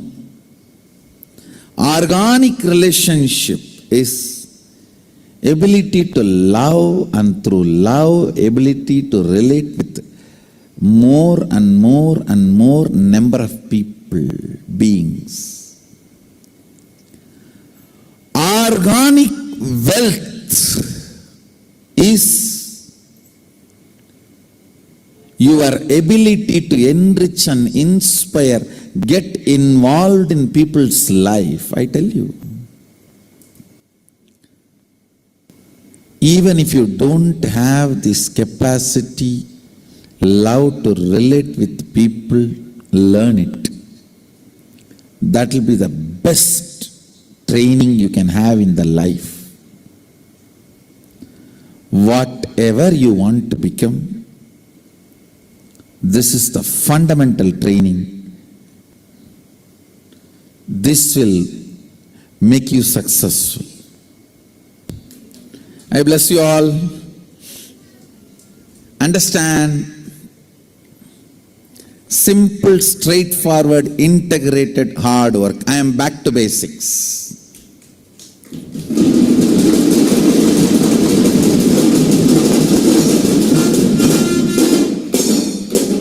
I don't believe in all this smart work. I believe in hard work. When you do the hard work, the strategy you evolve automatically is smart work. No. So I am very simple, straightforward villager. You are a being for me, not number. So I'll attend to each one of you and cause your reality. That's all.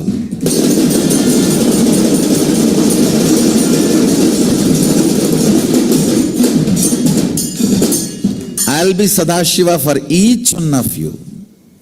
You don't need to come to me because I was Sadashiva for somebody else. If I am Sadashiva for you, come to me. So I'll be Sadashiva for you.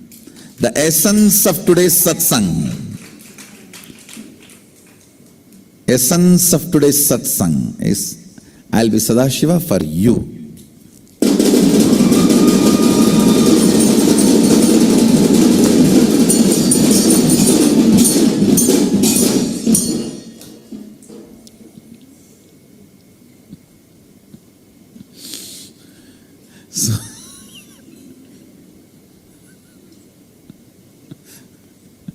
I bless you all. Let's all radiate with integrity, authenticity, responsibility, enriching, causing, living Shuddhatvaita Saivam, Sadashivoham, the eternal bliss, Nithyananda. Thank you. Be blissful.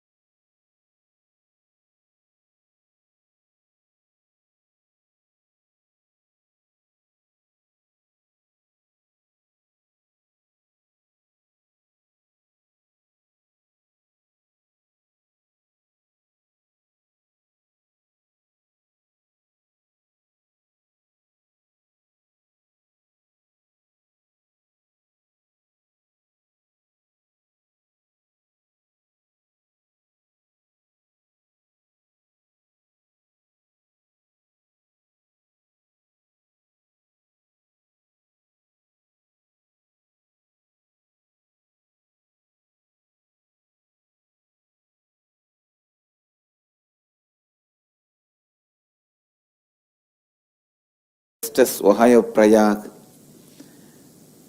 Dakota Dunes, Columbus, Sri Lanka, Dubai, Vaidyanatham, Oman, Sivagangai. I welcome all of you with my love and blessings. Chidambarananda, Dubai, birthday blessings. With all the auspiciousness, you will be with me, I will be with you, blessings. Today I wanted to expand on Advaitic enthusiasm. Understand this important truth. Only when you rewrite your future, the past will be finally erased. Ultimately, the impact of the past on your life can disappear only when you consciously rewrite your future. You can do all type of completion, standing up, standing down, sitting up, sitting down, standing upside down. You can relive, relive, relive. You can do any type of completion. You can have life-size mirror, mirror-size life. You can sit any number of hours in front of yourself, in front of mirror. But listen. Ultimately, the final dirt of the past,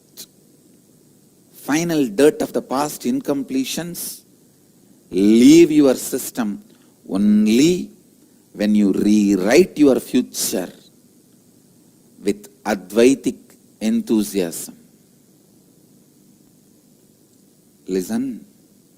Only when you start creating the future with Advaitic enthusiasm, the past disappears. You have to make past irrelevant. Only then it disappears once for all. You have to make your past irrelevant. Understand?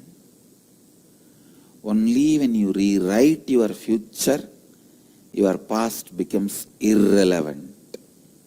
Only then your past becomes irrelevant. Your past can never become irrelevant if you don't rewrite your future with the tremendous enthusiasm. As long as you live the life, I told him, he did not do. I told her, she did not do. Means as long as you don't stand up to the whole around you, you will not be living Advaita. You will not be creating your life. Rewriting the future may be theory. Listen. Listen. Only when you rewrite your future, the past impact disappears. That's a beautiful example we read in the young age. Or I can say childhood days. I should not use the word young age. After all, I am still young. Childhood days. The school, there will be story books. So in one story book I read,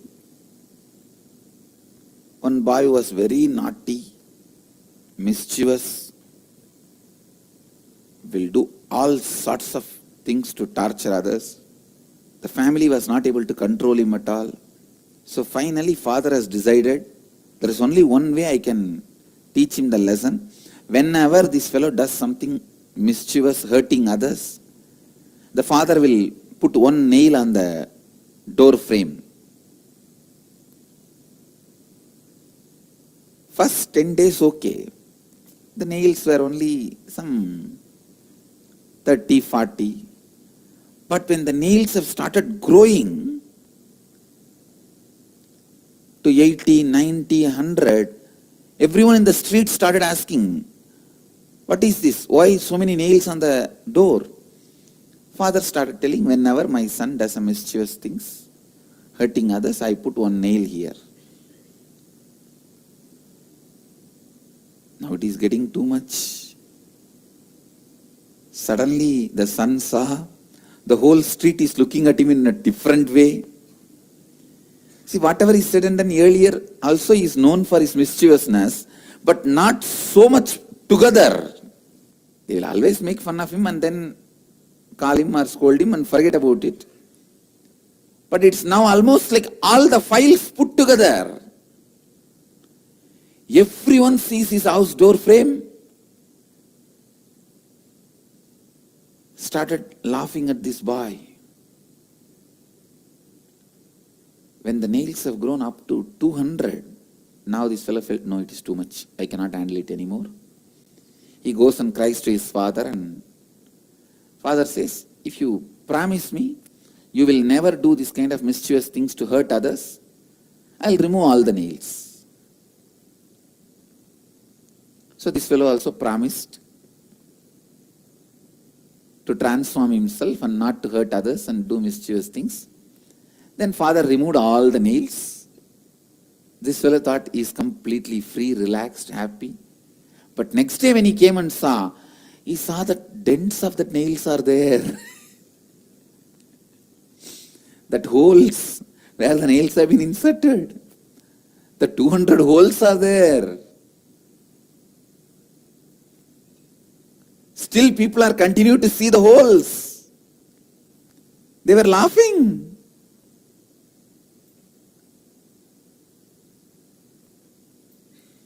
He goes and asks the dad. Dad says, it will take a little time for the past to disappear. Then I'll clean the wood and make that nail dent also go away, nail mark also go away. Understand, only when you clean the very wood and do something else on it, the old dents can go completely. Understand, that is why enriching. Enriching gives you new possibility. It is not for me, it is for you. But unfortunately, your self-centered mind looks at everything with a selfish scale. Why should I do this? If you are asked to harm somebody, you never ask any question. You straight go and harm. But you are asked to do some good to somebody or do something enriching, you ask 1001 questions. 1001 questions. Why should I enrich? That is why the harming religions are very flourishing. Enriching religions are very slow progressing. Because human beings, out of their sheer stupidity, harm more easily than enrich. Building a school and giving knowledge to kids, educating them to live their life responsibly will be more difficult. But creating a terrorist camp and teaching them to go and do some terrorist activity seems to be very easy, because human beings are prone to hurting others without asking any logical questions. Understand, enriching is the strength of new life happening to you. Understand? When you enrich, it literally creates a new future. You rewrite the new future and the old future just disappears. It becomes irrelevant to you. The more you are into enriching, the more your past becomes distant from you. If you want the joy and excitement and bliss and enthusiasm of inner awakening to continue in you, the completion of the inner awakening to continue in you, take up the lifestyle of enriching. People ask me again and again. Last few days, this is one of the important questions. The moment people feel the breakthrough, joy, completion, fulfillment, the first thing, how can I retain it? Because they know it is the most difficult thing they got in their life. Now I am giving you the straight answer. That time I was not giving the answer because you are not ready to receive the answer. Now I am giving you the straight answer. Enriching lifestyle. You may ask, what is enriching? Again and again, making yourself authentic, integrated, responsible, and making others experience authenticity, integrity, and responsibility. If you can do it better than me, you yourself do it. Making them live. If you think I can do a little better than you, bring them to inner awakening. That's all. Simple logic. Enriching is making every human being live integrity, authenticity, responsibility, and helping them to achieve complete completion, perpetual completion, initiating them into unclutching. If you think you can do it better than me, my blessings, please do it. If you think I can do it better than you, bring them to inner awakening. It's a simple logic. Enriching is nothing but making more and more lives live Advaita. You also live Advaita. You living it more and more, making others live more and more is enriching. Don't ever think just because you finished inner awakening, you have started living. You are expected to start living. But it has to become life.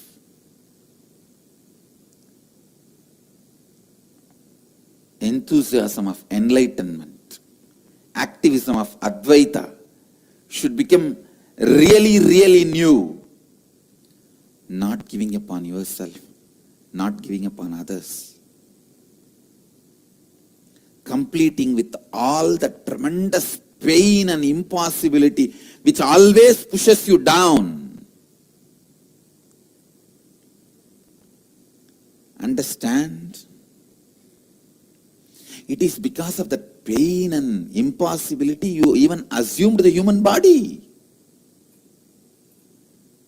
Don't ask why it came, first of all.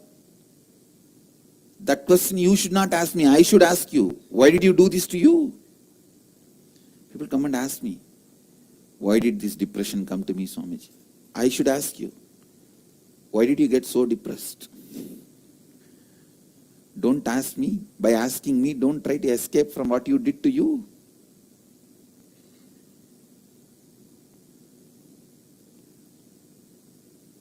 Make Advaitic activism as a lifestyle. This tremendous impossibility and the pain which goes on pushing you down, burn it away. Relive and relieve them. Complete and get rid of it.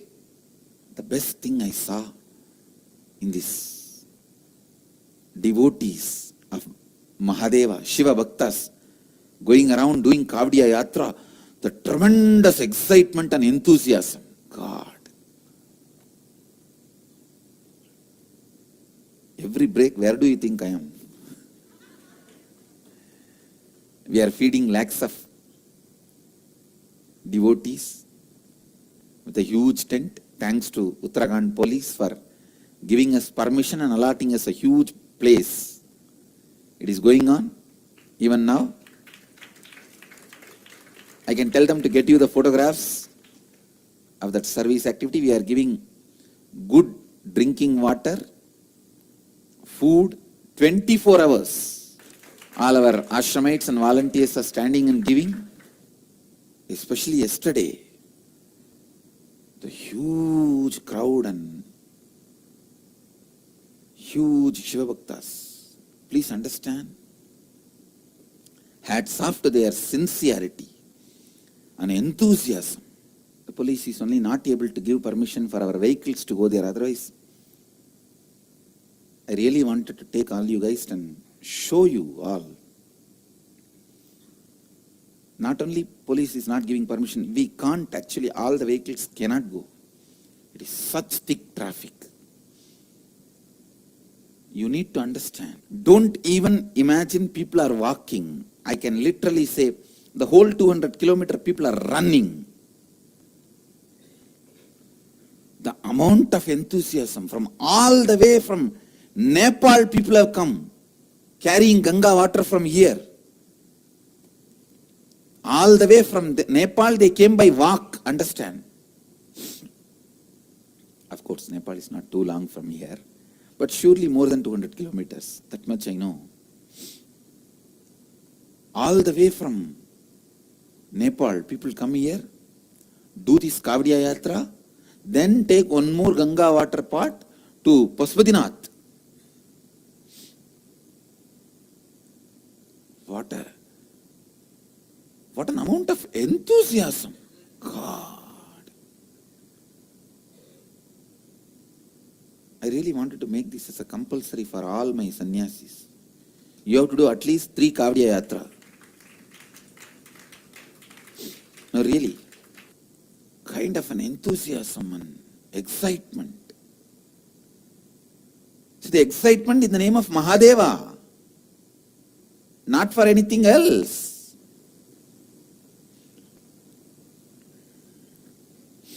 When I saw that excitement, I was just so happy. I saw in one post where some juice is being served, and then after some 7-8 kilometers, our camp where the food is being served, I saw there also people are running.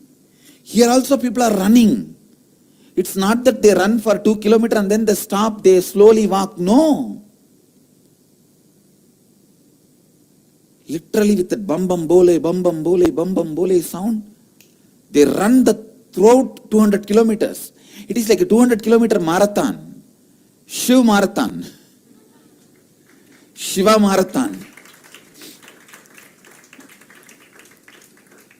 Understand? The enthusiasm, excitement they brought in the name of Mahadeva, whatever they understand as Mahadeva. They may not have a complete understanding about Mahadeva. They may think that Mahadeva is only a person who gives them wealth or health, whatever. There are many whom I have seen. I saw they are sincerely interested even in sannyas. We are giving sannyas pamphlets and flyers. People were very interested. There were many. So there were many evolved seekers. There were some simple devotees. Whatever they understand as Mahadeva, out of that truth, they have created excitement and enthusiasm. The same enthusiasm and excitement, if you can create out of Advaita, living enlightenment, you are a Jivan Mukta.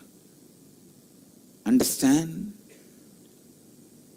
More and more Advaitic knowledge, more and more science of enlightenment makes you more and more excited, enthusiastic, active, alive, enriching. Then you are traveling in the right path.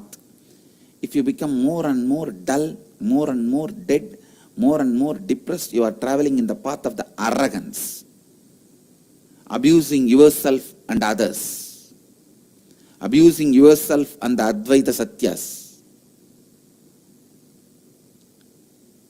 Once you are initiated into unclutching and living enlightenment, Nirvikalpa Samadhi, Advaita, your living hours should become at least 18 hours.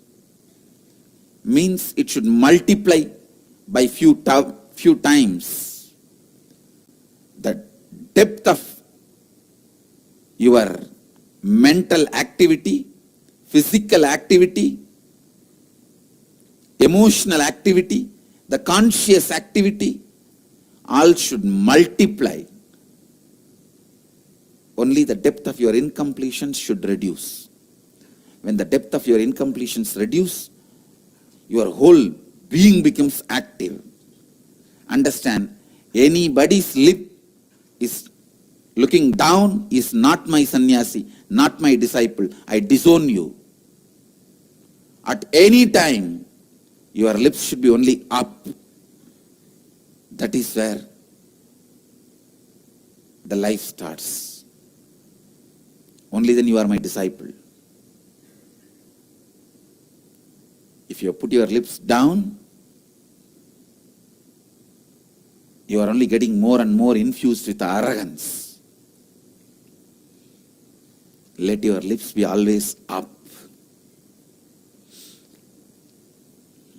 Smiling. Alive. Living Advaita. If it is down, then there is something seriously wrong. Look in. Complete with it. After all, a great Kalpataru process available to you. If you start developing the pattern, completion is not working for me, complete with that pattern also. Because you are so cunning, you create new problems. Till you find, you cannot find solution for your problems, you go on creating problems. Because you think that is the way you can prove, establish you are right. I don't want to say you are wrong, but I don't want to say you are right. Neither waste time thinking you are wrong, nor waste time thinking you are right, nor go in the direction your incompletions are built for you, and neither waste time thinking you are wrong. Just make your past irrelevant by the tremendous enthusiasm, activism, excitement you bring to your life, you bring to your declaration, you bring to your intelligence. Let Advaita become your Atma. Let unclutching become your Atma. Let Advaita become your Atma, soul. Let Jnana become your Atma. Let Dhyana become your Atma. Let Prema become your Atma. Let Vairagya become your Atma. Let Advaita become your Atma. Let bliss become your Atma. Let excitement become your Atma. Advaitic activism become your Atma. Let enthusiasm become your thinking style. Let excitement become your thinking style. Let enlightenment become your thinking style. All the incompletion stops your brain thinking, stops your emotion feeling. Let all those incompletions be burnt. Let you all be the high, powerful energy spaces where you move yourself and the world to live Advaita. I tell you, make enriching a lifestyle. Your past will become irrelevant. That is why I always tell people, if you build one temple, your heart will become temple. Because to build one temple, the amount of work you need to do, the way you need to enrich people, inspire people, everything, by the time you do all this work, your heart is enriched. These great truths are part of become your biomemory. This become your being.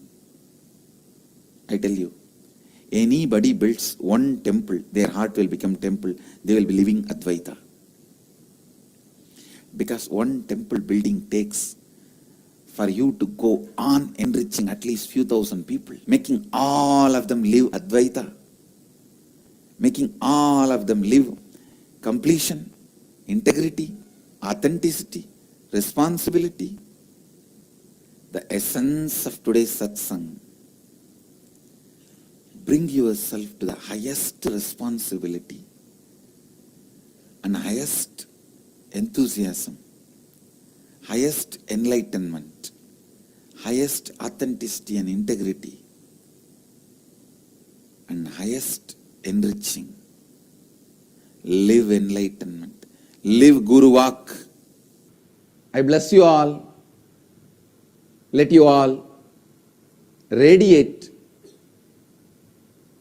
with integrity, authenticity, responsibility, enriching and causing eternal bliss. Nithyananda. Thank you. Nithyananda Dhyana Peetham, Nithyananda Nagar of Mysore.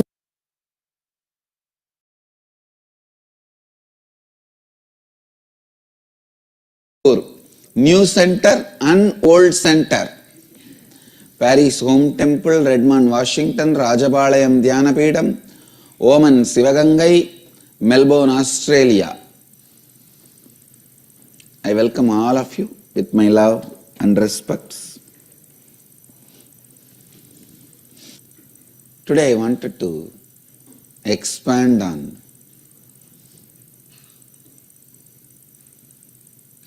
the space of completion and friendliness. After quite a long time, I took 4 hours continuous session yesterday.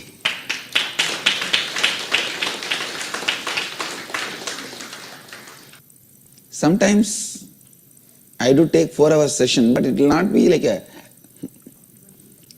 all the 4 hours I will be speaking. I will be guiding them into some contemplation, internalizing. They will be doing that. That way it will be.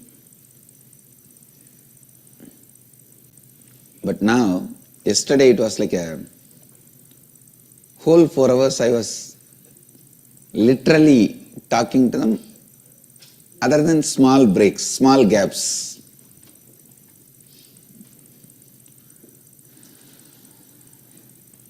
Yesterday itself I thought that today I'll expand on this, give more insights to IA participants and give the essence of inner awakening to all the satsangis, doing both. I'll expand on the friendliness and completion. Please listen. The completion you carry inside you, the space of completion you carry inside you, however it comes in contact with whoever, it expresses only as friendliness. Understand, when there is a pot full of nectar, whether you pour it this way or that way, you put your hand and drink it, or you put your mouth directly and drink it, or you break the pot, only nectar will come out. Same way, when you carry the space of completion with whoever you come in contact in whatever form, you will ooze friendliness. You will radiate friendliness. Yesterday in the session I was expanding on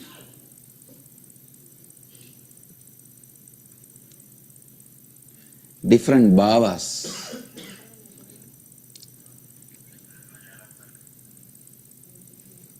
Like Matrubhava, Dasabhava, Sakabhava, means the attitude you have towards the mother, attitude you have towards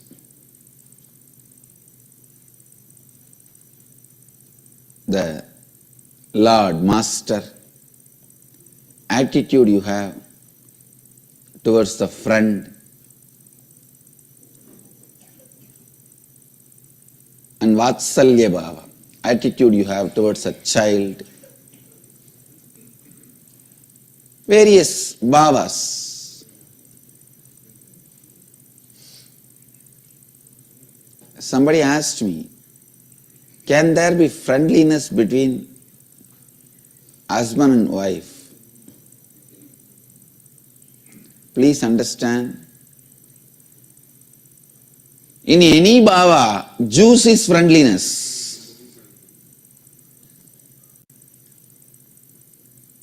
Mother and son becomes good mother and son when there is a friendliness between both of them. Father and son become good father and son when there is a friendliness between both of them. Husband and wife become great couples when there is a friendliness between both of them.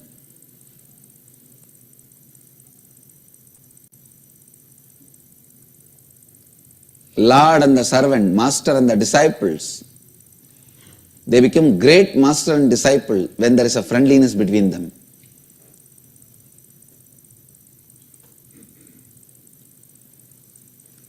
In any bhava, any attitude, the friendliness between them makes a relationship. Please understand. It is the friendliness that is essence of life. It is friendliness that is essence of life. Friendliness is nothing but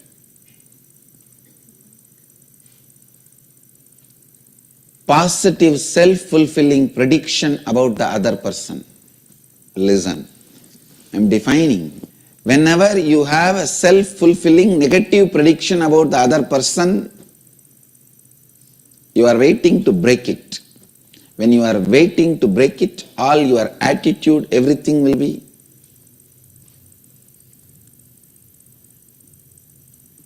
fuming with anger, agitation, irritation. Friendliness is self-fulfilling positive prophecy about the other person. All your prophecies are powerful enough for self-fulfilling. Means if you decide, today your day is going to be a very bad day in the morning, it is going to be bad day. Because you know how to pick up the bad things and assemble and see. Today is a bad day. You are capable of it. You will even make it and do it. There are some blackmailing media in India does just for the news. If they want to show somebody as bad, they make news as bad and portray that person as bad. If you decide today is going to be a good day, you know how to make good day. Even if there is something wrong, you will stand and struggle, and that struggle you will make it as, see how I responded, so it's a good day. You know how to make a good day or bad day. Any prophecy you create, it is powerful enough to fulfill itself. All prophecies are self-fulfilling. Listen. ध्यान से सुनिए. When you see a person,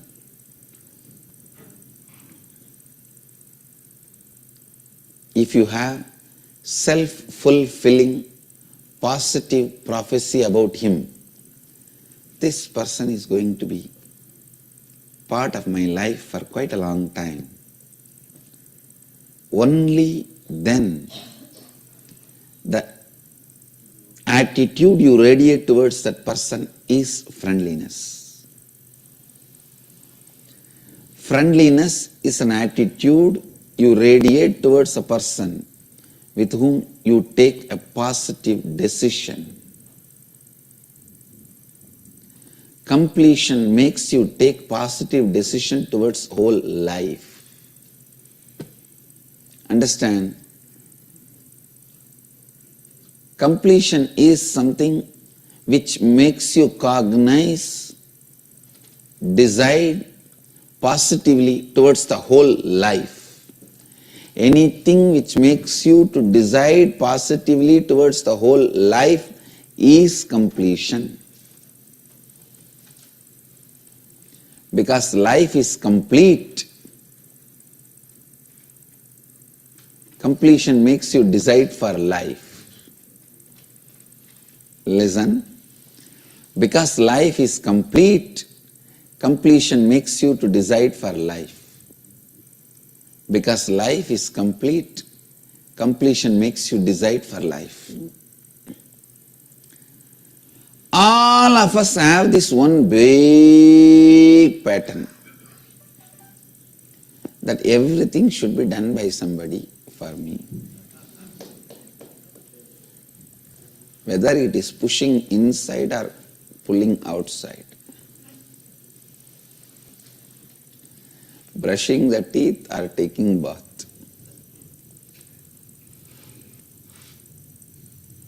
Including our transformation, enlightenment. If somebody does it and just ready-made inserts into us, like a ready-made complete software, tatak. And then you open your eyes and see, yes, I am enlightened. What happened? I went to the Nithyananda Swami's program. Yesterday it touched me and I became.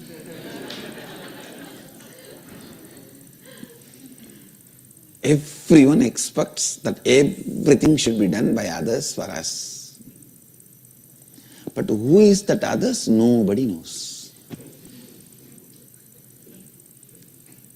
Please understand, when others do it, they will do it as per their specifications. Which is enlightenment for me may not be enlightenment for you. So I can only give you the tools. The final painting has to be done by you. Understand? I can give you the tools and knowledge. But the final painting has to be done by you. Otherwise, my portrait cannot be your portrait. I still remember one of my schoolmate.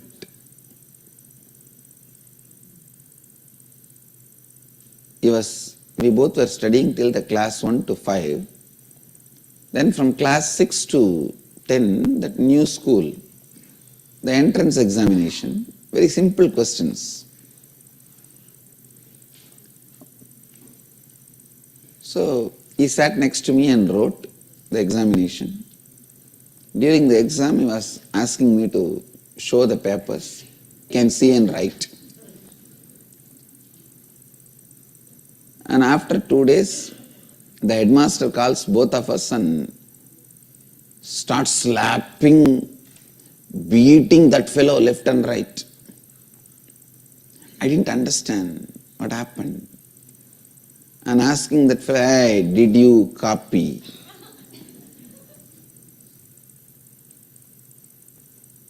He said, no, sir. And he started beating left and right. I was wondering, how did this HM come to know that he was copying from my paper? Maybe the teacher who was in the class would have come and reported. But I was watching, the teacher was almost half asleep, and how did the teacher find out? All that I was thinking. Only then the HM showed the paper. The questions were, what is your name? What is your father's name? And this bloody fellow, this foolish fellow did not even know that he has to write his name, and he simply wrote my name. Where are you born? What is your grandfather's name? He was so dull, so dumb. He just wrote exactly as I wrote. So understand, if you try to take the whole enlightenment from me, it will be like this only.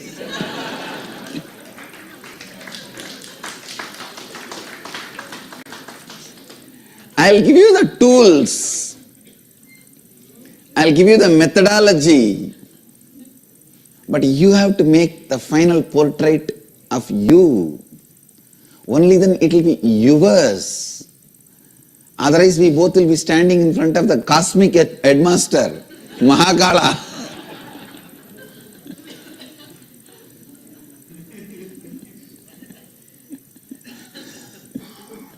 Understand? Completion is the tool. Friendliness is the base material. I tell you, whole day, whatever you come in contact, decide you will be friendly with it. Means the ground on which you are putting your feet, the seat on which you are sitting, the things you are seeing, the persons you are seeing. I tell you, this is one of the very important practice I personally practiced when I was doing my spiritual pilgrimage. Please understand, practicing friendliness whole day with everything, try just for 21 days. I am not saying break it after 21 days. Within the 21 days, you will have a taste of it.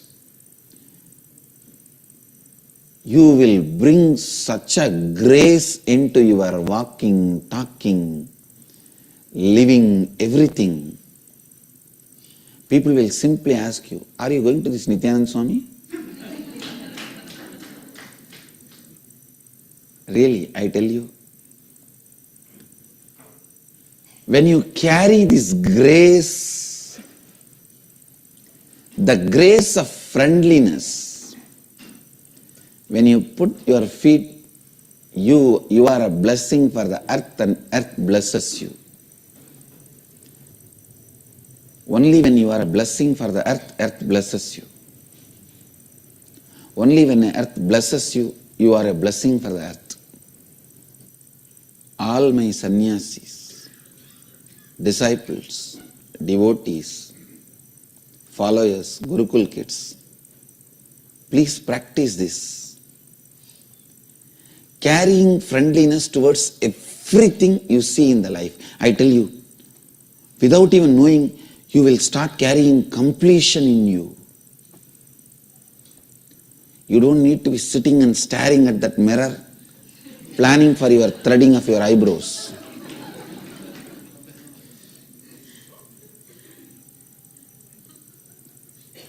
Or the new skin toner. Listen. Carrying friendliness is a effortless effort to be complete. Carrying friendliness is an effortless effort towards completion. Carrying friendliness is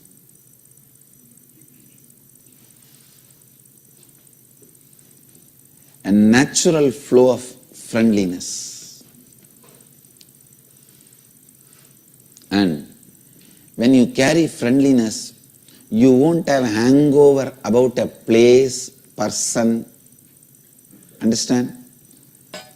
I have seen so many thousands of places, much more greater than any description of any heaven. The same way I have seen amazing people,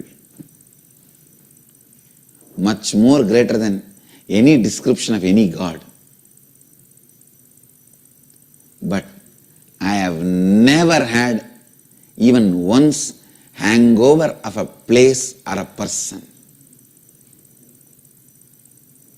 Because when you carry friendliness, you are complete. You are complete when you are living and when you are leaving. Carry friendliness. You are complete when you are living, when you are leaving.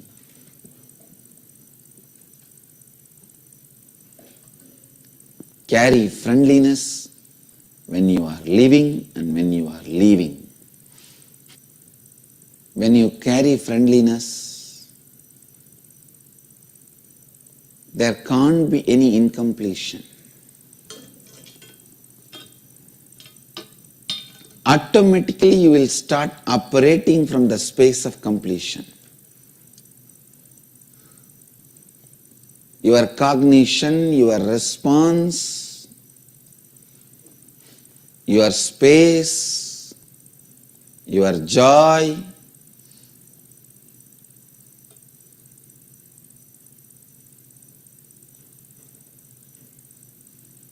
everything will be automatically friendliness. I wanted to give this as my message today for everyone gathered all over the world. Let carrying of the friendliness be your lifestyle. The smell of the presence of the ultimate in you is friendliness.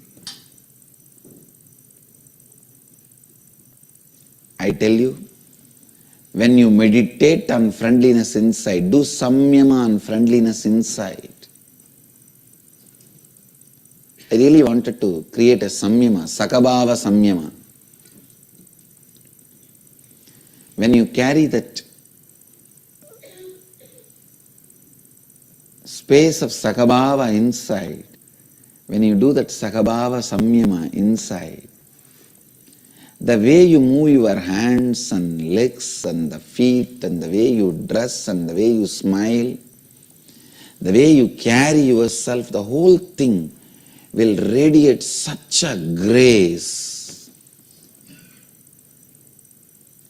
such a grace. Friendliness is grace. Friendliness is completion. Friendliness is joy. I'll give the essence in Hindi. आज के सत्संग में मैं कल के inner awakening सत्र का सार बताऊंगा। आपके भीतर जो पूर्णत्व की स्थिति है वो बाहर मित्रता के रूप में ही प्रकट होती है। जैसे अमृत 12 कुंभ हो, उसमें से अमृत ही मिलेगा। कल मैं बता रहा था मातृभाव, शकभाव, दासभाव, वात्सल्य भाव आदि के विषय में। किसी भी भाव में जब मित्रता आ जाती है तभी वह भाव पूर्ण होता है। मित्रता ही जीवन का सार है। मित्रता और कुछ नहीं, दूसरों के प्रति सकारात्मक दृष्टि रखना है। अगर आप किसी को गलत दिखाना चाहते हैं तो यह बहुत सरल कार्य है। ध्यान से सुनिए। जब आप किसी व्यक्ति को देखते हैं और आपको अनुभव होता है कि यह व्यक्ति मेरे जीवन का भाग बनेगा, तब आप उसके प्रति सकारात्मक मित्रता की दृष्टि रखते हैं। पूर्णत्व आपको जीवन के निर्णय लेने में सहायक होता है। हम सभी लोगों में एक संस्कार होता है कि हमारा सभी काम दूसरों द्वारा कर दिया जाए। आत्म रूपांतरण भी अगर बना बनाया दे दिया जाए तभी लोग लेना चाहते हैं, किंतु वह दूसरे व्यक्ति कौन है यह कोई भी नहीं जानता। कृपया समझिए, एक व्यक्ति का कार्य दूसरे के लिए पूर्ण उपयोगी नहीं हो सकता। उसमें आपको स्वयं के अनुसार परिवर्तन करना पड़ेगा। मैं आपको रूपांतरण के मार्ग दिखा सकता हूं, किंतु आपको स्वयं ही कार्य पूर्ण करना होगा। पूरे दिन आप जिसके भी संपर्क में आते हैं उसके साथ मित्रता का व्यवहार करें। जब आप मित्रता की सौम्यता को रखते हैं, आप पृथ्वी के लिए आशीर्वाद स्वरूप है और पृथ्वी आपके लिए आशीर्वाद है। मेरे सभी सन्यासी शिष्य, सभी लोग इसका अभ्यास करें। मित्रता रखना चेष्टा रहित कार्य है, एक प्राकृतिक पूर्णता का मार्ग है। मित्रता रखने से आप में किसी भी स्थान या व्यक्ति का मोह नहीं रहेगा। जब आपके भीतर मित्रता हो, आप पूर्णता में रखते हैं। ध्यान से सुनिए, जब आप मित्रता रखते हैं, आपके भीतर आप पूर्णत्व रह ही नहीं सकता। मैं इसको आज का संदेश बनाना चाहूंगा। विश्व में सभी लोगों के लिए मित्रता को अपनी जीवन शैली बना लीजिए। When you radiate friendliness towards human beings, it becomes amazing relationship. When you radiate friendliness towards the cosmos, it becomes bhakti. When cosmos radiates friendliness towards you, it becomes miracles and enlightenment. I bless you all. Let you all radiate with integrity, authenticity, responsibility, enriching and causing eternal bliss. Nithyananda. Thank you. Nithyananda Dhyanapeetam, Nithyananda Nagar, off Mysore road, Bidadi, Bengaluru. Phone 08027279999. www.nithyananda.org. www.youtube.com/lifeblissfoundation.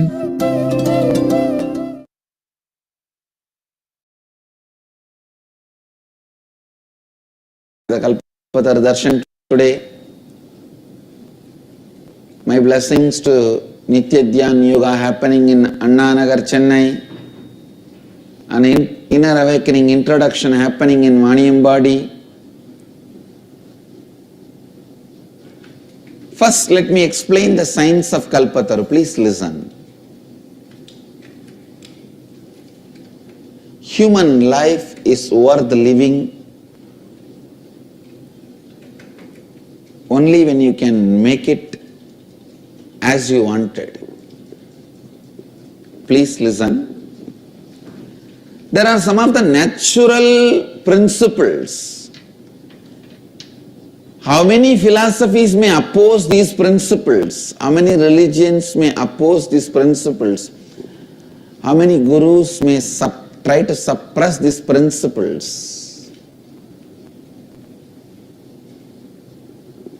Listen, those principles never get destroyed. This is one of the type of principle. Human life is alive only when you can make what you want. The fulfillment in the life happens only when you make your life as you want. Either you try to complete it from the direction of causing what you want or altering what you want. You can achieve completion, fulfillment by altering what you want, and you can achieve completion, fulfillment by achieving what you want. Materialists are mad fools when they say only by achieving what you want you can reach completion. Spiritualists become lazy bums when they say you have to go always change only what you want and achieve completion. Both of them are only one small part of life. Trying to change what you want or constantly trying to achieve what you want. neither these two can reach completion, fulfillment. Bringing intelligence into what do you want and bringing power to cause reality, bringing intelligence into what do you want and bringing the space to cause what do you want as reality. When you bring intelligence into what do you want, awareness into what do you want, that goes through a certain natural transformation. What do you want? Then create a space to cause that as a reality. That is the completion of life. Both put together only is what I call the science of Kalpataru. Bringing intelligence in what you want and creating a space for what you want as reality. Listen. Creating a space for what you want as reality. The whole life, whatever you want to cause as your reality, whatever way you want to rewrite your future, these two principles are very important. Whether you want to achieve health, whether you want to achieve wealth, whether you want to achieve enlightenment, or you want to achieve the complete completion, or you want to create whatever you want in your life, the science is these two steps. Bringing intelligence into your thinking, creating a strong energy space to cause what you want as reality. Listen.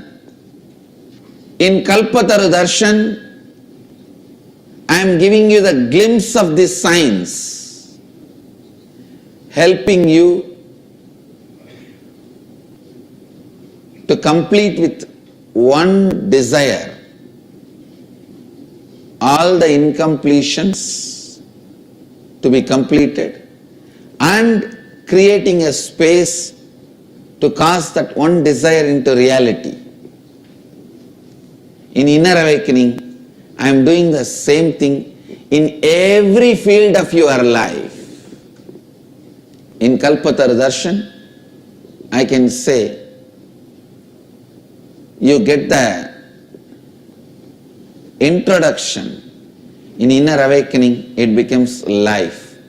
But seeing Kalpataru Darshan, never think or underjudge Inner Awakening. Seeing a bottle, ocean water, you cannot imagine about ocean. Even though you can technically define, like this, lots of water put together is ocean. It can be technically defined, but can never be imagined or visualized or experienced. In Inner Awakening, you get the whole science, how to make what do you want as a reality continuously. In Inner Awakening, you literally rewrite your future. Means literally you are physically made to write what do you want, and that is made as reality. Don't live something written accidentally. Understand, when you are born, you wrote about your future, not with a lot of intelligence, just with some few known information. But now, so much of intelligence is available, knowledge is available, method is available from the Vedic tradition. So, learn and rewrite your future. See, whenever something great happens, something great is introduced, naturally human mind says, no, it seems to be too good to be true, because you strongly believe great things can never happen to you. Good things can never happen to you. That is one of the biggest pattern with which you are suffering. That is why you can never open your eyes and see the great possibilities approaching you. You have such a strong self-doubt, self-hatred and self-denial. If some great things are opened up in front of you, you think, no, it is too good to be true. Please listen. All great things before experiencing look like too good to be true. Nobody ever believed before the flying has happened in Mumbai that human beings can fly in such large number. Please understand, the flight was not discovered by Wright brothers as it is taught in the West. 110 years before the Wright brothers in Mumbai, a Vedic Pandit, a Shastri, has organized an aircraft, put it together based on the Vedic tradition, the knowledge in the Vedas, and it was successfully flying. It was successfully flying. Unfortunately, it was at that time we were slaves, and the Pandit and the aircraft both mysteriously got kidnapped. Anyhow, but there is a clear record and demonstration by this Pandit in front of those days kings. Till the Pandit proved that flying is possible, it was looking too good to be true. Same way, till I make you do it, rewriting your future looks too good to be true. Because you are habituated for struggling. You are made to believe life is struggle. Please understand. You are struggling in your life in 10 fronts. You want to drop smoking, you want to reduce weight, you want to bring a good relationship with your spouse, you want to spend time with your son, you want to take care of your mom, you want to take up 2 jobs, to make the ends to meet. By the time you quit smoking, you stopped spending time with your son. By the time you start spending time with your son, your review in the career, job has gone down. By the time you rebuild your relationship with your wife, again you started junk food habit. By the time you are out of the junk food habit, you are there sitting with a cigarette in your hand. Constantly you are fighting in multiple fronts. Even if you win in one, don't think it is victory. Whether you lose, or you win, you lose. Please understand, whether you win or lose, you lose, because The struggling pattern itself is a failure. Just go to the source.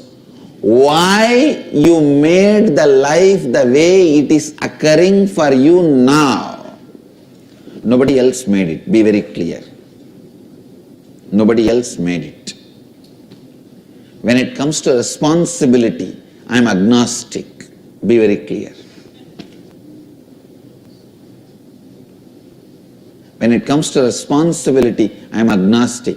I'll even go to the extreme of saying no God. If he is there, don't disturb him. The mess is too much. Let him rest. Please listen. No one else made it. It's you. You.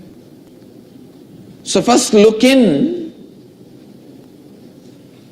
Why this mess is occurring to you as life? Why the life is occurring to you as such a mess or hell? Who scripted it? Who wrote it? Why? Look in. Provide listening to you to get the answers to these great questions. And once you know, you wrote the way it is, and why you wrote the way it is, you need to know these two things experientially. You wrote it. Second, why you wrote it. When you understand you wrote it, the bad news is you are responsible.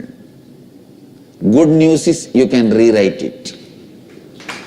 When you know you wrote it, the bad news is you are responsible, because you always try to enjoy by putting the responsibility on others. Everybody is very happy, comfortable, feeling convenient, almost cozy, happy, to go on saying God made it.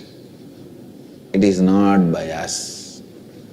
Then you don't need to do anything, you see. It's almost like talking about the weather. Every day people talk about weather because they know they don't need to do anything. Just sit, sip your tea and talk about weather. Because you know you don't need to do anything about it. Don't talk about your life in the same mood the way you talk about the weather.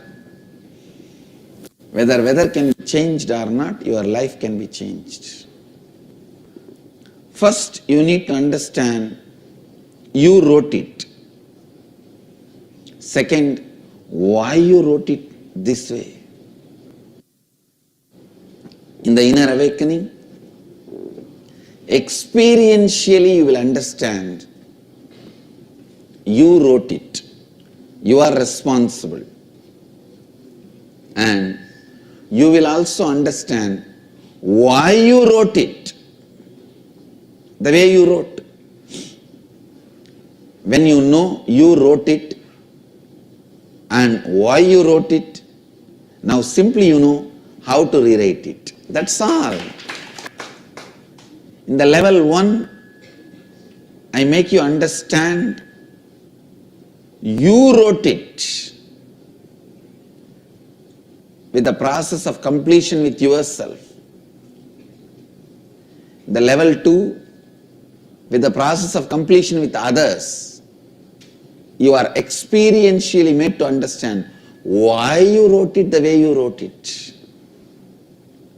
The level 3, you are experientially made to understand how to rewrite it, and you rewrite it. That's all. Who, why, how? These big 3 questions. Who, why, how? Who wrote it? Why it is written such a way? How to rewrite it? Somebody is sending me a question, the Global Kalpataru, from Global Kalpataru participants. I have been wanting to be in IA for past 2 years, but still I have not been able to make it. If I wrote it, then naturally I would have written to come to IA, but that is not the case. Please clarify. Please understand. First of all, you have not experientially understood. You wrote. Now you may say, because you heard it from me, if I wrote it, then naturally I will be able to rewrite. First thing, still you have not experientially understood. You wrote your life, and you also need to understand why you wrote. Only then you will be able to rewrite. Without knowing why you wrote, you can't rewrite.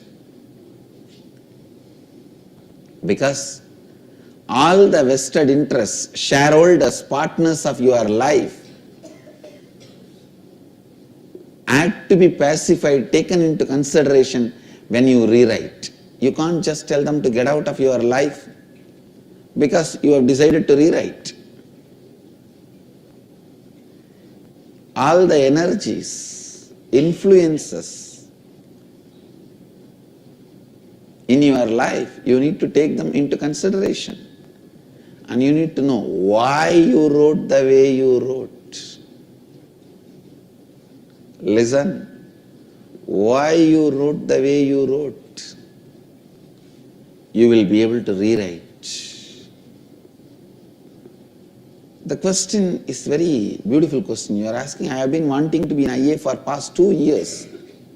Still, I have not been able to make it. Please understand, this must be a pattern in your life in every field.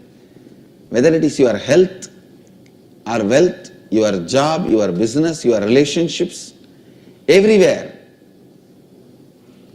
When you say, I have been wanting to be in the inner awakening for past 2 years, still I have not been able to make it, means postponing is one of the major patterns with which you will be struggling.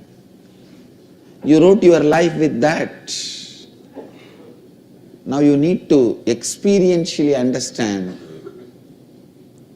You wrote it by doing the completion process. And by doing completion with others, you need to understand why you wrote it. You wrote it. Why you wrote it? The moment this experience happens in you, you will simply be able to rewrite it. Look into your life, whether it is your health, your financial position, your job, your career, your relationships, the amount of fulfillment you are feeling,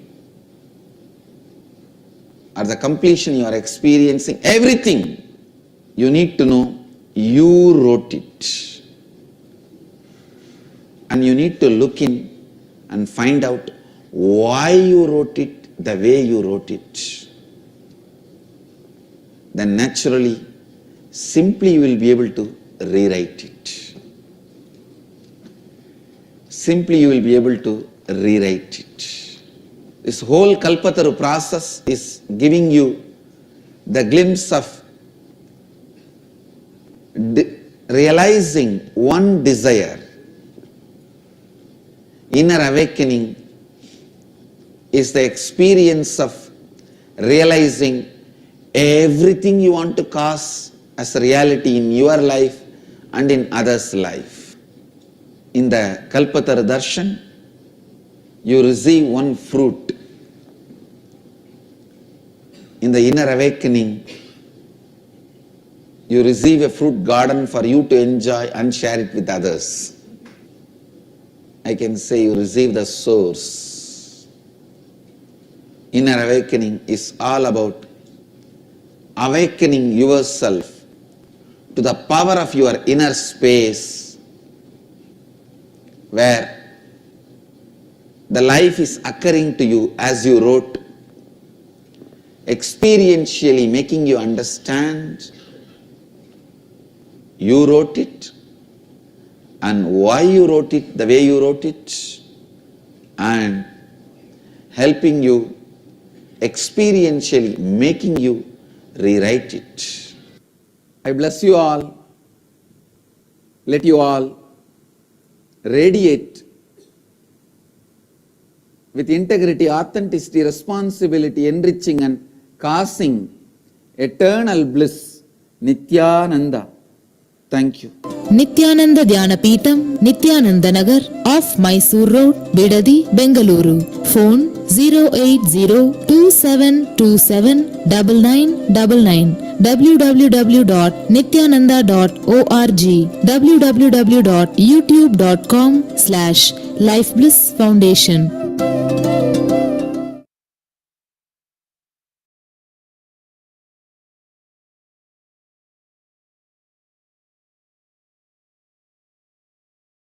Unit of measuring a liquid. Centimeter, meter. That's a unit of measuring length, like a clothes. Understand how various measurements are done using various units. These 24 tattvas, actually to be precise, it is 36. In Agama it is 36, not 24. These 36 tattvas are the units of the cosmos. Listen. Units of the cosmos. These units are the method through which the experience of the existence is measured. Listen carefully. I was giving her an example. If you are allergic for counting, you see a picture. If there are 50 houses in that, you will never count and record. You will just see and then jump to next other thought currents or something else. But if you are a person interested in counting, the moment you see the picture, automatically your mind will count and record it. When I was explaining this to her, we were passing by a hoarding. I said, just look how many seconds I am getting to see this hoarding. Maybe maximum 2 or 3 seconds. I said 16, 16. 2 row houses are there, count and see. Listen carefully. When you are not interested in unit, you will not allow that fact to be registered in you and that fact to become useful cognition, knowledge in your life. If you allow understanding about the units, tattvas, you will allow that plain existences, facts, informations to become your cognition, and your life will be naturally richer, better, greater, useful for you and for others. Allergic to tattvas is not going to work. I'll explain. She was asking, then is the integrity, authenticity, responsibility, enriching, these 4 tattvas, like this there are 32 more. I said, no, this whole thing is only one tattva. Integrity. Integrity is only one tattva. Listen carefully. Now I am defining. The quantity of the oneness oozing out in your biomemory and muscle memory is measured with the unit called integrity. Listen. The quantity of oneness oozing out from consciousness to your body and mind means amount of life getting infused into your body and mind from consciousness is measured with the unit called integrity. Listen carefully. When first person, you, I, gets more and more